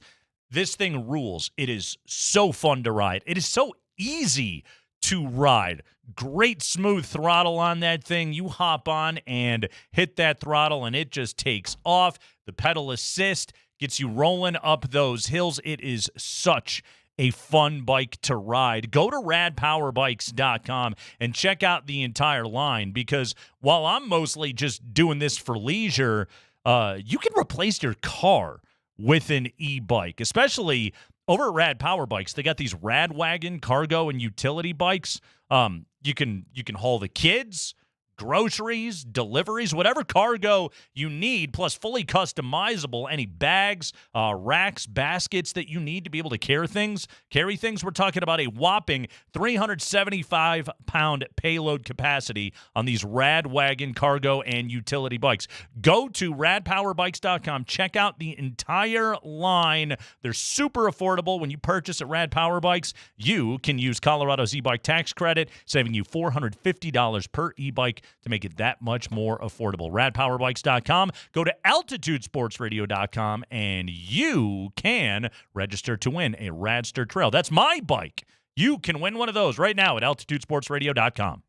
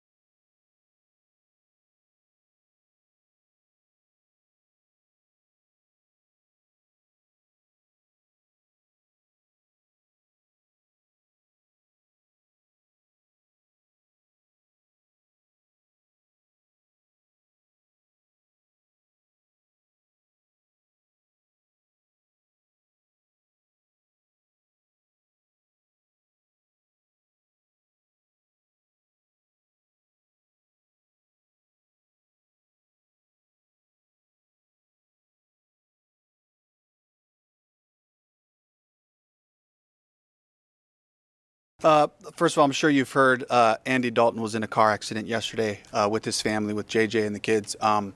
And a scary moment for sure. Everyone was okay. Everyone was healthy. Unfortunately, in the accident, he did sprain his thumb. So Bryce will be playing this week for us, and we'll be evaluating Andy day to day going into this weekend to see if we can get him up as the 2 on game day. So let the team know really just right now coming off the field. They all kind of saw, but I wanted them to have the official, just report the official news about what our plan is going for this weekend. So everybody's healthy except for his thumb. Andy Dalton out. Bryce Young in. Sunday, Broncos, Panthers. In Denver, Carolina. Worst defense in football by a touchdown, Andy. Giving up 35 points per game right now. Number 31 is Dallas, only allowing 28 per game. That's just scoring defense. That's how bad this group is. Let's talk to the guy that's going to be describing the action along with Jason McCourty coming up here on Sunday. CBS's Chris Lewis, our old pal, is going to be calling the game coming up here on Sunday afternoon. Chris, welcome to the show. How are you, man? Hey, doing well. Good to be on. Thanks for having me. Great talking with you guys. It is great to have you on the show here, Chris. Before we get to the Panthers and the challenges that they are currently facing, when you got this assignment, you had to be thinking, okay, well, Carolina is high likelihood of them struggling, but here's Denver at 4-3 going into this game. As you have dived into the prep here this week, gotten a look at the Broncos, what is standing out to you why this is a winning outfit right now? Well, 2 things. Number one, the defense. Vance Joseph has seemingly done a fantastic job with this defense. Secondary has been great. I know Pat Surtain couldn't make the Saints game with the concussion that he suffered in the Chargers game, but even without him, they were stellar on that side of the ball. And what Barton did the other day too, he just almost single-handedly wrecked the Saints. So if he can follow that up by any means, that'll be great news for Sean Payton and company. And then number 2, I think Bo Nix has been interesting to watch from what I've been able to see.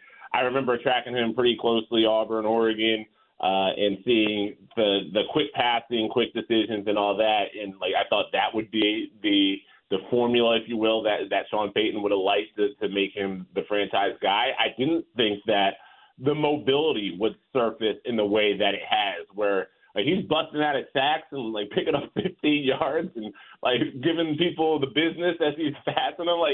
He's bringing that style and that flair to the position that I wasn't expecting heading into the year.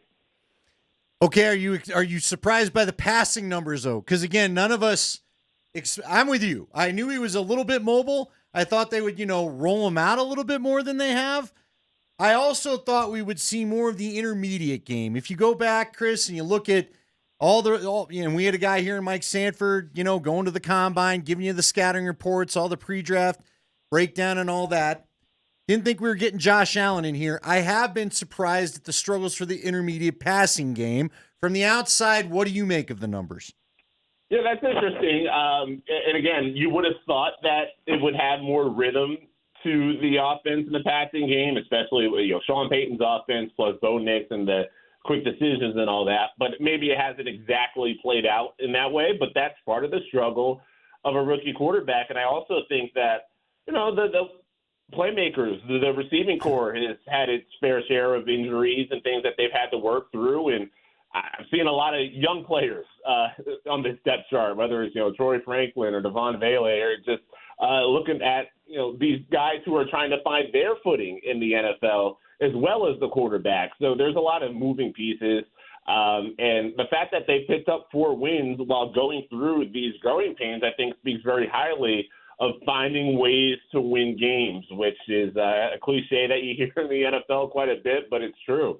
You steal some here and there, and then you find yourself in a position to make a wild card, which I think Denver has to feel like they're in that position to where why not? Why not one of the 7 playoff spots in the AFC, going to a team that's right now 4-3 and has a favorable matchup, to say the least, this week. This is what we're talking about right here. Chris Lewis of CBS joining us right now on the Ramos Law Hotline. Car accident, you need Ramos Law, medical doctor and attorney. Visit ramoslaw.com. Chris, I know it's early in the week. You haven't gotten to the production meeting portion of the week yet, but you take a look at Sean Payton. He's coached 24 games with this franchise so far, and given many struggles, given the mess that was the Russell Wilson situation, and here are the Broncos at 12-12. When you take a look at what Payton has done so far in his time here in Denver, how has he been able to coax this kind of performance out of a team that really has some major challenges when it comes to roster construction?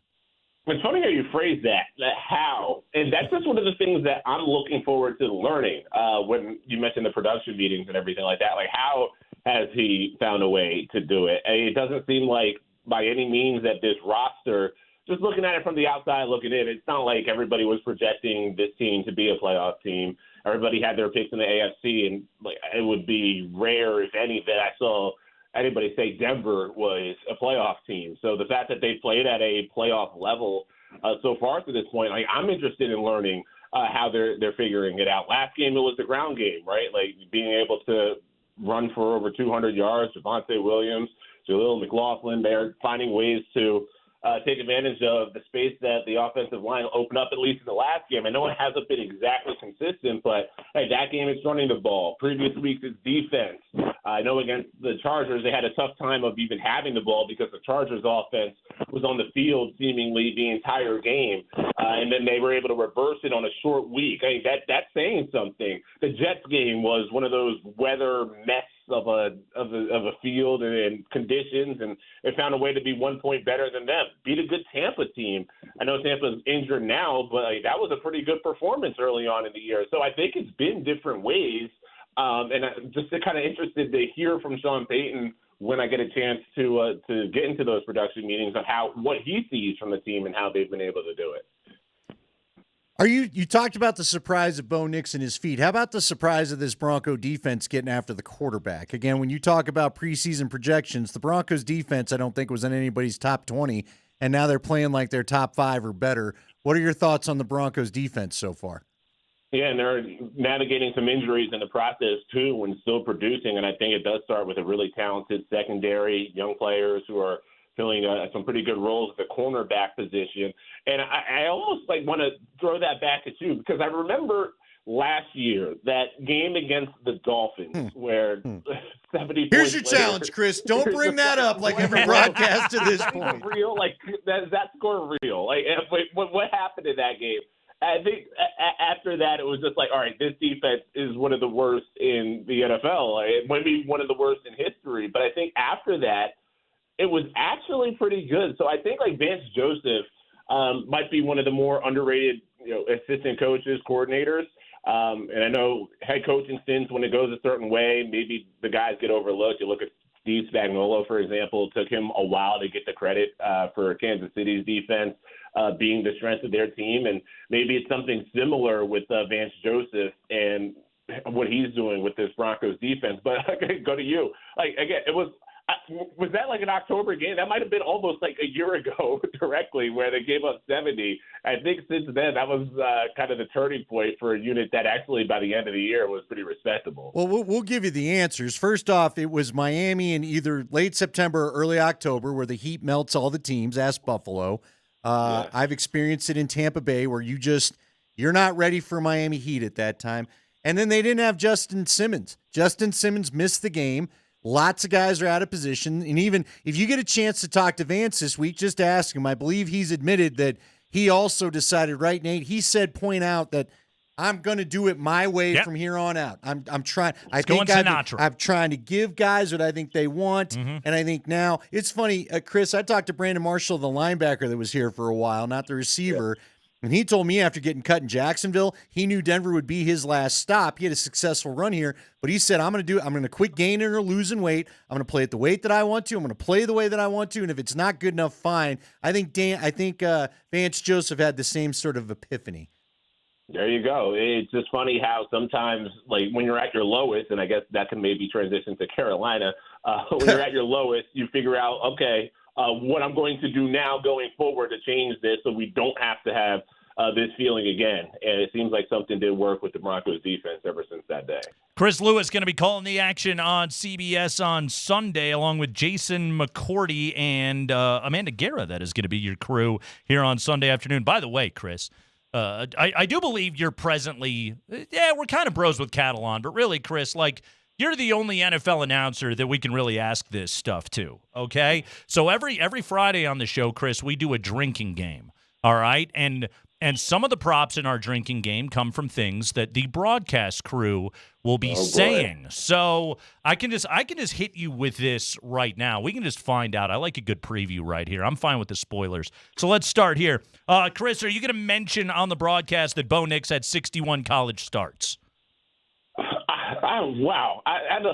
I don't know how exactly I'm going to set it up yet. Mm-hmm. Like, that's a tough question. Is that in the notes, though? If it's in the notes, it's possible. I've seen your charts before, Chris. They're exhaustive. I know you got that in there, right? Yeah, I have the info. I just like, how do you know? You know, as a expert play-by-play guy yourself over there. Like, you never know exactly how you're going to set it up. But for Bo Nix, has that been brought up in every single game far, that specific number? Every game. Yeah, even Al Michaels said it last week. Yeah. Well, Chris, look at the matchup.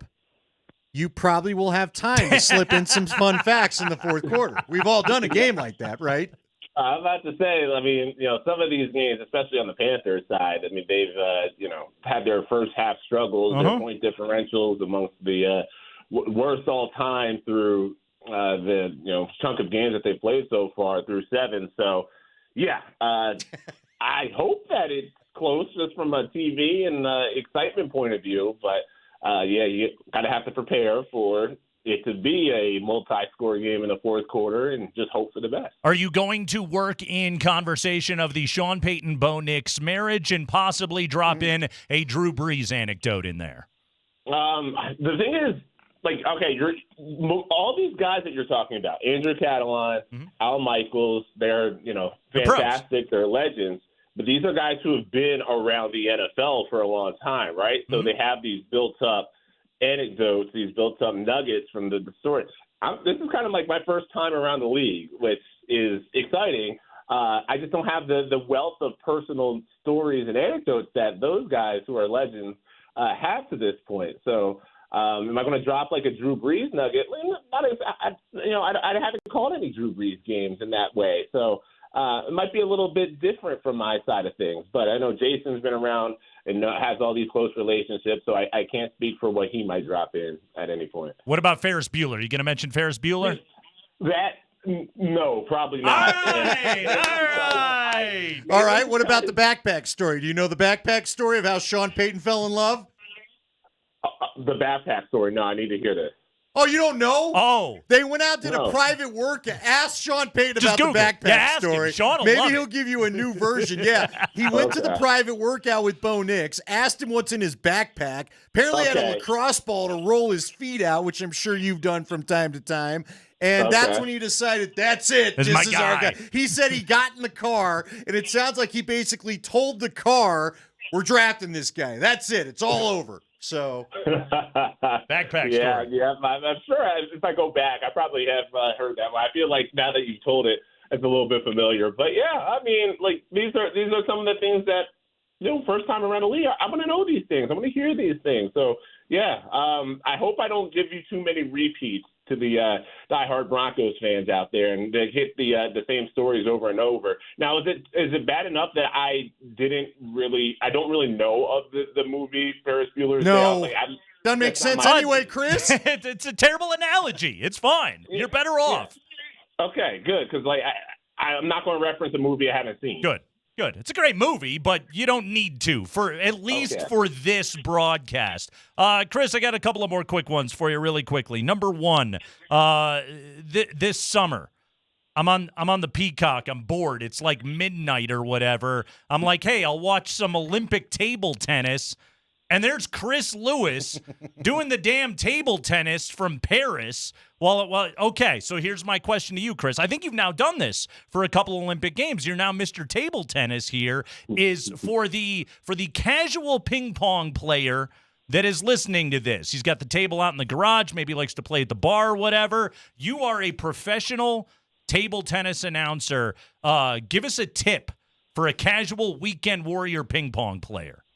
The tip would be to not try to judge yourself at the level of the guys and the women who are doing this at the Olympic level, because you just won't feel very good about yourself, because, these are the best in the world for a reason. And the shots that they can hit, the spins that they can use, the knowledge of the game that they have, it's pretty incredible. So I have a great analyst who has taught me so much about table tennis, and the NBC team always does a great job of helping you get the knowledge heading into an Olympic Games. But I couldn't give anybody any tips on how to play myself, because it's not like I'm any good. Well, no, that's a good tip. Lower your expectations. Know that you suck. That's maybe don't do the overhand thing that they do. You can't do create it. Spin on the ball. You can't do what they do. And last one for you, Chris. You also do a ton of Mountain West football. CSU Rams are 2-0 right now in the Mountain West. Their schedule the rest of the way: New Mexico, Nevada, Wyoming, at Fresno, which is going to be tough, and home against Utah State. CSU could very well be favored in 4 of their last 5 games. Are you giving the Rammies any shot to play in the Mountain West title game? Yeah, I just had them against Air Force in the last game there, and I know the Torrey Horton injury is such a bummer, because not only one of the most productive receivers the Mountain West has ever seen, but just the overall good guy as well. So that's disappointing. But their schedule, they almost have to make a run. I feel for Jay Norvell in that way, that it's hard to take over a new team, especially in the era that he took it over, NIL explosion and all that. But he was hyped when he came to Fort Collins, and the results in the first 2 years might not have been great, but this is the chance. They beat San Jose. They went and beat Air Force, even though they almost gave that game away at the end. And they have this stretch of very favorable matchups. I almost feel like they have to, within the last week of the year, should be playing for a chance. I know UNLV and Boise State, they play each other Friday night, which is like the conference game of the year. But yeah, outside of those 2 teams, the schedule says, since Colorado State avoids both of them, that they should be in that picture to, if any of those teams suffer another loss after this loss that one of them will have on Friday night, that Colorado State should be the team to take advantage. All right, real quick, Chris, because I didn't know Nate was going to go down that path. How close are you when you call the ping pong? Are you back in the main studio, or are you are you table side or whatever it would be? Are you allowed to really get excited and get up for this thing, or do you have to be a little bit quiet because of your proximity to the contestants? So I'm very, very far away, as in Stamford, Connecticut. Oh, bummer. NBC, they didn't even send you over? You need to be there, Chris. I want you on top of these guys describing the tension. No, NBC has a fantastic facility in Stamford, Connecticut, where they do a lot of their production out of for the Olympics. So, you almost convince yourself that you're there, though. What you kind of do, you put the headset on and you put yourself in the mind frame where you feel like you're there, even though you're not. Wasn't there a Dunder Mifflin branch there, Stamford, Connecticut? Yeah. I think there was. There was. That's the one they got all the people from. Have you not watched The Office either, Chris? I mean, are you too busy being on TV to watch TV? Exactly. Is that what's going on? Give me a Fresh Prince of Bel-Air reference, or an Everybody Hates Chris reference, or a 24 reference. I watch TV, and I've seen episodes of The Office, of course. I haven't seen every episode of The Office. We can confirm Chris Lewis has seen TV, all right? Chris Lewis, everybody. He's going to be on the call Sunday afternoon, Broncos and the Panthers. Chris Lewis, Jason McCourty, Amanda Garrett will be on the call for CBS. Chris, man, good to catch up, buddy. We appreciate it. Always great talking with you. All right, there he goes. That is Chris Lewis, who will be calling the Bronco game coming up here this week. No Ferris Bueller references this Thank week. God. It doesn't make any sense. We're done with it. It doesn't make any sense. It's a bad analogy. I wish I should have told Chris what's going to get the rest of the audience excited. Because I, my friend, have set something up. Really? That's going to get the listeners of the Kreckman and Lindahl show fired up. You've got this. But it would have had him rooting for the Panthers. Listen all day for your chance to win tickets to the Nuggets home opener. Every show has got a pair. I don't really need to say that. We're the last one. You can only win them by listening. There are limited tickets still available to buy at nuggets.com/tickets. To win the tickets, we'll play a clip from today's show and our final segment. And if you were listening, you will know the answer. Listen and win all day on your home for the Denver Nuggets, Altitude Sports Radio 92.5.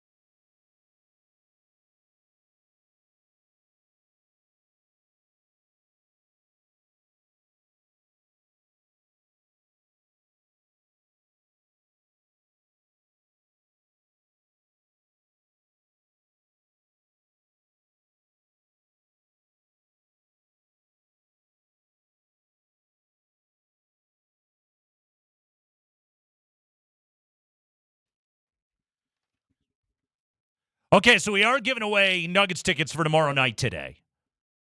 Limited tickets still available to buy at nuggets.com/tickets. We're going to play a clip from the Kreckman and Lindahl show today in the, when are we doing this, Spring? Final segment of the show? So 5:45. 5:45. Yeah. We will play the clip. If we manage things right. We'll see. Thereabouts. Gonna throw an ish in there.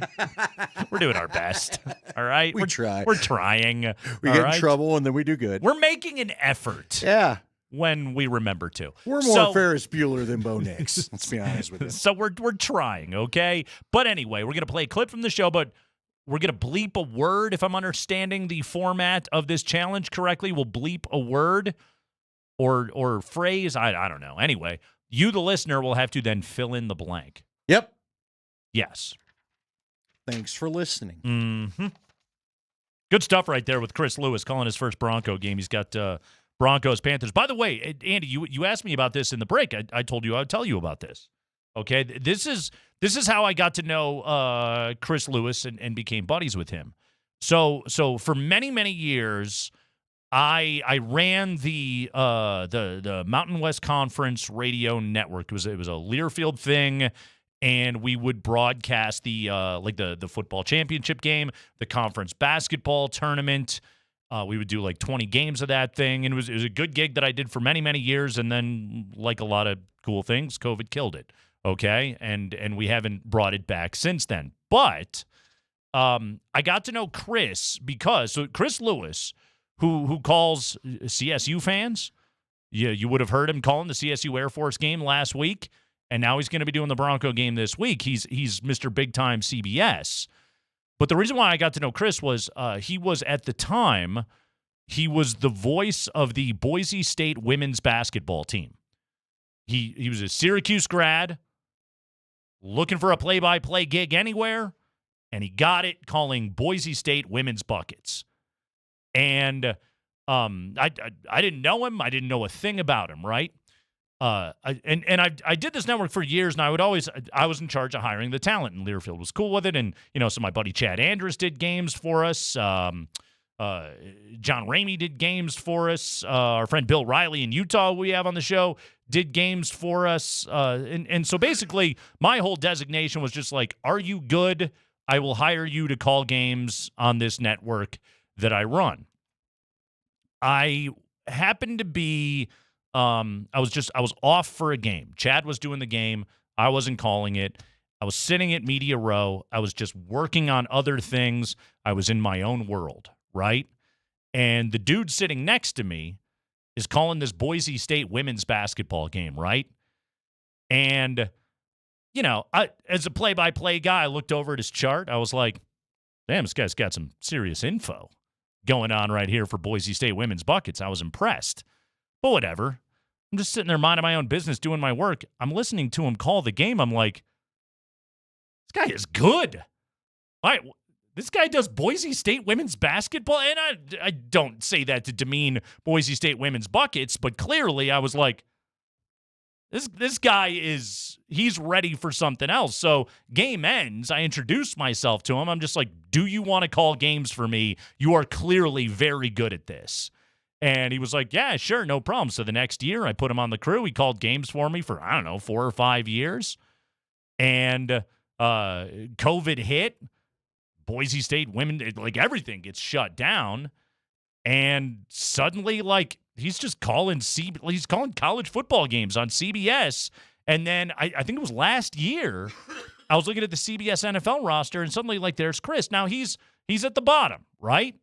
He's let's be honest, he's got Broncos Panthers this week, but he's still got an NFL gig. That's crown jewel network television of the play-by-play world, right? You are calling NFL games on national television. That is as big time as it gets. He's working his way up. He is an outstanding play-by-play announcer. He was also a great talk show guy. I used to go on his show up in Boise all the time. He was a great guest, obviously. He knows the game. He knows how to be a good sports talk radio guest.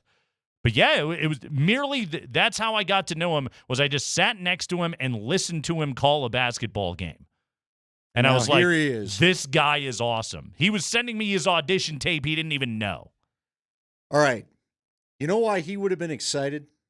because I have nothing cool to follow that up. I'm glad you got to know him because he was a fun guest. Yeah.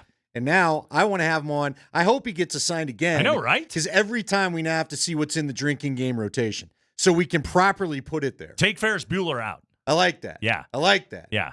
Although now, does he work it in? Does he surprise us and go and educate himself and work it in? Could be, but again, I'm with you. I don't think it fits. Mm. No, you're right, because we can't put it in the game. Although maybe we do a super bonus like bottle of whiskey if he does end up surprising us. There you go. Ugh. So I got a haircut today. Did you? Yeah. I noticed you're wearing a fresh cut. I noticed you're wearing a hat. Does that mean you're not pleased with it? No. I've only got limited time to wear my little Halloween hat. By the way, everyone that's been asking, it's Branded Bills. They're a small company. They got some fun hats. Go see them. You can wear a pumpkin hat any day of the year. I might. I like the ghost one better, but whatever. You need a fun hat. There it is. You're in charge of your own hat life. Fun little company. Go support them. Yeah. Don't let the seasons tell you what hat to wear. By the way, Wonder. This is an old musician you would like. Now he makes guitar pedals. I'm just supporting small business all over the place. The Oneaters. Wonder, he made the Less Than Jake pedal Oh, with right our guy on. Chris DeMakes. And then he cranked out, with the blessing of NoFX, a NoFX pedal. I'm wearing gray sweatshirt. That's it. You are. Yeah. You are not supporting anybody. but, Nobody. I was going to say a company, but never mind. I It's in my support head because of a I bad support story. nobody but a gray sweatshirt. Anyway, Talking to my gal. Uh-huh. She's available to come in and live on the air frost those tips. She's agreed to do it. We have a live tip froster. She will frost the tips. If the Broncos lose. And she said she doesn't even I go, do you still put the swim cap on? She's like, no, that's just a way to hurt people. And I was like, well, maybe my gal didn't like it. Wait, why would it hurt? Because she's got to like pull the hair through the swim cap that's getting frosted. It does seem She unpleasant. said, now, no, you just color it and it's a little tinfoil stuff. Okay. All right. I really don't want to do it. But she will come in this studio. Okay. And do it live. She is available. I was like, maybe the 4 o'clock hour, you swing by, we see how long it takes. Now, a live on air tip frost. Yeah. Will the whatever the white paint or whatever, will it get all over the equipment? No, it's just a coloring. So we're clean. The bigger thing is what you need to know is like you'll need a haircut at Thanksgiving. Because I said, do you have any spray? He only really wants it a week. She's like, no, it's got to grow out. Then he cuts the tips off. That's all that's all you do. Well, that's every haircut, right? Right. All right. Okay. Can she just do like the very top millimeter? That I don't know. And then I can go get a haircut the but next I'm just day? telling you, it is lined up. If you Okay. so agree. If I shall And agree. she actually got pretty excited. She's like, get him to agree. We will see how angry I am about the Broncos if they lose this game. That's what will determine this. I told you, I'll get a tat. I'll call Nate Stevens. He's got a new thing. Don't lose this game. Will it be an Andy Dalton tattoo? No. Oh, No. see, I that's- think Atwater already said if I already get the number, he'll come autograph it, and then Nate can do the autograph. Okay. I only want I'm getting something that has to stick with me. You're just getting cuttable hair. I then. only want you to do it if you're getting an Andy Dalton. Or I I am suppose not- now it's no a Bryce way. Young I am tattoo. not doing. Yeah. Oh man, that changes everything, doesn't it? Get yourself a Bryce Young tattoo and live with that forever. Now Ken just texted he wants it live at Hofbrau. Hey, everybody wants a piece of this. Everybody does. I was yelling about the Nuggets yesterday. I want to yell about the Nuggets again when we come back. I've got yet another reason. For some reason, I'm selling Denver on the Nuggets right now. Another reason you should love the Nuggets. I'll tell you what that is next.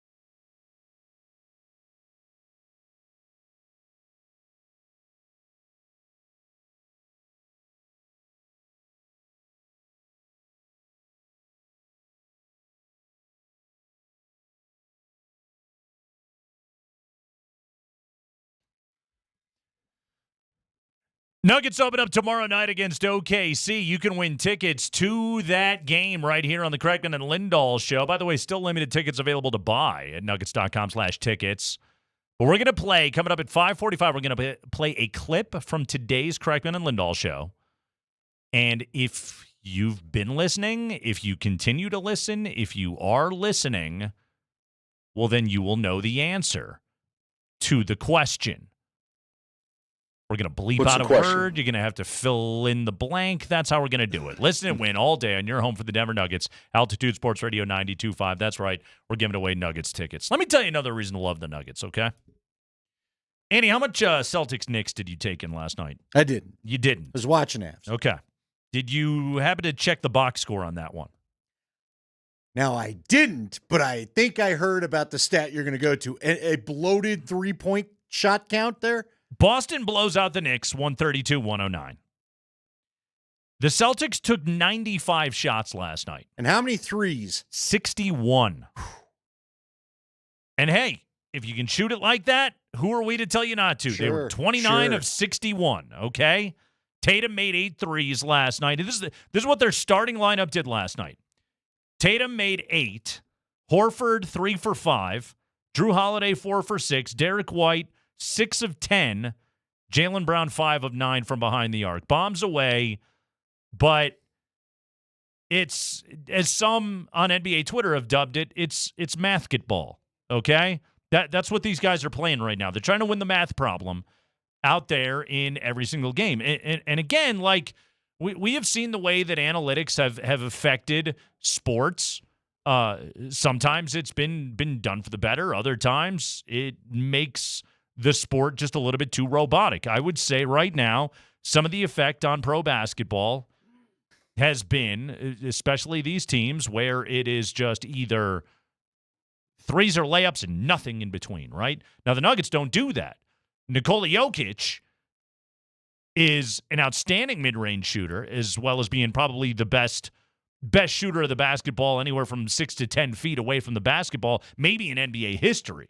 Certainly put him up there with the greats, the Olajuwons, the Abdul-Jabbars.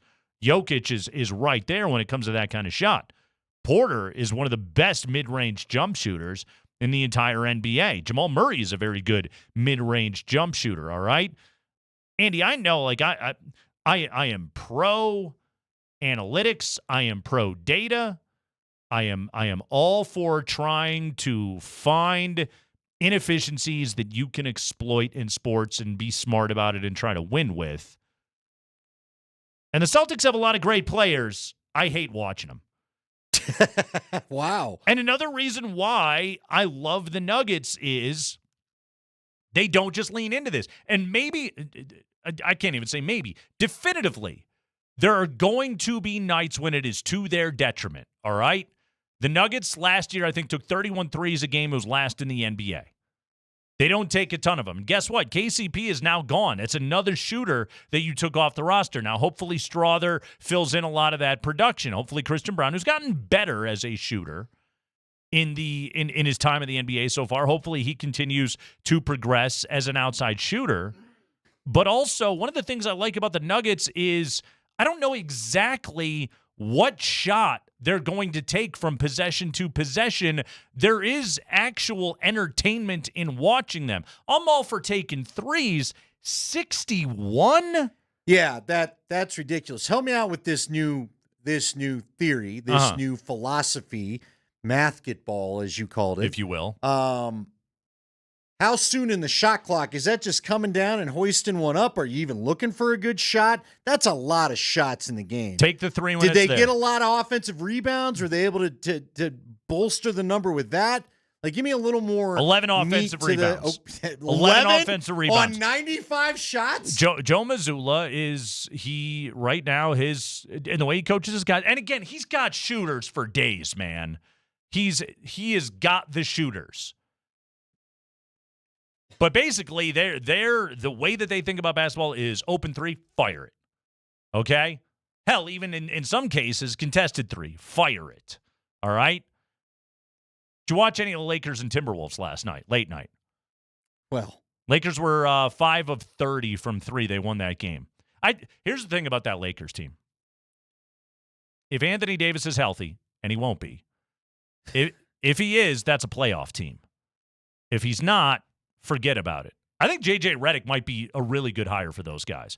He handled the Bronny thing really well last night. He got to play. He did. He played him. He got it out of the way. He let LeBron have his moment. He put him in when his team was up 16 points. It was late in the second quarter. It didn't damage them. Now, of course, Bronny goes in, 2:41 left in the half. Julius Randle scores over him immediately because he's not big. He didn't get the dad's bulk of the jeans, right? No. He's not really NBA size, if we're being fair, right? Bronny looks like he won a contest to be out there. Well, yeah.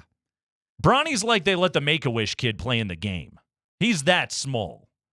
He got a DHO from his dad, immediately gave the ball back to LeBron, which was pretty funny. He missed a 3 on a driving kick from LeBron, and then J.J. Redick got him the hell out of there.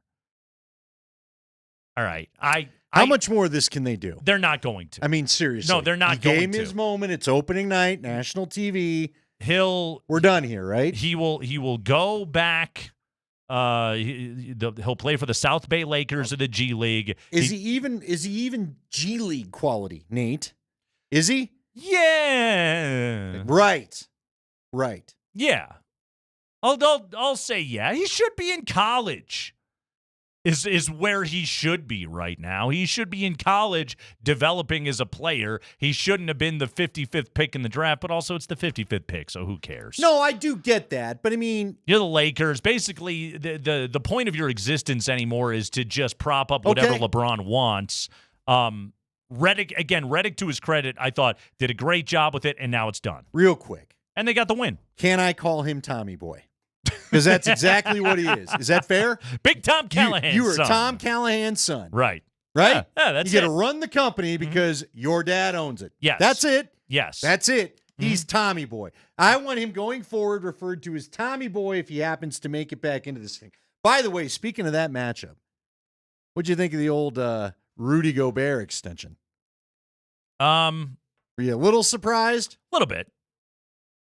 Tim Connolly loves him some Rudy Gobert, doesn't he? Rudy's good. He's sure, but Rudy, guy wins Defensive Player of the Year awards. He ripped down 14 boards last night. Now again, it's October, so Anthony Davis is healthy.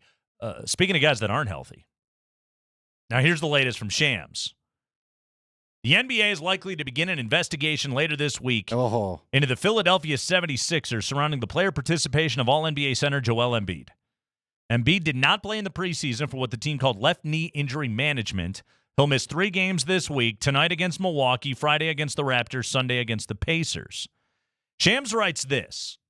It's typical for the NBA to review a team anytime a superstar player misses a nationally televised game, as per the player participation policy. The 76ers said Embiid is responding well to his individualized plan and will ramp up his return-to-play activities this week, including going through scrimmages. This is part of the new normal for Embiid this season, according to sources, a strategy to keep the former NBA MVP healthy for the postseason. The plan has been expected to include periodic time off during the regular season and routine evaluations from doctors and the 76ers medical staff, those sources said. How about that? Periodic time off. When's the period? As first 3 games of the NBA season. How about that? What do you think they're doing there? That's a little bit wild. Are they doing that simply to try to further this is why he missed the preseason? Is the NBA walking a bit of a slippery slope here? They're doing right now. Here's the battle the Sixers have. Okay, honestly, if I was Daryl Morey, okay, I wouldn't play him at all. I wouldn't play him until game 1 of the playoffs. And just hockey, LTIR him. Just hope it works. Exactly. Just hope it works, okay? Yeah. If Tyrese Maxey and 60% available Paul George can get you a middle seed, a 6 seed in the East, a 5 seed in the hell, maybe even the play-in. You put Embiid in there game 1, and you see if he makes it. See if he's got 25 games in him at that time of year. You might as well, because Right now, very clearly, with this and with the NBA looking into it, what the Sixers are admitting is we don't think this guy can stay healthy. And history would suggest he cannot. That's wild, man. He's a max contract guy, right? Oh, yeah. A lot of money for just the playoffs. Oh, he's an MVP. Yeah. Well, he's a great player. Yes. I'm asterisking that MVP. Because he lobbied for it? Yes. I mean, you went on a campaign like nobody else did to get that thing. He had a good year. Good enough. Fine. Whatever. Yeah, the one game where he cooked Jokic. That was... Yay, and then he ducked him in the next one. He sure did. That was it. By the way, you want to know when the period is? Look up the Nuggets home matchup. That's start of the period. Or the end of the period. But it's in there. Left knee injury management. Here's the only reason why I think the NBA's got to be a little bit careful with this is he did have some weird playing minutes in the Olympics, right? Mm-hmm. Letting us know that maybe the knee isn't quite. Remember when we were all saying why are the Sixers even letting him play? Right. So he had a good gold medal game. He did. Which is to your it backs up your philosophy of just save him for when you need him. Yeah. Roll him out. You know what? He's kind of like a promotion. Hey, it's an actual Joel Embiid night. Come on by and see your max contract center. He was limited in the opening rounds. It's when it became medal time, they unleashed him, and he was very good in their gold medal game. It was a big part of how they were able to come back in the fourth quarter and beat our guys. So yeah, congratulations to Embiid, I suppose. Got himself a gold medal. I'd save him till the playoffs. Well, I wouldn't play him. The philosophy works with Kevin Durant. 1 through 82, you don't need him out there. Steph Curry. Do not need him Bronny out James. there. Mm-hmm. Is Bronny James going to be on an Olympic team next? Is that what's going to happen? Now he's going to be on the Olympic team with Bron. Is he going to be like the 40-year-old and Bron's all 60? Wait, is LeBron still going to be playing in 4 years? You know what? Probably. You know what, though? I don't know if you saw highlights. He looks great. Yeah, I know. Yeah, he's a freak. He's amazing. He's always been a freak. I don't know. He's been a freak since he was 18. 16. Humanly possible. What is the status of the Broncos' best player, Patrick Surtain, going into this Carolina matchup? Let's have Sean Payton not tell us next.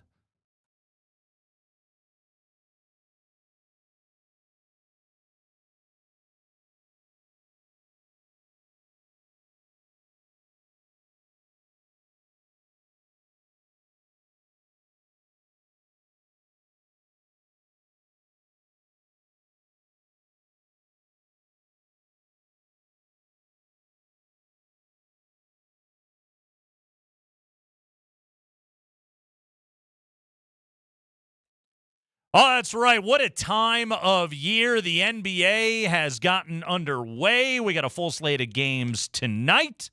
We've got college football midweek. We have got the NFL starting up tomorrow night. The NHL, there was only 87 NHL games yesterday, and the World Series starts on Friday. It is the best time of year to be a sports fan. It is the perfect time of year to go ahead and go to getsporttrade.com and download the Sport Trade app on your phone. It is Colorado's newest betting app. It is a premium sports betting experience. And when we tell you about premium sports betting experience, one of the reasons I say that, Sport Trade features personalized service. You sign up, you get a text immediately. The smartest bettors, guys, are always shopping for better prices with Sport Trade. You can ask your team for better prices in real time. Sport Trade, it's where the big bets happen, minus 106 main lines, plus the best live wagering experience in the industry. If you're stuck in a rut on your app, check out Sport Trade. Get the edge of the best prices that the market has to offer. Go to getsporttrade.com.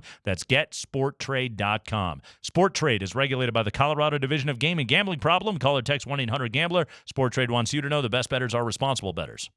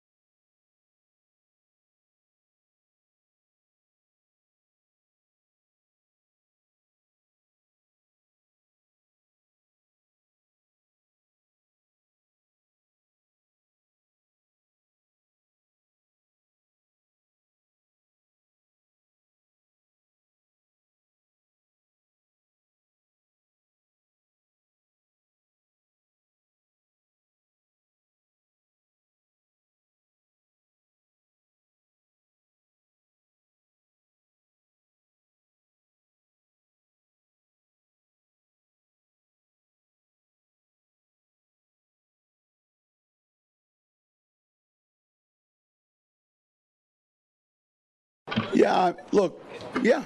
I mean, you talk about this is where leadership's important. I just finished talking to him about one of the things with experience. I feel like I've been in this type of game 15, 16, 17 times, and the focus is on our preparation. The focus is on our plan, and then obviously studying the film and understanding how to win this game. And so, I like how this group's been responding, and it's our next game. It's at home, and all of those things are important. Thanks, Sean. It's Craigman and Lindahl here on Altitude Sports Radio 92.5. We are with you today until 6. Nuggets play their opener tomorrow night. You can win a pair of tickets for that game. At 5:45, we'll play a clip from this show in which somebody on this Craigman and Lindahl show said something. You got to fill in the blank. And that's we how don't you even know. We don't know. We don't even know what we said. Yeah, chances are you and I won't even remember the answer. We don't know what we will say. We don't know what has been said. Guys, this is all new information to us as well. Every day on the Craigman and Lindahl show. You ever go home and just remember something at like 9 p.m.? Or that? How dare you say that to me? I like when one of the P1s that I live with will bring up something that we did on the show, and I'm just like, what time did we do that? I don't remember. Sounds good though. Sounds like us. Yeah, it sounds like something we would have done. You've never gotten in trouble for us, have you? I mean, for you probably, but not for us. No. The key to a good radio partnership is not causing a headache with the significant other. Oh, no. She enjoys the hell out of it. Like I said, I live with P1s. They're always telling me about things that happen on the show. Real quick, can I just tell you the worst thing I ever did? I probably shouldn't tell this story. No, let's have it. No, it hurts me so bad. Do in it. My core. Do it. So you know how Scotty and I talk to each other, right? Mm-hmm. You've witnessed it. Yeah. People would think we can't stand each other's presence, frankly. If you didn't know the backstory, that's just a release of energy, okay? We don't talk nicely to each other. It's been that way since I was his producer. So he's on the air reading a poem, and I decided to tell him in his headset, this poem sucks because I'm mad at him. It was his kid's poem. Thought he was going to kill me. Well, your kid should be a better poet. The poem wasn't really that bad. I just simply wanted to make him feel bad because that's our relationship. I said it into his headset as he was reading it on the air, and he shot me a look like I thought about leaving. You know that look he gave Barkley before he went over and put him in the headlock? I got that look. So I won't do that. Don't ever read me a poem on the air. I can't guarantee anything. Also, like we said, I'm going to forget this. Are you a poet? And I can don't see you writing some poetry. And I don't even know it. Did you woo her with some poetry? Did Did you write anything of romantic significance? Maybe a letter. I could see you being a letter writer too.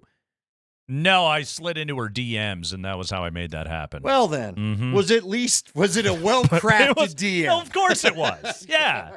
You follow me on Twitter. Enough. I have Good a way enough. with well, words. No, I need more than just Twitter to be your proof sometime. Anyway. I have a way with words. I don't ever say anything. I try not to say things. Were you snarky to her? Hold on. Did you send her a message where she had to make sure it wasn't snark? About the date. Honestly, probably. Did you ask her out? Probably. And she had to make sure you were serious? Probably. Because of the way that you wrote it? Because people do that to you all the time. Oh, You'll write, say, hey, it'd be a good time for you to score a touchdown. Yeah, you don't think they know that? Really? You can't tell that I'm being sarcastic? Do you know how many people have, and close friends of mine that have informed me, like, yeah, man, I thought you were like a total a-hole the first 2 months I knew you. I get that all the time. But you know me, Andy. I'm harmless. I used to get that I scared people. Well, you do. Why? You're terrifying. Why? Give me a reason. You're loud. You're knocking into everything. I am loud. you have the potential to injure anyone that's in a room with you at I got given a little moment. Farley physical comedy going on. No, there's fair enough then. If you're worried for your own health, then I get that. You're a bull in a china shop, all right? I'm very loud though. That's true. You're just scared of the loud? You not listen? It's the loud. It's the roughhousing. You know what it is? You're unpredictable. That's really what it is. Is I don't know what you're going to do from one moment to the next, and that's unsettling. People like to know what to expect. I don't think I've heard a more spot-on evaluation of the situation than that right there. From the guy that puts up with me more than anybody I am crying. That is so dead on. Unpredictable is the right word. Yeah. That is funny. People don't like that. Probably I should go back to the whole Hastings thing where there's a lot of aggressive language between the two. I told Brandon he sucked as soon as he walked in today. Maybe that. Am I off-putting?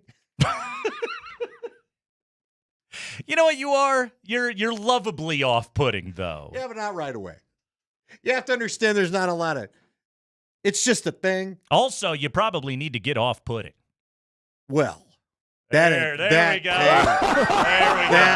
Not only is it good, but I'm not giving up chocolate pudding anyway. You can have the vanilla. No quarterback. Nick Kosmider had this today. We'll talk to him coming up at 5:20. No quarterback who has played 7 games so far this season has been sacked fewer times than Bo Nix. Did you realize that? Yeah, I've heard the 9 stat. sacks. 9 times, to reference Ferris Bueller. Again, is that why he's Ferris? Across the past 2 weeks alone, Bo Nix has broken 3 would-be sacks, turned them into positive gains. That is true. Now, I like that stat. I do like that. That's stat. good. Here's why I like the delineation between stats. Mm-hmm. You can avoid sacks by maybe throwing too quickly and not really letting a play out sometimes. Okay? You don't have to do it all the time, mind you. But maybe another half second to let the guy get another step and choose something a little deeper than 5 yards behind the sticks. I wouldn't mind that.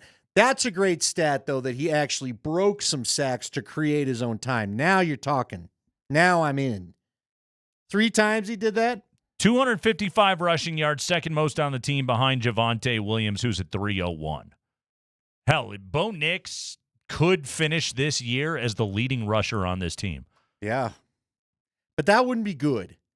Look, if they stick with last week's game plan, is it though? That won't happen. But not the leading rusher. I don't care if he's the second one. Well, here's one of the things why I say that, okay? If Javonte gets hurt. Running backs miss games. You're right. If Bo plays 17, there's a pretty high likelihood he will be the leading rusher on this team, which is kind of nuts. Now, it's also making up for the issues throwing the football. Bo Nix has completed 55% of his throws beyond the line of scrimmage. That is 30th in the NFL. It's not very good. You need to be better at that part of the job. You know, throwing the ball down the field. Plus 10. Mm-hmm. Yeah. Kosmider had this too. Among the 45% of throws he's missed in that sample, a 3rd and 1 at the Saints 8-yard line early in the second quarter. That was the play where we did the Michelle Branch bit, where he had 8 seconds and still turfed it and threw it, 5 feet in front of Adam Troutman.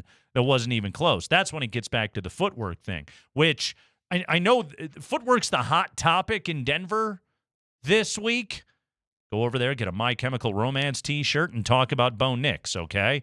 Bo Nix right now is struggling to get a solid base underneath him, and he's missing throws. And yet, not taking sacks, so he's limiting negative plays, not turning the ball over all that terribly regularly. He's adding, getting the hidden yardage to add first downs with his legs. And with the Broncos defense doing what it is, they're winning games. Yes. That's the recipe, Andy. But I think, and I think it will stay that way if you can continue to run the football, stick with running the football. Here's the thing, and I'm trying to go and find the completion percentage. Leggy has said he's 8th in attempts. He's getting plenty of chances to throw the football. Yeah. Okay?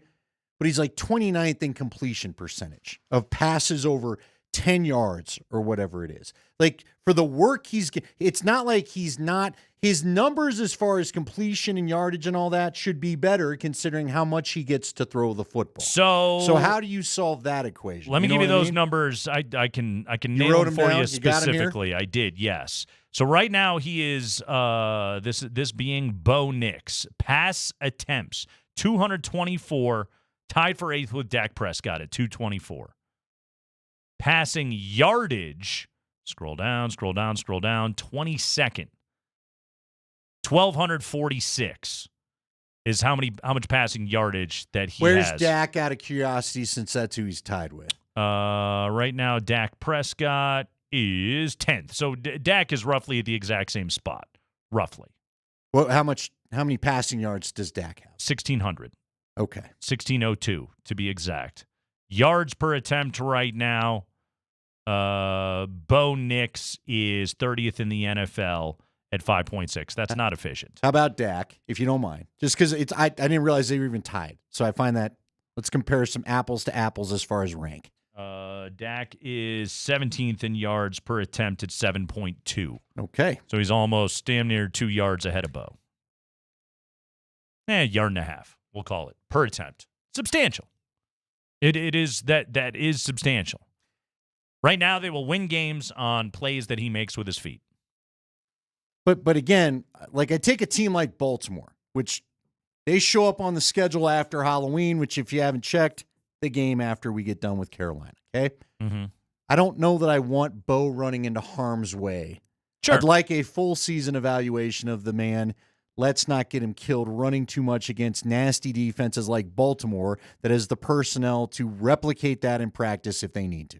Right now, I reference offensive DVOA and DVOA a lot as a catch-all stat. Right now, Baltimore is number 1 in the NFL in offensive DVOA. The gap between number 1 Baltimore and number 2 Buffalo is the same gap that exists between number 2 Buffalo and number 13 Arizona. Wow. Yeah, that's how good Baltimore's offense is right now.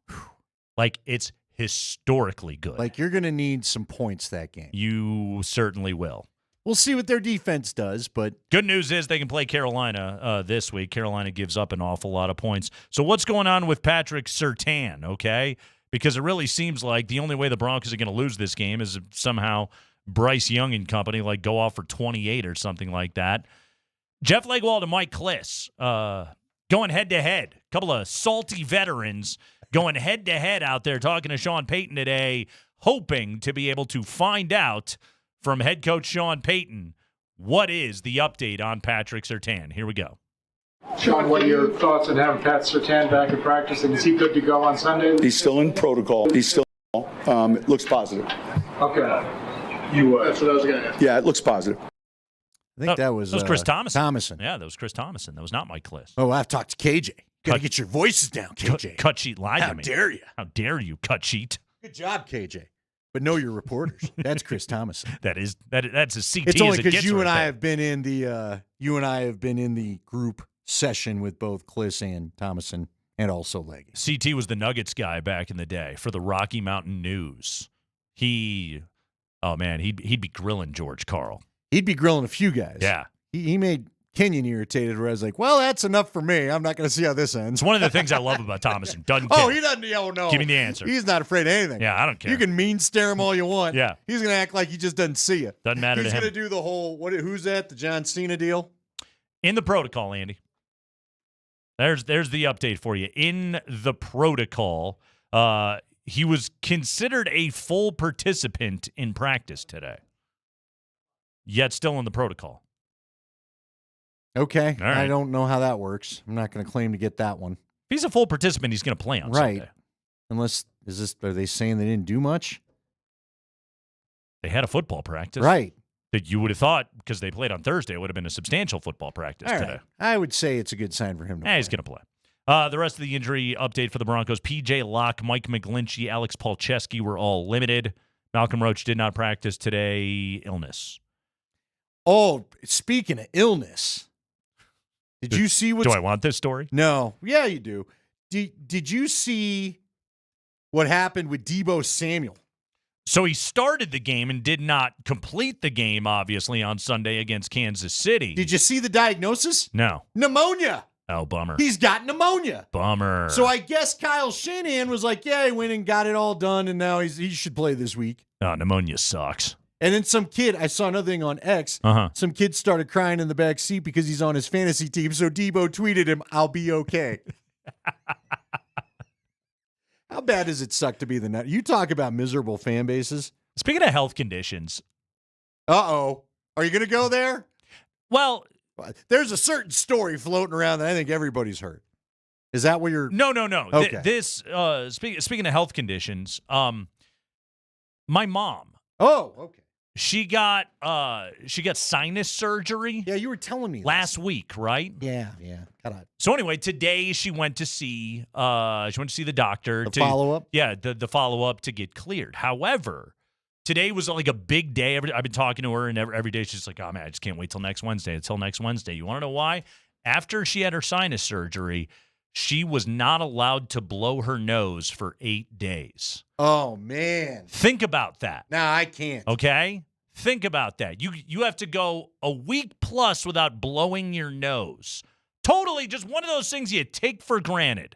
Not if you're Aaron Rodgers, you just eat your boogers. But most people use a tissue and clear those things out. My mom had to go 8 days without it, making her insane. What did she do? You're not supposed to just let it sit up there either. You just dab it. You dab it. Come on. Yeah. That's like saying don't sneeze. She had to do the rinser thing and then dab it. That's right. We're talking about my mom's snot here on the show, okay? Somehow 2 days in a row. It continues to come up. Seriously. Mm-hmm. No way. Make you insane. I couldn't. I know. Well, she made it. Was it like an elephant trumpet when she finally was cleared? I think they went in with the equipment. Oh, really? Yeah. Just the vacuum? Got one of those dentist vacuums for all the saliva, instead went there? Right. She's good now, though. Good to go. I was texting with her before the start of the show. She's happy as can be. Yeah. She's got her life back. She can blow her nose again. Yeah, for anybody that don't know the other story, just check out stuff about maybe your favorite burger. Leave it at that. Oh, yeah. Mm-hmm. Yeah. Go ahead and... You'll find it. Mm-hmm. It's real easy. Order a different weight. Yeah. Stay away from the Royale with cheese. Yes. If you will. That's a good code word. And if you don't know, then you don't know. The metric system. I still can't get over she had to go a week without blowing her nose. How do you just not do it out of like muscle memory? Right, exactly. You know what I'm saying? No. Not even thinking about it. Yeah. I couldn't do it.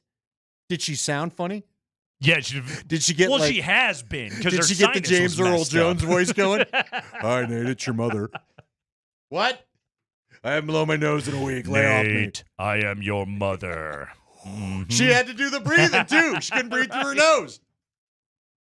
Let's talk about the weirdest team in the NFL a little bit when we come back. Our friend Kalen Kaler had a report today on ESPN. Did you know this about the Dallas Cowboys? I had no idea that they did this, okay? I don't know what you're talking about, so no. Good job reading the article I sent you. We will talk about this when we come back. You got to hear what the Cowboys do every single day at their facility. You'll enjoy it, Andy. That's next.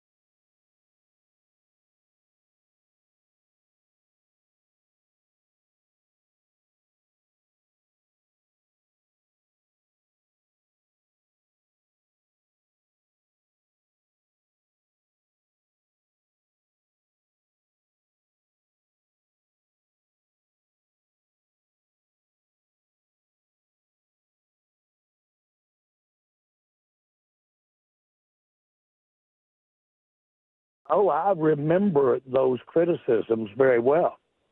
Okay, so what? Are they playing out to be accurate? What's your point? What's your point? Jerry. Good old Jerry Jones. It's been an interesting couple of weeks here in the life of Jerry Jones. Get your damn act together.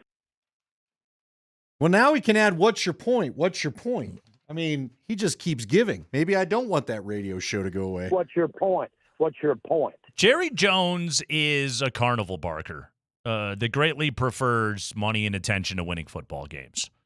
That sums it up. It's very clear, okay? And the latest bit of evidence that we have for this was a piece today in ESPN. Our friend Kalen Kaler wrote this. I didn't know about this, but apparently in league circles, it is well known and not well thought of. Despite you sending an article, I can't wait to learn about it. Jerry Jones and the Dallas Cowboys give public tours of the Star, the team's practice facility and team facility, every single day. Every day. When the players are there, when they're eating in the cafeteria, they're working out in the weight room, they're going from meeting room to meeting room, they're in the middle of their work day, and there's a tour guide just walking people around, pointing out everything that's going on.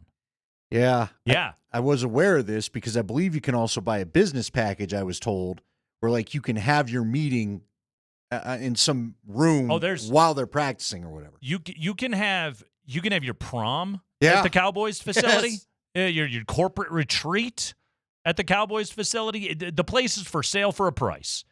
Jerry's got no problem with it at all. So here's what I didn't know about this. For $40 a pop, fans can experience what the employee manning the tour information booth that day described as a day in the life of a Cowboys player. For $40? $40 for the tour. $70 if you want the ultimate fan experience, which includes an authentic letter of fandom from Cowboys owner Jerry Jones. Oh, okay. God. So authenticates that you're a fan of the Cowboys. You really are a fan. But that's the $75 package? Well, it adds a souvenir tote, a lapel pin, and a dining and shopping coupon to use at the facility. Don't call your bag you get at the grocery store a tote. You can pay for the $90 package. Oh, there's one more tier. And you get a Q&A session with an AI Jerry Jones hologram. So if you remember in Jurassic Park where John starts the tour, that's the Jerry Jones you're talking Yes. Stadium tours, they do these in sports all over the place. Common. Very common thing. This is a tour of the facility while everybody is at work. And Kayla talked to a number of players that used to be in Dallas. The players in Dallas will never say a thing. But players that used to be there. Are these anonymous? Some of them put their names on it. Like Dalton Schultz talked about this on McAfee apparently last year after he signed with Houston. He was just like, it's awful. It's like a zoo. Oh, that's right. You're in there in the weight right. room and people are tapping on the glass. Wanting a selfie. Exactly. Cowboys defensive end KJ Henry arrived in Dallas first week of October this season. He was told by some of his Bengals teammates all about that. Guys, they go to different teams and they're just like, oh, yeah, this is bizarre. Like you're just walking down the hallway and you got to like dodge these tour groups. There's an anecdote in this piece about Micah Parsons is like playing with his daughter in the hallway, and the tour guide's got to be like, hey, please don't take pictures of that. It's so bizarre, and the players hate it. Former safety Jerron Kearse, he said, quote, you're walking by the tour guide, they're pulling the fans to the side, you hear them say, oh, that's CeeDee Lamb, that's CeeDee. Said like Dalton Schultz said, it's kind of like you're in a zoo. Kids are going to see a lion. It's not a reason why we didn't get over that hump, but I just don't really think that equates to winning. That has nothing to do with us winning the game. Again, and this is going on in the facility. Yeah. I just pulled it up of a man in Jerry Jones who's worth $15.3 billion. Right. This isn't Mark Davis, who inherited the team from his dad and has a little bit of trouble paying some of the bills sometimes. Mm-hmm. This man's worth $15.3 billion. He was one of the richest owners in the NFL for a while. And not just that, Andy. Jerry loves this. He loves it. He claims he has never heard a complaint from a coach or a player. Can't imagine why. Sure. Try the anonymous survey. Right. But he loves this stuff. Does this get brought up on the athletic ownership survey they do? Do you know? It has to. It has right? to, right? We need to look for that this year. Right. It has to. Some of these quotes in here, and Kalen talked to Jerry at the owners meeting last week. And in fact, she was done with the interview. Jerry said, "Turn your recorder back on," because he wanted to talk more about his tours. Okay? Here we go. Here's some quotes from Jerry. How do you think he said it? Turn that back on. We ain't done here. It's perfect. Said, it's great when someone like you would come along and say, well, I'm hearing this may be a negative. That makes people that much more interested and makes them go. So I search out for negatives because that causes more people to read and come take the tours and look at the deal. That is exactly the whole philosophy of how I run the Cowboys.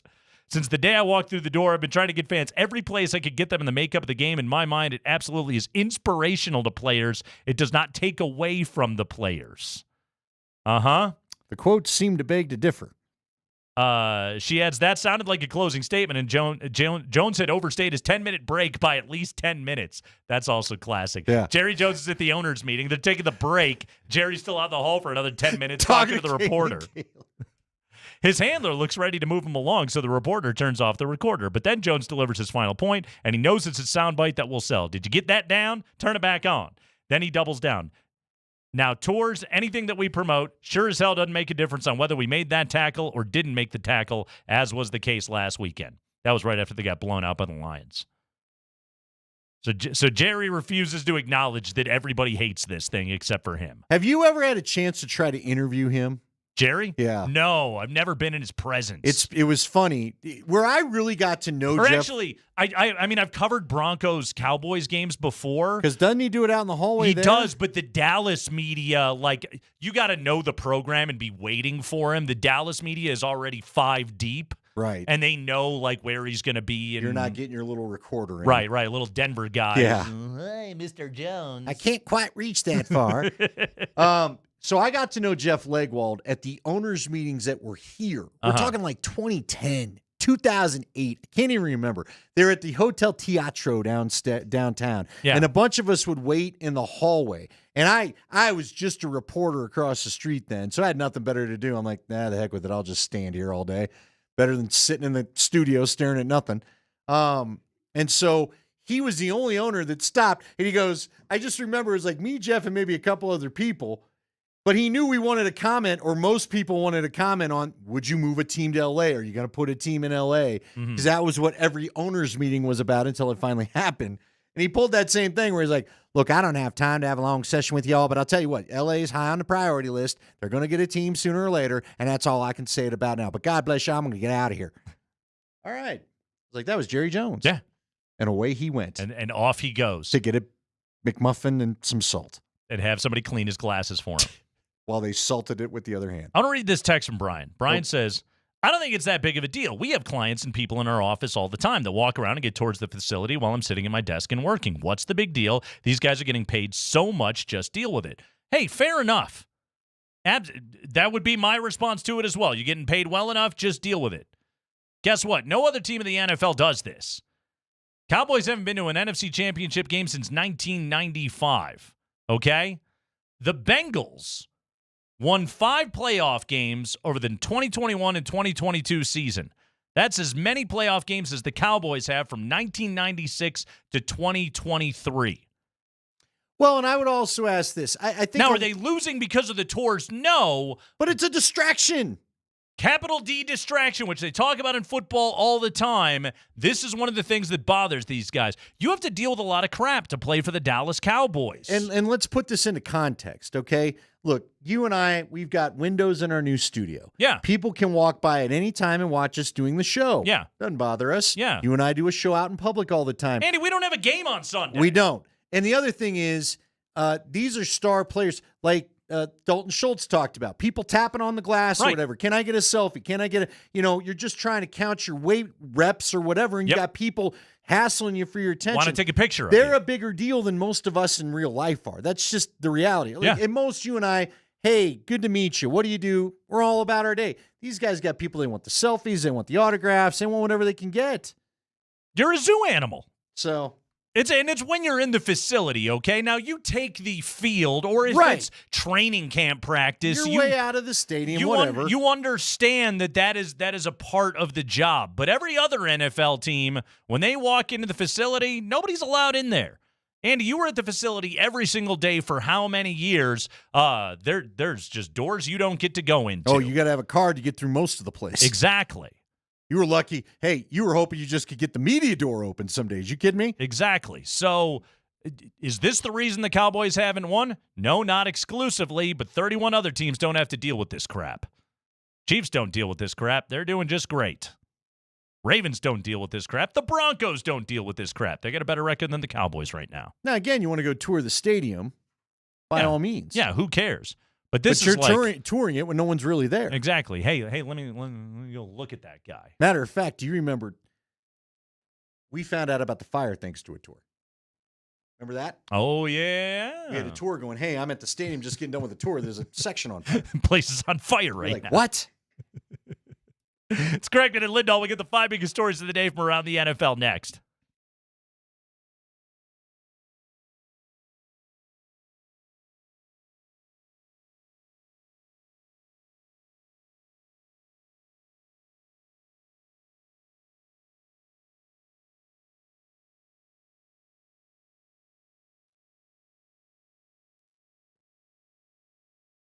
Hey guys, Andy Lindahl for Colorado Off-Road. You know, Jerry Jones owns this business, but not that Jerry Jones we were just talking about, although our Jerry Jones will give you a tour of the facility if you'd like.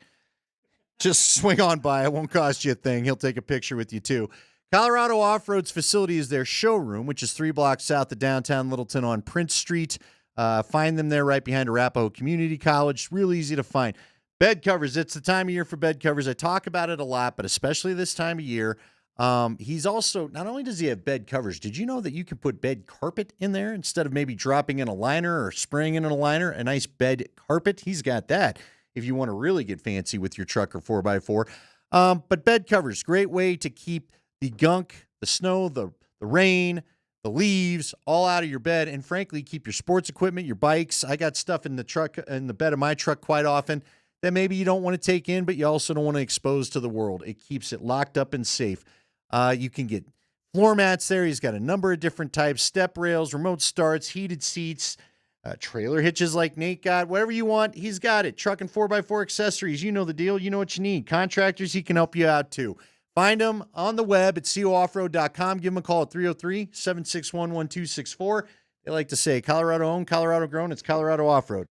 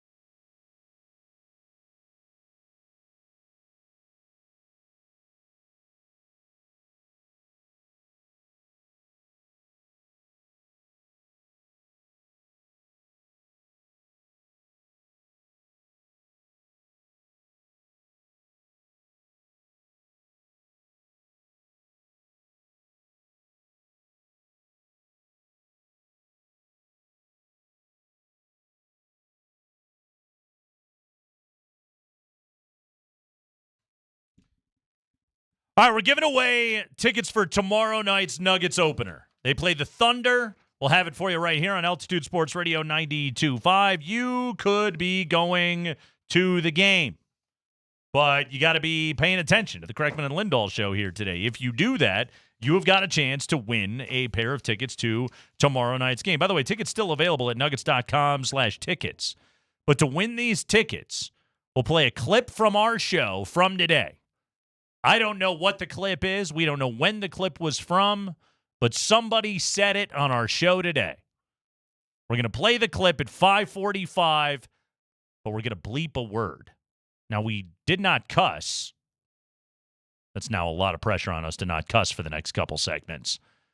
But we're going to bleep a word. You have to fill in the blank. And if you do that, then you can win a pair of tickets to tomorrow night's game. That's all you got to do. The opener. Pay attention. Be there for Nuggets Thunder tomorrow night. The big one. This is the most excited the players will be for at least 2 weeks till your IST.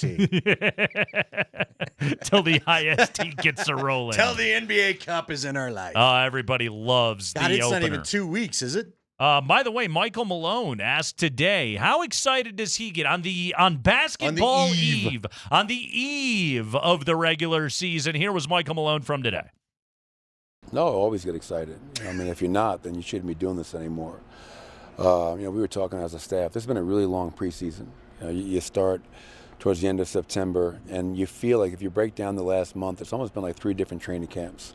Camp before you go to Abu Dhabi, camp when you get home from Abu Dhabi, and then obviously a little mini camp after our last game against Minnesota. So I think I speak for the entire group. Everybody's excited to finally get back out there and start the season off. And what greater challenge than you have the #1 seed from last year in OKC coming into our building. And we know our fans are going to show up like they always do, and hopefully our players are ready to go out there and do their jobs and try to get off to a great start.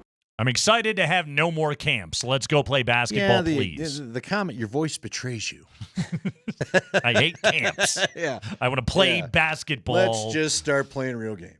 Do all coaches now hate preseason? It used to be like a great evaluation time for them. They had to go to damn Abu Dhabi. I know. They had to go to Asia. I know. To play basketball. Yeah. And it took forever. Yes. Yeah. It's a long trip. Whole thing was very annoying. Yeah. It's all right. They're back. Let's go. Play games that matter. That starts tomorrow night. Right now, we got football news that matters. We call it the High Five. It's the 5 biggest stories of the day from around the league. Go ahead, Spring. And it is brought to you by Bet365. Whatever the moment, it is never ordinary at Bet365. Broncos-Panthers Sunday afternoon. Andy Dalton was involved in a car crash yesterday, and as a result, he sprained his thumb, which means that Bryce Young will get the start for Carolina in Denver. Sean Payton today was asked about the challenges of facing Bryce Young. Yeah, I think he's got good vision, a quick release. He shows accuracy, poise. He's played in big moments. In other words, I remember him coming out. He's played in, real big moments. So, I think that you flip the focus when you have a change in quarterbacks from like one to the other, and then study it as best you can. Okay. Say all the positive things. The veteran head coach knows what he's doing. They got to be over the moon right now that they're getting Bryce Young and not Dalton. Oh yeah, and it's not that Andy Dalton is even prime Andy Dalton anymore, but Bryce Young is a mess. Andy Dalton at least knows somewhat what he's looking at. Right. I mean, we talked about it yesterday. This Broncos defense has confused veteran quarterbacks. Now you're putting Bryce Young back in there? His 2 starts that he made this year, one was week 1 when they got blown out by the Saints. Remember when the Saints were hanging 40 every week? They were one of those victims. He was 13 of 30 for $161 and 2 picks in week 1. He played the next week against the Chargers. They lost 26-3. He threw for 84 yards on 26 attempts. Oh, horrible. Horrible. How you feeling about those frosted tips now? Pretty good. No touchdowns, 3 interceptions so far on the year. He's been benched for the last 5 games. They got the 1 win against the Raiders. They haven't won anything since. They haven't been much better. Their defense is atrocious. They're giving up 35 points a game, touchdown worse than anybody else in the league. Seriously, is there any more Twilight Zone couple of weeks in the NFL than the Raiders beating the Ravens and then the Panthers then beating the Raiders? The Saints. What? Scoring, what did they score? Like 92 900 points? over the their first two 2 weeks, and now they've not scored a point since. Yeah. Broncos were 0-2. Yeah. They're 4-1 since then. Yep. Lights out. Yeah. And hey, lines up for 5th win come Sunday. Now their defense they weren't awesome against Seattle. They were very good against Pittsburgh. Hey, look, the defense played well enough for you to win that game against Seattle. Sure did. If you put up some points in the first quarter, you had a chance. They can't go to their run game second half. You had a chance. Go ahead, Spring. High five. Hey, Audric Estime, rookie 5th-round running back, has played in 3 games this season, missed some time with injury. He's fumbled in 2 of those 3 games. Sean Payton saying today that Javonte Williams has therefore gifted Audric Estime with something. Now, it's a little rich because Javonte has 2 fumbles of his own this season, but still, here's what Sean Payton said today. Yeah, fair enough. Look, we've seen the ability and the skill set. Javonte has given him a present today where he'll have, a ball for a week wherever he goes. But I think it happens to young backs a lot because at this level, the ability for players and the point of emphasis of taking the ball away, it steps up a lot. Was this Sean Payton's idea now? Javonte is the one that's got to wear it because it's so old school. Right. It's not like Javonte's ball security has been lights out this year. It isn't Javonte kind of like, hey, man, I'm looking to help you take my job. Come on, you're both the whatever. Yeah. It's fine. Javonte was a rookie one time too and was like, yeah, they rip at the ball constantly. Yeah. It is so damn hard. Whoever's idea it was. Hey, Maurice Jones-Drew made an interesting point the other night. I was watching him on NFL Network, okay? The peanut punch is now a technique that pretty much every NFL defender uses, all right? Charles Peanut Tillman was a 1-time All-Pro, a 2-time Pro Bowler, played many, many years, in fact, 12 years for the Chicago Bears, and 1 year for Carolina. He was on that Bears team that went to the Super Bowl and lost to Peyton Manning. But given that essentially now a defensive technique that everybody is coached to do in the modern NFL, we talk about the influence that Mike Shanahan has had, should that give Charles Tillman greater consideration for the Pro Football Hall of Fame? Are the rest... Sure. I was about to say, are the rest of the numbers up there, but dude, DBs are tough. 44 career forced fumbles, including an NFL best 10 in 2012. Then sure, why not? You got a name. You got a move named after you. Right. 44 forced fumbles for the career. You tack onto that, he had 38 career interceptions. Yeah, that's huge. Sure. Uh-huh. I think defensive backs face a great struggle unless you were a pick-6 machine. Exactly. Because those are the highlights, right? Yeah. I mean, Peanut was a very, very good player, but also, like, maybe we need to give greater consideration to something else that he was doing. There's an interesting point, though, that I thought that MJD made right there of just like, hey, I'm in. Hey, think about how great a player this guy was, and now everybody does the thing that he did. Go ahead, Spring. High five. Hey, the Chiefs finally traded for a receiver. It is DeAndre Hopkins. They acquire him from the Tennessee Titans. The Titans will receive a 5th-round pick in the upcoming draft that will become a 4th-round pick if the Chiefs make the Super Bowl and Hopkins plays 60% of the snaps with the Chiefs. The Titans will also retain $2.5 million of his salary. It's a perfect price to pay for a guy like this. He doesn't have good numbers, but he's been in Tennessee so far this season. 75-catch guy last year. If you can even be, even a rung below that on the ladder, perfect Chiefs acquisition. I was watching the breakdown of this on NFL Network this morning, and it was making me sick because he's a big-bodied receiver. Yep. What did Tom Brady say during his analysis the other day? If they need 5 yards, the Chiefs get 6. If they need 7 yards, they get 8. If they need a touchdown, they go ahead and add the 2-point conversion. Yeah. They just get enough of what they need. This is the perfect player for that. He's going to be a big body problem, you would think, probably in the red zone. Maybe it opens up a little bit more for Travis Kelce. Yep. And this is a team, unlike most of the teams in the NFL, the Chiefs have no problem putting back-to-back multiple play drives together. No Rashee Rice. You already lost out on that. You're banged up all over the place at that position.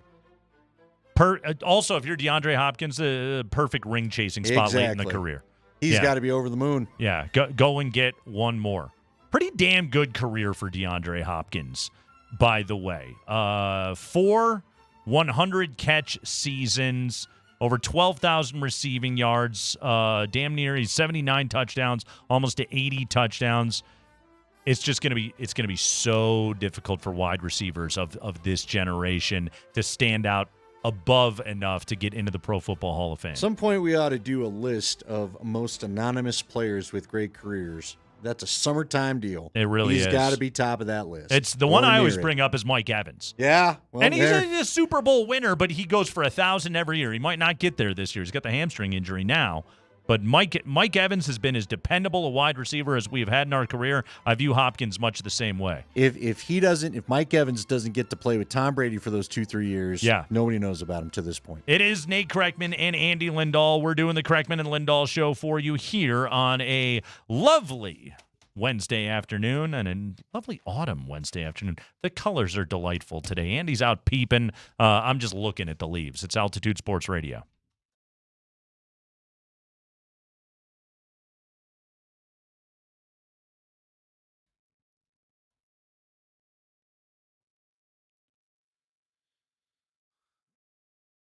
Spring asks if I can talk about Rad Power Bikes in 9 seconds. I can talk about Rad Power Bikes for 9 hours, my friend. Best e-bikes in the industry. I've got the Radster Trail. This thing is great. So fun, so easy to ride. Anyone can ride an e-bike. Even I can do it. You don't got to be wearing spandex to get on this thing. Nope, just hop on and go for a cruise. Or if you need it for more utility, you can do that as well. You can replace your car with an e-bike from Rad Power Bikes. They're much more inexpensive. They're very fun and easy to ride. They're good year-round. You can ride an e-bike in any inclement weather, rain, snow, cold, especially a Rad Power Bike. They were the first widely sold fat tire e-bike in the industry, fully customizable, super low maintenance. You charge up that battery, we're going 50 to 60 miles per charge. And they're affordable. When you purchase a Rad Power Bikes, you are eligible for Colorado's e-bike tax credit, saving you $450 per bike to make it more affordable. Go and see their service center and showroom at 3863 Steel Street in the York Street Yards. You can test ride any bike in the line. Their staff is super knowledgeable, super friendly. They're going to get you on a bike that is exactly what you're looking for. Go to radpowerbikes.com. Also go to altitudesportsradio.com right now and register to win your own Radster Trail e-bike. That's the bike that I ride. Again, that is altitudesportsradio.com/Radster.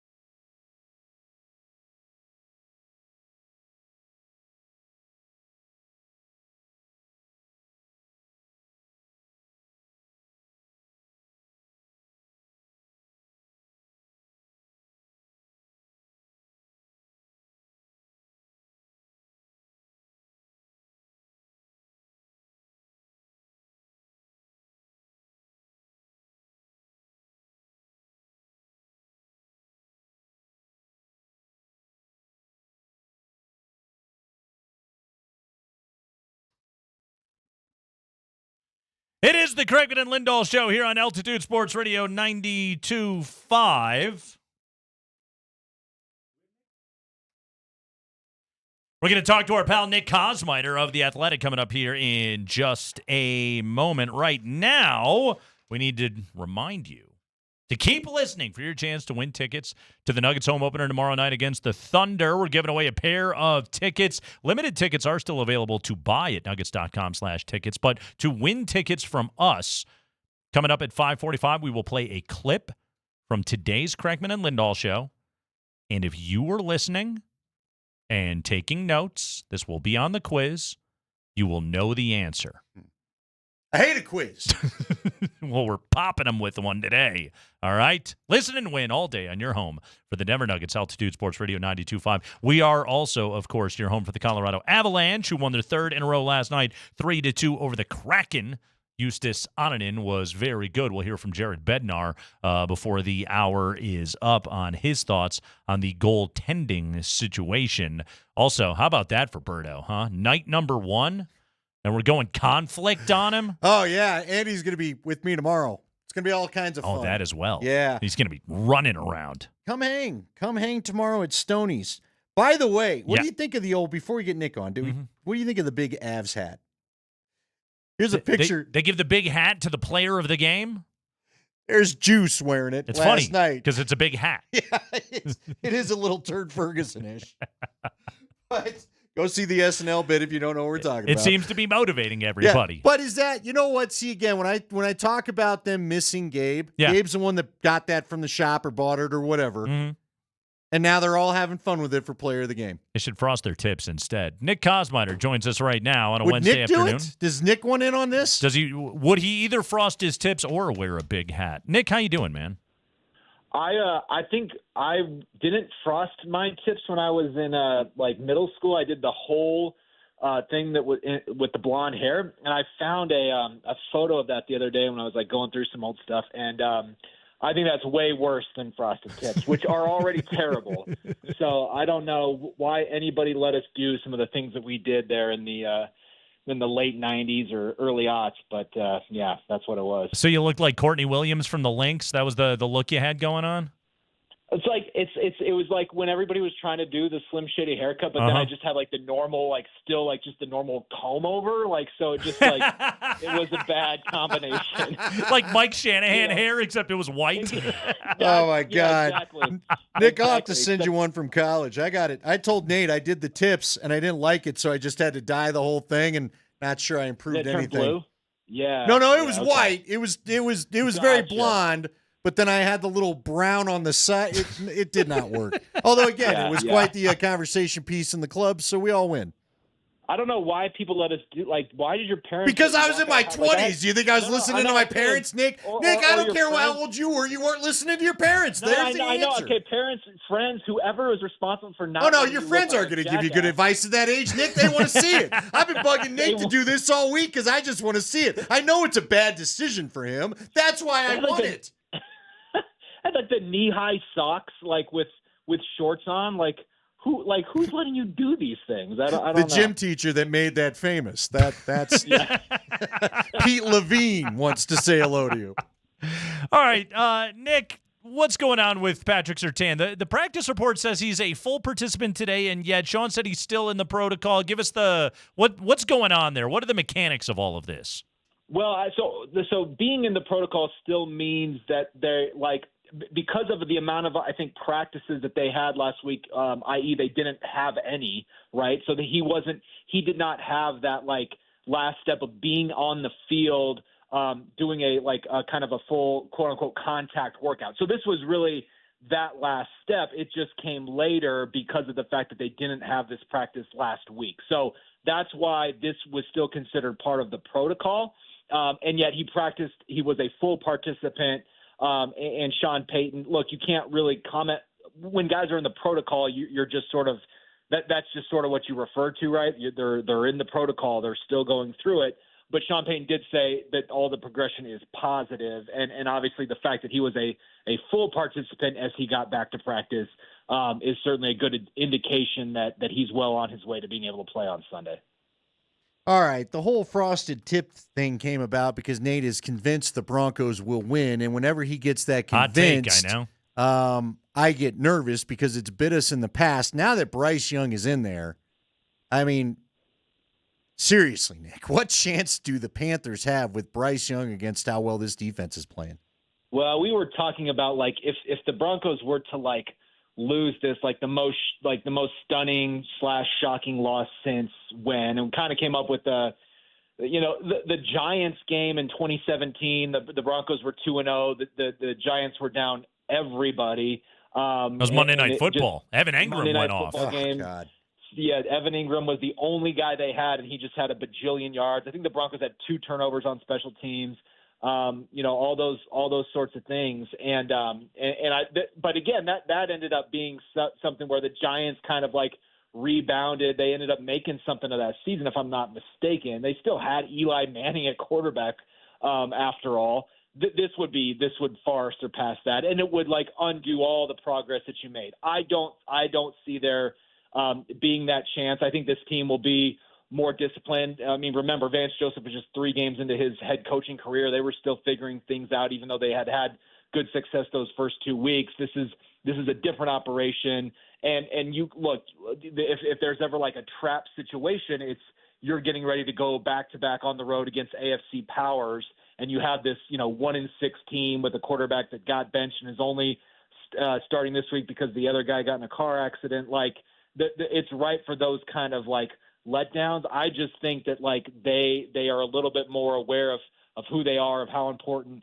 this game will be. I just cannot see any way that they let this slip away, because it would rank up there if it did of just colossal bad losses for them. Nick Kosminer of The Athletic. He is with us on the Ramos Law Hotline. Car accident? You need Ramos Law, Andy Dalton. Medical doctor and attorney. Visit ramoslaw.com. What you getting for that? Throw it in there. He'll check out the X-ray. Cost him a day of work. Yeah. Oof. All right, Nick. You wrote about Bo Nix and the feet, which are both a weapon and a hindrance so far for the development of young Bo Nix. Weapon in the part where 255 rushing yards, second most on the team behind Javonte Williams. I told Andy it's not going to stun me if they finish the year. He leads this team in rushing yardage. Flip that, though, and some of the lack of accuracy throwing the football and not throwing with a solid base underneath him. Okay, let's start with the running part of it. Given that he is struggling to throw the football, given that he's not turning the ball over, given that he's not taking sacks right now, how sustainable is this for the Broncos going forward of like, okay, Bo Nix, you are a running quarterback? Well, Sean Payton today got asked about, the sack differential once again, like, and he just goes so far out of his way to explain how important that he believes that is for how they're playing right now. And that's, I mean, you can look at it in a couple ways, saying like that's the bar that we're setting is just not getting sacked. But then you look at it the other way, and the Broncos lead the NFL in field position differential. And that's important because this offense is not explosive, but it is routinely getting set up in good positions. And when you also aren't turning the ball over and you aren't getting a lot of negative plays, you're able to score even though you're not really doing a lot offensively. So they continue to believe that if they put themselves in those situations and they're a team that's not prone to negative plays or an abundance of turnovers, like as they're continuing to kind of grow in this, they can still be in all these games. They make themselves, while they might not have a large margin for error offensively, they're also just kind of creating this way that they play where they're also making it hard for the opponent to ever really put you away. And again, that's why the early game against the Chargers, why 2 first-half turnovers, were something that Sean Payton harped on so much, because it was antithetical to how they're trying to win these games. So I think that right now they're kind of okay with the way that it's going, but we know that as they get into the teeth of this schedule, and if you don't make those plays that are available in the passing game, like then your margin for error goes from slim to nothing. And so there has to be kind of both worlds. They want to continue to play this way. They want him to be decisive when he runs and avoid taking those sacks because they continue to to have that be kind of a tent pole of how they try to win games. But you also have to improve in terms of hitting some of these easy ones, these layups that aren't being hit right now, because if you don't, then again, you're all the non-sack, non-turnover drives in the world aren't going to be enough against teams that themselves are more capable offensively. All right, I'm betraying my profession with this question, but I don't care. The Broncos, according to Over the Cap, have about $4.5 million worth of cap room. Again, guys on injured reserve count. We've got more than a half a season to play. Everybody's pining for a trade to try to give Bo Nix something else to look at. I know Njoku comes up, all in all. Nick, is it realistic? Are you getting any hint out there? Because by the time we talk to you next, I think the trade deadline will be gone. Do you think they make a move at the deadline, even if it's a seller's move? Well, I think that they put the trade. Isn't the trade deadline the same day as Election Day this year? They just wanted to blow up. Did they move it back? I thought it was next week. Did I? Maybe I'm off. November 5th. Okay. Good call. Talk about betraying my profession if I don't actually know that answer. But I thought that it was. I trust you. 5th. Trust me. I trust you. So either way. Look, we had to do kind of we call them these all 32s, right? Where the stories where each of the writers from the various teams contribute, and you get a prompt question and you answer with 75 to 100 words. Kind of satisfies the hunger of the entire NFL audience. But it was, is your team a buyer or a seller? Or are they standing pat, or what should they be doing? And I just think that my kind of inclination with this team of what they probably should do is stand pat, because you've traded 6 first or second round picks since 2022 in trades for Russell Wilson and Sean Payton, and you're due to finally have a full cabinet of draft picks. And you have shown over the last couple of years that you've been able to get guys on this team who are already contributing. That's the only way you're going to kind of continue to build out of this, is continue to get some of those guys that can be quick contributors. The other part of it is, as you mentioned, is the fair one, the cap space. There's talk about Cooper Kupp, right? He has a $15 million base salary. So what a team that trades for him would be taking on would be the second half of that, right? So roughly $7.5 million, what depending on when he got traded, whatever was left of that, that's what you would be on the hook for. The Rams are apparently willing to take some of that on themselves, but even still, you're talking, maybe it's $5 million, maybe it's $6 million. So there's got to be a lot of cap gymnastics just to make that work. And then he has, $7.5 million roster bonus for next year. So there's those kind of things. And then the other point that I put on it is that Sean Payton, after the game against the Saints, he made notice of the fact that Troy Franklin and Devon Vele were kind of the two, most featured receivers in that game. And he called the reps that they are getting right now invaluable. And that goes for young players across the board that are helping this team win games right now. Do you really want to have some situations where you kind of take some of those reps away? Now, if you're talking about a guy like Njoku who's at a position that they clearly have nothing at, they have no production at the tight end position whatsoever. Well, that makes some sense, right? Because you like that you're not interrupting anybody, you're not getting in front of anybody, you're just adding a piece of this offense that they need that could help other people succeed as well. So something like that does make sense from just a need perspective. But again, I just think where they're at, kind of where they're at on their timeline and how they're playing right now. They just need to be careful in terms of what they're really willing to give up, for something like that. Yeah, it's the thing you always wonder about there, Nick, is it's what is the internal view of the overachievement that the Broncos are putting on the field right now, and what you. I say what you hope for, but there's a lot of fans are just like, hell yeah, go get Njoku. Go get Cooper Kupp. Go do something cool right now. Trade for Max Crosby. Do it all. I get that whole part of it, but also, the Broncos, they do have to resist the urge to buy too far into what they currently are, right?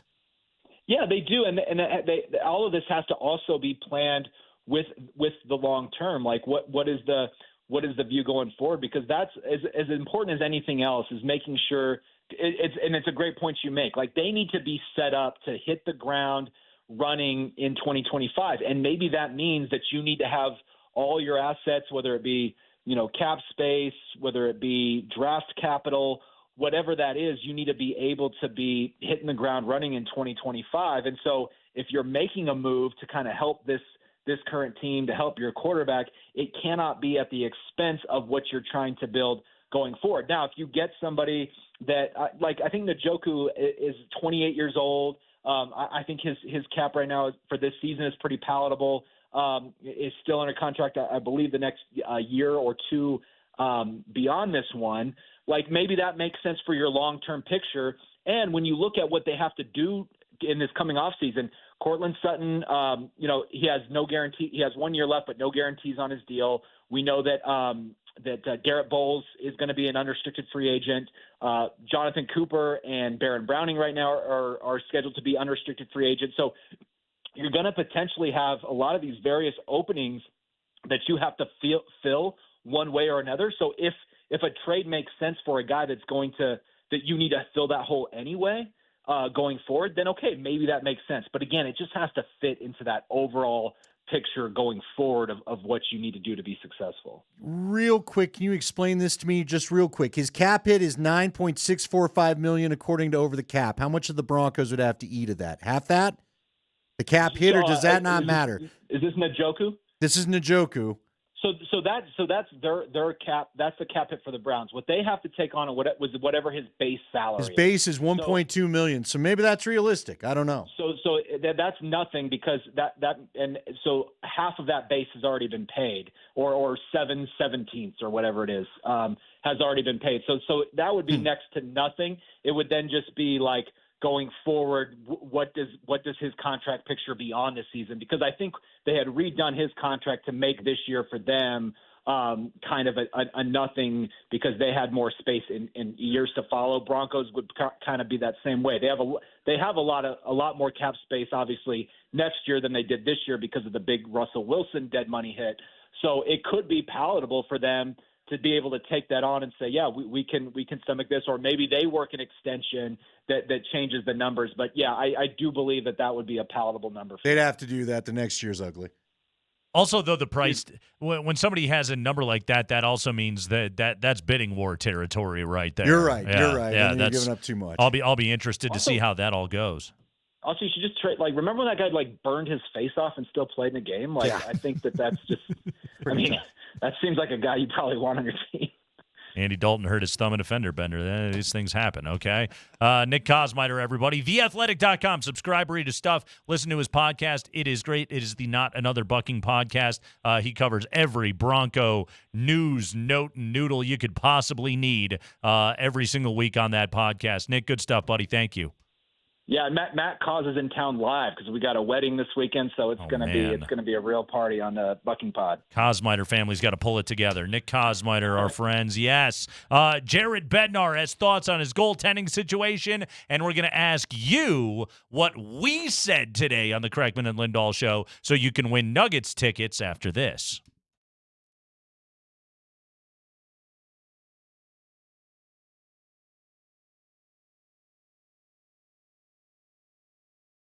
Hey guys, Andy Lindahl here for the Rocky Mountain Men's Clinic. How's the love life been lately? Yeah, I'm being a little bit intrusive with that question, but seriously, what's it been up to? Have you been seeking out romance? Have you maybe thought better of it because you're dealing with erectile dysfunction? If this does describe your situation, it's time to give a call over to the Rocky Mountain Men's Clinic. And there's no need to feel bad about it or anything else. Half the men over the age of 50 have erectile dysfunction, with even more of us affected as we get into our 60s. You can even have it affect some in their 30s. It is one of the most pervasive conditions in medicine, but it's very treatable, especially at the Rocky Mountain Men's Clinic. If you have a crummy sex life right now, you don't have to live with it. They've got solutions for you over at the Rocky Mountain Men's Clinic. Matter of fact, they have treatments that work when pills and herbals fail, and treatments with success rates well over 90%. They've been serving men of the Front Range successfully for over a decade, for nearly a decade, and they've treated tens of thousands of men. And it's real easy to get in there. Just schedule your consult today with the Rocky Mountain Men's Clinic. Your initial visit is only $99 and includes a medical consult with a Colorado licensed medical provider, a TMPSA test, and if you're medically advised, a test dose.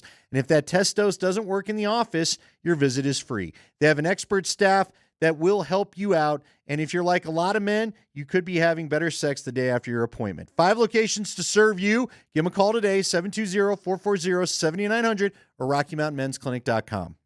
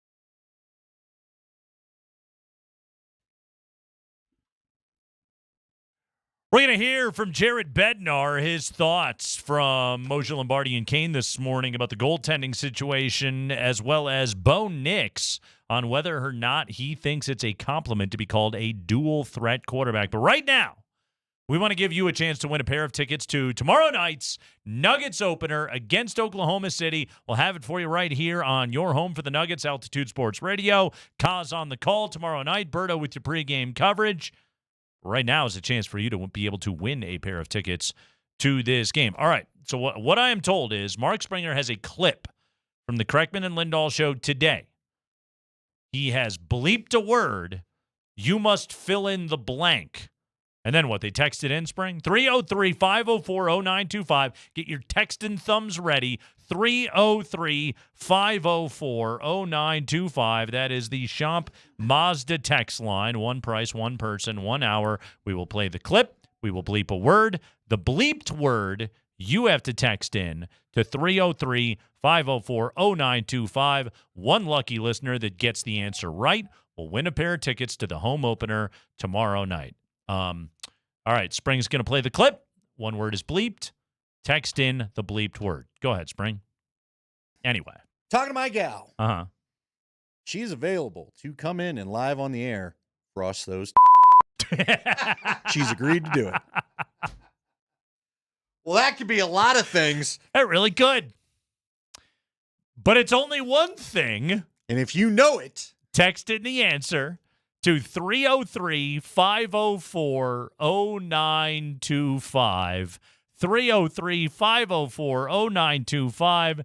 Text the answer in now. Good luck, everybody. Good job, Spring. That was a good one. I like that. Yes, I like that, Spring. You didn't make it too hard for everybody. It's a good call. That was well done.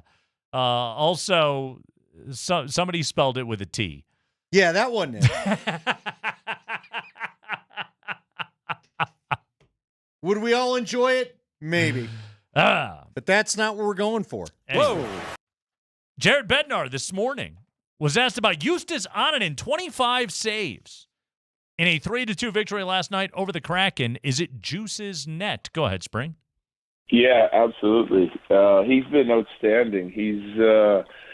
He's looked sharp, big in the net, square to the shooters early, not giving up any rebounds. He just looks early and ready for everything that's coming at him. And he's such a big guy, and he's playing upright that he's been difficult to score on. And at key times in the games, too, I thought both games we did a nice job in our checking, but yesterday, Seattle, early in the game, they were buzzing. They came out flying, and we had some turnovers early, and there was a handful, if not a half dozen, scoring chances early in the first period, and he shut the door and keeps it at 0-0. And then we really started going late in the first, and basically the entire second period we're able to build the lead, and then we needed them again at the end of the game, 6-on-4. We take a penalty, they're hammering shots from all over inside the house in the offensive zone, and he's coming up big the whole time. And finally they get one by him, but it's too little too late. So he's giving us a really good chance to win. He'll continue to see starts here in the near future. He should. Keep playing him. Well, look, he's a big goalie, as he talked about. There is something about a guy that seems to be taking away all the space to shoot in the net, right? Yeah, large guy. I think it makes guys aim rather than just shoot. But here's my one request. He is supposed to be the goalie of the future, so this would be exciting. Georgie, probably it for him one way or another this year, right? Mm-hmm. They're on the bargain plan. If Georgie plays really well and turns it around, he's going to be too expensive for him. You got to have another player either way.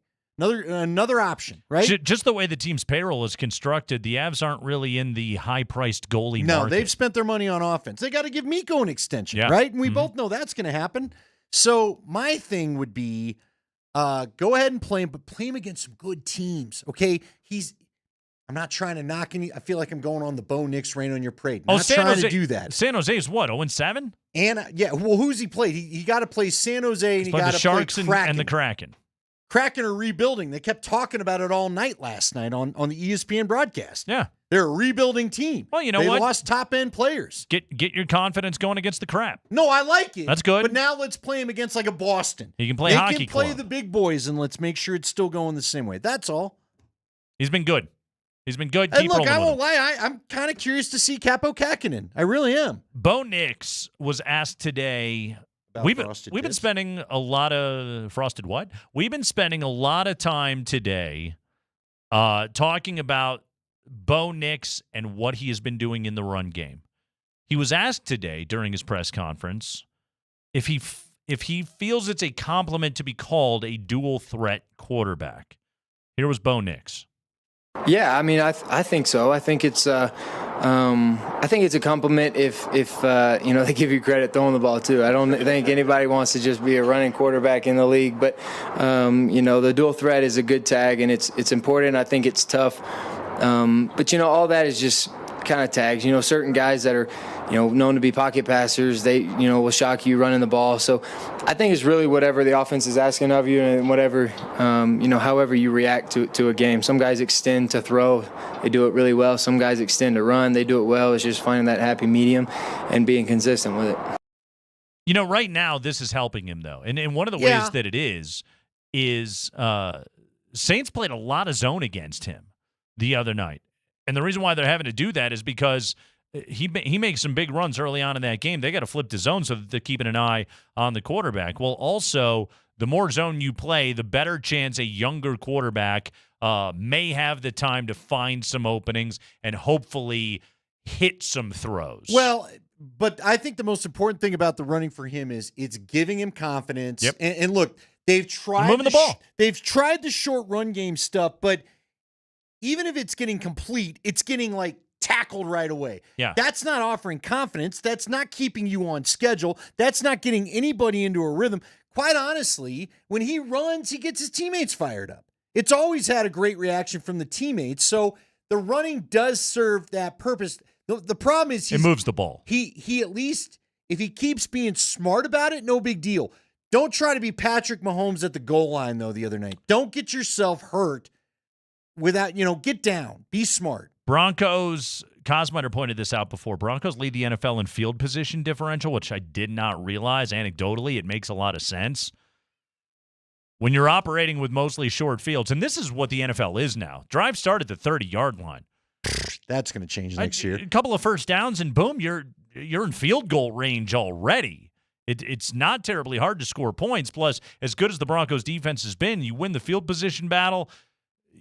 If you can pick up a first down with your legs every drive, every other drive, whatever it is, the likelihood of that drive resulting in points is as bad as your offense is, you're still scoring. That's in some way. We talked about basketball before. This is sort of Sean Payton's way to be able to game the system. I'm going to use your term. I'm not kicking any first downs out of bed. Yep. Because they've had trouble converting them. We will take them. Spring, play the piece of audio from before. What was the bleeped out word? Go ahead, Spring. Anyway. Talking to my gal. Uh-huh. She's available to come in and live on the air frost those. She's agreed to do it. What was the word that we bleeped? There's a hint on Twitter. Did you see me tweet you? I did gave you not. the special picture. Go look. We got some interesting words. We did.